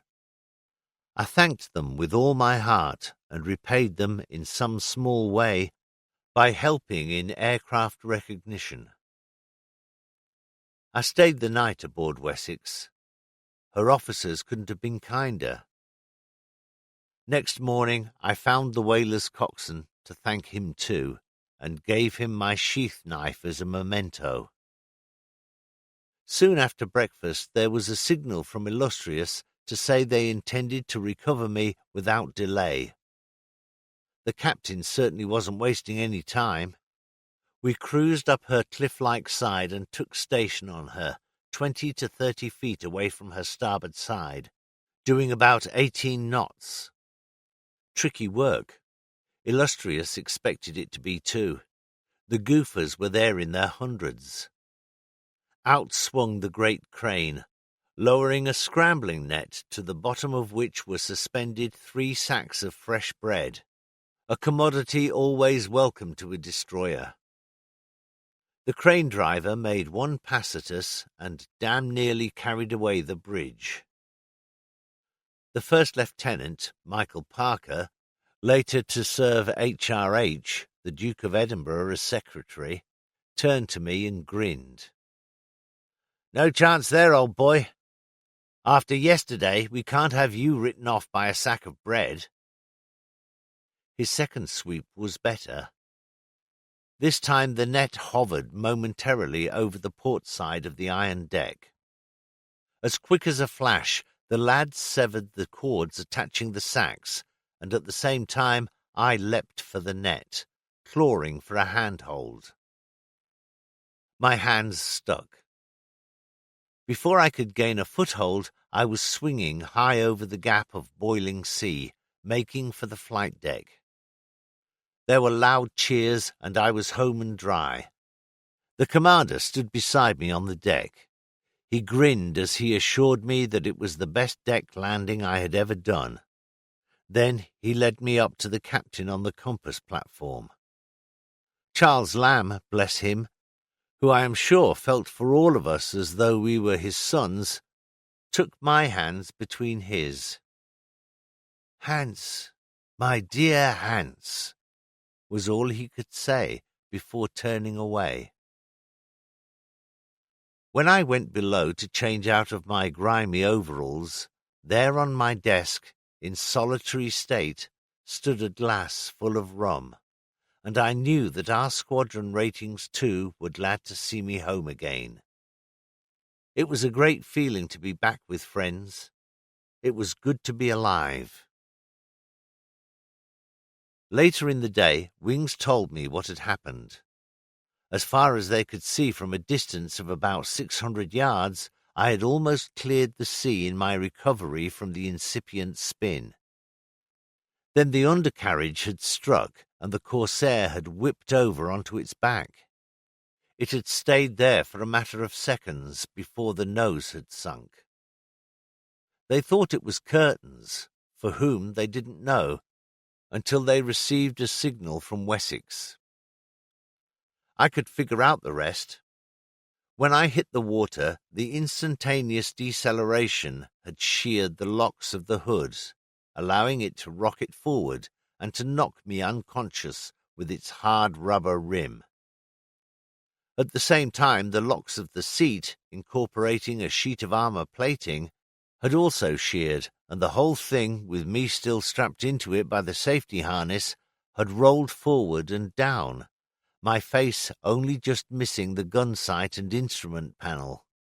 When I recovered consciousness, my head was 20 feet below the surface. I had been in the sea for 35 minutes before being rescued. Whilst we had been leading the high life over Palembang, Michael Tritton had led a ramrod of Corsairs over 3 enemy airfields on very successful strafing runs. They had destroyed 34 fighters. Had they not done so, I suppose we would still be fighting the Battle of Palembang. The whole operation, in fact, had been successful, although a heavy price had been paid. The fleet had lost 6 Corsairs, 1 Hellcat and 2 Avengers. Illustrious herself had paid dearly. Our 2 squadrons each lost 2 pilots. Sutton and Brown from 1830 and Shaw and Baxter from 1833. Admiral Vian knew that too. His signal to us is worth recording. The determination of your squadrons to hit the enemy to the full at whatever cost has involved Illustrious in important losses which we all deplore. I hope it may be satisfying to you that I have no doubt that it is upon the gallantry and resolution of such men as these that the great successes achieved at Palembang chiefly depended. My number 3, Reggie Shaw, as I have said, had become parted from us during our fast breaks over the target area. An Avenger pilot from another carrier had seen a Corsair, thought to be Shaw's, diving for ground level with the Tojo fighter hard on its heels. Evan Baxter had been hit when at considerable altitude and had been seen to bail out well away from Palembang. A rendezvous had been arranged at a small lake, Lake Ranau, in Sumatra, not many miles from the western coast, whither our walrus amphibian, piloted by Lieutenant A. N. E. Walker, RNVR, flew on January 29, escorted by 2 fighters to look for signs of any survivors who might have reached the meeting place. Nothing was seen, however, and Walker returned empty-handed. At that time, 5 days probably seemed a not unreasonable lapse of time for healthy young men to walk anything up to 70 or 80 miles. 30 years later, however, in the light of after knowledge, we know that their task was not humanly possible. When one considers the odds stacked against them, the contours of the island, the thickness of the jungle vegetation, the presence of the enemy, and those natives under his influence, the possibility of wounds or bodily damage sustained in arriving on the surface of Sumatra, their task is seen to be just not on. Walker himself, after his valiant attempt to find aircrew at Lake Ranau, was unfortunately killed later in the same day when our ship suffered damage from the fleet's gunfire. It wasn't until after the war that we learned that both Baxter and Shaw, together with 7 other aircrew, had been executed by the Japanese. Bud Sutton and Tiddles Brown of 1830 Squadron had been killed over airfields whilst ground strafing. Bud was not seen again after completing a 3rd strafing run over one of the fields attacked by Tritton's ramrod. Brown had been hit fair and square by flak as he went into a strafing run, and had cartwheeled through a line of Jap fighters drawn up on the runway. The poor chap was probably stone dead as he crashed through them at 300 knots. We had lost more than 4 pilots. 4 good friends had gone forever. It had been the intention to hit Palembang again on the following morning, but monsoon weather intervened, and it wasn't until 5 days later, January 29, that the strike force again climbed away from the decks, out to the coast and away over the mountain range. Each night as darkness fell, the fleet stood in towards the land through thick, murky weather. Each morning at 0100, the tannoys announced that the operation was postponed for 24 hours. During these days, the maintenance crews worked non-stop to achieve maximum serviceability. The air crews discussed the first operation and ways and means of bringing about improvements. During a refueling session in mid-ocean, Indomitable, Vian's flagship, was able to convene a wing leaders' conference at which most of the beefs were argued. Various things had gone wrong on the way to and from Palembang. For one thing, all were agreed that there had been too much natter once radio silence had been broken. Too many men had asked too many damn silly questions, rendering it difficult to pass genuinely urgent messages. The absence of the Fireflies in the early part of the attack — they had apparently joined in halfway through the battle, although I hadn't seen them — which had produced such acrimonious thoughts over the target, had come about by a starter failure on the part of the aircraft leading their range, holding up takeoff for an unconscionable time. There had been a lamentable failure to concentrate quickly and effectively over the rendezvous on the far side of the target, leaving too many Avengers vulnerable to attack before fighter cover became organized again. The chief complaint seems to have been the lack of close escort over the bombers. The absence of the Fireflies, of course, had been one contributory factor, but it was also felt that middle cover might have given more assistance instead of bashing around, as the New Zealanders put it, like blue-arsed flies, looking for Japs to kill. Finally, it was essential that the balloons should be hacked down before the Avengers bombed. So the chat went until the 29th at 0100, when the tannoys said that it was on.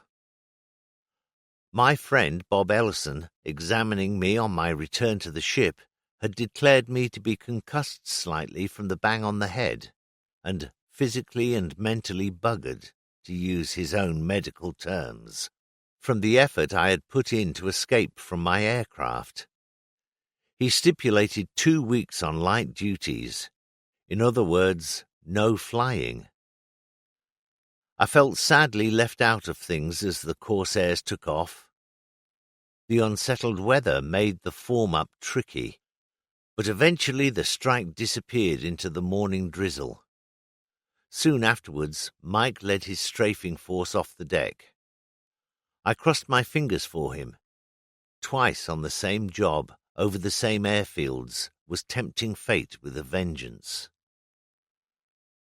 For the first time I endured the agony of the long wait, but in the end it was all over. It was a great moment when we counted the Corsairs, not one missing. 854 Squadron, though, wasn't so fortunate. 2 of their Avengers failed to return, that of their commanding officer, Charlie Mainprice, the other captained by R.S. Armstrong, a Carlisle boy. Both of them had struck balloon cables on their dive down to the refinery, and all 6 crew members were killed. It was a sad loss for our bomber friends, for both crews were well thought of. Mike returned too, and he hadn't been back in the ship for very long before there were air raid warnings of varying urgency. It was said that fighter patrols were busy. Then we were attacked. 7 Bettys, 2-engined aircraft, appeared from the direction of the coast, coming in fast and low, and made a determined attack on the carriers. All were shot down, most spectacularly, by sea fires from Indefatigable and by the fleet's guns. But during the action we suffered heavy damage when Euryalus, our pivot cruiser, failed to check her fire when we came between her and her target. She slammed 2 5.25-inch shells into us. 12 men were killed and more than 20 wounded before the firing ceased and the danger was past. And then we were heading south, away from Sumatra and away from Palembang. The big battle was over, and we who were left were counting the cost.